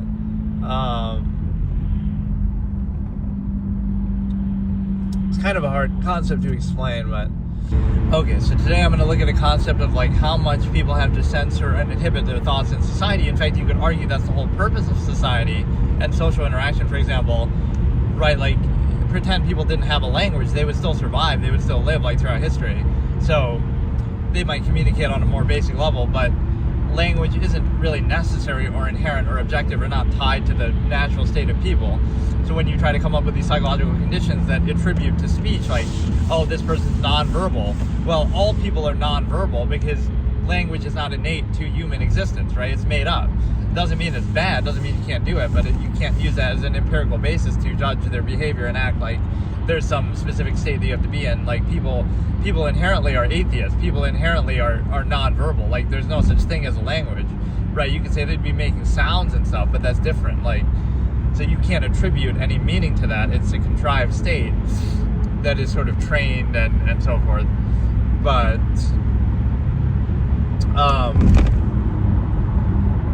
what I would say is the fact that something that you do will be seen as, oh, like that's a form of rebellion or a form of something, you know, you're doing anti-contrivance or anti-social or something. But it's really just your inherent state, despite the contrivance. It's like, you're not doing it to spite contrivance or against contrivance. You're just simply doing it, and contrivance is butting its head to say, oh, you can't do that. Right, so it's a false inherent. Like, you're just doing one of the many things that human beings are capable of doing. But then, oh, it'll act like, oh, that's somehow against contrivance or against society or against... You're doing it to be sort of... anti-contrivance, and so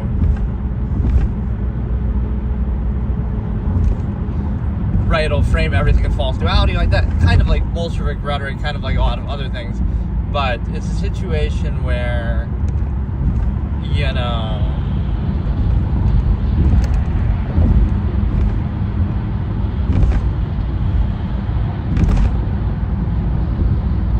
like anything that you can't think in society, or anything that you're not allowed to think, you can only think in functional kind of reactive terms. And so it makes you realize that basically society is designed to counter thought, right? That's a lot of what people do, because like, what is it that people do? Okay, they're indoctrinated when they're young before they can think for themselves. Then as they grow up, they're constantly bombarded with stuff, like whether through their parents, whether through media, whether through, entertainment, even escapism, whether through, distractions, whether through,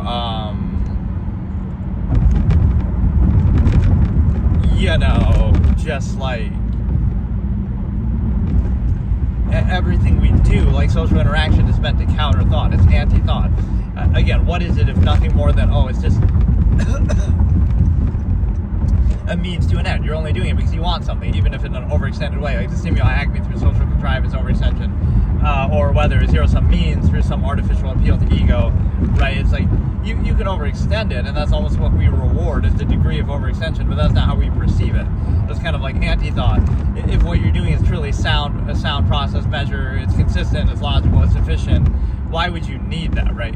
You don't need it to do something efficiently or effectively. You need it only to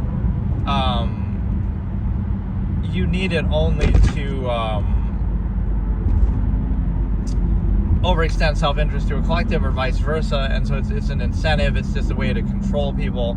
So it wouldn't be necessary if something was just zero-sum efficiency, right? If it was just, you're out in the jungle, you're just living, like, why do you need that, right? So it's only a way to control people and to counter thought, right? So everything you do socially is to counter the cognitive dissonance you have with the overextended state that you're in, some sort of imbalance, some sort of overextension for a mass collective of people, self-created conflict of contrivance.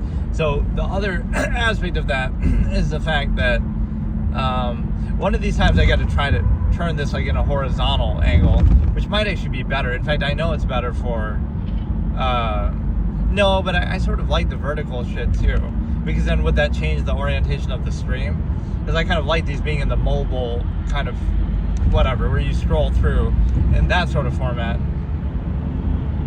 And that's not something I normally do, so it's kind of a nice change. But when you go to upload it as a proper YouTube video, it's in like the weird with the black bars are bigger than the black bar on either side is bigger than the entire screen, you know, and it doesn't matter the visuals, but definitely getting good use out of the iPhone camera though, which is pretty good quality. And again, even the mic isn't bad, but the distance and everything is kind of fucked up. This is a good example of like, you know, you just do something as a routine and that's it. Like, regardless of the scuffed nature, regardless of the lack of quality, right? You just somehow, some way do it. And then who knows, but I think, unfortunately, the algorithm has abandoned me.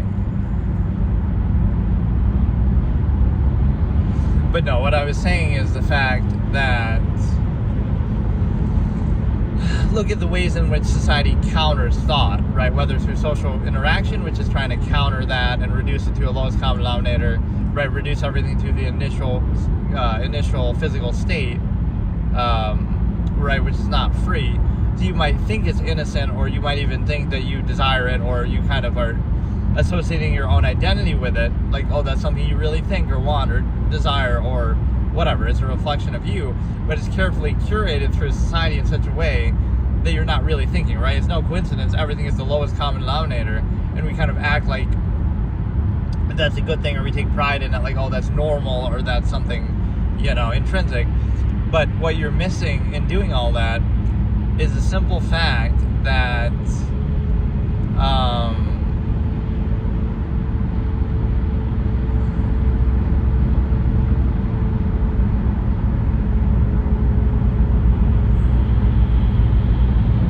what you're missing is, again, anything long form, the same exact measure or process.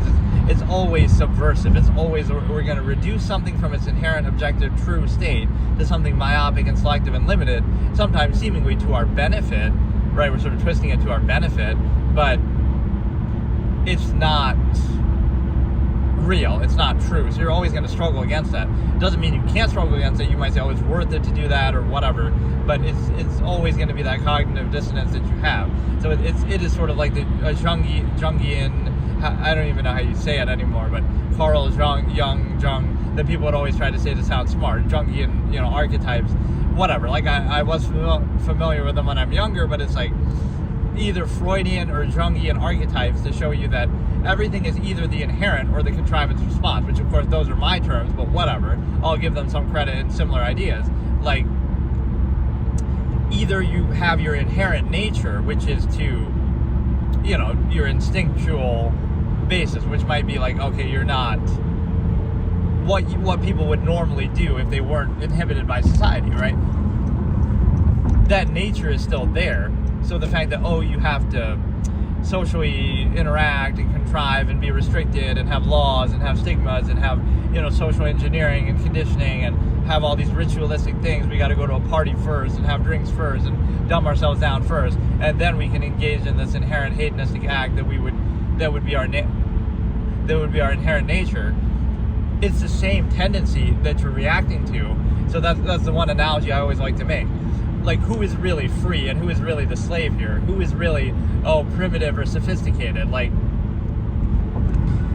these cavemen type, you know, nudist colony, right, more naturalistic existence, right, where they're having an orgy and they don't place any special emphasis on sex and stuff. They just do it freely, openly, as much as they want or not at all, right?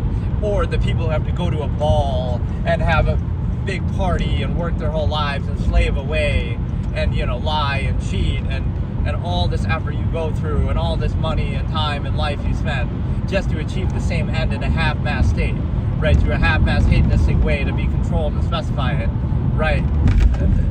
Which one is really primitive, right? Oh, they're just engaging in this carnal act like animals. but then they do an animal act like animals and then be done with it. Whereas you acting all posh and sophisticated, you obsess over it. You're a slave to it. You go jump through hoops for it. You base your whole life around it, right? Who is really the slave here? Who is really the primitive animal here?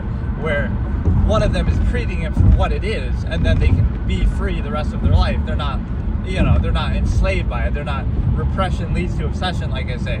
One of them is, again, basing their whole life around it. The other one is,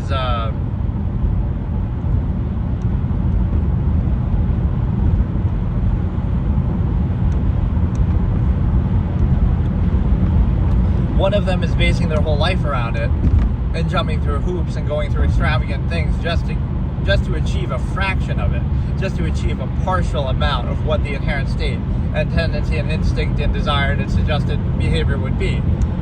Whereas the other one is just doing it freely, right? So think about it that way.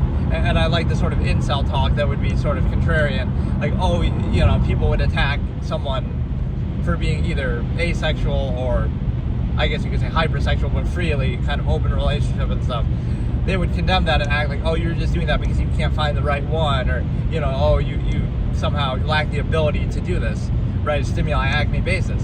But it couldn't be that you're just mindless sheep who are controlled by this in a half-assed state, right? Either you do it fully and freely and openly, or you don't do it at all, instead of, oh, this half-assed state where you do it partially and you're controlled by it, and you use gratification, the social contrivance, and overcompensation as a placeholder in such a way that,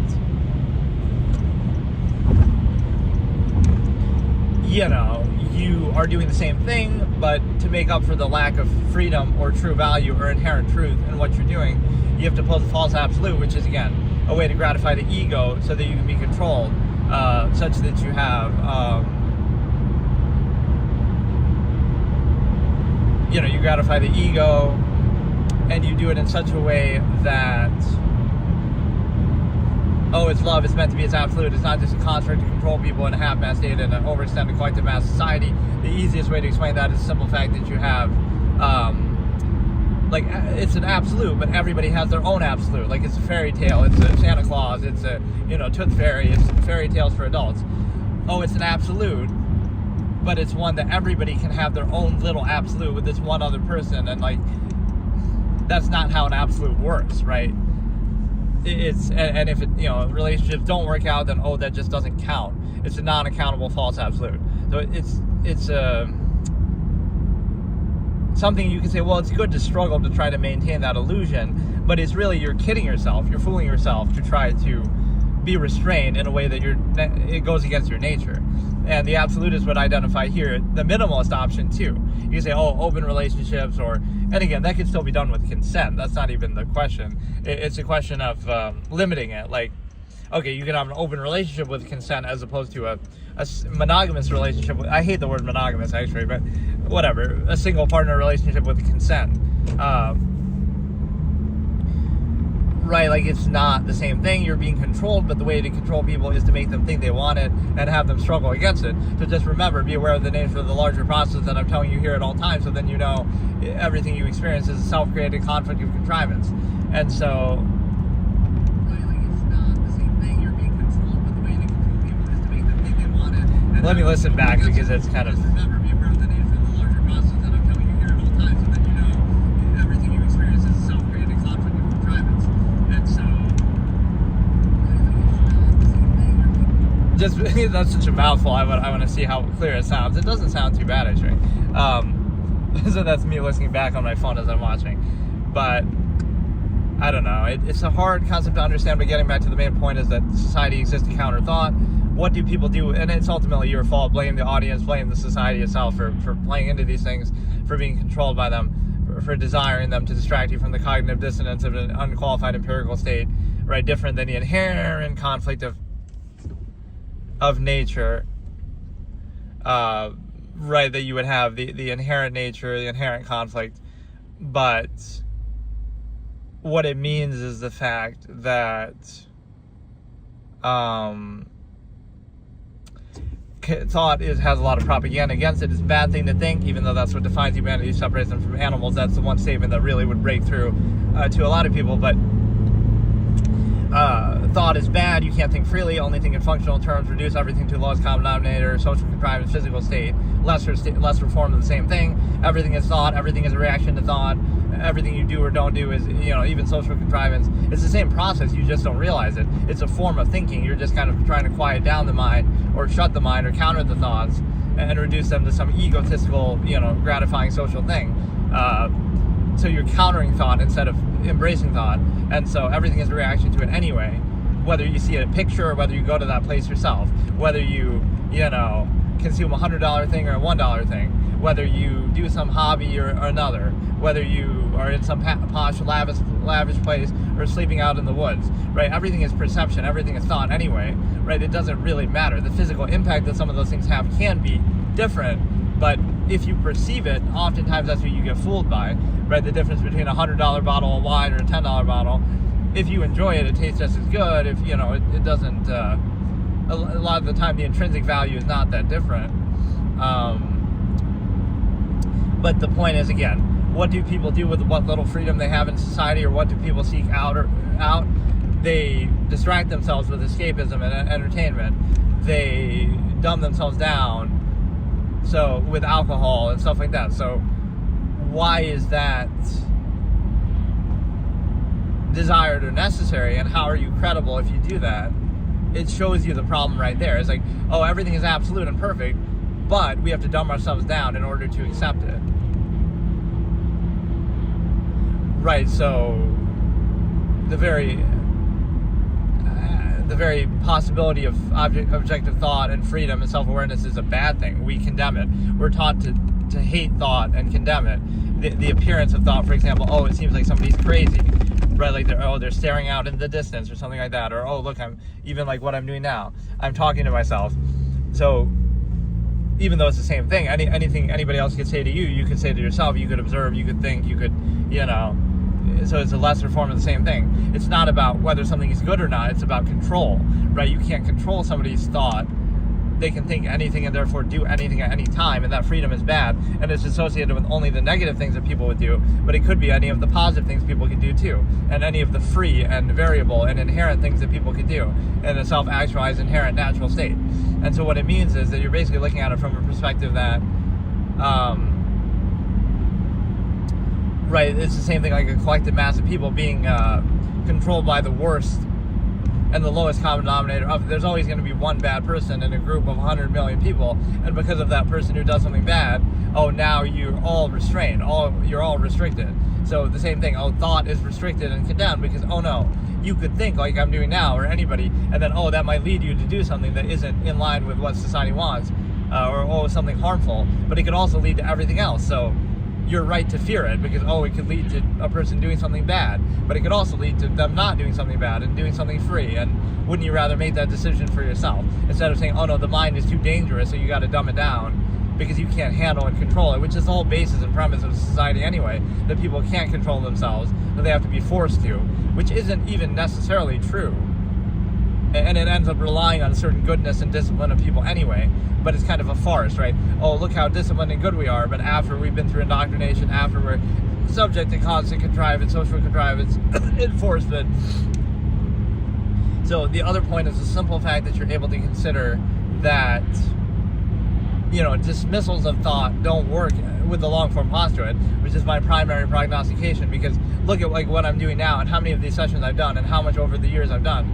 It's not about me at a certain point. You can say, oh, you're only doing this because of blank, right? People try to attribute like, oh, it's, childhood or some. It doesn't matter at a certain point. You're looking at objective ideas, objective concepts, either logical razors. Either they make sense or they don't. Either they're true or they're not. Either there's value or there isn't. It doesn't matter who's saying it, right? That only works on a myopic, superficial level, right? But when you're thinking about things on a surface level, but look at how much thought you can think all day, every day, all the time. Oh, you're only doing that because of blank, because of some experience you had, or because of some nature of yourself. But that doesn't make sense because, well, you're only behaving the way you do instead, however you behave. But the mass collective of people only behave the way they do because they're exposed to indoctrination and constant contrivance through media, social interaction, through parents, through government, through society, right? So, oh, they're only reacting to that. So how, the mass people are mindless and just reactionary. Whereas, you could say, like, with somebody who isn't, if I'm being objective, then I'm thinking about things that don't directly relate to the state that I'm in versus people who just reinforce the state that they're in. So one of them is at least being able to be objective despite their state, whereas otherwise just reinforcing and letting their state define and dictate everything that they think and do,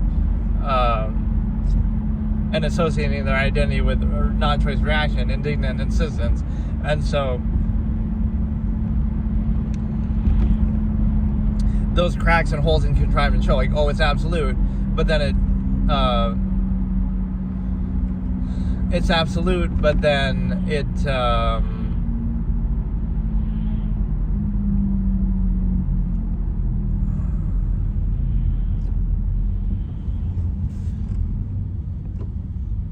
then it requires you to not think and condemn thought. So the appearance of thought is bad, something's staring out in the distance because you can't predict what they're thinking or what they're going to do, so it could be anything, it could be free. So freedom is bad because people can't control it, and we're taught to project the worst things to it, when it could be anything else. It could be positive, could be neutral, could be the same thing that you'd be doing effectively, just at a higher level, like, you're socially interacting about some inane thing you did today. Meanwhile, somebody could be thinking about the larger process of the same thing, like, the only reason why you value that thing is because it's a counter to thought, or because it's a counter to this inherent tendency that you have that you pretend you don't have, but then you are actually defined by it because you have to socially counteract it, basically. So, but yeah, look at the long-form posture that way. At a certain point, it's not about you. It's not about your specific state. It's not about your specific experiences. You can look past that and be objective. So it doesn't matter, right? But that's how people try to be defined, and they try to do it in a reactionary way, but it doesn't actually work because, right, you could do that with contrivance too. Share in and relate to the same contrivance that you didn't choose to be subjected to, and then you take a certain amount of pride in it. Non-choice reaction defines you, instead of self-actualizing from an inherent base state, which is hard to do, but at least mentally you could try to do it. And then, despite the influences that you have. So trying to discredit people doesn't make sense, because everybody is discredited then, because they're all subjective, imperfect, flawed. They all have an impure, biased kind of perspective to try to reinforce their own state. So is your perspective just a product of that to try to reinforce it, which isn't credible at all then.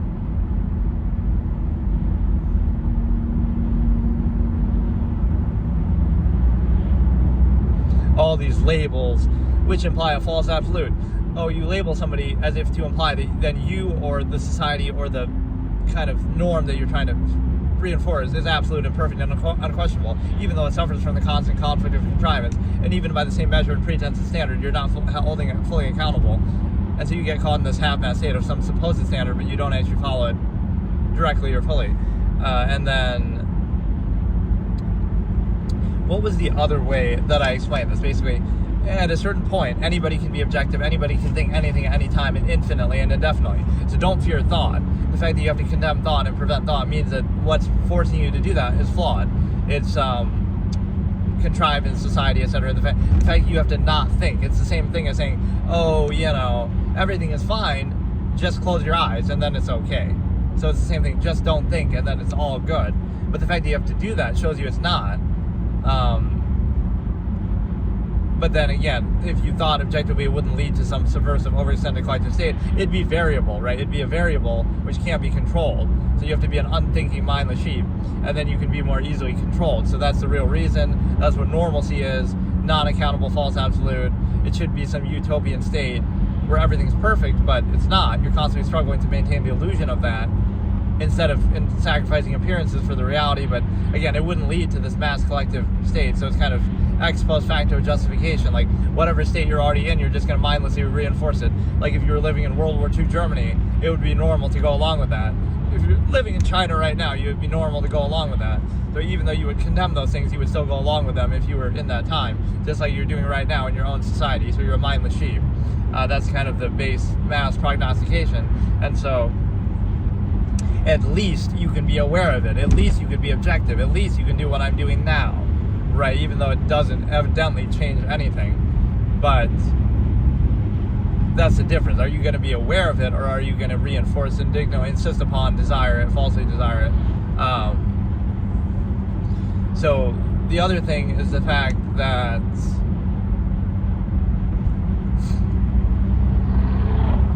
basically what you're doing is,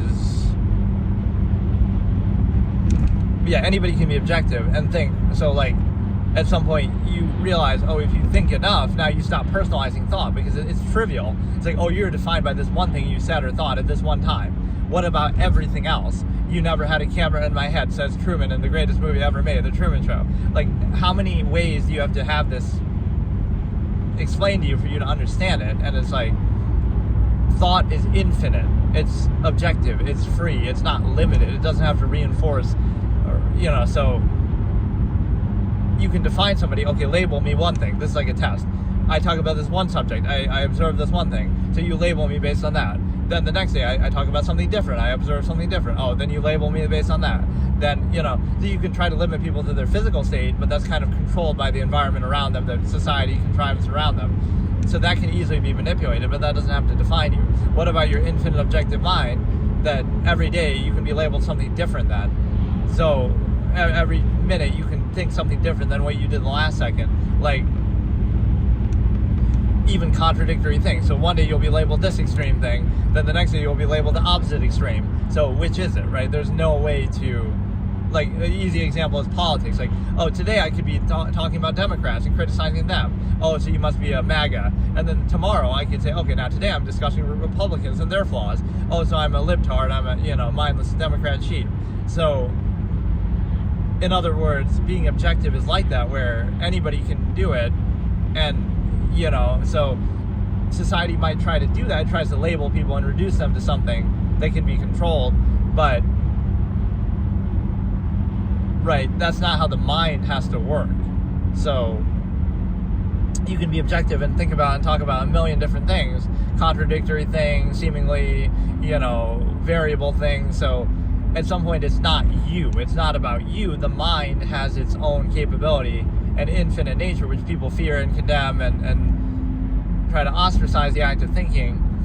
But that's just freedom. That's just, at least you can be free in your mind despite the contrived state, but then it's harder to control you. It's harder for you to go along with it. There's a cognitive dissonance, between the controlled physical state that you're in. So that the physical state is used to control the mind and define the mind. But it's hard to imagine that uniform state existing otherwise. So what do? We condemn thought, and we have to control and counter it all the time and act like, we have to constantly, we gotta use entertainment, escapism, folly, favoritism, distraction, right? And it's kind of like,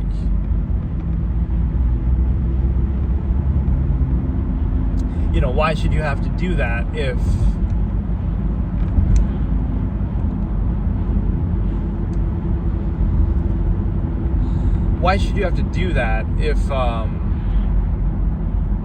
what you're doing is actually a sound process, right? If it's logical. So it's sound, it's absolute, but it requires you not to think about it. It's very similar to religion in the sense that, it's absolute, but you just can't question it. You just can't think about it. Or,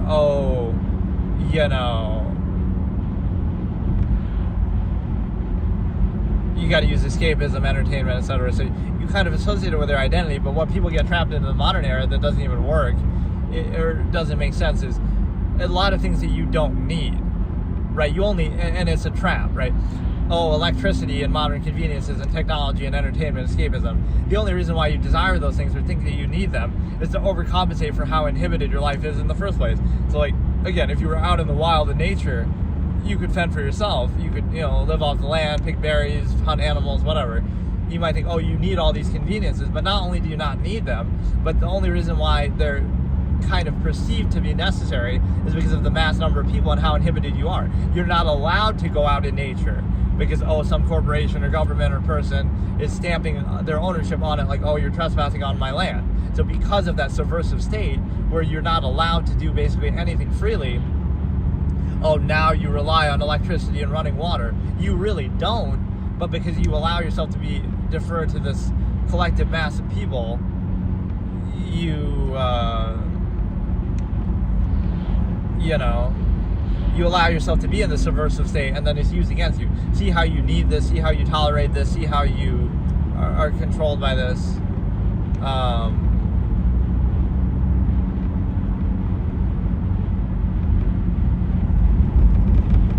right, you would say, like,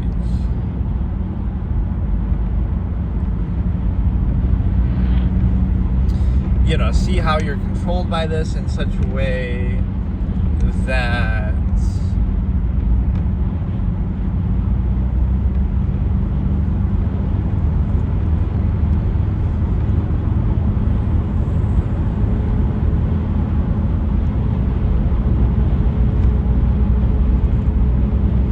like you're controlled on behalf of things that you don't need. Right, a lot of society, people need very little. You can eat meager meals, you can be out in the woods, you can be, you know, you can feign the longevity process, but you're called out on your bullshit when you realize people drink and smoke and they do things unhealthy that don't lead to the longest lifespan, so that's not your basis anyway, so you can't be controlled on behalf of it. But what it really means is that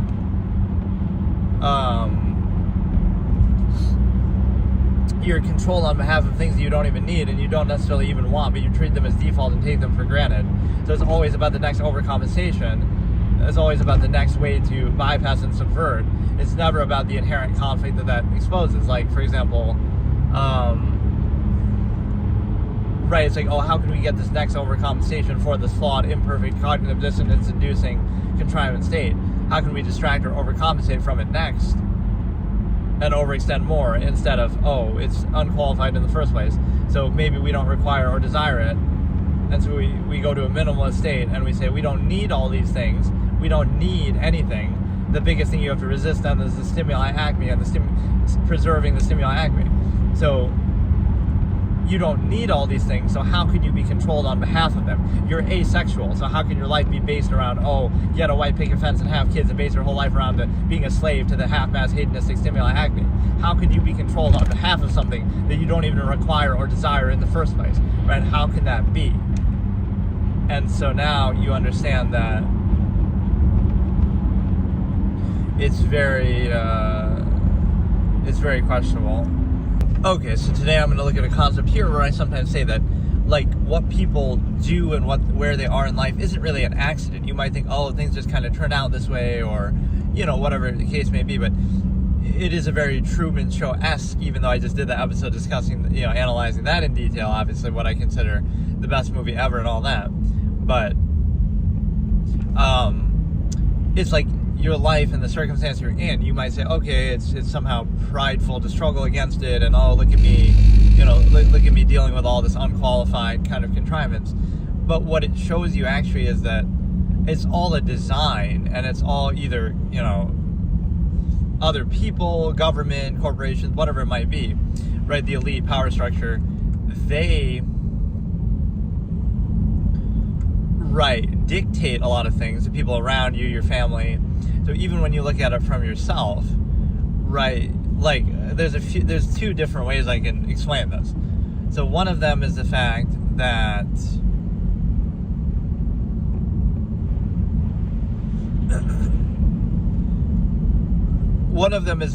okay,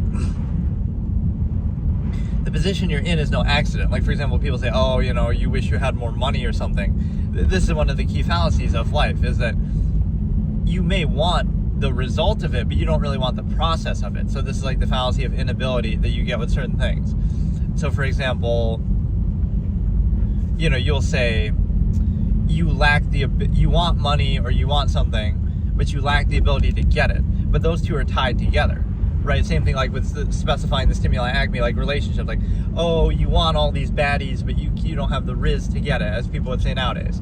The thing with that, though, is what you want is more intrinsic. So we just take for granted the contrived way that we're supposed to achieve it. Like, and it kind of is contradictory, too. People would act like that. You know, it shows you the cognitive dissonance of people, that they don't even realize what they're really saying. Like, they would show off about, oh, look what good riz you have. But then that riz leads to you being with one person for the rest of your life. So what good is that riz, right? So you're saying one of two things. Either you have good riz, in which means you hop from one person to the next, in which case that person is kind of interchangeable and negligible and doesn't matter, right? They just happen to be the one this time. Like, so you'd be using your riz like that. Or if it is a one person and absolute, then why are you treating it like some disposable thing? Like, oh, look at a pickup line, and now we're going to spend the rest of our lives together.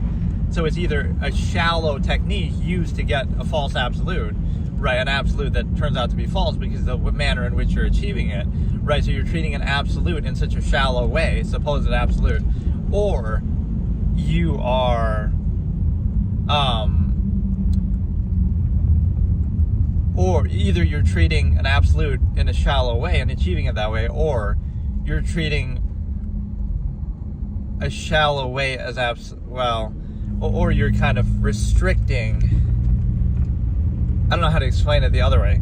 You're taking that shallow origin point and acting like it's absolute, or you're taking a flawed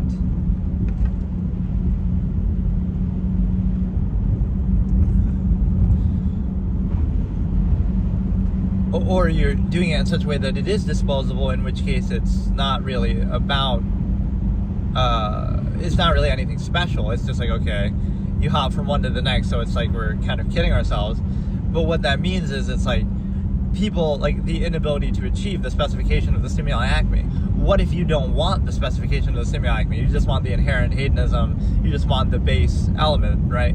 So those are two different things. So you'll say, oh, you know, lack the ability to get this, right? Achieve this thing. But the way that society expects or wants you to achieve it is different than what you actually want. What if you just want, okay, you just want the sex, you don't want anything else? You might say, oh, but you have to settle for it, or you have to, you know, whatever. But you don't have to, first of all. Like, you know, people like-minded in that way could certainly do that. But what I'm saying is, you are...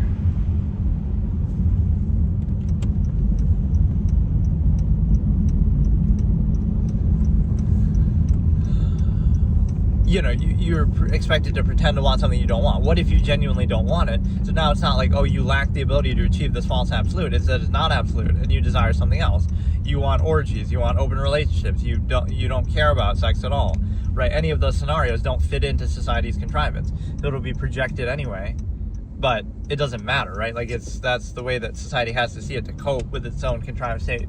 But the way that you actually do this is you understand that.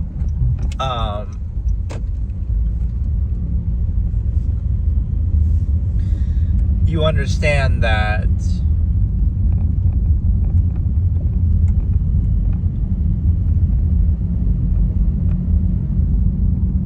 you know what you're projecting are two different things. You say, oh, you lack the ability to achieve a false absolute, not that it's not absolute. So what if that's just your objective? What if that's your position? You don't want to specify the stimuli acme. You don't care about that. So you just either want it intrinsically free. This is kind of a very basic absolutist minimalist overlap. Is like you would rather have something free, right? Like you'd rather make 10 times less money and work 10 times as hard, but be free, right? So go live out in the wild and figure it out, instead of being beholden to, you know, some empirical contrivance, unqualified empirical authority. So what happens is basically the fact that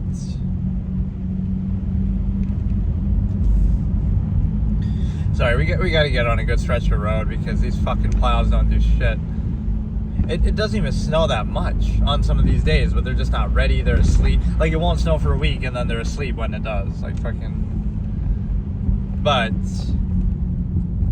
the thing is that, like, you don't want... So, like, again, you would rather have nothing or less and be free than to overextend. And that's kind of what the nature of society is. It makes you overextend everything. Like, oh, you have more things, more possessions, more this, more that.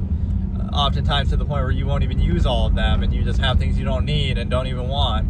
But they're used as a basis by which you struggle to achieve them or are controlled by them. So that's overextension. Like, you're doing things that you don't want to do or that are unsound and kind of overextended and compromising your mind and your whatever inherent nature, but you're doing it in the name of things that you don't even want in the first place. You're just kind of treating it as a default, right? And sort of using it as an overcompensation. So you want more things to overcompensate for the fact that you're being subverted and controlled in so many ways. But the ways in which you're being subverted are to achieve those things anyway, right? To get those things. So you struggle to get them just so you can overcompensate for the struggle in order to get them. So it's a zero-sum process. at least in that confines, you can choose the degree to which you of what you really want. So if you want less, then you sacrifice, but society has that interesting way of trying to force you anyway, of trying to force you to, even if you don't require anything, it doesn't let you really be free, so you still have to, the middlemen always win, the corporations always win, whatever. But yeah, think about that dichotomy of you want it free or not at all. You want it, anytime, like, a good example could be folly favoritism. Like, why would somebody prefer, well, either the internet versus social interaction, like it's subjective, it's much, anything you could, or the mind versus, these infinite things, the infinite objective mind that you can think anything at any time, your imagination, versus, limited to some social contrivance initial basis in front of you, right near this postulate. So, the internet is infinite objective, all of human history, everything, together, versus, versus this road. Actually, this time is kind of interesting. This road is never like this. Even when it snows heavy, it's never like this. It's only because the time is so odd, right, that the plows haven't gotten around to it. But, like, this is a major, major road that would never be quite this bad, especially with this little amount of snow that there actually was. But yeah, I like that I've caught some of these big storms when we have driven through them. That one day was fucking ridiculous. I can't remember when it was, but it was like, I don't know how well you can even see some of this, but I guess that's part of the point. It'll simulate the low visibility. But, and what seems trivial this whole season is like washing my car. I almost never wash my car because that's what it feels like. It feels pointless. You wash it and then 2 days later it's fucked up. Like, what's the point?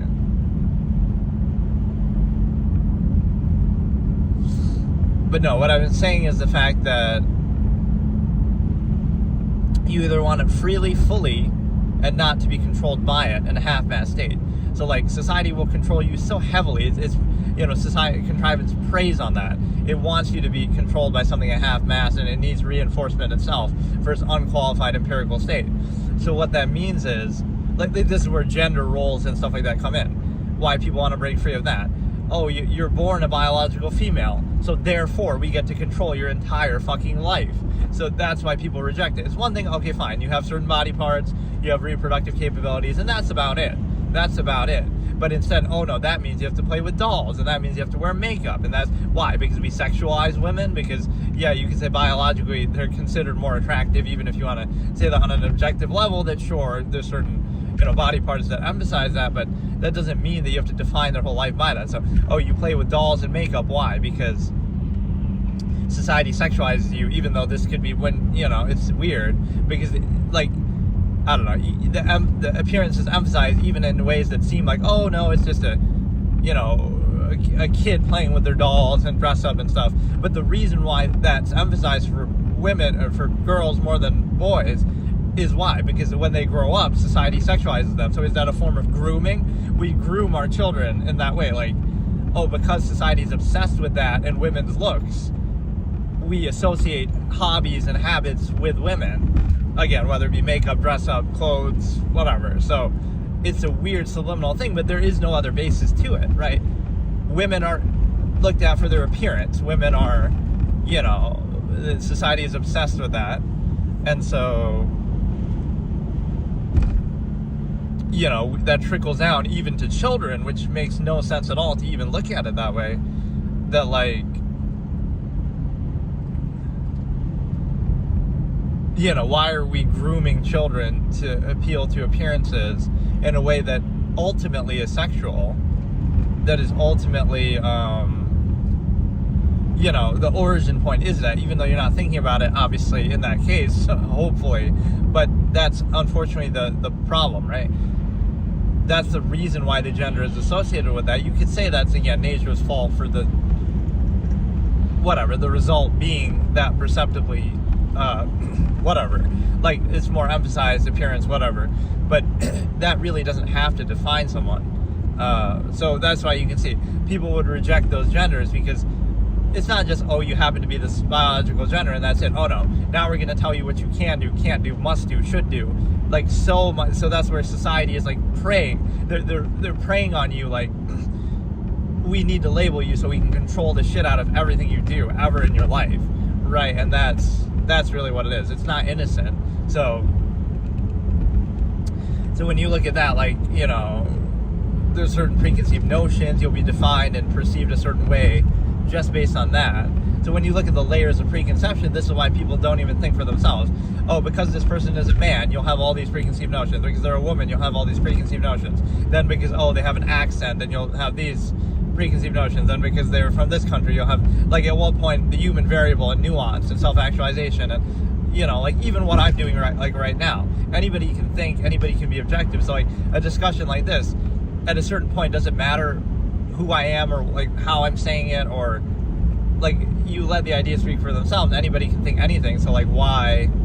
But society is eager to, again, define you in a narrow, limited way that it can control, and that's more important than anything else. So the thing is that, like I was saying, maybe you don't want to stimuli, Acme, specify, but what I'm saying is,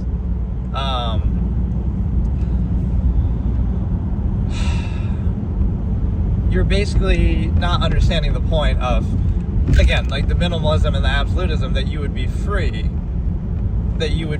You would rather have something free. So it's like, would you rather, in a minimalistic sense, not have sex at all, rather than base your whole life around it and be ruled by it and be controlled by it and be, you know, all these kind of things, just because of your hedonistic inherent tendency, the stuff of animals that you would glorify and gratify to try to be controlled by, to specify an inherent process. So it's like, it's framed as, oh, inability to achieve this false absolute, not that it's not absolute. But the bigger point with that is, would you choose that? As in, do you want to be a half-mass hedonist and be controlled by some inherent tendency in a half-mass state? Or do you want to be free of it? You could just not care about sex, not have sex at all. You could just take care of it yourself, if you will, to remove the need of that overextension. You could be an absolutist with it, like you could do it fully and freely, have orgies, open relationships, right? So any of those scenarios, you're at least free with it, right? You're at least free. You're not controlled by it, because it just is. You're treating the process as it is. It just is an inherent natural process, and you can do with it what you want. You know, the minimalist interpretation there is actually kind of interesting, because again, it's like, you'd rather be free without it, or with it in a limited sense, than to be enslaved by it, right? Because that's really what it is. I mean, you could say female privilege, women benefit and try to exploit it, certainly, but it's something more than that. Society itself tries to exploit it, right? Like, it's always this carrot on a stick type thing. So suppose the individual who doesn't want anything, but then even the false duality framing comes out, oh, it's just your inability to achieve it. You do want it. But what if the manner in which you want it is different? You want it freely, fully, completely. So again, the false absolute is you being a tame, trained animal who is able to be controlled by your own gratification that you get from specifying an inherent process at half-mass. It's really quite silly, but people take it seriously, I guess, as a defense mechanism. But yeah, what I'm saying in the original point of this was, you know, do you want the societal contrived way of achieving some inherent process in half-mast, or do you want it freely, fully? So again, I'll go back to folly favoritism this way. Like, oh, why would people prefer, whatever, playing games all day or something, entertainment, as opposed to interacting with real people? Is that one of them would be like always there for you, or would be sort of objective, right? Like, oh, that game or that thing is always going to be there for you.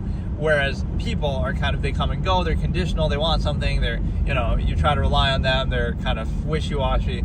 So one of them is kind of, you got to pick and choose and you're kind of controlled by it. The other one, you're kind of, is more free and like, oh, you can do it whenever you want, as much as you want.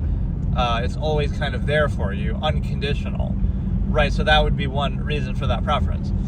But yet again, getting back to the original point of this discussion is, it's no accident that your life is the way it is right now, the state you're in and everything like that. And the reason why I say that is because of the simple fact that, well, a few different things. So it's the fact,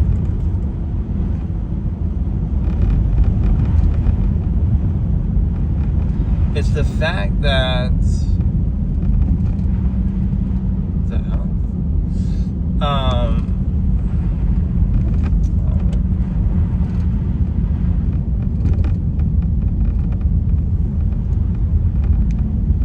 What the fuck is this thing?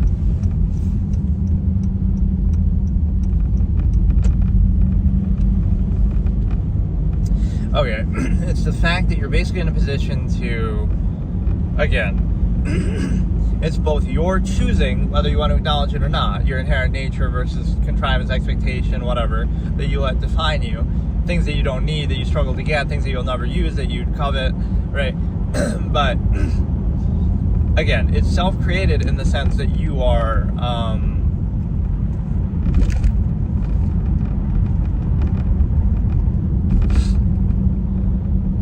like,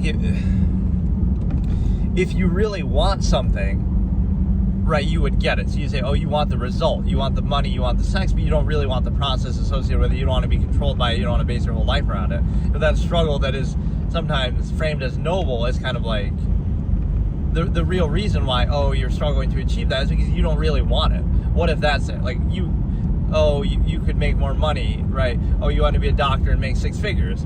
But maybe you don't really want that, right? You might think you want the money itself. But if you truly wanted it, you would do everything it took to achieve it then. Okay, you would study harder, you would work harder, you would commit your whole life. Like, you would be capable of doing it theoretically, right? But if you really, really wanted it, why wouldn't you spend every waking moment to try to do it? But no, you'll be partying, you'll be drinking, you'll be doing other things. So what that shows you isn't that you lack the ability to do it, it's that you lack the will to do it. You don't really want to do it. You think you do, but you don't. You think you want it, you want the result of it, like the money, but you don't really want it. Because if you did, you would put all your effort into doing it. So what you understand with that is the simple fact that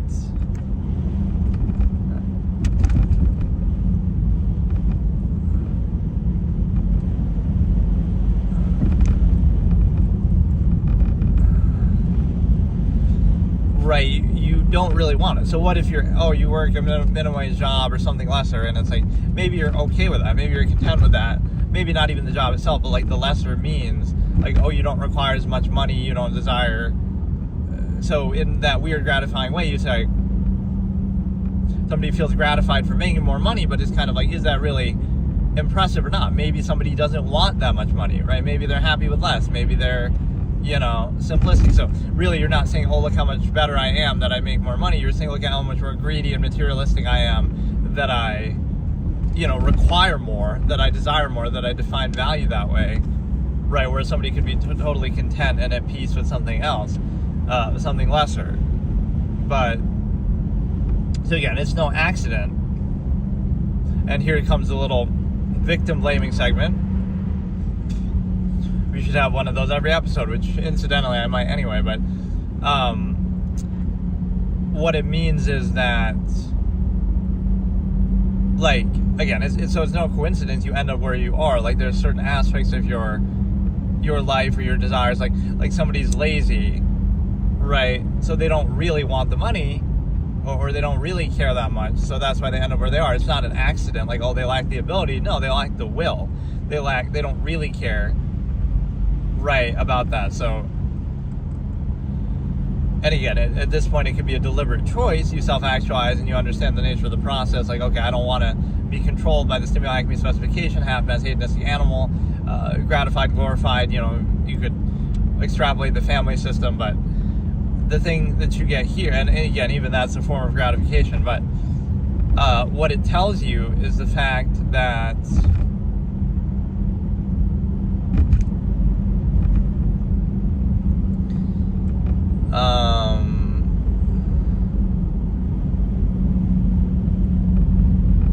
right, it's no accident that you end up in that position.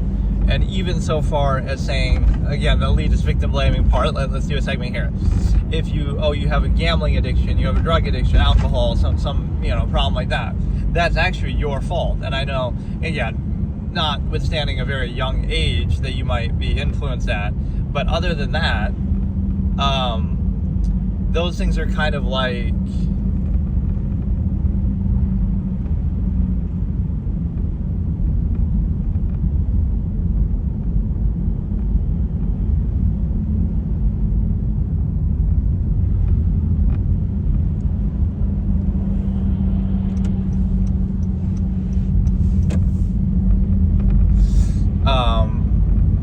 those things are kind of like...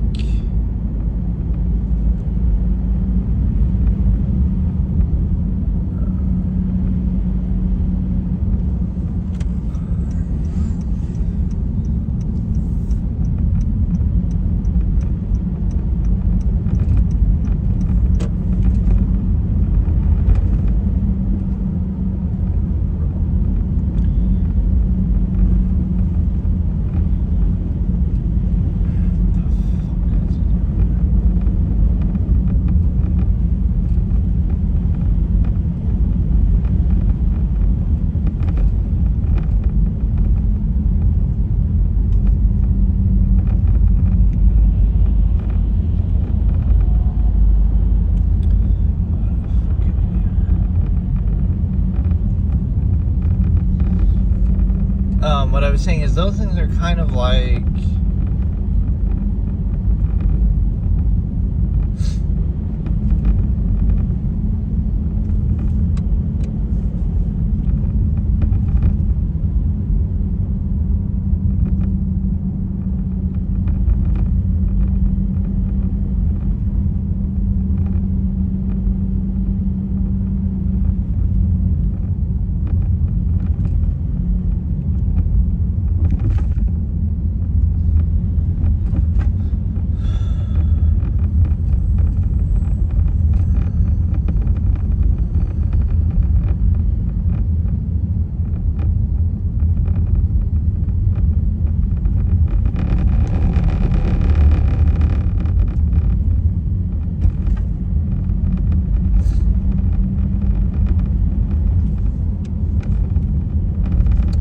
Okay, the point is...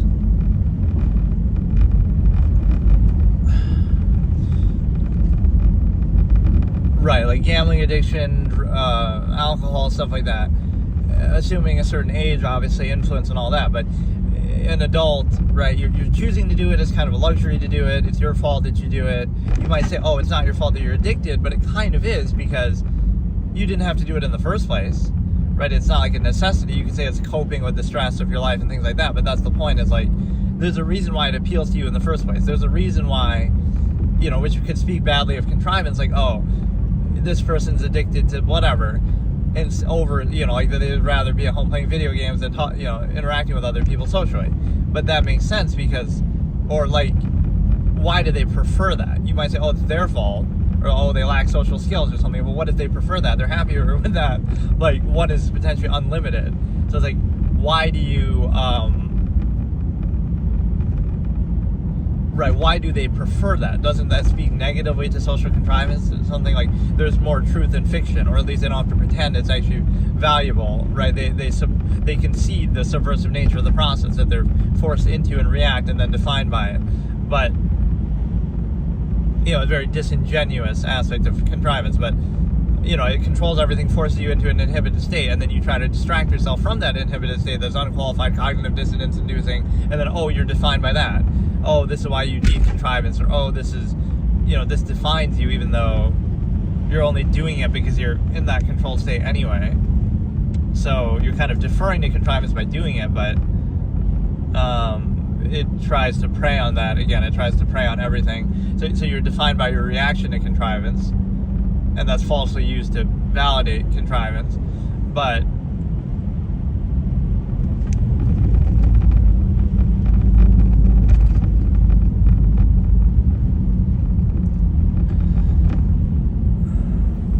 what that also stands to reason is the fact that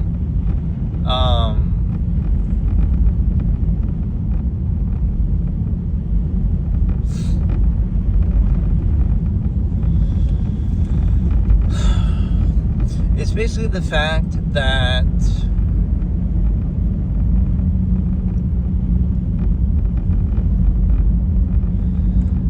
again, it leads to victim blaming thing, the fact that gambling addiction, alcohol, drugs, whatever, is like, you could say, oh, it's not your fault and they're addictive substances and stuff, but we can sympathize when somebody's already in that addicted state, but you can still question it and say, well, it's your fault for doing it in the first place. It reflects badly on contrivance that it even appeals to you in the first place. it's your choice to do it in the first place. It's a luxury to do it in the first place, right? It's your fault for not being able to control yourself, for doing it too much, or for doing it at all, right? There's a reason why you chose to do that. So you might say, oh, look, this person's an alcoholic, and therefore you can't blame them for their actions, right? Or even for their addiction. But the problem is that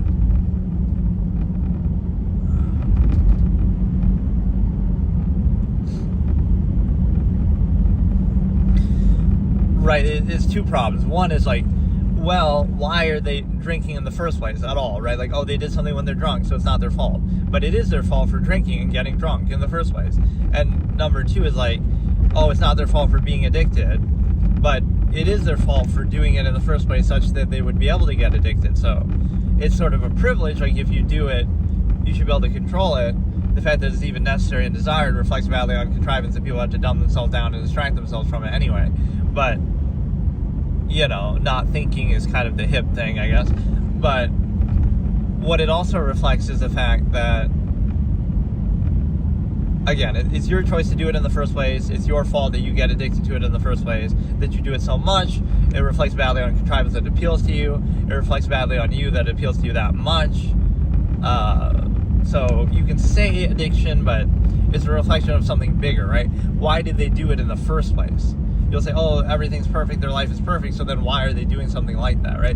It's an imbalance overcompensation that you're inhibited to one extreme degree, and then you try to overcompensate in the other way, right? Some other opposite extreme. So what you understand with that is you're trying to get value from externality instead of inherently, right? You require some overcompensation or some validation through externality, and it's a situation where you're basically in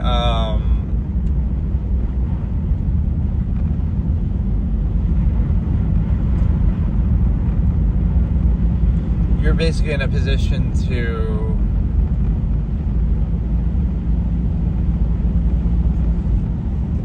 again, why does it appeal to you in the first place? Why do you do it in the first place? Why do you do it at all?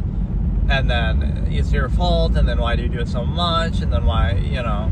So once you're already in that state, oh, this person's addicted, so therefore we excuse their behavior.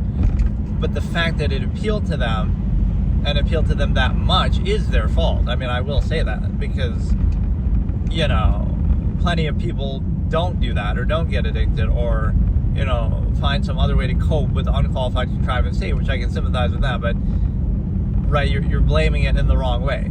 The fact that they prefer that to contrivance shows you, or need it to overcompensate for contrivance, distract themselves, whatever, is itself a negative reflection on contrivance. And then number two is it's a negative reflection on them that they do it in the first place, or that they do it so much, right? So it is a choice. Like, you'll say, so, oh, they did something bad when they were under the influence, but that's not their fault. They're just an addict, or, oh, it's just the influence that made them do it. But it is their fault for doing it in the first place then, especially when they can't handle it, or if they know that. So, and then the other point that I was saying is, again, yes, everything is self-created, and there's a reason why you do it, right, and why you end up in a position, right? It kind of, because you might say, oh, it's like a mistake, or they regret doing something, or, you know, like your life choices, but it really isn't that, because you're, you know, you might not be thinking, and people kind of glorify that unthinking state, like, oh, don't think too much, don't overthink, and then meanwhile, you end up getting pregnant, or you end up doing something like that, and then you regret it the rest of your life. Maybe you should have used your brain, maybe you should have been thinking. So I love the duality of that. Let's not think, oh, thinking is bad, and then you end up in a position that you regret. And then, oh, but don't think about that either. Like, maybe you should be self-aware and actually choosing what you're doing and actively self-aware. But, you know, it shows you that it requires you not to think in order to value contrivance or to be controlled by it, basically. But it's a situation where, again, those are the aspects, like how you self-create your state. So you'll say, oh, like it's a mistake, or, oh, you know, things just happen, or, oh, whatever. But everything is a choice. Like, there's a reason why you do that. There's a reason why you end up in that position. There's a reason why a lot of social engineering, too, we'll get to that in a minute. But, you know, there is a reason why someone ends up where they are. You might say, oh, it's like a lack of ability, but even that lack of ability is like a lack of will, like I said, where there's a reason why, you know, what is it that you really want? And if you really wanted something, you would do more to achieve it. So it's that you don't really want it, but society pressures you, makes you think you want it. Maybe you think you want it yourself, but like if you truly want it, you do more to get it.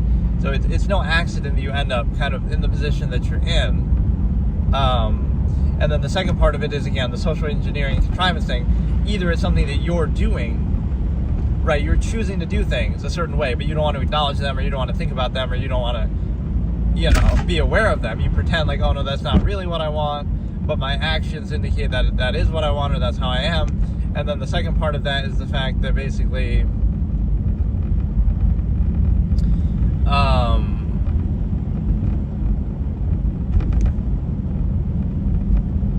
it's the fact that you're basically in a position to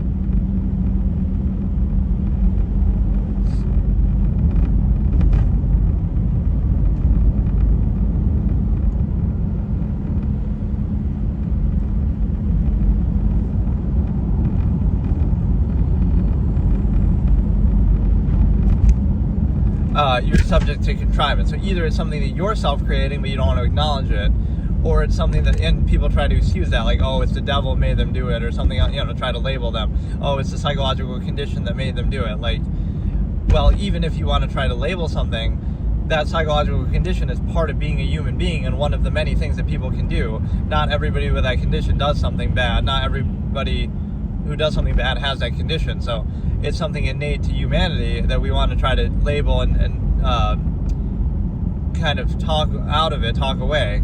But again, the other aspect is it's self-created, if not by you, when you don't want to acknowledge or be aware of it.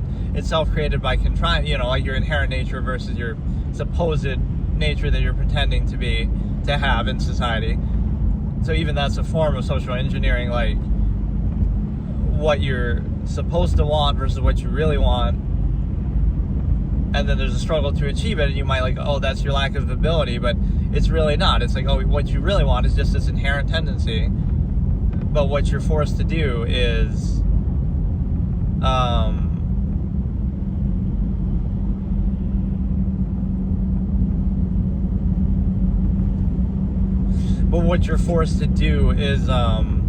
something different. So you can pretend like, oh, that's how you really are, that's what you really want, but you don't, and that's evidenced by your actions even, right, that are not consistent. So you can struggle against that, but just be aware that that struggle indicates it's not real or absolute. You can say whether it's worth it or not to struggle, but part of that struggle is a cognitive dissonance of, again, not just the ability to achieve a false absolute, but that it's not absolute. So that's how it's treated, like, oh, it's how well can you overcompensate or tolerate for this flawed artificial contrivance state, not that it isn't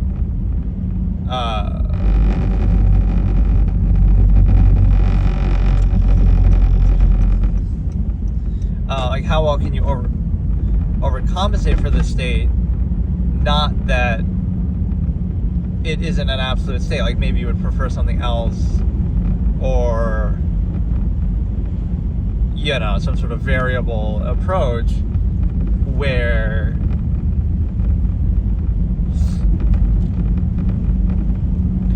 right, like it's your inability to achieve a false absolute, not that it's not absolute. And kind of uniform, specified kind of mindlessness. And you see that especially older people, like they're kind of so indoctrinated, they don't want to admit their whole life was just, they were just controlled, and they had to pretend certain things because of a lesser technological state that now, look, back in my day we used to do this manually by hand. It's like, okay, you did it because you had to, and that's fine. But now you have technology that makes it easier, so now it invalidates you, makes your efforts obsolete. So you'll pretend like, you desire that. A good example is the nearness postulate, like, back in my day we used to go out with the local people in our local area, and it's like, yeah, you did that because you had to, and there's nothing special about it. Versus now you have all these options all around the world. You have more options, higher standards, more resources, but that's somehow a bad thing because it kind of shows you how shallow the options that you had to settle for were. So you try to condemn having more options to try to make the option that you were kind of forced into seem better, right? Because again, you went out, your parents went out with the local person in the local area because they had to and they had no other choice. But now they want to pretend like it's absolute, and now you have more options. You have people halfway across the world. You have everybody, interconnected. So that's just more options. You can still end up with somebody locally, but like or whatever, you could go and meet them, but what I mean is, like, you're going to condemn something that's objectively more options of the same thing just because you didn't have those options. The kind of antiquated logic here. But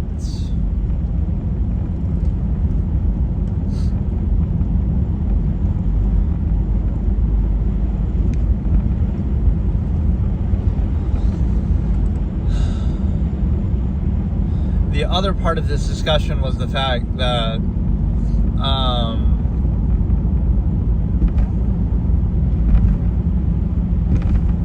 again, like, everything's on rails and sort of created for you, and so you're defined by your reaction to it, which is kind of arbitrary, because the norm is just what's easiest to control, or kind of the product of that contrivance influence.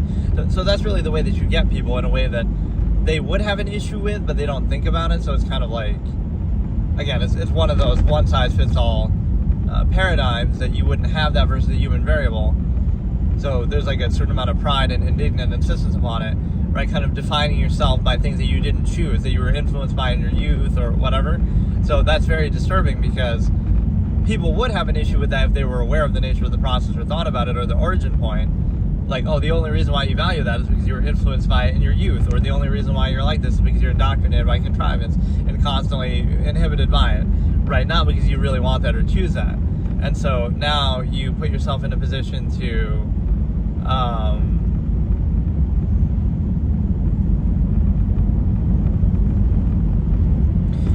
right, you if you saw the origin point of it, you see, oh, you were so heavily indoctrinated, that's the only reason why you go along with this, or that's the only reason why you're here, and it's arbitrary, it's interchangeable.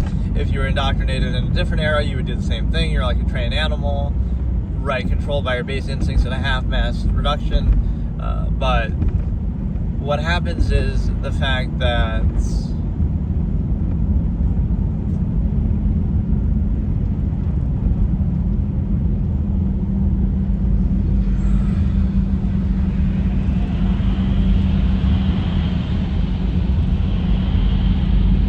it basically allows you to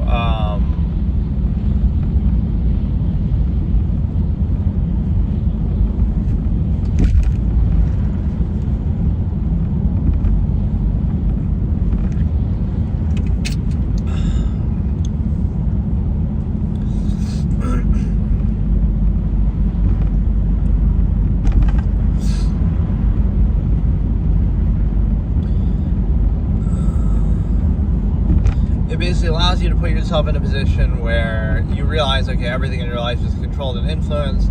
If you're aware, again, make people self-aware, that's bad, right? This is kind of I could explain it in modern terms, like, oh, that's cringe. The same exact thing that you're doing is cringe if you're aware of it. Or again, the manner in which you overcompensate or use performative aspects. So what you're realizing is, oh, it's a process that you don't like or wouldn't value, but it depends on the form in which it's presented, which means you're being controlled by that form, and so it's something that you would have issue with, but it's the degree of artifice or overcompensation, a contest of contrivance, that makes it arbitrary. Oh, if this guy from World War II Germany had really good performative aspects, I guess he could rule the country, and that's all it would take, right? So people never learn that lesson, that, like, or whatever, even in a subversive way, you'll value Taylor Swift over Mozart or whatever, but, like, you're letting yourself be controlled by that. So it's kind of like the worst thing that people can do is treat themselves as credible, where you would say your own senses and instincts are pretty weak because you're controlled by them, and everything is carefully curated, but you take it at face value. It has a lot of thought put into it, but you don't think about it, you take it at face value, and then you're controlled by it, and then it kind of falls absolute default preconceived notion. The kind of thing that people are passionate about it, but they can't even explain exactly why, right? Like, it's just mindless, preconceived, it could be anything arbitrary. They're just used to it default, but like, that's why the full of sound and fury signifying nothing kind of, like, it's easy to be passionate about something when you don't think about it, because if you did think about it, you'd realize it's just the same as anything else, and it's not, anything special. So it requires this suspension of critical thinking to value something specific like that. But the bigger point is the fact that you're basically putting yourself in a position to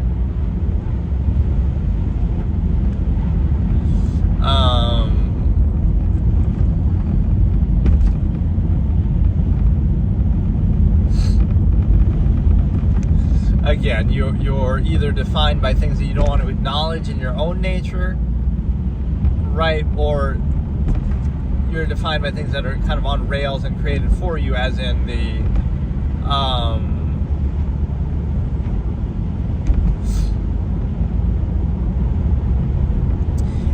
the basic idea that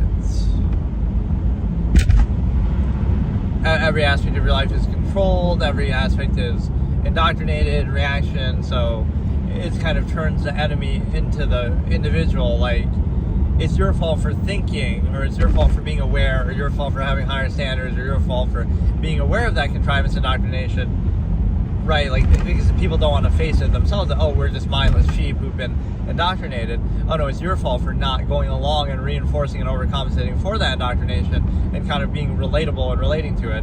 It's your fault for having higher standards and not being defined by it in a reactionary way, even like appealing to it but being self-aware, right? Like, even by being neutral, right? This is why non is a false negative. You're aware of the nature of the process, so even though you defer to it and go along with it, you still show your awareness of it, like you're tolerating it, you're putting up with it, you're doing it just to appease others who are controlled by it, but you don't require or desire it yourself.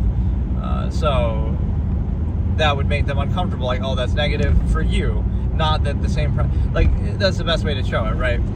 Self-awareness is really the problem, not the process itself, even though the process is the same whether you're aware of it or not. So if you are aware of it, it's bad. If you're not aware of it, it's okay. But the process is still present. So this is how the modern, or like how mass collective mindless sheep work, right? A good example is that clip of the chick doing that renegade thing in her car. It's like, think about the scenario here. This sums up society in a nutshell, which people wouldn't understand and they're too stupid, but whatever, I'll say it anyway. Just, she's doing the performance in her car, like dancing along to this renegade song, and she's filming it, right? She's recording it for TikTok or whatever, right? So she's recording herself dancing to a song in her car, and she intends to show that video to people online and so forth, right? So you're recording a video of yourself dancing in your car to a song, and you intend to upload that and show that, and that's fine. So now, that's not embarrassing to her, right? She's even doing it and choosing to do it, and even planning to show it off to people. So maybe she's even proud of it, or she's just doing it, whatever. So again, you're doing something and you're fine with it. You're even arguably proud of it or something like that. You want to show it off. And then what happens? Somebody else is watching you from a car across the street and they see you doing it. And then, oh, now she's embarrassed. So she's doing the same exact thing. In fact, she's doing it to a greater degree. You had one person see you doing it and you're embarrassed, but you were going to upload it online and you're not embarrassed by that? Like,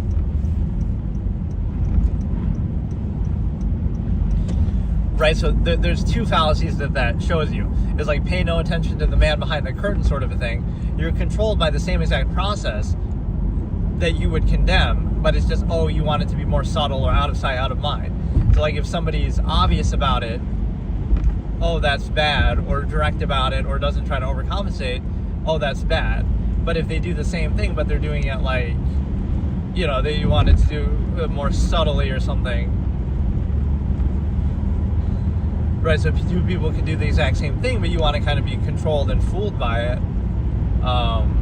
the more honest approach would be the neutrality, like you respect others' intelligence. But that's bad. Never respect others' intelligence, because they're actually dumb, or they want to be treated like they're dumb. They're used to it. They're trained to be ruled by omission. So what it means, rather than self-governing, remove the need, that kind of thing. But what it also tells you is the fact that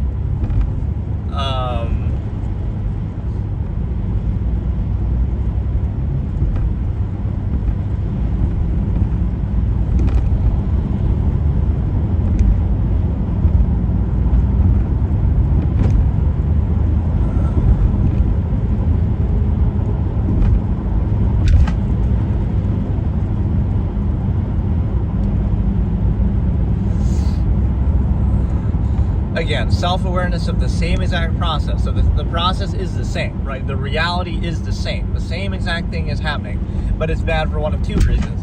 you see the origin point of it, like, oh, how this thing came to be, and therefore it's bad. Right, so you don't want to be aware of that, even though it's still the same. So it's like, oh, if you knew how this holiday started, you would question it and think it's dumb. But because you just take it for granted, it's fine, and you treat it like it's something special.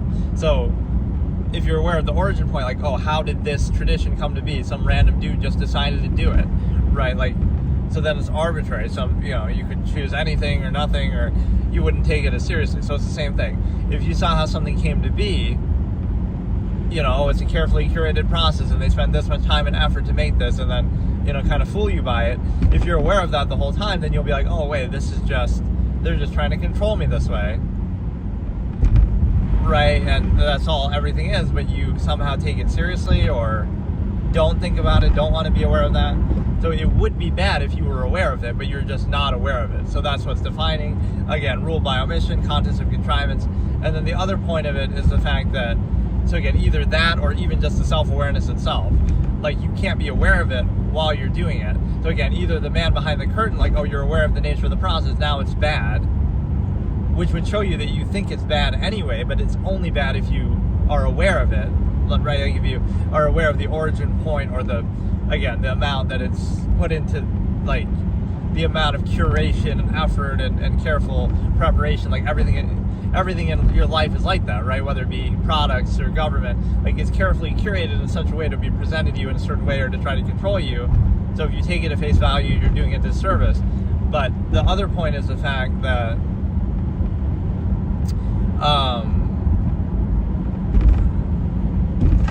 the other part is just self-awareness. Like, it would be bad, it would be a flawed, subversive process, but it relies on social contrivance, undue emphasis, and it relies on the fact of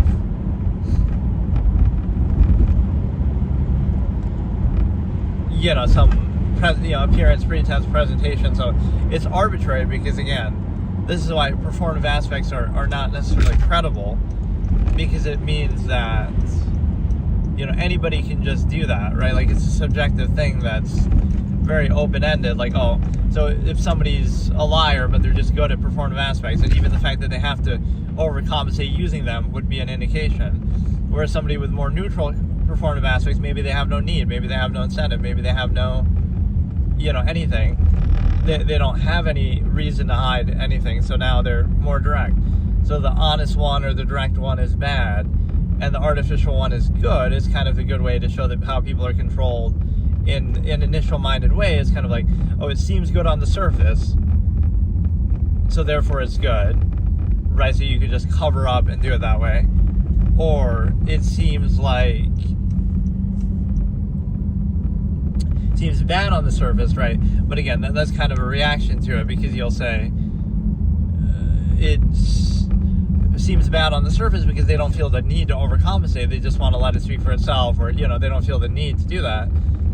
They have nothing to hide or whatever. They're just direct. Versus the other side, where you would say that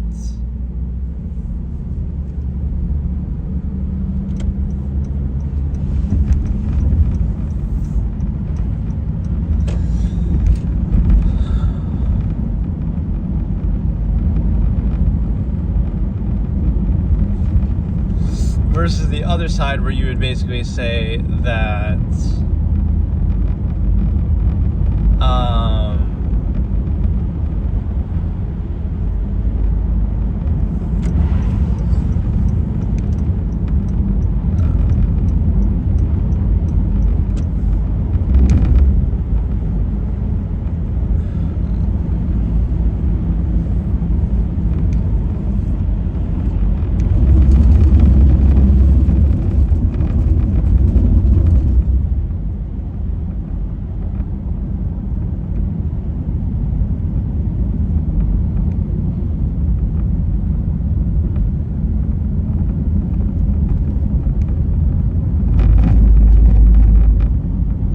it allows you to basically understand one thing, and it's that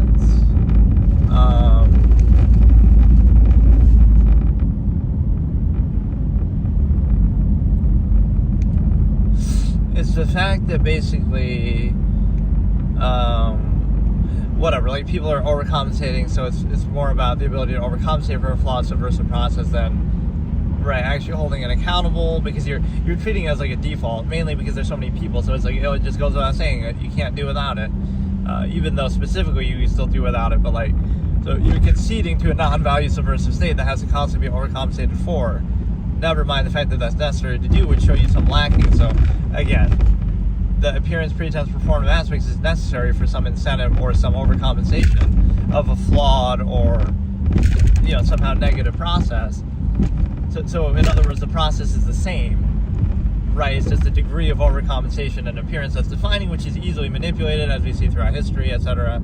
But people are taken in by that, I guess, and so it's not a credible basis. That's basically the point. So absolutists, etc., would reject social contrivance because, again, I use this example like eye contact. This is how we judge whether somebody's truthful or not. Okay, somebody makes eye contact and says 2 + 2 = 6. And then somebody doesn't make eye contact and says 2 + 2 = 4. So wow, that's all it takes. That's all it would take for Adolf Hitler to come to power. He could look you in the eye and say, oh, 2 + 2 = 6. Wow. Like, this is how, but you'd be fooled by it. This is it. I mean, that's how social contrivance works. And I know on an average level you would want to say, oh, that's not the case, or you'll use like hindsight bias. But the reality is, it's not about the individual there, right? Understand that, don't specify the conflict, understand the nature of the process. There's nothing intrinsic about social contrivance. Like, it's language itself is man-made, it's artificial, so it shouldn't be taken as too credible, right? Because anybody can just say anything, anybody can just do anything. Like, we give it some special gratifying thing because it's, we treat human beings, glorify human beings because they're human beings. Like, just because a person's doing it, we give them some benefit of doubt and defer to it, and therefore you're controlled by it. So it seems like some positive, gratifying thing, but it's actually questionable. And then it also allows one other thing, the fact that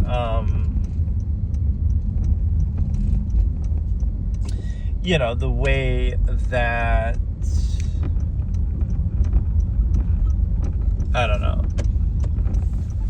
everything has to be framed a certain way too, in terms of the ego. So the ego is what you're enslaved by most in society, in case you were curious, right? I've made a video titled this before. Ego is a trap to control you. Like, pretend somebody's just like very at peace, right? They don't feel the need to overcompensate. They don't feel the need to do performative aspects, or right, like they're just very direct or to the point, or like they're perfectly content and at peace, and so they don't need performative aspects. They don't need to overcompensate. They don't need reinforcement through externality.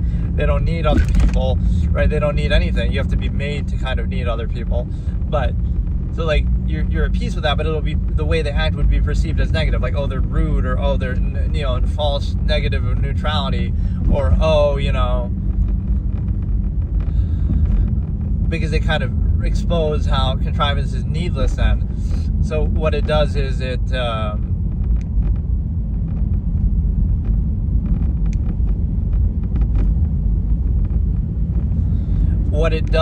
exposes the contrivance state in such a way that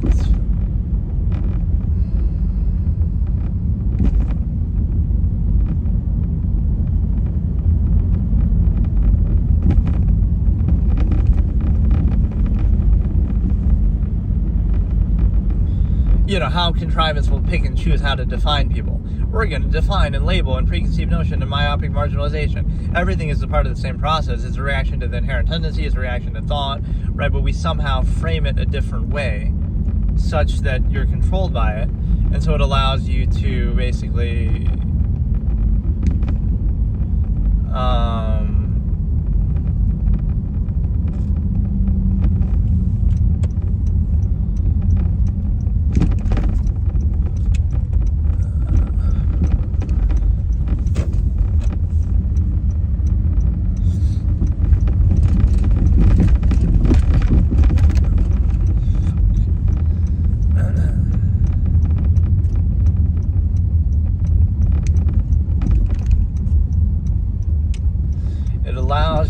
again be controlled by it in such a way And again, ego is a trap to control you that way in terms of, again, everything will be projected. So like somebody's neutral and it's negative. They must be sad. They must be depressed. They must, you'll attach. That's how outwardly insistent an insecure society and contrivance state is.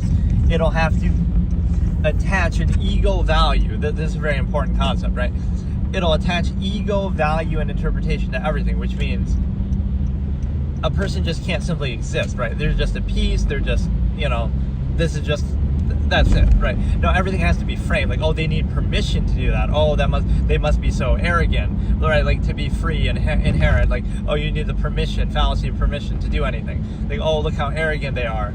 They could just be neutral. They're just a piece. They don't need anything. They don't want anything. They don't, place any special. But no, you want them to defer and be subverted and be controlled just like you are. You're a salty, bitter victim of contrivance. But what it allows is it's the fact that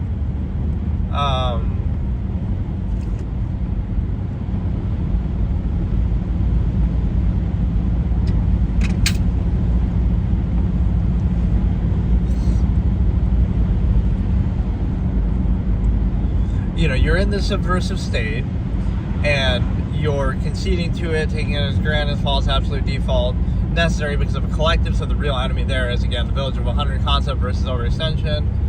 Anything mass-produced suffers inequality for it, including life, human life.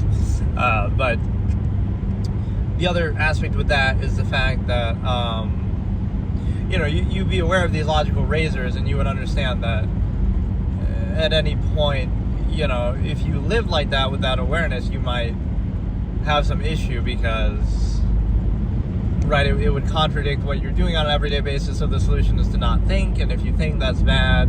And thought is personalized, even though it's subjective. The idea would speak for itself, or anybody can think anything at any time. So it's a good way to control people, for sure. It's definitely a good way to control people, and it also allows you to consider one other aspect here, which is the fact that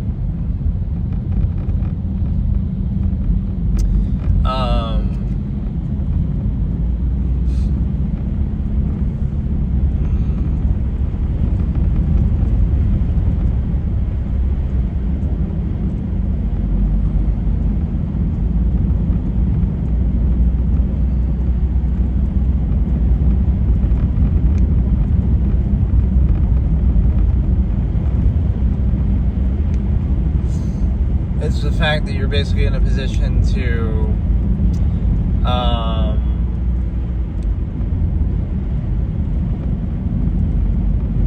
again, everything has ego identity attached to it. So neutrality is negative, it's framed in false duality, it's the inability to achieve a false absolute, nonsense, not absolute. Or like any variance must be, it's anti, they're doing it just to prove a point, they're doing it just to be a contrarian. So it shows you the insecure nature of a contrivance state. That not only is it not absolute, but it has to constantly seek reinforcement through externality. There's somebody who's neutral, at peace, not doing anything, not wanting anything, not,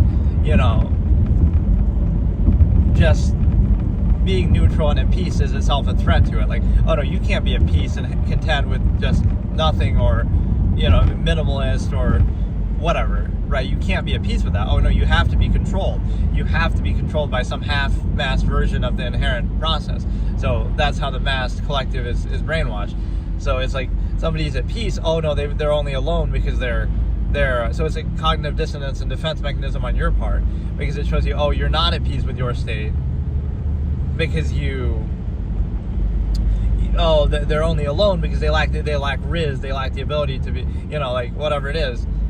It's like, again, you're trapped in a state of being special value through ego, human stuff, special value through externality, right? You rely on externality for value or validation over compensation, and then, something that makes you aware of the nature of the process is bad, not the process itself, even though the process is the same.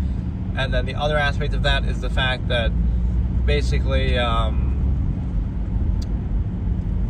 you're in a position to basically,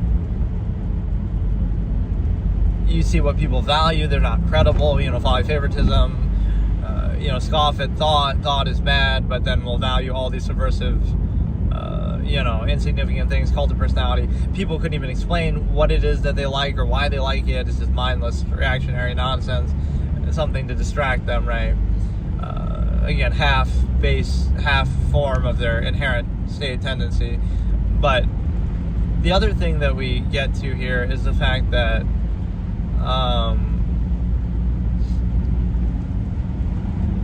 again, the ego attribution is very strong, right? You're an absolutist, you're a minimalist, but oh no, that's somehow negative, or that's somehow inability, right? Or you're again, absolutist is like, oh, they must be angry, they must be, rude or something. Efficiency is, like, it sort of shows you the trap of it, that like, you're controlled on the pretense of valuing some basis. So like, oh, you're controlled by society because for the greater good and for efficiency and for safety. But then if you achieve that same goal, if you try to practice that same goal to a fullest extent, to remove the need, then okay, that's the basis on which we're controlled. So the absolutists would take that seriously then. Okay, we're going to do it so well that we'll remove the need to be controlled in the first place, right? But then, oh no, contrivance attaches a certain, desire to that state. Like, oh no, we value contrivance for contrivance sake. But it's a situation where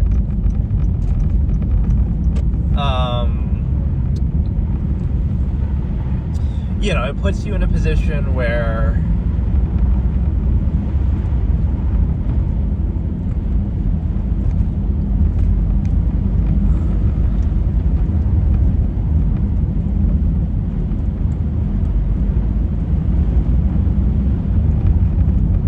again, contrivance is always seeking reinforcement through externality, and it allows you to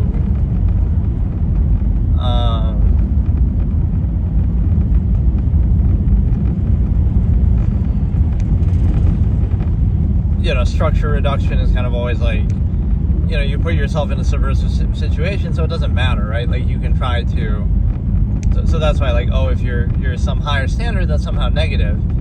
Because contrivance, a half-assed contrivance state would feed off of that. Like, a low standard that insists upon itself, that you no longer have the need to do if you're in a better state, or like, so it's not even arrogance, it's just like, oh, you have a higher standard, versus the lower standard that you're controlled by, and that you insist upon to try to overcompensate for the fact that it's a lower standard, right? So you remove the need, and you actually hold it accountable. So in that sense, that's why, like, oh, positive emphasis and stuff like that, oh, like being nice and stuff, like let's turn it into the anti-virtue discussion that I've had before. Being nice is actually bad because it means that you're lying and being artificial and reinforcing a negative subversive state, right? Instead of, oh, being direct and honest is rude, or again, being efficient is rude and negative, even by the same process that we value. So even the same pretense by which you're controlled. So,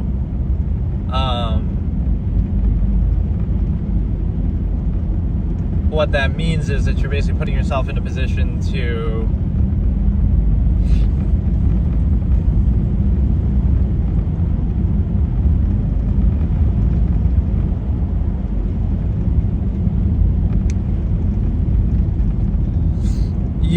the ego basis by which you're controlled, and the, again, positive things are actually negative, that you're reinforcing a subversive state, overcompensating for it, therefore, instead of removing the need and holding accountable and actually changing it.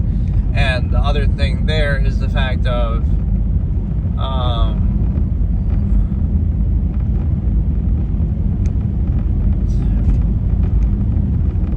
then positive things are actually negative, like, oh, we glorify functionalism or the zero-sum end. But then if you do it too well, too efficiently, then it's rude. Like, oh, if you're too efficient, that's rude. Or, oh, if you're too, direct, oh, that's somehow a bad thing. So you're in this half-assed state where a subversive state where you don't really value it. You pretend to value a half-assed, dependent, overextended, pretense, non-base of self, right, like we talked about. And then it's also the fact that even like the false framing, like I said, the ego basis, even a discussion like this or objectivity that I present here, it would be personalized. Like, oh, it's you're only saying this because of blank, you're saying this for this reason. Even what I'm saying would be framed in false duality. Like, oh, you must mean this thing. You must make this claim, right? Because contrivance itself is making a claim and is kind of outward. So what that means is you're not making a claim. Like, I'm not making a claim by doing this, but it would be framed like I am, because then it has to be dismissed in some sort of false duality thing, right? Like,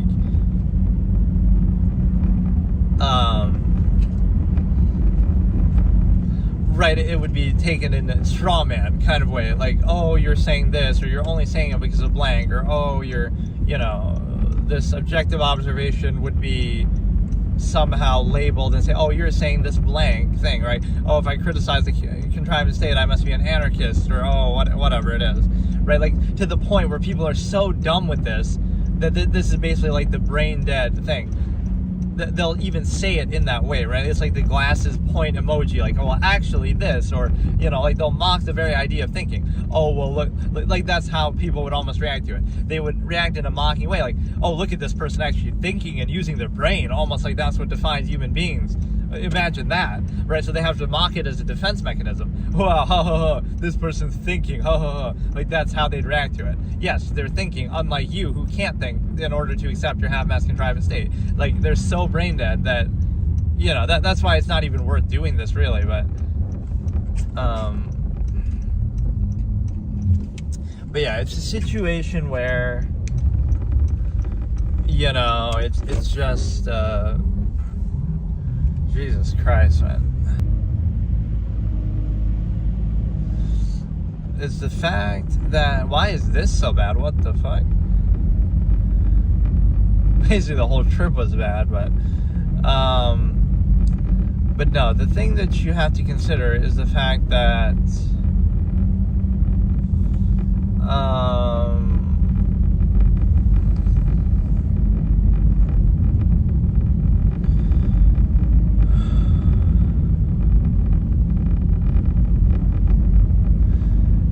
I don't know. Everything is, personalized, or kind of misses the point. It's kind of a straw man. That's what really people can't consider as nuance. Because again, there's an impure incentive. So people are not credible at all by that basis of, everything has to be done just to reinforce the state that they're in, kind of. Whereby,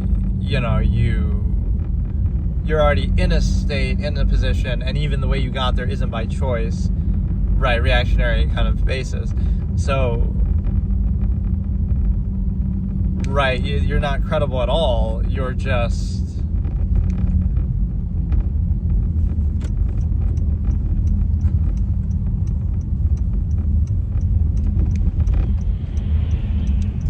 right, so defense mechanism, non-choice reaction, indignant insistence.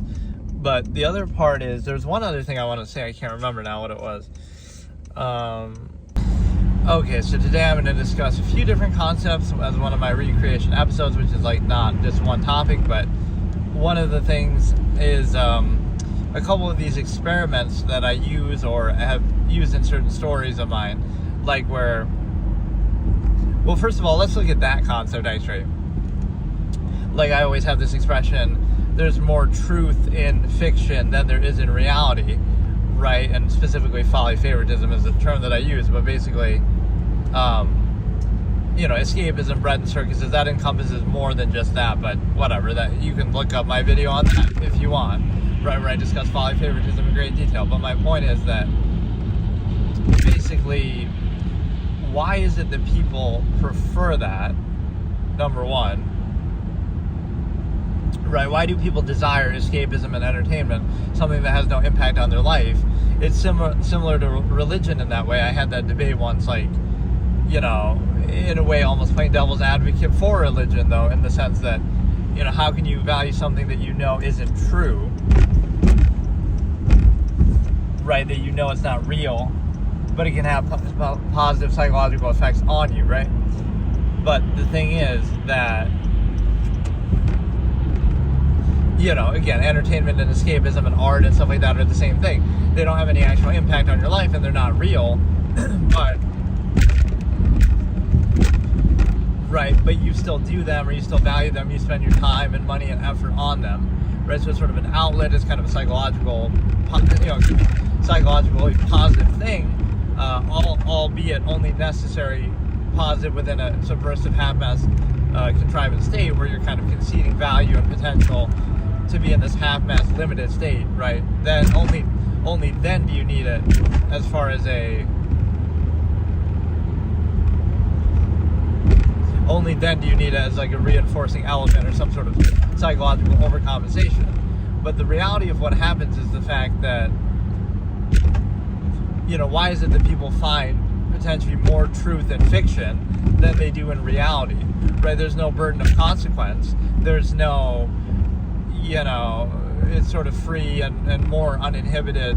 So whether it be,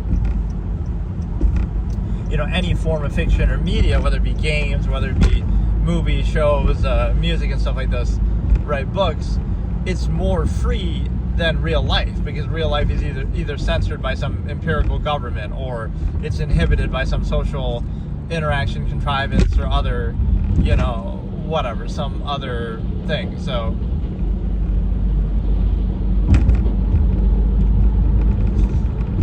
that's the frank reality, is the fact that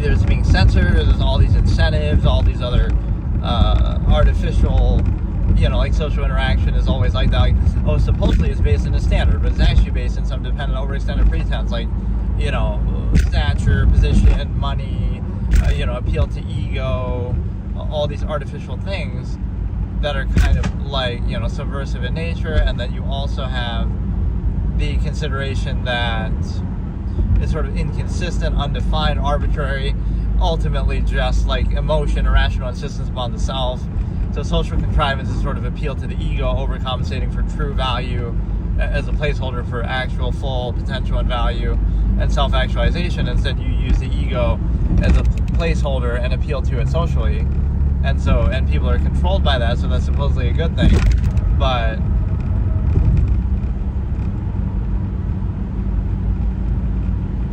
right, and it's especially necessary to specify something. You take something that's inherent, like nature itself, and some resource, or, again, like the Stimuli Acme, and how do you specify it to one person or to one company or something like that, right? You often use social contrivance as a buffer there, to try to create a false absolute, to value it, to specify it, to limit it. So it's a way to control and reinforce a controlled state, sort of overcompensate. So if you're in a free, uninhibited state, none of these things would be necessary. They'd even be counterproductive or redundant. They'd be like you're living out in the wild by yourself and there's nobody around. So now all those things go out the window. So that's kind of the interesting interpretation, right? With like, if you were alone on an island and, whatever, you're surviving, doing what you have to do, living in nature, that's kind of like how people were in the past. But it would be somehow negative, like that would mean you would go crazy. But that shows you actually the duplicity of what that would indicate about society. In other words, you're living, you're at peace, you're doing fine, you're fending for yourself. So what's the problem, right? But that shows you that the parasitic nature of contrivance right there. It's not enough for you to simply live and survive and be at peace and be just fine. You'd be crazy by society standards, even though you're not even in society. Because society wants to suck you dry, and it wants something from you. You're not paying your taxes, so that means you're subverting the system. That's the real reason. Like, you look at it because it wants something from you is the point, right? A person can't just be at peace alone and that's it, right? There's always an incentive. Society wants something from you, and so therefore, right, it'll condemn that. So, in other words, you'd be in this supposedly negative state, but it's like you only don't need to do that, or you only need to be inhibited like you are in society. You only need to do that because you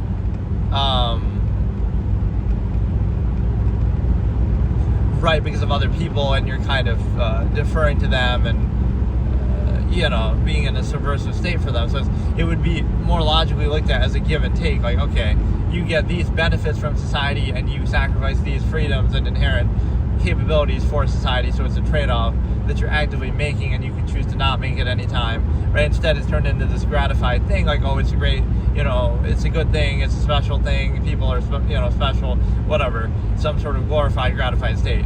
So the problem is that, you're making that concession for something in return, and the one element that you miss in doing that is the fact that, again, like, you'd be crazy, but really that's just more your free, inherent, uninhibited state, that you don't need to inhibit yourself because there's nobody around to inhibit you or do that. So it shows you how the supposed value for humanity and gratifying, glorification of people by people because they're people is used actually to control you in a very significant way. And the reason why is because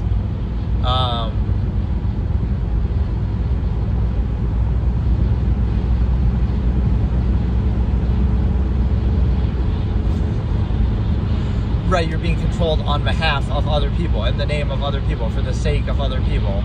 So if there were no other people around, then you don't need to do that. So you're in an objectively more free and uninhibited state. You might say, well, but you sacrifice technology for that, or some convenience for that and stuff like that. But arguably, a lot of those things you don't need either, and objectively you don't need them. But I mean, a lot of them are only necessary too because of that inhibition. Like, well, we're gonna, not prevent you from being free in nature, so now you need running water and stuff like this. So it's like a false convenience because there's so many people, now we have to ravage, nature and like monopolize it, and so you're not allowed to go out and free. Like, think about that reverse logic, right? Because there's so many people, now we supposedly need these things that are just abundant in nature. Oh, you got to pay for water. Running water is a big thing, or oh, you gotta.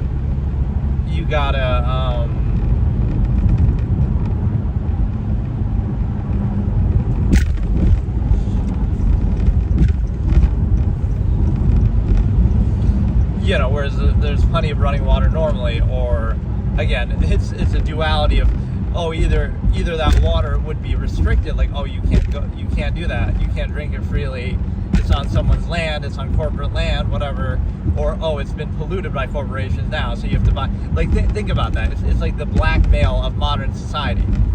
Is that, like, okay, you rely on us after, right? You rely on society and other people and the collective corporate structure and everything like that. You rely on other people, right? Apparently, is the premise, but only after those people have already taken over everything before you were even born, right? Like, it's already established as an empirical power structure, and then you either defer to it or, oh, you supposedly defy it, right, as though it's absolute. But the point is that now you trace back and say, okay, now you have your inherent needs that you have to do, you have to drink, you have to eat, and then, oh, if you try to do those on your own, the influence of that contrivance is still there. So it's like, oh, go out if you don't like society or whatever, right? This will be the straw man fallacy kind of thing. Just like, oh, go out and do it then. But then you try to do it, and oh, the influence of contrivance is still present there, right? So even outside of it, okay, you go out in the woods and you drink water, but oh, now that water has been polluted by human influence, or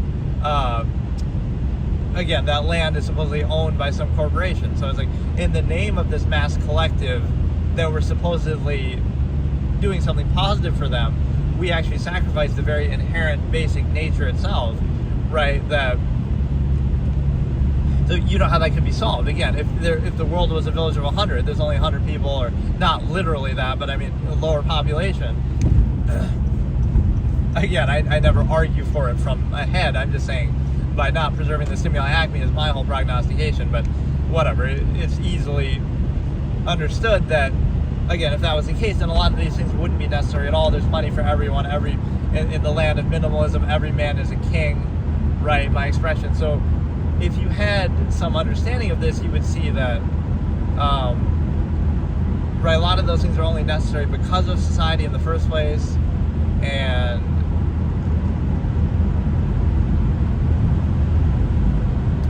you appeal to it, you appease it, you defer to society and contrivance, you appeal to it, you appease it, but then you're defined by your reaction to it.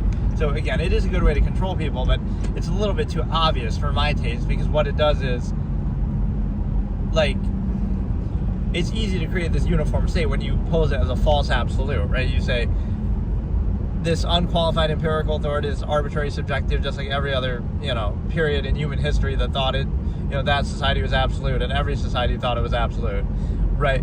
But you pose it as though it's absolute, and then your reaction to it defines you. So your reaction to something defines you instead of your inherent action itself, right? So you're inhibited in every area of your life, and then, you react to that inhibition either positively, negatively, or however, and that defines you. But so you're getting ahead of it, like, okay,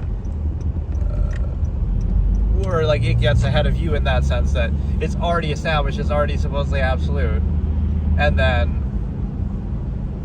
right, so by that logic, again, you're born in World War II Germany, I guess it's already established, so you can't say anything about it, just reinforce it. Like, that's the mindless way that you are trained in society, but and then the other part of this discussion was the fact that I wanted to touch on myopic marginalization, which I always, this is maybe a good example. You have 1,000 videos, right, on YouTube, right? Let's say, okay, you make a YouTube channel and you post 1,000 videos about 1,000 completely different, distinct topics, right? They're all different videos. So you haven't committed any special attention to one of them, so you're not defined by any of them. So again, you discuss 1,000 different videos, or you have 1,000 different videos that are all about different subjects.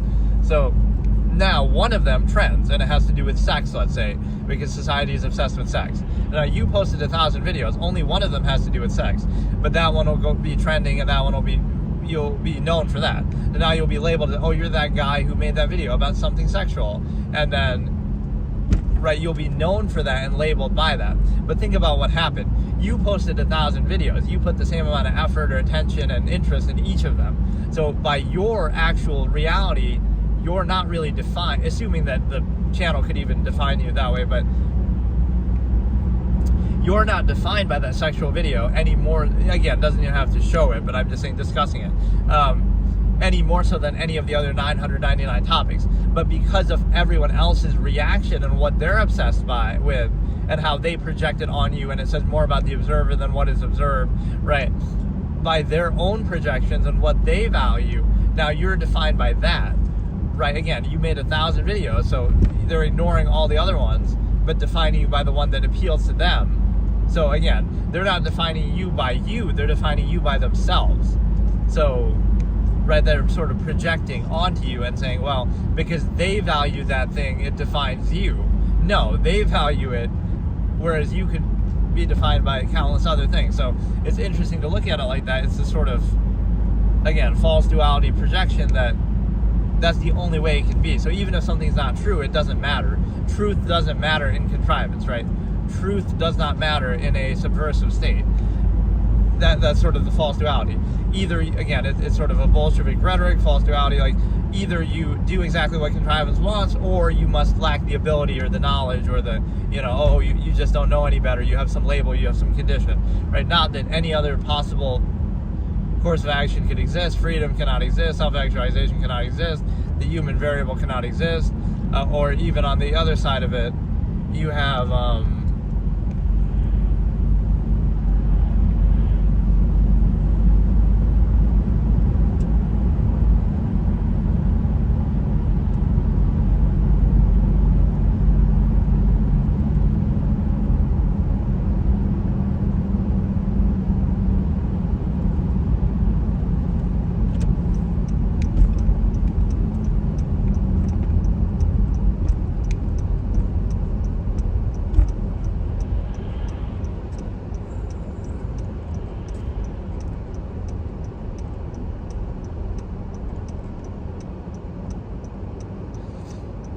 yeah, basically the point on the folly of favoritism is like, why do people value that? Why do they prefer it to society in the first place?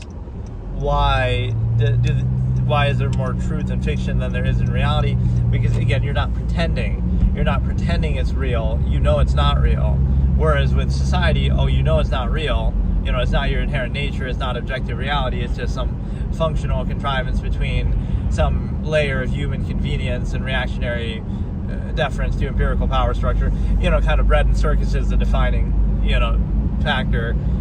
You have a greater degree of that, so how can you complain?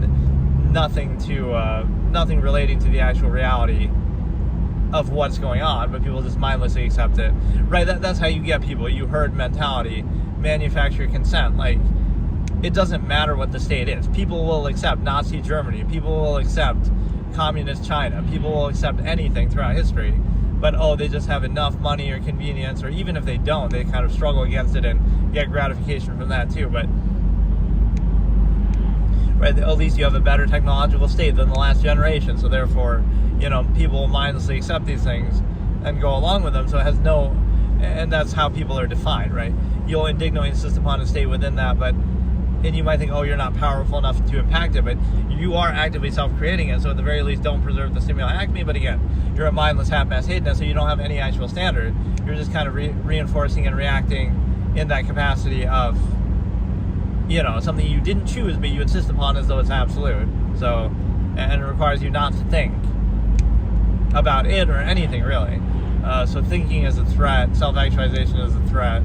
Even the appearance and the observation of thought would be a threat and a negative. So again, victims of contrivance who want to hold everybody back just to feel better themselves, or kind of rationalize their state, or even something like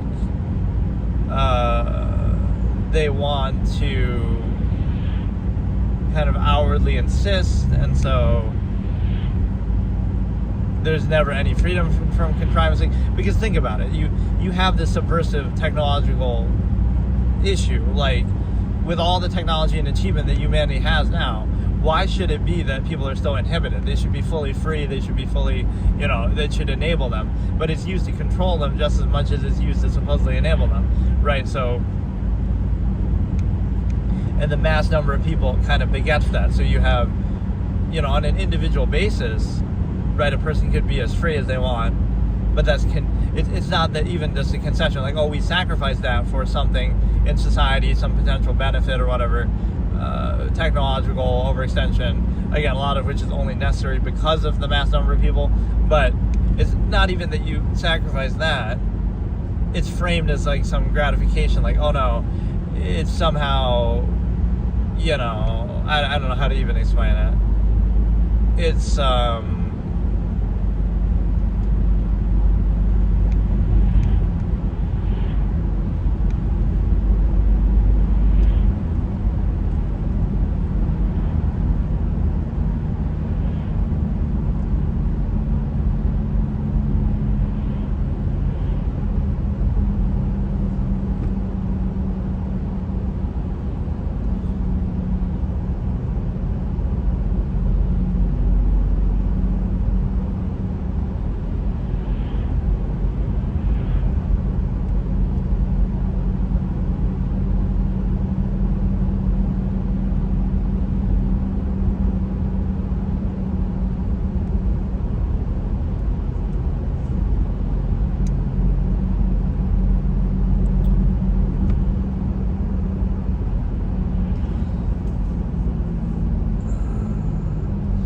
But yeah, it's a situation where, again, you're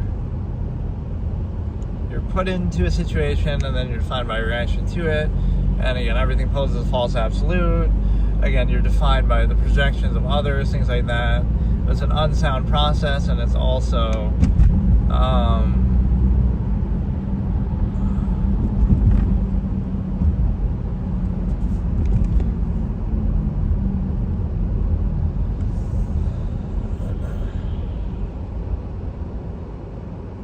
so it's sort of, trained animals' response. That's how people are, is like, not only are they trained to behave a certain way, but they perceive the world and everything as in that context. So they have to project or something like that.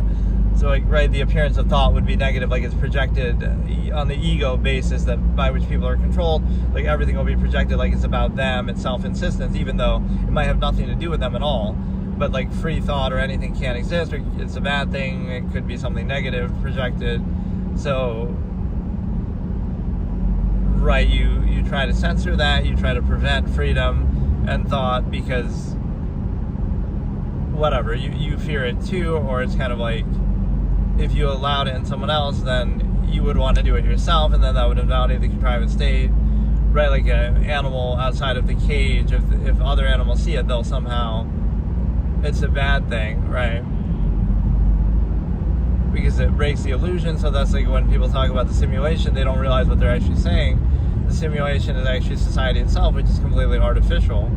It's a construct that we try to actively uphold, which we can do that, but the pretense that it's actually the case or actually absolute is what, is definitely questionable, because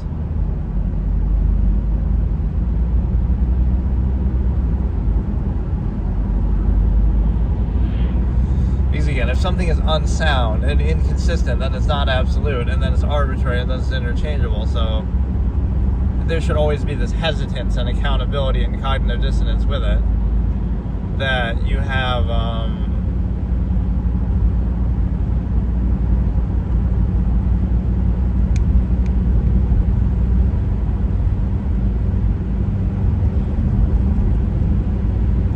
or let's look at the zero-sum idea, the fact that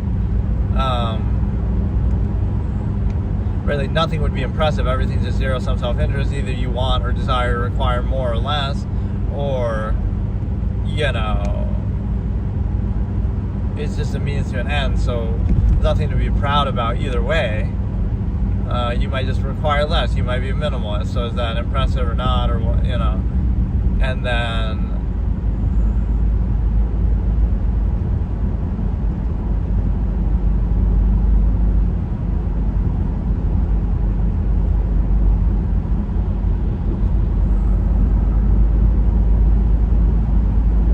it's also a situation where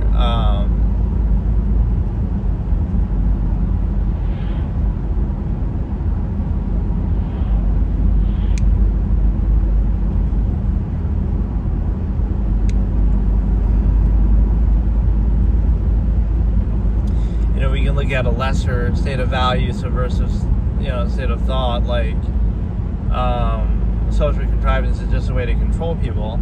It's not actually defining of them at all, so we defer to that basis, right? So part of it is kind of like, oh, it's a measure of something or intelligence or whatever, but not only is it not that, like, let's analyze some of these elements, like, okay, how a person sounds, like their voice or how they talk or something, that has nothing to do with anything. That could be some, that's just to do with their, biological, like, whatever, their physical makeup. They might have some breathing problem, they might have some softer voice, like that has nothing to do actually with reality, but this is how much people lack any fundamental self-actualizing quality, that they're defined by these superficial things, like, oh, and there's like some crackpot psychology that goes along with this, like, oh, if you're tall, that means you're more confident. Like, it may lead to that, sure, but it's like there's no inherent connection to that, or even because if you're self-aware of something, then either it does or doesn't have an impact. But just,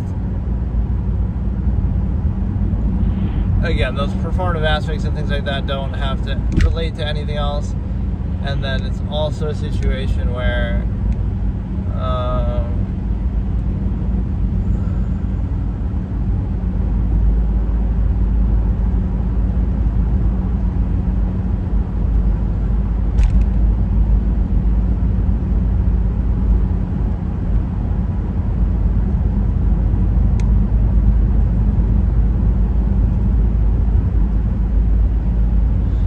there's a certain need of contrivance, is the point, to see things a certain way, right? Like, it'll see things that way even if it's not the case, and like as if you need its permission, or you have to like prove something to it,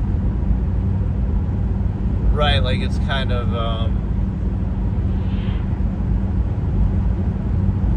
projecting, and so it doesn't matter what truth or reality is, and people, again, define their identities in a way that's very limited. Right, like, you can't really limit a person that way. That's how society tries to train and indoctrinate people, and people tend to take pride in that too, like to say that they've been reduced to. But in reality, the human variable is such that people can do anything at any time, just like they can think anything at any time. So you let your entire life and existence be reduced to a half-mast state in the name of something like functionalism or something that you maybe don't even need or don't even want, or again, you could treat it like do it for what it's worth and then that's it. But people let themselves be defined by that, like again, things they didn't choose. So right, anybody can do anything at any time. But it's even like if you break the illusion of that, you're the problem, right? Like, oh, look at this person self-actualizing, they're so crazy, they're so weird. Meanwhile, you're restricting yourself for nothing, right? Even if it's a supposed functional state, even outside of that, you define yourself, you associate your identity with something very limited. So like, oh, a name, or a name is given to you, you don't even choose it, or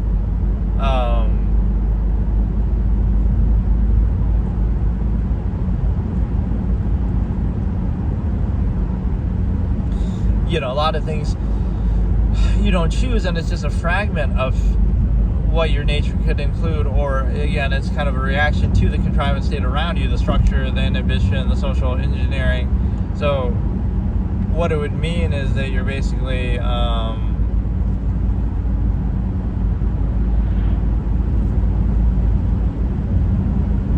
letting your entire identity be defined by that, even though again, you would be anything you're capable of doing is part of your nature and part of your being. So how can you define yourself in a narrow way when, right, that's just what society tries to do and how it tries to control you and restrict you that way.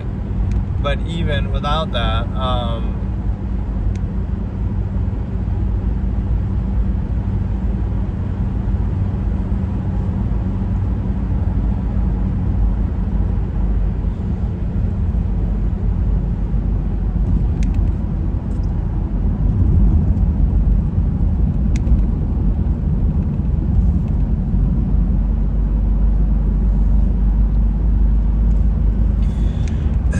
without that, you basically, you see a lot of projection in the way that, right, these are some of the examples that I started the episode talking about. Like, if you're asexual, society will still project, and you have to like sort of prove that you're not interested in something, or you kind of have to prove or justify something, right? Or you'll even preconceive and play into something maybe yourself too. But it's like, it might not even apply to you, but it's still projected onto you.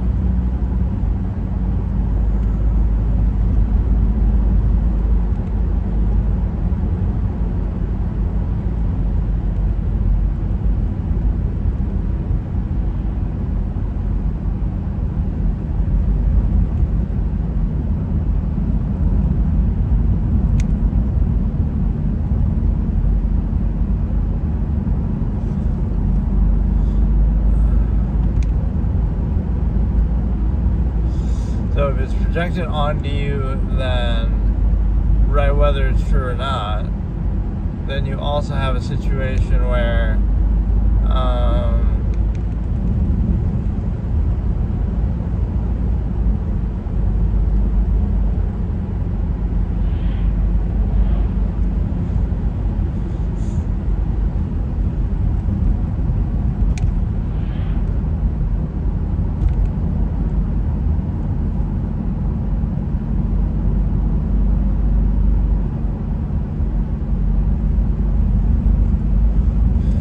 right, if it's projected onto you, then you wouldn't know the difference, or you wouldn't,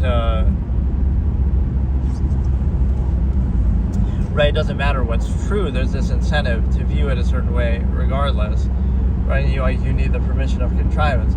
So there's no room for nuance or anything, but even if there is some present, it doesn't matter, right? You're going to just go along with it and be defined by it. But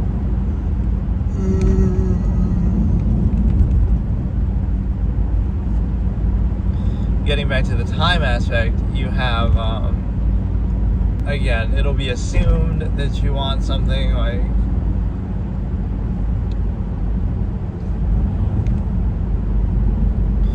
either you want money or some Stimuli Acme thing, or, right, something like that. But the problem is that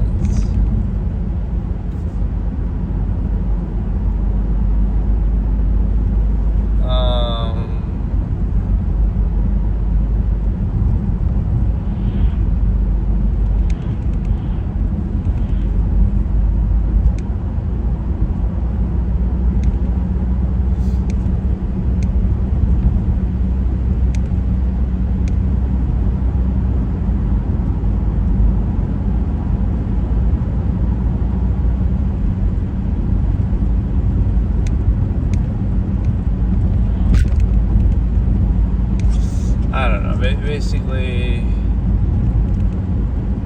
yeah, like even the social contrivance thing, like you can be self-aware and do everything deliberately and do everything very methodically, and you might think, oh, that'll lead to it being slower, and then, oh, like you have the ability to do it. But it would lead to more substance in there that might remove the need for doing it for another 100 times. So,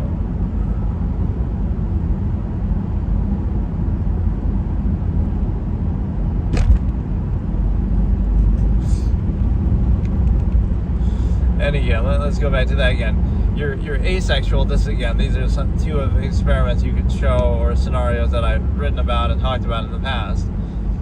Is again, like, you're asexual, but society will still project that onto you, some interest, and you'll have to like justify against it.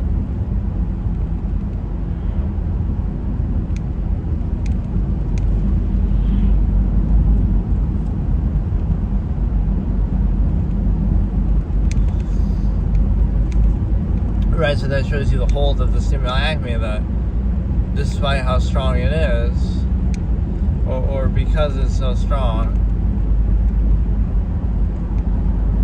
you end up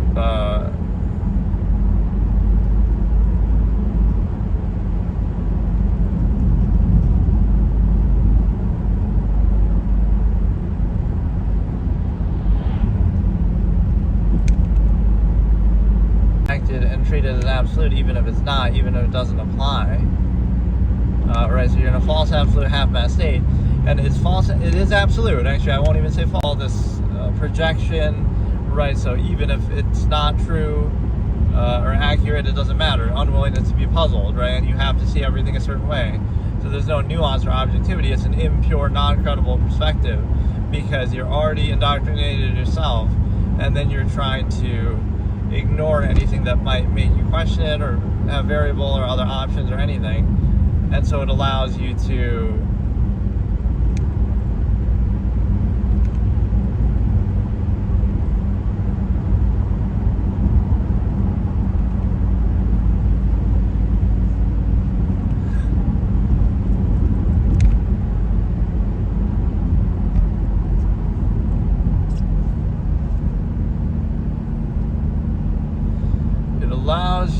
basically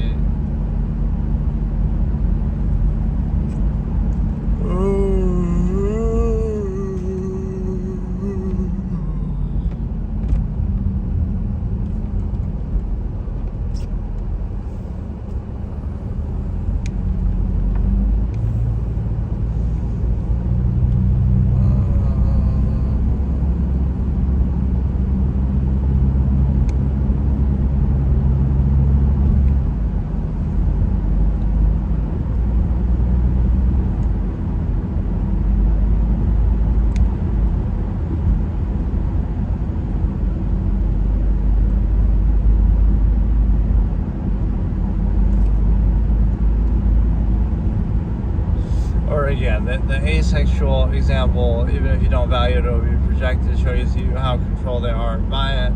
And then the second thing is, again, like either appearances, like how something is said versus what is said, you know, who said something versus what is said.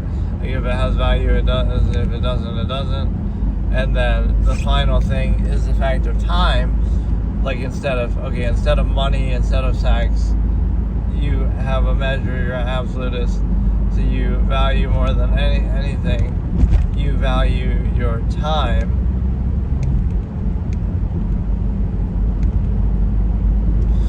Right, so you would put that even over or to the side.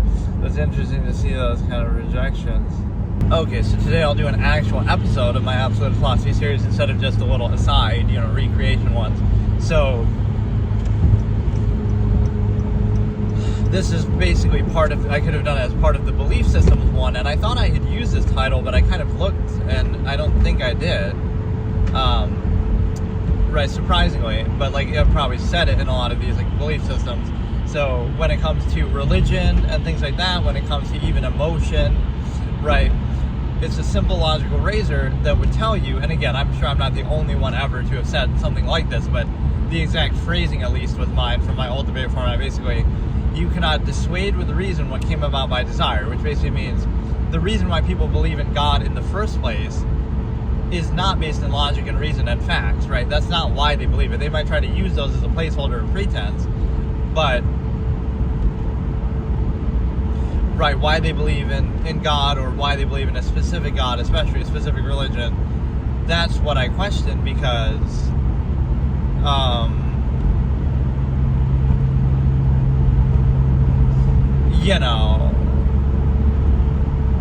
they do it because they want to. It gives them some psychological comfort, it gives them structure, it gives them answers, unwillingness to be puzzled. Like, they want to know everything about the universe and pretend like they do and have all the answers and certainty. And certainly in history I can sympathize with that more, right, with the lesser technological scientific knowledge and everything that we had, right? All the unknown is kind of scary to people. Obviously, you're out in the jungle and you don't know anything about the world, right? So you come up with these things to explain it, right? But that doesn't mean that makes it true. So if you try to face religion, and I've had this debate, so many times with so many people, if you try to face it with logic and reason and facts, it doesn't matter what you say, right? Because think about it. People believed those things thousands of years ago without even the knowledge that we have now. So, if a Christian says now, but look at this historical record we have. Well, people believed it thousands of years ago without the historical record. People believe pagan religions without any, people will believe anything, basically. People are not credible. And so you might think, that means I'm not credible either. But that's the difference. It's like I would be more willing to acknowledge the objective reality. I'm just an animal. Human beings are just animals. We're slightly more evolved, slightly more developed, slightly more intelligent. Right. That's all we are. And that defines us as thought. And so you can be either arrogant and act like, oh no, we know everything, we have all the answers, and God created us in his image, and we're, all that egotistical, lofty, human-centric rhetoric, or no, we're just animals, we evolved slightly more, we're self-aware, we've done a lot with our technology, but that doesn't mean that the universe revolves around us, and there's a God, and there's a heaven, right?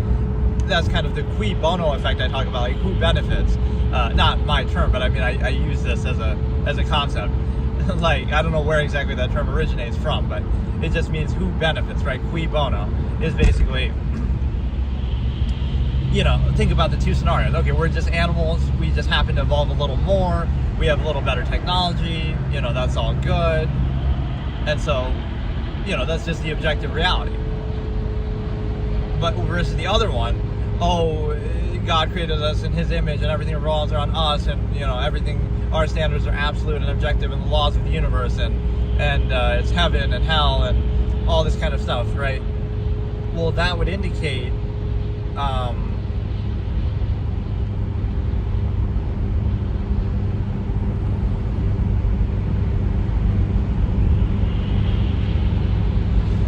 there's a benefit in that. So if you're objective, right, even if I hate the term atheist, but what do you get out of doing that? And now the fallacy, this is like the false inherent contrived response. Well, it'll give you the freedom to do things that otherwise you wouldn't be allowed to do. But that's kind of nonsense, because your ability to do those things comes from the inherent reality anyway. Like, you're capable of doing those things naturally, and then you choose not to based on, laws or deference to society. But that's the inverse way that religion or society contrivance would treat it. Like, for example, you would say,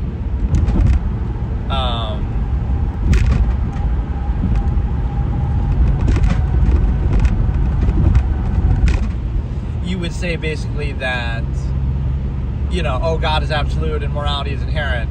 And so now if an atheist, or again, it doesn't even have to be, but if somebody does something that doesn't fit into that, you're saying, you're only saying that there's no God so that you can justify doing something like sleeping around with women or whatever, being promiscuous or something, right? The problem with that perception is, first of all, the fact that you can do it shows you that evidently it comes down to subjective human enforcement or upholding anyway, right? Like, God doesn't seem to care or do anything, right? God likes to watch, as Al Pacino says in Devil's Advocate, basically, evidently he doesn't care, or he's not that powerful that he can impact it. So again, the human-centric point of view is very telling, right? So again, asking who benefits from that, who benefits from just objective reality. It is what it is. Human beings are the same as animals. We could go extinct like plenty of animals have. We could, we have impressive technology that we've used our intelligence to maintain, which is good, but that's just the objective reality, like, period. instead of, oh no, there's heaven, if you do things the right way, you'll go to this perfect utopian place. It sounds like a fairy tale for adults, you know. Or, oh, if people who wronged you will go to hell, and, oh, we're made in God's image, and humans are so perfect and amazing, and we have a soul, and we have this and that, and, you know, everything's meant to be as part of some grand design. Doesn't that all sound like really one-sided? Like, wow, that's really too good to be true. That's too perfect. That's too, you know, on the nose. That's not really how nature works. That's not really how, you know, history works, reality works. Like, you know, where was the God for the dinosaurs? Where was the God for every other living thing? You know, where is the heaven and hell if we swat a fly? Like, those are alive too. But no, oh no, we, you know, we look at everything. Humans are just special, and this is being said from a very not credible perspective. Right, so it's hard to do that because people would rather just, oh yeah, of course, you know, everything is human-centric and revolves around us, but, you know, it's hard to convince a person of, you know, to not say that. It's easier just to join, just join into that and just glorify it, but it uses the ego as a trap basically to control you. And the other thing it does is it allows you to basically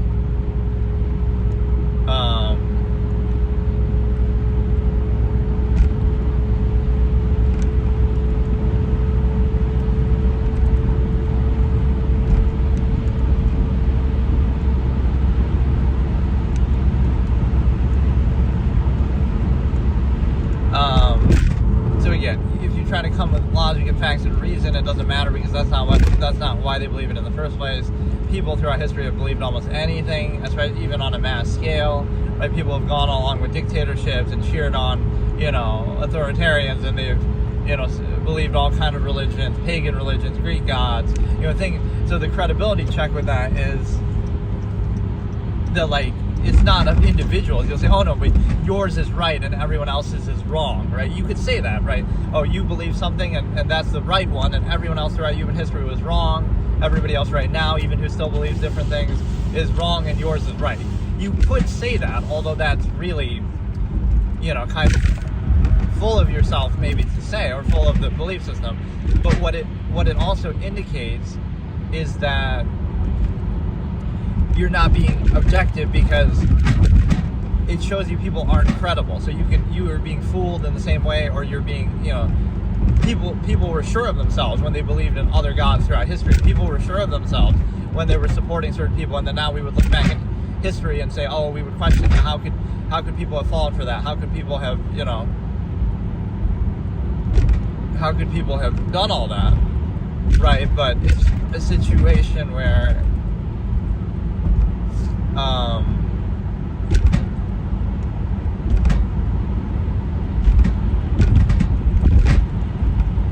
right, how could people have done all these things throughout history and we would discredit them? But you wouldn't see that in yourself and say, oh, maybe it's the same process that I'm falling for. Oh no, ours is right. You know, our society is the perfect one, and everyone else throughout history was wrong, or, you know, your religion is right and every other one is wrong. So,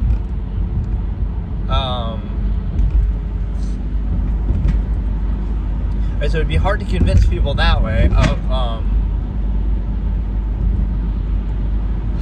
it'd be hard to convince people that way because, again, the reason why they believe it is something else, and you got to think, like, who benefits, right? Who benefits from objective reality? So it does have that interesting contrivance response twist to it.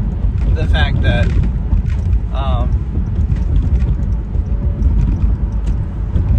you know, oh, like, it's to justify something.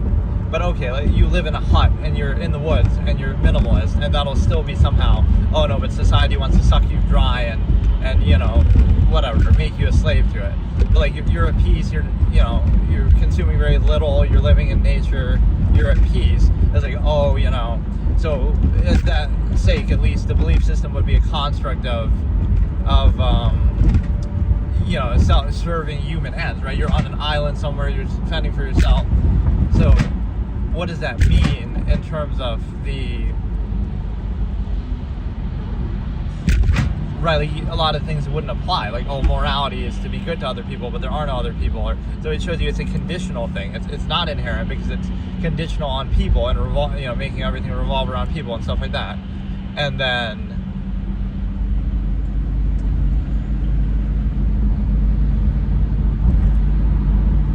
The other aspect of that is the simple fact that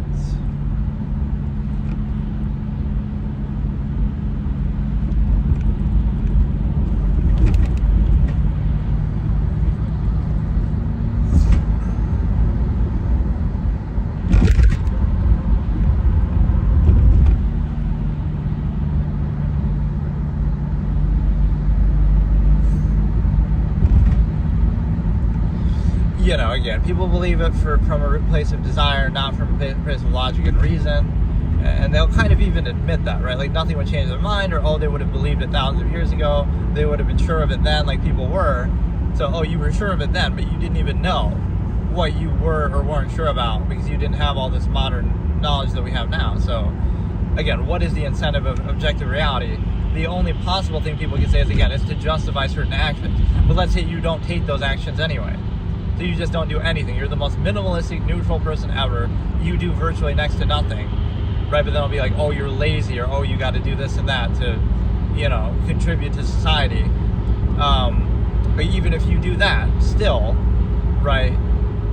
Like, so, yeah, suppose you even still do those things just like a golden rule basis. Okay, you're just trying to be productive, or you're just trying to help other people just because, right, without the dogmatic element to it. So then how can you discredit the person? Or again, you could be looking at the inherent capabilities of people and saying, those are things you're capable of doing anyway, but it's flipped on its head. Like, oh no, you need permission, or you need to somehow justify doing certain things. Like, oh, you don't believe in something because you just want to be promiscuous, or you just want to do bad things that we would condemn in that thing, in that dogma. But, right, you're kind of looking at it backwards. It's not that they're not believing to justify those things. It's because you could say they don't believe because those things are still possible and they still happen, or that's part of what you're capable of doing. So you would have to justify why can't they do it, not they have to justify why they do it. So that's like the fallacy where freedom is condemned, right? Like, oh, it's a bad thing to do this thing that ultimately people want to do, right? Like inherent hedonistic, open relationships, whatever. It's a bad thing to do this thing that people ultimately inherently want to do, the inherent desired suggested tendencies, I call them, because the majority of people can't do them, or it's not sustainable for society, or they don't have the resources or the options. So they pretend they don't want it, and then they condemn the act of doing it, and then they glorify the act of doing something lesser, which is by the same measure of a half-mad state, like specifying the stimuli acme to one person. It's the same basis, but you can't handle having multiple people, or you don't have the resources or means or opportunity. But when Leonardo DiCaprio does it or something, whatever, he's going out with younger women or whatever, we'll condemn that and we glorify something else. But it's the sort of thing where, like, if people had the opportunity to do that, right, they very likely might. Or some people would say, that's the whole point of like being rich or whatever, is to do things that or otherwise you wouldn't be able to do. What's the point in doing the same exact thing that you could do without it? But it also tells you that, you're being tricked, right? You ultimately do want those sort of free, variable kind of things, but you pretend like you don't because you're in a more subversive state where you don't have the opportunity to do it or something like that. So you get tricked, right? You're tricked into believing something lesser is better, right? Limiting yourself to one person, or whatever example you want to use. Less is better and more is worse. Freedom is bad and, contrivance is good. And the way that you do that is by posing as a false absolute to specify it, to value it, like kind of, the undue emphasis that you have to attach. And the reason why you do that is because of the simple fact that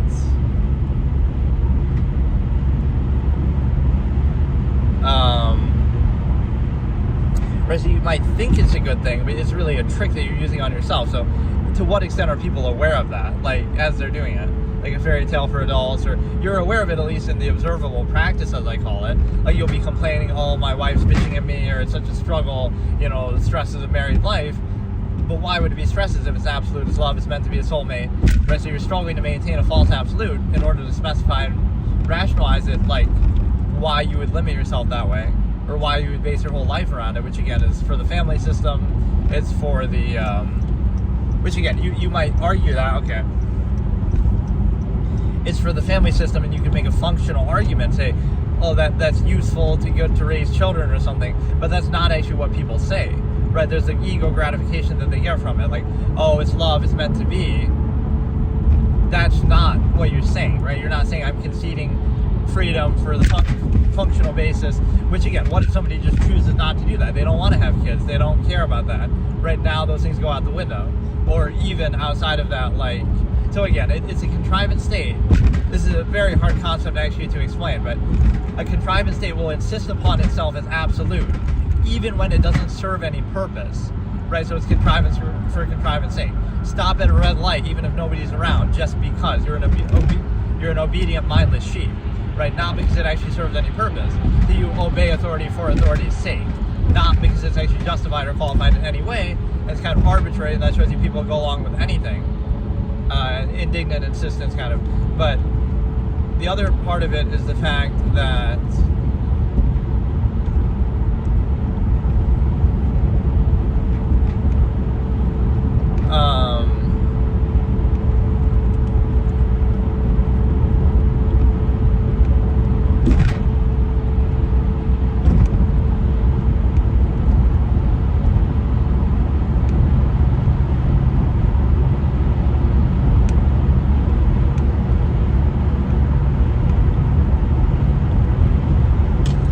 again, people believe it because they want to, so you can't convince them. You have to appeal to their desire the same way, right? You cannot dissuade with the reason why it came about desire. This is kind of where the human imagination is used against them. That, like, there's nothing really to suggest it, but we want to attach that, or again, it's a very human-centric, egocentric thing. Like, oh, everything happens for a reason, but it doesn't matter because we would attach that only to people. When an animal goes extinct or something, right, we don't care. Where's the God then? Dinosaurs, and none of that stuff matters.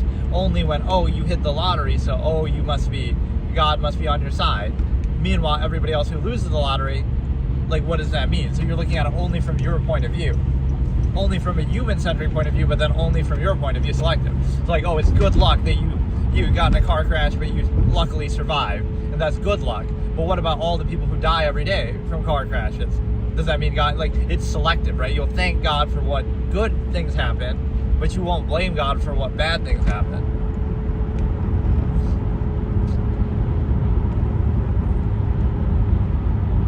And then what else happens is the fact that, again, the cui bono effect, who benefits, what is really the benefit of, why are there two, I don't know if you can really see that from here, there's two cops on back-to-back, those little, barrier checkpoints. Why would you need two of them that close to each other?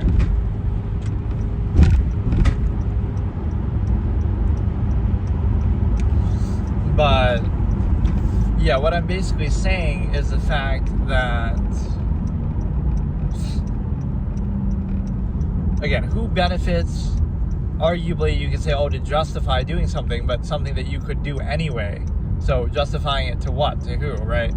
Like, it's kind of backwards logic, but that's the self-righteousness of false inherent contrivance response. You have to justify something that you're inherently capable of doing, which only makes sense with a lot of prerequisites. You would say a person's out in the jungle and they're doing something that you somehow would condemn, right? Whatever it might be. But it doesn't even apply to them because there's no other people around. And so you'll condemn it, but you'll say they never even came in contact with that religion or society, so they wouldn't even know. So not only this is really the strange element of this dogmatic persuasion, they wouldn't have the opportunity to know about it. So these are two things. Supposedly that belief system is absolute, but it both allows them to do it and requires some prerequisite for them to know that doing it is even wrong.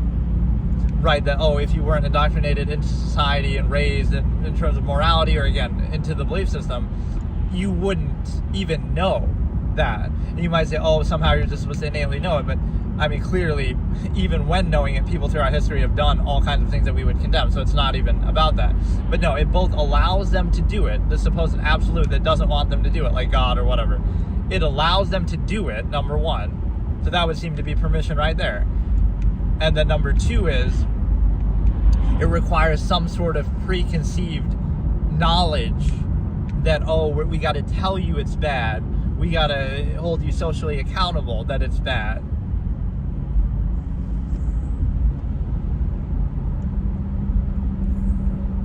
Right, so just think about that for a second. Something that is supposedly beyond reproach and you're not meant to do and God doesn't want you to do, or it's, somehow objectively inherently wrong.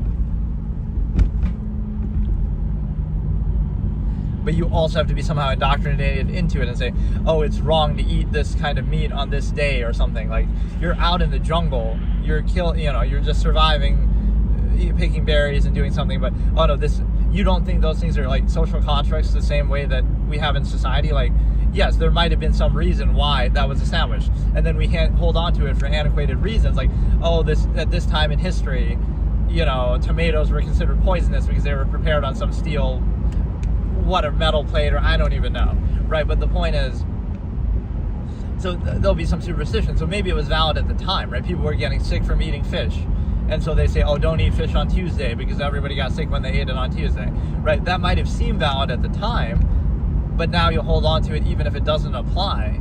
So that's like, it's just stupid. But the other part of it is the fact that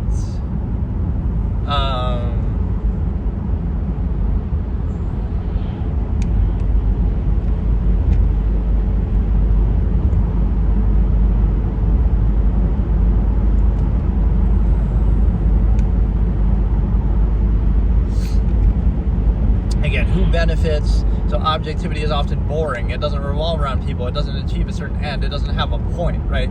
There'll be like that expectation. Like, oh, you're having all these discussions and I'm doing all this objective observation. What's the point? What is the conclusion?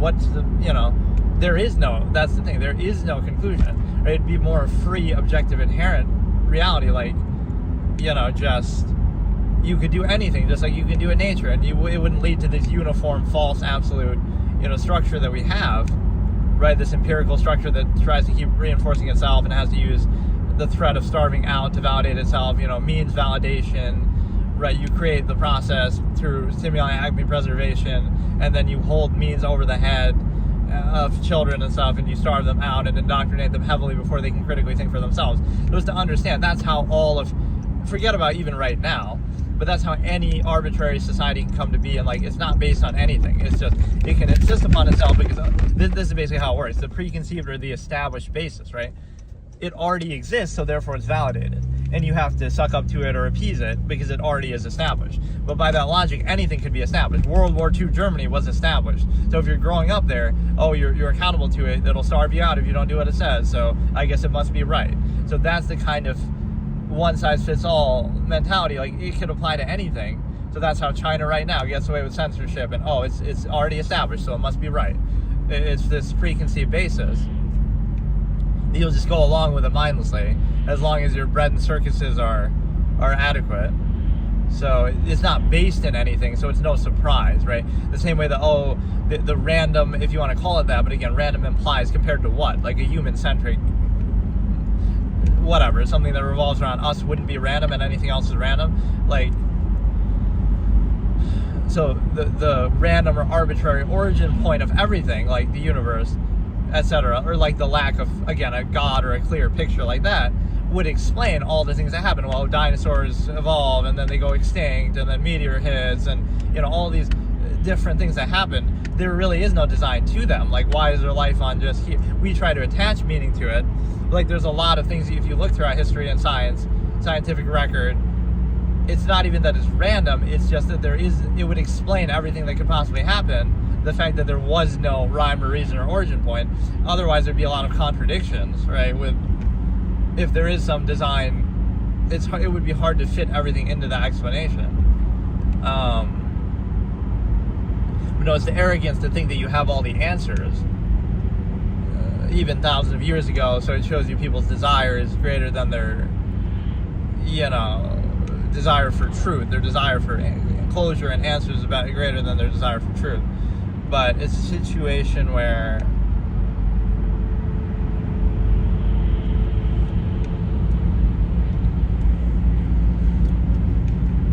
the starve out kind of mentality, something's established, not really based on anything. It's even subversive in the way that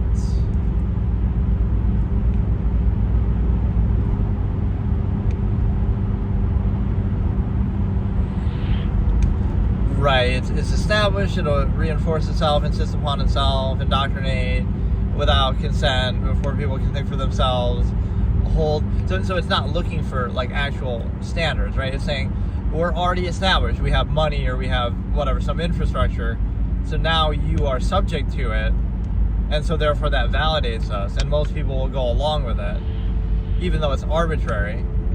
So again, even on the human level, you can say that same quote I just said, like the origin point quote that I say, it's kind of the same meaning, but I didn't say them at the same time originally. Like, if you look back at the origin point of something, you'll realize how arbitrary it is, and so it could explain everything that could happen. Like in human society, how do all these bad things happen in society? It's because there is no rhyme or reason or order to it. It's just a bunch of subjective people, subjective animals doing things, right? They might disguise it in some pretense or other, but like, think about all the leaders, all the governments throughout history, all the, dictatorships, monarchies, all the atrocities, but yet we would take it seriously. And by it, I mean the design of society itself, empirical authority structure, right? The quote that I say, like,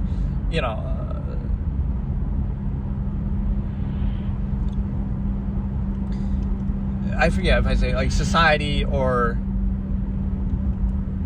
no, I say it like this: power exists under the premise that people ought to be restrained, right? Like, people can't control themselves and they have to be, held in check. But then to that same end, right, that's the premise that we pose. Then to that same end, we empower those same subjective people, right? And then we expect, how could anything go wrong with that, right? We're saying that people can't control themselves and they need to be restrained. But then in order to achieve that, we empower people. And you'll say, but those people are special, or we try to do the best of it. But it's still the same flawed process in inherent nature. So you're saying people need to be restrained, but not only are you not restraining all of them, but to the end of restraining most of them, you empower some of them, and then you're shocked when something goes wrong, right? Like, how can that make sense? So you create like this special anointed group, but it's obviously nobody is immune from that, nature. So, power corrupts. You could do the nature versus nurture thing. It's kind of like the opportunity that you give them. That's why society is so heavily structured and indoctrinated. Like, this is kind of what I say sometimes, is you can train people like animals, and they are animals. So like, you can do that, right? So that validates any outcome, right? The majority of people are a certain way in a certain era, and they all go along uniform. So like, we give people too much credibility, right? And there's this cognitive dissonance, like, you don't want to admit that you're wrong or you're subject to control, so you take pride in it, things that you didn't choose and whatever you're subject to. So that's what it turns out is like,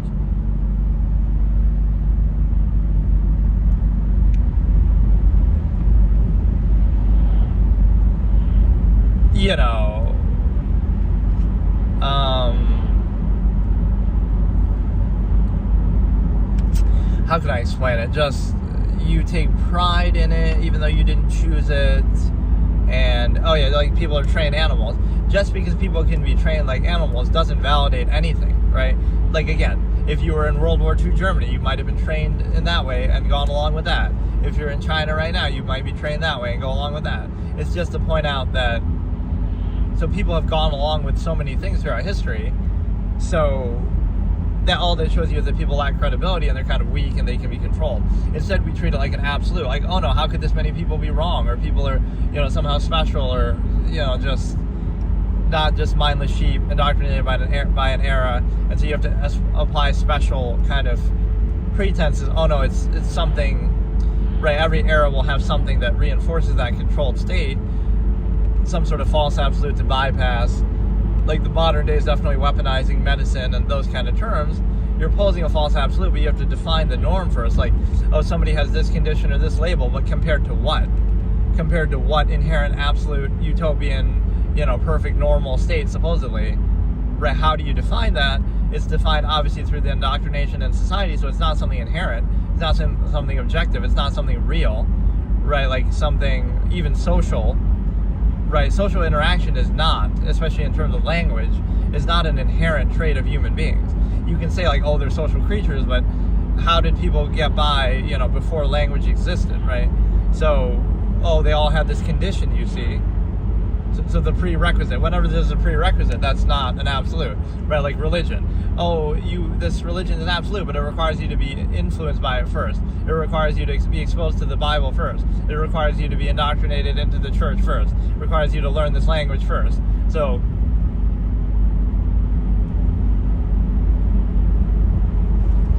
right, the same thing here.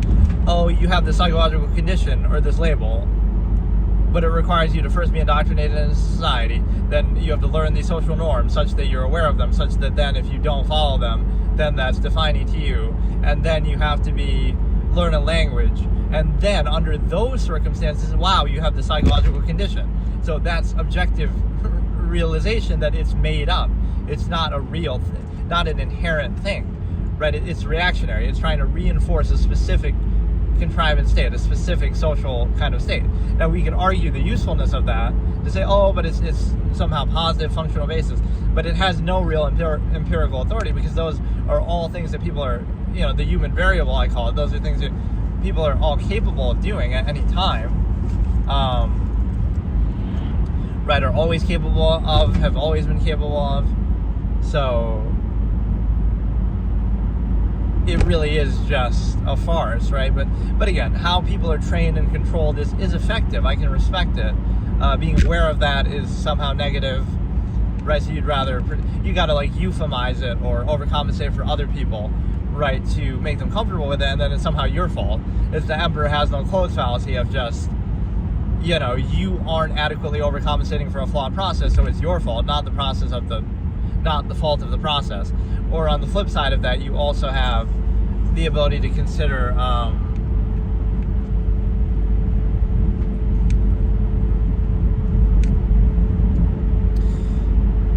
it can never be the fault of the process, your fault for not overcompensating for it, right? It's the inability to achieve a false absolute, not that it's not absolute.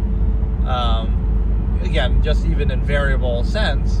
So that's often what objectivity will be, and why it's hard to even, it's unfortunate, but objectivity is boring. It doesn't benefit anybody. It doesn't, make a specific, easy, clear answer, or like give you a clear structure, or, like what's the point, you could even say, right? It's just objective reality and truth. But what it does do is it sort of debunks false absolutes in the sense that things that are exclusive to everything else. It's like, you have to marry somebody and have kids and have a white picket fence, and it's like, you could do that if you want. You could also not do it. You could also not be with anybody. You could also be with many people. You're capable of doing all those things, but there have to be some justification, and usually the justification is this collective corruption here, that like individually there's nothing wrong with you doing that, and it wouldn't matter, and it wouldn't do anything, right? Individually, right, you might even say, oh, that's better, that's, zero-sum finite existence. You may as well live it up, enjoy it, do what you want to do. It's only bad by collective contrivance standards, by saying, oh, it wouldn't be sustainable for a mass of people to do that necessarily, or maybe it could be if they could handle it, but like, that's what it means, is that so you as the individual are being controlled on behalf of things that are only necessary, only done, or only glorified to a collective mass of people, but then you try to kid yourself and pretend like that's what you want. Again, the false absolute of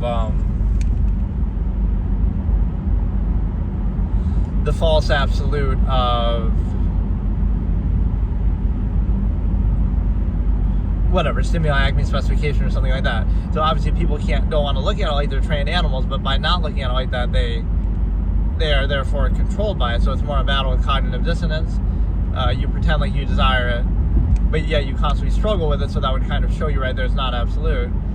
So it can be rooted in some positive principle. You can argue a functional basis for it, maybe, although again, it's hard to argue that individually. Like, what if that's just not what you want? But then, oh, that's not possible. That's somehow a fault of yours. That's somehow you're a bad person, or you be framed like, oh, you lack the ability to do it, or something like that. What if you just don't want that? What if you just don't care about that? What if you're asexual? What if you're, just not interested in that? Or what if, again, you're promiscuous, or more nuanced explanation? So it would be hard to control you within this uniformity of specifying the stimuli acme, or even that should be a life goal, or you base your whole life around it. And so that would make you understand what it's actually about. But again, getting back to the cui bono effect, who benefits from objectivity versus who benefits from, oh, it's heaven and all these lofty kind of human-centric things, somewhat you could frame it that way and say, well, there's a struggle. There's a lot of responsibility and struggle with that belief that you have to, fight your inner urges or something to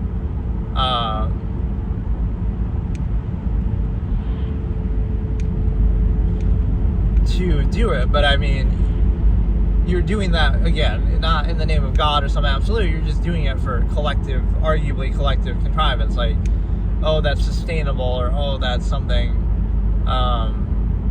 So again, on an individual basis, none of that would be relevant, right? You don't need to do any of it as an individual. It's not of use to you, but so you're being held back on account of the subversive mass collective of people, and it's supposed to be gratifying. But it's really, it's hard to, rationalize it that way, because, again, people want to pretend it's something gratifying and lofty. You're nothing but a trained animal, and that's your prison, that's your cage of, again, some ego gratification that you feel good about being a well-trained animal, right? Good boy. You just call you a good boy every time you specify the stimuli Acme, even though you struggle to do that, or even, again, whatever, everything that's done in society. So it's an objectively adverse, subversive state, but it's done for a collective mass of people, and it's done to control them. So otherwise your premise would have to be, it's absolute, but then it requires subjective human action and can be easily ignored, and what was the other part of this? Okay, we have, again, you cannot dissuade. The reason we came out by desire was the first part. The cui bono effect is another part. Then there's another part that I talk about in this kind of same topic, is the fact that, again, like just objectivity, but also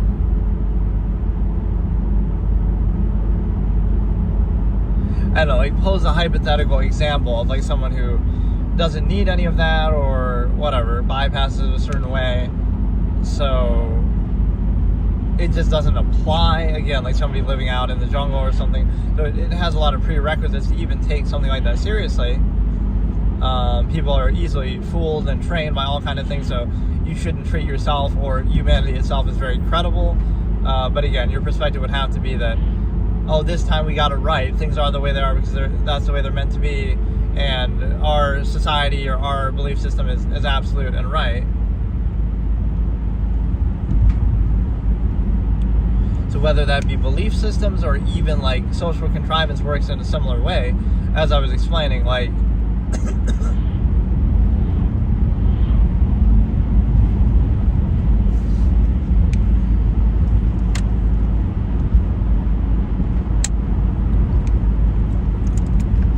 you pose something as a false absolute to specify or to restrict it in some way.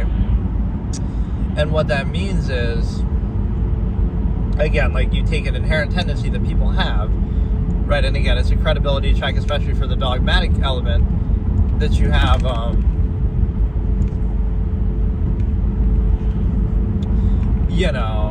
Dogmatically, it's absolute, but God says it's inherent, it's subjective, it's absolute. But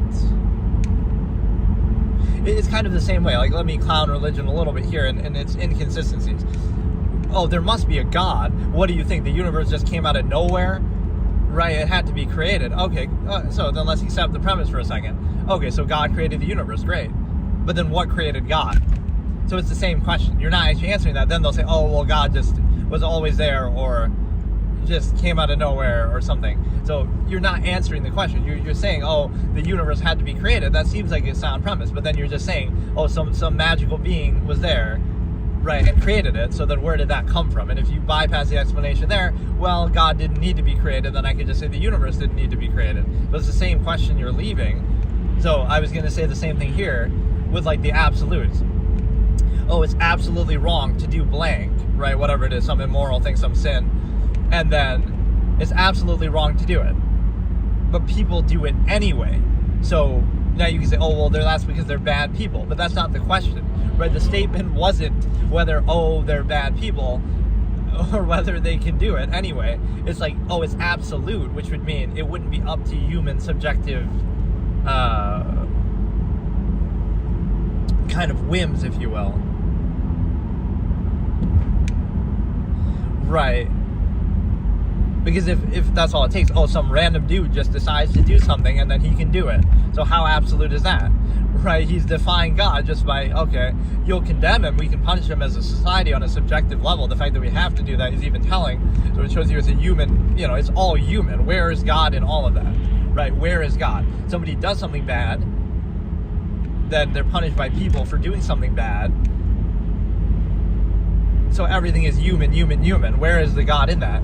And then they, you could attribute, well, God made them do it, but then again, God made them sin then, the same way that God made them sin, just as they made people punish them.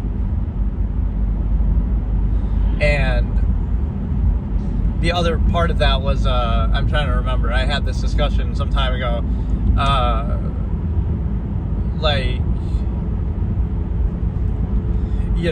does he control everything then? And if he doesn't control everything, then he's maybe powerful, but he's not all powerful and not, worthy of the kind of worship or whatever that we give in theory. And then also,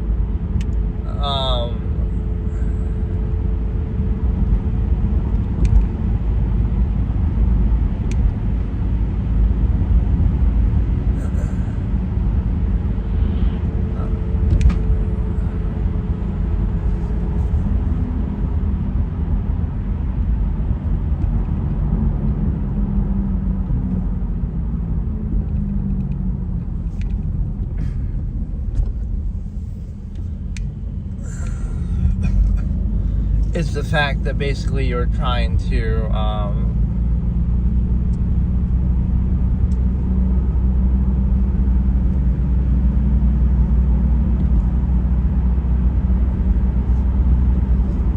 again, it doesn't, it's human, so human does something bad, then other human being, by subjective human standards, then other humans punish them, so God's nowhere in that equation, it relies on us. And then, so it doesn't seem all that powerful then, but the other part of that, again, is the same inconsistency that we said with the creation argument, is the fact that, again, it's supposedly absolute, which to me at least would mean something outside of human control or influence, or it could mean whatever, but like that it couldn't come down to arbitrary subjective human whims. So therefore, so it's absolute, but then all it takes, but then it still happens, people still do it anyway, and all it takes is for them to choose to do it. So wouldn't that discredit the absolute? So again, everything needs to be created, but then God created it, and we don't know what created God, and we can't answer that. So it doesn't answer anything. Or like, oh, morality is absolute, or whatever, sins and so forth are absolute. But people still do them anyway. They still happen anyway.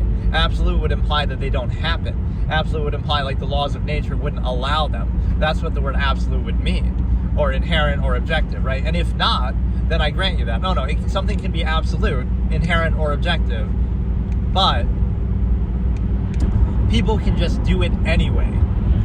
So, in other words, the definition of that word is pretty weak then. Okay, it's absolute, and you say it with such vigor and emphasis. It's absolutely wrong to do this thing. Meanwhile, people are doing it anyway, and people have done it throughout history, and people keep doing it, and people will continue to do it. So, and at any time, somebody could just decide to do it. It's not a question of whether we should punish it. In fact, the very fact that we have to punish it on a subjective, imperfect human level too, where sometimes we make mistakes, sometimes we convict the wrong person, sometimes the actual culprit gets away, sometimes, just whatever. So many things happen. So it comes down to the cops themselves commit a crime. So it comes down to the subjective human level that is itself imperfect. So how could it be absolute or inherent or objective?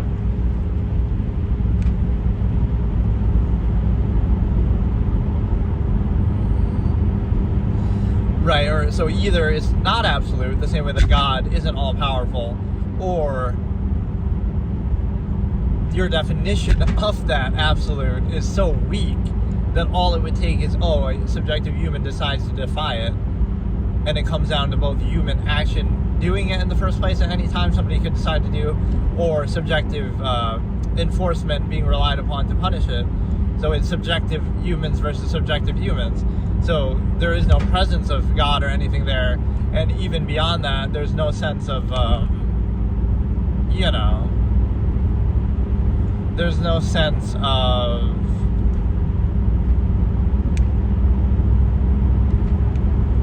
it being absolute, right? It's clearly not, because it just comes down to subjective people. If enough subjective people did something that we consider bad, then we've seen that throughout history. We see that all the time, right? It doesn't stop it from happening, so we just kind of accept it.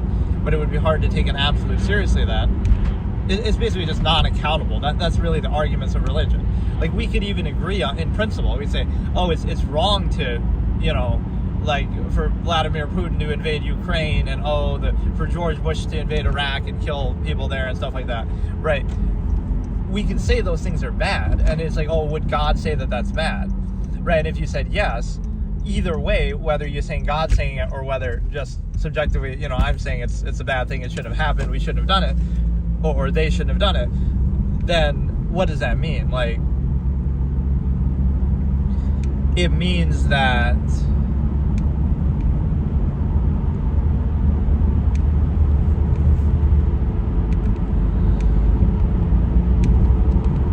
it doesn't do anything, right? Like, it doesn't stop it from happening, so it's still going on. It's still going on. So your self-righteousness in your religion does not stop bad things from happening constantly throughout human history, throughout today. So that would be part of it. The same way that you could say, oh, negative things are part of human nature. We can condemn them all we want, but people still keep doing them. People have always done them. So you don't realize that calling them bad is itself a reaction to that nature. Human beings are capable of many, many different things. So things that we don't like, we'll call them bad and we'll try to discourage them, which is, you could say that makes sense to do, but it means it's definitely not absolute. And then the other side of it is, that's why you need such heavy indoctrination, inhibition, structure, and everything that people kind of take for granted and default, but then are therefore controlled by in overextended ways too. Just kind of the trained deference to unqualified empirical authority, right? Even functionless, even using a pretense but not being held accountable consistently to it. And then you also have the ability to consider that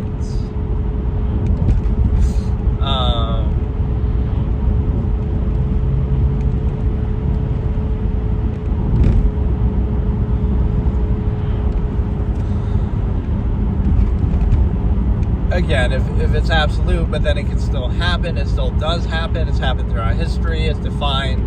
So again, you would say that's part of human nature, that people can do all those things, the same way that it's part of supposedly religion and that dogma that those things still happen. So it doesn't solve anything. You could argue, well, it creates kind of a form of social engineering of behavior, like it tells you not to do them, so then you're more likely not to do them. But even that doesn't make sense, because you could do that without that.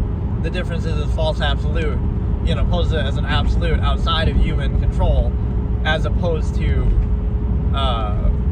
it just being subjective. Like, you could still say it's bad, but then subjectively you might not take it as seriously as, it's your word against mine, or a million people versus one, which again is by definition subjective, because if enough people support something that we would say in hindsight is bad, like whatever, it might be a dictator or something, all it took was, oh, well, there were more people on that side than on this side, so, right, that must mean they're right. But, yeah, it's interesting, because you would say, well, it's something outside of human subjective control, but it's also relies on human action and human choices. So really what it does it too is it assumes that people are not self-aware and can't self-actualize. It really treats human beings like they're, again, trained animals or something lesser.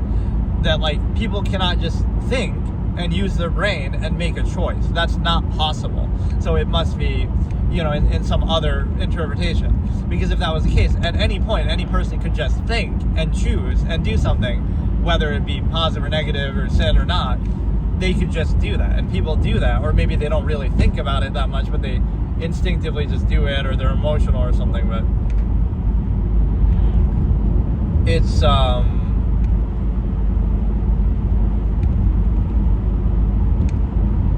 a situation where it's contradictions that are telling. So the difference with, again, objectivity or reality would be, you don't have to act like you know everything. Like, oh, how exactly did the universe come to be? And we might have scientific theories now, but that's not how I'm looking at it. Pretend you lived thousands of years ago. I lived in, 1,000 years ago, 5,000 years ago. If I had to answer the same question against religions at the time, oh, the Greek gods must have been right because I don't have all the answers. Right, so every god ever, every belief system must be right because you don't have all the answers. All the specifics of it, all the names of it, all the contradicting traditions of it. So that's a bad argument because it's more about the burden of proof is on them to make the specific argument for that one. But what it also means is that you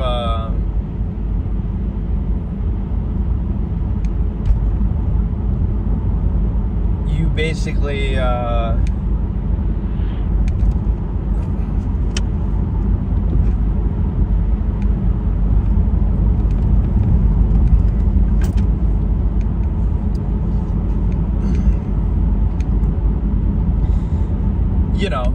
I could say, oh, could it be the Big Bang Theory, or it could be different, scientific theories that we have.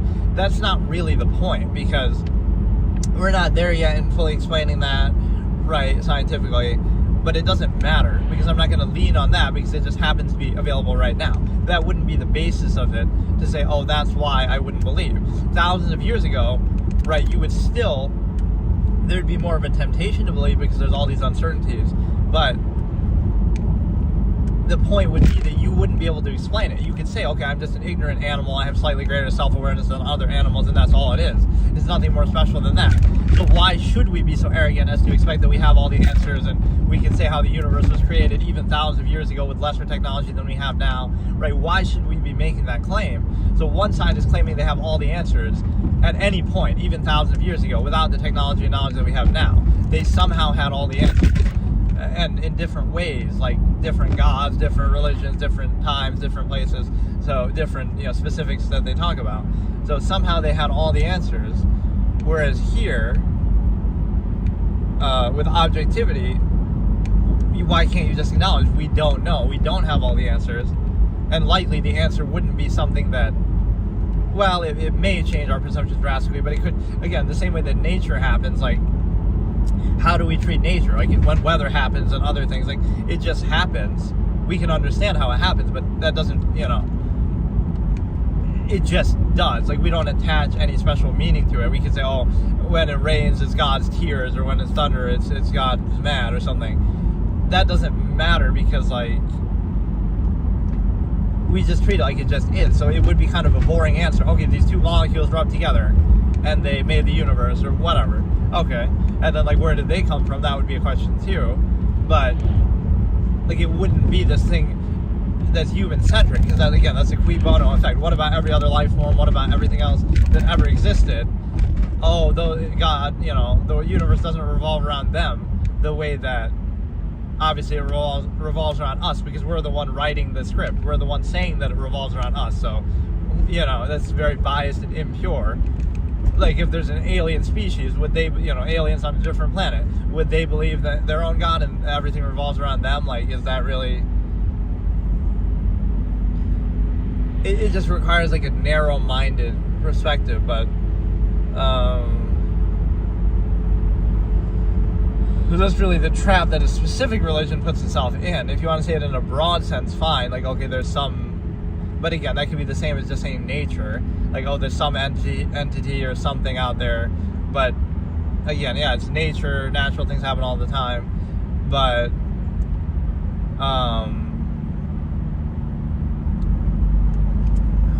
there's not even where life came from. That would be the key question. It would be like, where did what even is the universe? Right? You just say, oh, it's just space, it's just there, but like, and it's expanding and so forth. So I mean, the expansion is a theory right there. So at one point it was obviously much smaller, and maybe even not, like the small as possible, and then it keeps expanding, right? I'm not going to act like I'm an expert on the science of it, but what it means is that's fine, but wherever it started and however it started is the real question, right? What is that thing? What is that original speck of the universe that kept expanding, or anything like that? Because that's the one thing sometimes people struggle to understand in terms of time, like even talking about fossils or extinctions and stuff like that, or evolution. it might seem crazy to us, like, oh, how could this possibly be that we evolved from some, you know, in an extended sense, like a single cell organism? But we're talking about billions of years. So it'd be like, oh, I won't believe evolution until I see it happen in front of me, right? But you couldn't possibly see it happen in front of you because you wouldn't live for a billion years, you know, millions of years or more to see that. So, like, obviously you can't see it happen because, you know, you're only going to live 100 years. So it's a different scale of time. So it's possible to imagine that, like, oh, the universe started off very small and then it kept expanding over billions of years. Maybe, in fact, that I don't even know. The Earth is billions of years. I don't know how old the universe actually is, but, you know, it's understandable that could happen over a long period of time. It seems crazy, but the question becomes, again, what is the origin point of that too? Or what even is it exactly? Right, we can be aware of the world around us, but what is it? Like, that's a question I asked in a short story from a character. I love this one. They're just sitting there and they're thinking to themselves, like, what is this? And when they say it, I wish I remember exactly how I phrased it, but what is this? Not meaning, like, oh, what's this in front of me? Like, what is everything? I'm aware, but why am I this consciousness instead of any other? How did that happen? Or, like, what is this, as in this world or this universe, you know, the universe, like, what is everything? What is it exactly? Not even just where it came from, but, you know, that's why people would say certain things like simulation theory. On that level, arguably, okay, it's made by some aliens or some external thing. But even then, you would have to, I guess that might be outside of the same rule set, though. It's like, you know, okay, we're all in like some sort of simulation or some game. Like, I'm being controlled right now by some alien player, godlike, you know, thing. And everything I'm doing, I might think I have control of, but oh, they're really controlling it.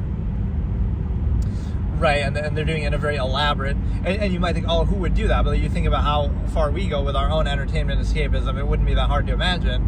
But what I'm saying is, even if that was true, then you would still have to answer, where did they come from? Where did, you know, what are they? So even if our universe is somehow a simulation by them, right, they would have to, where did they come from then, and what are they exactly? So the thing with that is, I'm almost thinking, though, that might change the rules of creation. We think things need to be created, but wherever they are and whatever they're doing could apply by different rules, right? It could be, but still, there's always still has to be an origin point of something, presumably, right? There's an origin point of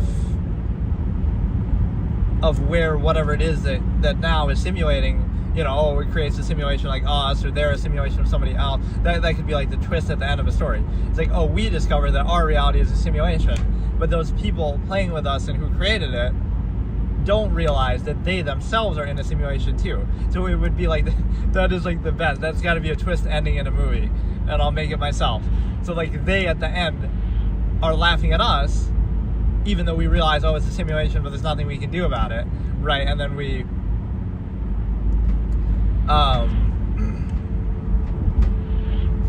you know, but then behind the scenes, oh no, wait, the fact that they're even playing with us is itself a simulation of the next level, right?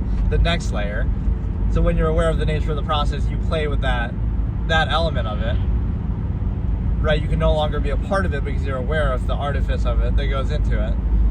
Okay, so today I'll discuss a concept that was one of my old school discussions, which is basically false meaning in means, like the zero-sum means, reaction, relief to inherent needs, tendencies, things that you didn't choose, right? So like false meaning in that people find, and that versus what I call a measure, which is like a purpose or something that goes beyond just zero-sum sustenance. Like, it's an actual, you wouldn't just go along mindlessly with the era that you're in, like, oh, it's just about, let's struggle against this unqualified empirical authority structure and the cognitive dissonance of treating it as absolute so that we can preserve zero-sum means and have adequate bread and circuses to tolerate and overcompensate for that imbalance, because then that applies to every era, instead of self-actualizing from an inherent base state, which would be more along the lines of, you might live out in the woods, or you might, you know, you'll do something different, and that might be framed in false duality to try to reinforce like a Bolshevik rhetoric thing, but like, oh, you're doing it to be a contrarian, but as if self-actualization and the human variable and choice like that doesn't exist. But what it actually means is, you what it means is that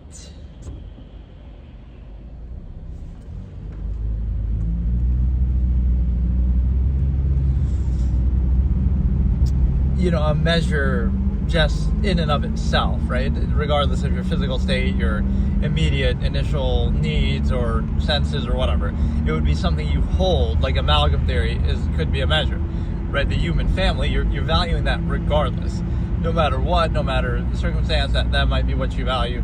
So it's something that everything else is in service of, or that again supersedes it. So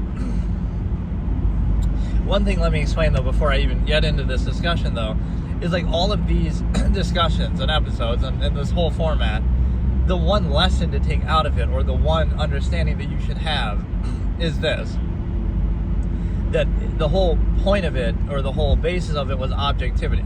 It's not about me, it's not about opinions, it's not about, oh, I'm saying this or anything like that. Anybody can be objective, anybody can think anything. Every idea should speak for itself, right? So you can consider it and discuss it and debate it. So it doesn't matter, right? I always have that expression, I'm just a vessel of objectivity. So like anybody can do it. And I even said it like I'm an unwitting or unwilling vessel. Like, it's unfortunate that I have to do it. If people were a little more self-aware, then I wouldn't have to. But right, you can tell that's not how people live, or it's like, oh, they can't live that way. They can't be objective because then they wouldn't, it's tied together. If you were objective, you wouldn't do the exact thing that you're doing. Or even if you did, then everybody wouldn't do it. So society has like a bad faith incentive there. It's not about whether, this is the reason why the majority of people live in this way is because that's the best way to live right now. Right? That's not why. Anything mass-produced suffers inequality for it, right? The mass number of people are not going to be living the highest quality life by whatever standard you might pose. But it's more than that. Like, there's an incentive to bypass critical thinking and to control people to create like a uniform state, right? This is what the absolutists would reject. They're all about finality. They're all about, self-actualization, variance. So they wouldn't want that, or they wouldn't try to support that. They're trying to be free of the contrivance state, or put an end to it, or something like that, which would seem negative, right? This is like the framing you would see in fiction. Like, oh, that would mean that you're a person who is trying to like destroy the world or destroy society or something. But the end goal, theoretically, and not even really that you'd be destroying it here, but you could just be a minimalist. But the end goal is to free you of those things that actually control you, right? As they're not logically consistent, but people, again, are very easy to control because you can just offer them some bread and circuses type thing, and they'll go along with it. But no, the means, this is a very important discussion here. So let's look at it this way. What is the meaning of life? People would question and ask, right? It's not that there's any special meaning of life, because of course that's just like a human-centric, egocentric view, right? What's the meaning of life for animals? They just try to live as long as possible, just that's it, right? They're just trying to survive. So there's no special meaning to it. We try to attach meaning to everything, and we think the world revolves around us, or we want, some sort of rhyme and reason and some sort of dogmatic, design and godlike thing. So the problem is that clearly is just human-centric, egocentric thinking, right? That we want everything to revolve around us. But the other part of it is the fact that people often find false meaning in means, which is to say that all of human achievement is nothing more than reacting to inherent needs or tendencies that you have, or relieving yourself of them. So it's kind of like, it's a psychological effect. You would say like, it feels good to be in warmth, like around a fire, because it's cold outside, or vice versa. It feels good to be in a cool place in a fan or AC or something because it's hot outside. So what that means is those are not real things. Those are not like, because if you were in a nice, comfortable climate, then those things wouldn't have any meaning. So the point is that you're finding meaning and value in relieving yourself of something negative that you're exposed to. So it's not really a net positive, right? You're exposed to something negative, and then you neutralize it or overcompensate for it, so now that's a positive. But that's like a trap. So that's kind of like, you're put in a bad situation, and then you overcome that, or you overcompensate for it, and then that somehow becomes a sense of value, but really it's just, you're just negating something, right? You're just relieving something. So it's the same thing with the inherent tendencies, right? You would say you're born with the need to eat and drink and do certain things, which you didn't choose to do, right? You didn't choose to have to do those things. So now an absolutist could see it as just a zero-sum process. Okay, you do it just to try to get it over with, so you would reject like the mindset of, oh, like it tastes good, right? You have to eat, but you don't care how it tastes. You're just doing it because you have to do it. Or right, any of these things, it's just relieving the inherent need that you have to do, that you didn't choose. Whereas the false meaning and means, half-mass kind of state would be, we're going to attach special meaning to those things. We're going to overcompensate for the need to eat by having more options of food, or eating more food, or eating better tasting food. So you're kind of overcompensating on a hedonistic level to say, right, it's still the same process. You're just reacting to a zero-sum process that you didn't choose. So there's nothing special about it, and there's no meaning attached to it. It's just a zero-sum thing. It's the same way as if an animal eats something in nature, right? There's no special meaning to it. You can enjoy the fruits of nature, so to speak, but right, you're trying to attach a certain meaning to it that isn't actually there. It's just a zero-sum process. So again, you attach special meaning, like you overcompensate for the need to eat that you didn't choose, non-choice reaction, by eating food that tastes better, or having more food, or having more options, or having, certain kind of food, overcompensating with taste, or what was the other example I gave there? It's kind of similar. You overcompensate with that, or like the convenience angle. You overcompensate for the fact that you didn't choose to have to do certain things, like whatever it is for your survival and upkeep, right? You overcompensate for that with convenience. So it sort of shows a cognitive dissonance, but it's being relieved in a different way, like a bread and circuses or relative comforts overcompensation way.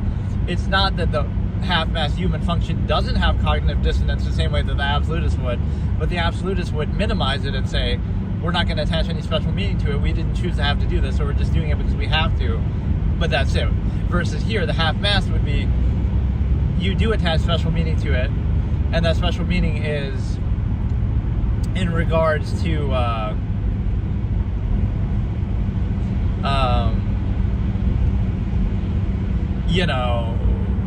you try to overcompensate for the need to eat by having food that tastes better, right? So you, like a hedonistic pleasure, so you find false meaning in that, even though it's the same zero-sum process. And then the convenience argument. It's like, oh, the goal of humanity is just to make everything so automatic and easy that you don't have to think about it and face the cognitive dissonance of it. But it's still the same process. So you're not answering a question. You're not answering any question existentially. You're not providing any meaning. You're simply removing the need or the desire to ask by making it so easy. You make it so convenient with technology to do certain things or to do everything. Oh, it's so automatic. Now we don't have to think about it. So you haven't answered anything. You just remove the desire as much for people to actually think about it. And so then thinking is blamed. Like, oh, it's bad if you think. Just be a mindless sheep and go along with it and make it convenient and overcompensative. So you try to overcompensate non-choice reaction with hedonism. You try to overcompensate for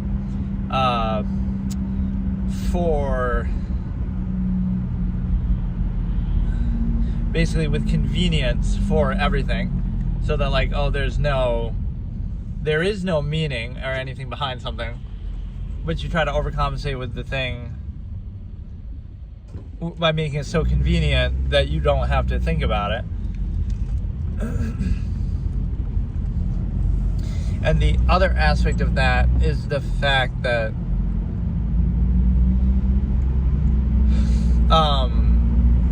like, again, the meaning aspect of it, that why is any special meaning even required? Why couldn't it be, okay, you're just a zero-sum, like an animal, and you're just trying to survive, maybe live as long as possible, longevity process, even though that's contradicted by half-mass hedonism. People drink, smoke, etc., whatever, eat unhealthy, but whatever. The point is, trying to live as long as possible, trying to enjoy the fruits of nature. Like, why do you need any special meaning? And it's actually very important why you supposedly need any special meaning, or how I've explained this. The reason why you actually would expect or need some meaning is actually to be controlled in a half-mass state by a collective mass of people in society. In other words, if you were free in nature, you're out on an island living by yourself, fending for yourself, or you're you're out in the woods or something, you're by yourself. Now you wouldn't be as inclined to look for that special meaning. You would just survive, and it speaks for itself. The only reason why you need meaning is to justify the inhibition that says, oh, you're not free, you can't be free, you have to be restricted in this way, that way, every way, and then we're going to try to overcompensate for it, which basically just shows you the basis of society isn't like some morally gratifying thing. It's actually just laziness and self-interest. Like, oh, for all our possessions and conveniences, therefore we are a part of it and sacrifice our freedom and thought. But it's like one isn't higher than the other. So there's like this ego gratification that's necessary to overcompensate, but who's to say that, okay, I'd rather be a minimalist and have my mind be free than to be a half-mass hedonist and functionalist in society, and I'm sacrificing my mind for the physical state that, oh, look at all these conveniences, versus I'm sacrificing the physical state for the mind so I can be free in the mind, which is actually what defines humanity, etc. So what you understand with that is the fact that, be aware of the nature of the process, or be aware that everything is a process, the bypassing overcompensation that's necessary and valid. It would kind of insist upon itself, but the fact that it has to is kind of discrediting, disqualifying. But the other aspect of this discussion was the fact that, again, the reason why you require meaning is to justify the inhibition that you would suffer in society and be exposed to. So what that means is, again, when society is telling you what to do, and more importantly, what not to do, all the things you can't do and how you have to do things the exact way, now you need some special meaning. Like, oh, God says to do it, or oh, it's something gratifying. You need that to overcompensate, and the reason why is because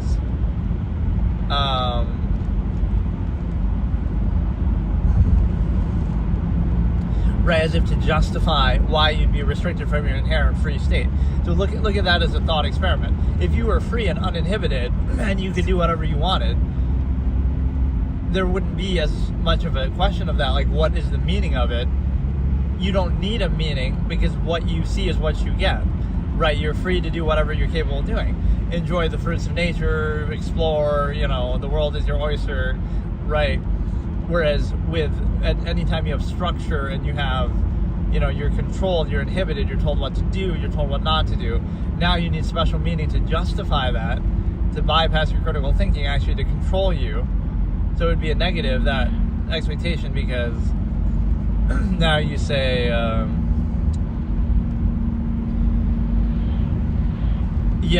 it's a false absolute to value the specified. So an absolute is upheld not actually to enable absolutist behavior, like, oh, it's God. So if it is God, then why not pursue it all the time, right? Why not live your life 100%? Why feel gratified? And no, it leads to a half-mass state. So you're posing an absolute that would imply absolute action all the time, full commitment, measure, life, everything, but then it leads to a half-mass hedonist convenient state where you live in a society that's overextended and you're just kind of a little cog in the system. So you're adhering to a false absolute, but the observable practice is actually a half-mass state, so it's being used to control you. The same thing is true of, like, the stimuli acme. The stimuli acme is half-mass hedonism. So you say, it's a false absolute, it's love, it's meant to be, it's a soulmate, it's the only one for you, right? Okay, attach special meaning to that. But what is the observable practice? The observable reality is that you're struggling to maintain this inherent tendency and struggling to restrict it to one person and one person only, when your inherent tendency would be to possibly do something different, maybe be with multiple people, maybe be with everybody, open relationship, or whatever, just unrestricted form of the same thing.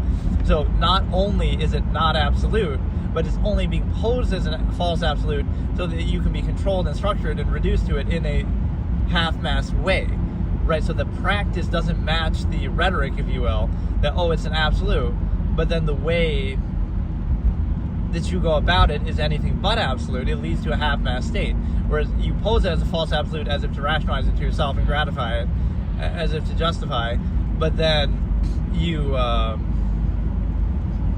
you don't actually do it like that. Right, your practice isn't consistent with that. That's why Absolutist philosophy would say here, right, I always say there are no absolutes, so therefore you're free to be your inherent variable self-actualizing self, despite society's attempts to stop you from doing that. And it's kind of like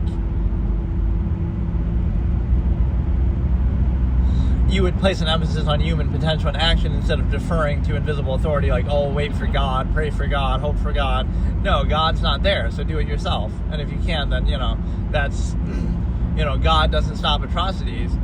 People do, right? Well, if we had stepped into World War II sooner, we might have ended it sooner. If we didn't at all, then, it comes down to human action. So it might seem like a negative perspective at first, but it's reality. Like, don't defer to all these things because it just makes you weak and powerless and stupid. Like, where you just don't reach your full potential or maximize or do anything. And then the flip side of it is the fact that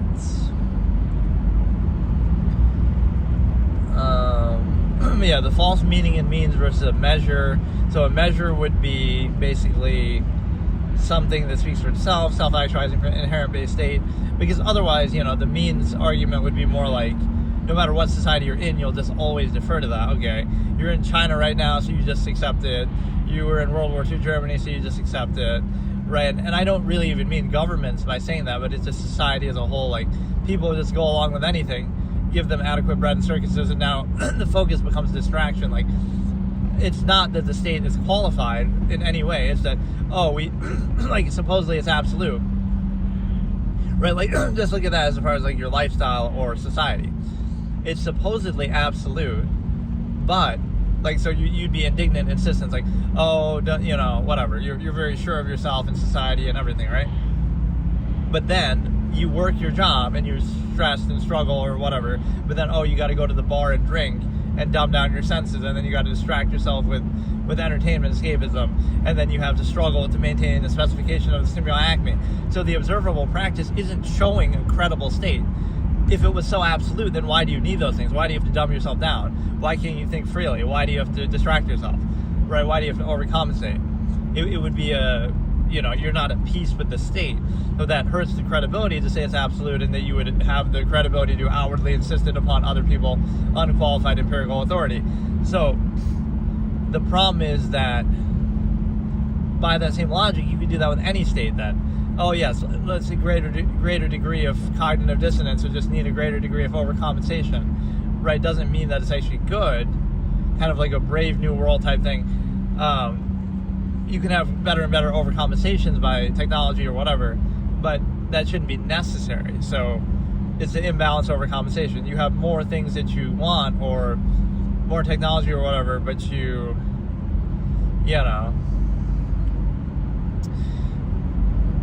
but you have more inhibition to try to achieve it, and then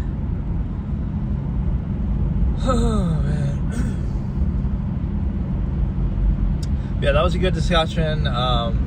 Just the fact that, again, you're mistaking value in means, like zero-sum means, sustenance. Again, all of human progress and technology has been nothing more than that, right? There is no greater meaning. There is no higher standard. Human ego is just like everything revolves around us. But even in the end, like, whenever something lofty is stated, like, it's nothing more than, people just value people because they're people. That's really what it is. And that's fine, but it's not elevated. It's just a zero-sum process. And even then, it gets sort of stifled because, right, like, the collective mass would point to that, like, you have to subvert something.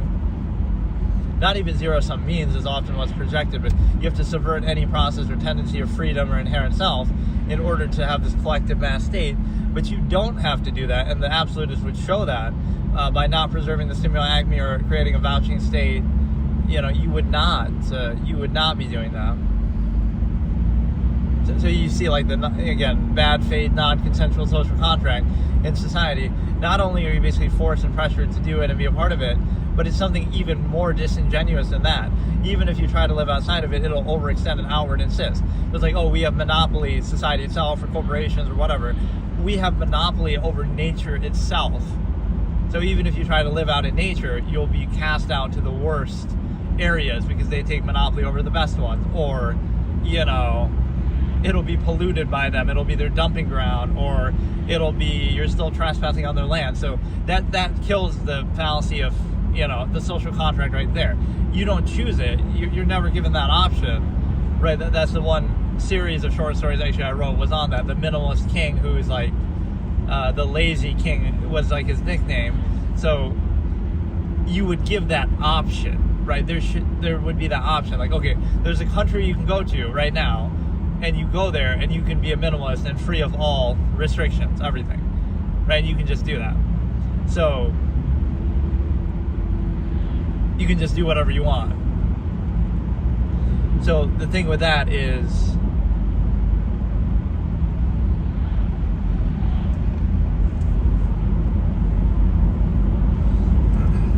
I don't know, like, it would be a free society. It would be a place where you could truly say that. Like, oh, the social contract we're choosing versus, oh, we have this other option. But if you look at the world today, there really isn't another option. Oh, you can go live in Antarctica. It's like, I don't know, it's disingenuous. Like, oh, if you don't like it, don't be a part of it. But what exactly is it? Like, anywhere you go on the planet, right, you'll be targeted. So when everybody's a mindless sheep, then the ones who aren't will stand out. I think my battery thing's about to die, but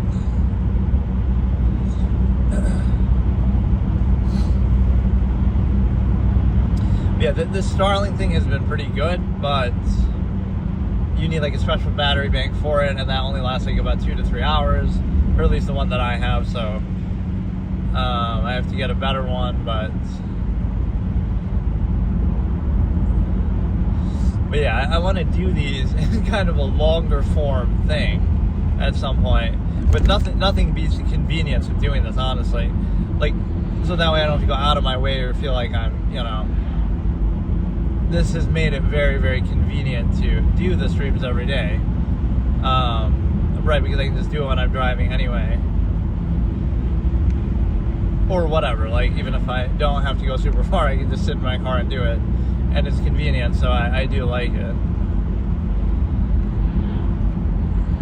But yeah, people will get mad, like, oh, you're using Starlink, and they don't like Elon Musk, so blah, blah, blah. Like, it'll be a whole big thing. It's like, dude, do you use Amazon and do you vouch for everything Jeff Bezos believes that you probably don't know even? What do you think? So that's like the rule by omission. They just won't tell you anything, or they'll tell you only what they want you to hear. So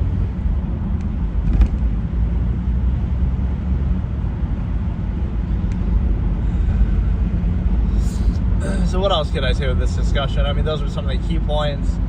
I would say long-form postulate is relevant here. That you could say, think anything through to a fullest extent. Don't let it be inhibited. There's always like a euphemizing element to society that tries to frame things a certain way so that you can be controlled by it or whatever. And then one thing I could also do in these, but I almost wouldn't want to do while driving because then the sound gets all messed up. I could just react to stuff. Like, I could watch a movie and just, that's not a bad idea. It seems dumb, but I mean, it's like, or again, just react to news or like more current events. Because I've pretty much gone through most of the topics that are really the key phrases and concepts here. So I like having it as a reference point. Right now, if anybody ever asks, what do you mean by this term, or what is, this or that, I have it all here on this channel, right? The lives are saved. I'm slowly starting to upload them on my other channel, like together as like a compilation. But, it's not something I really preserved in the past, and I really should have. But I think I covered most of the key ground. Like I said, that is a good accomplishment. We have like 24 episodes. I'm sure there's some I'm forgetting, but I probably mentioned the concept still in another episode. But I would kind of like to have the titles reflect, the most important ones and stuff like that.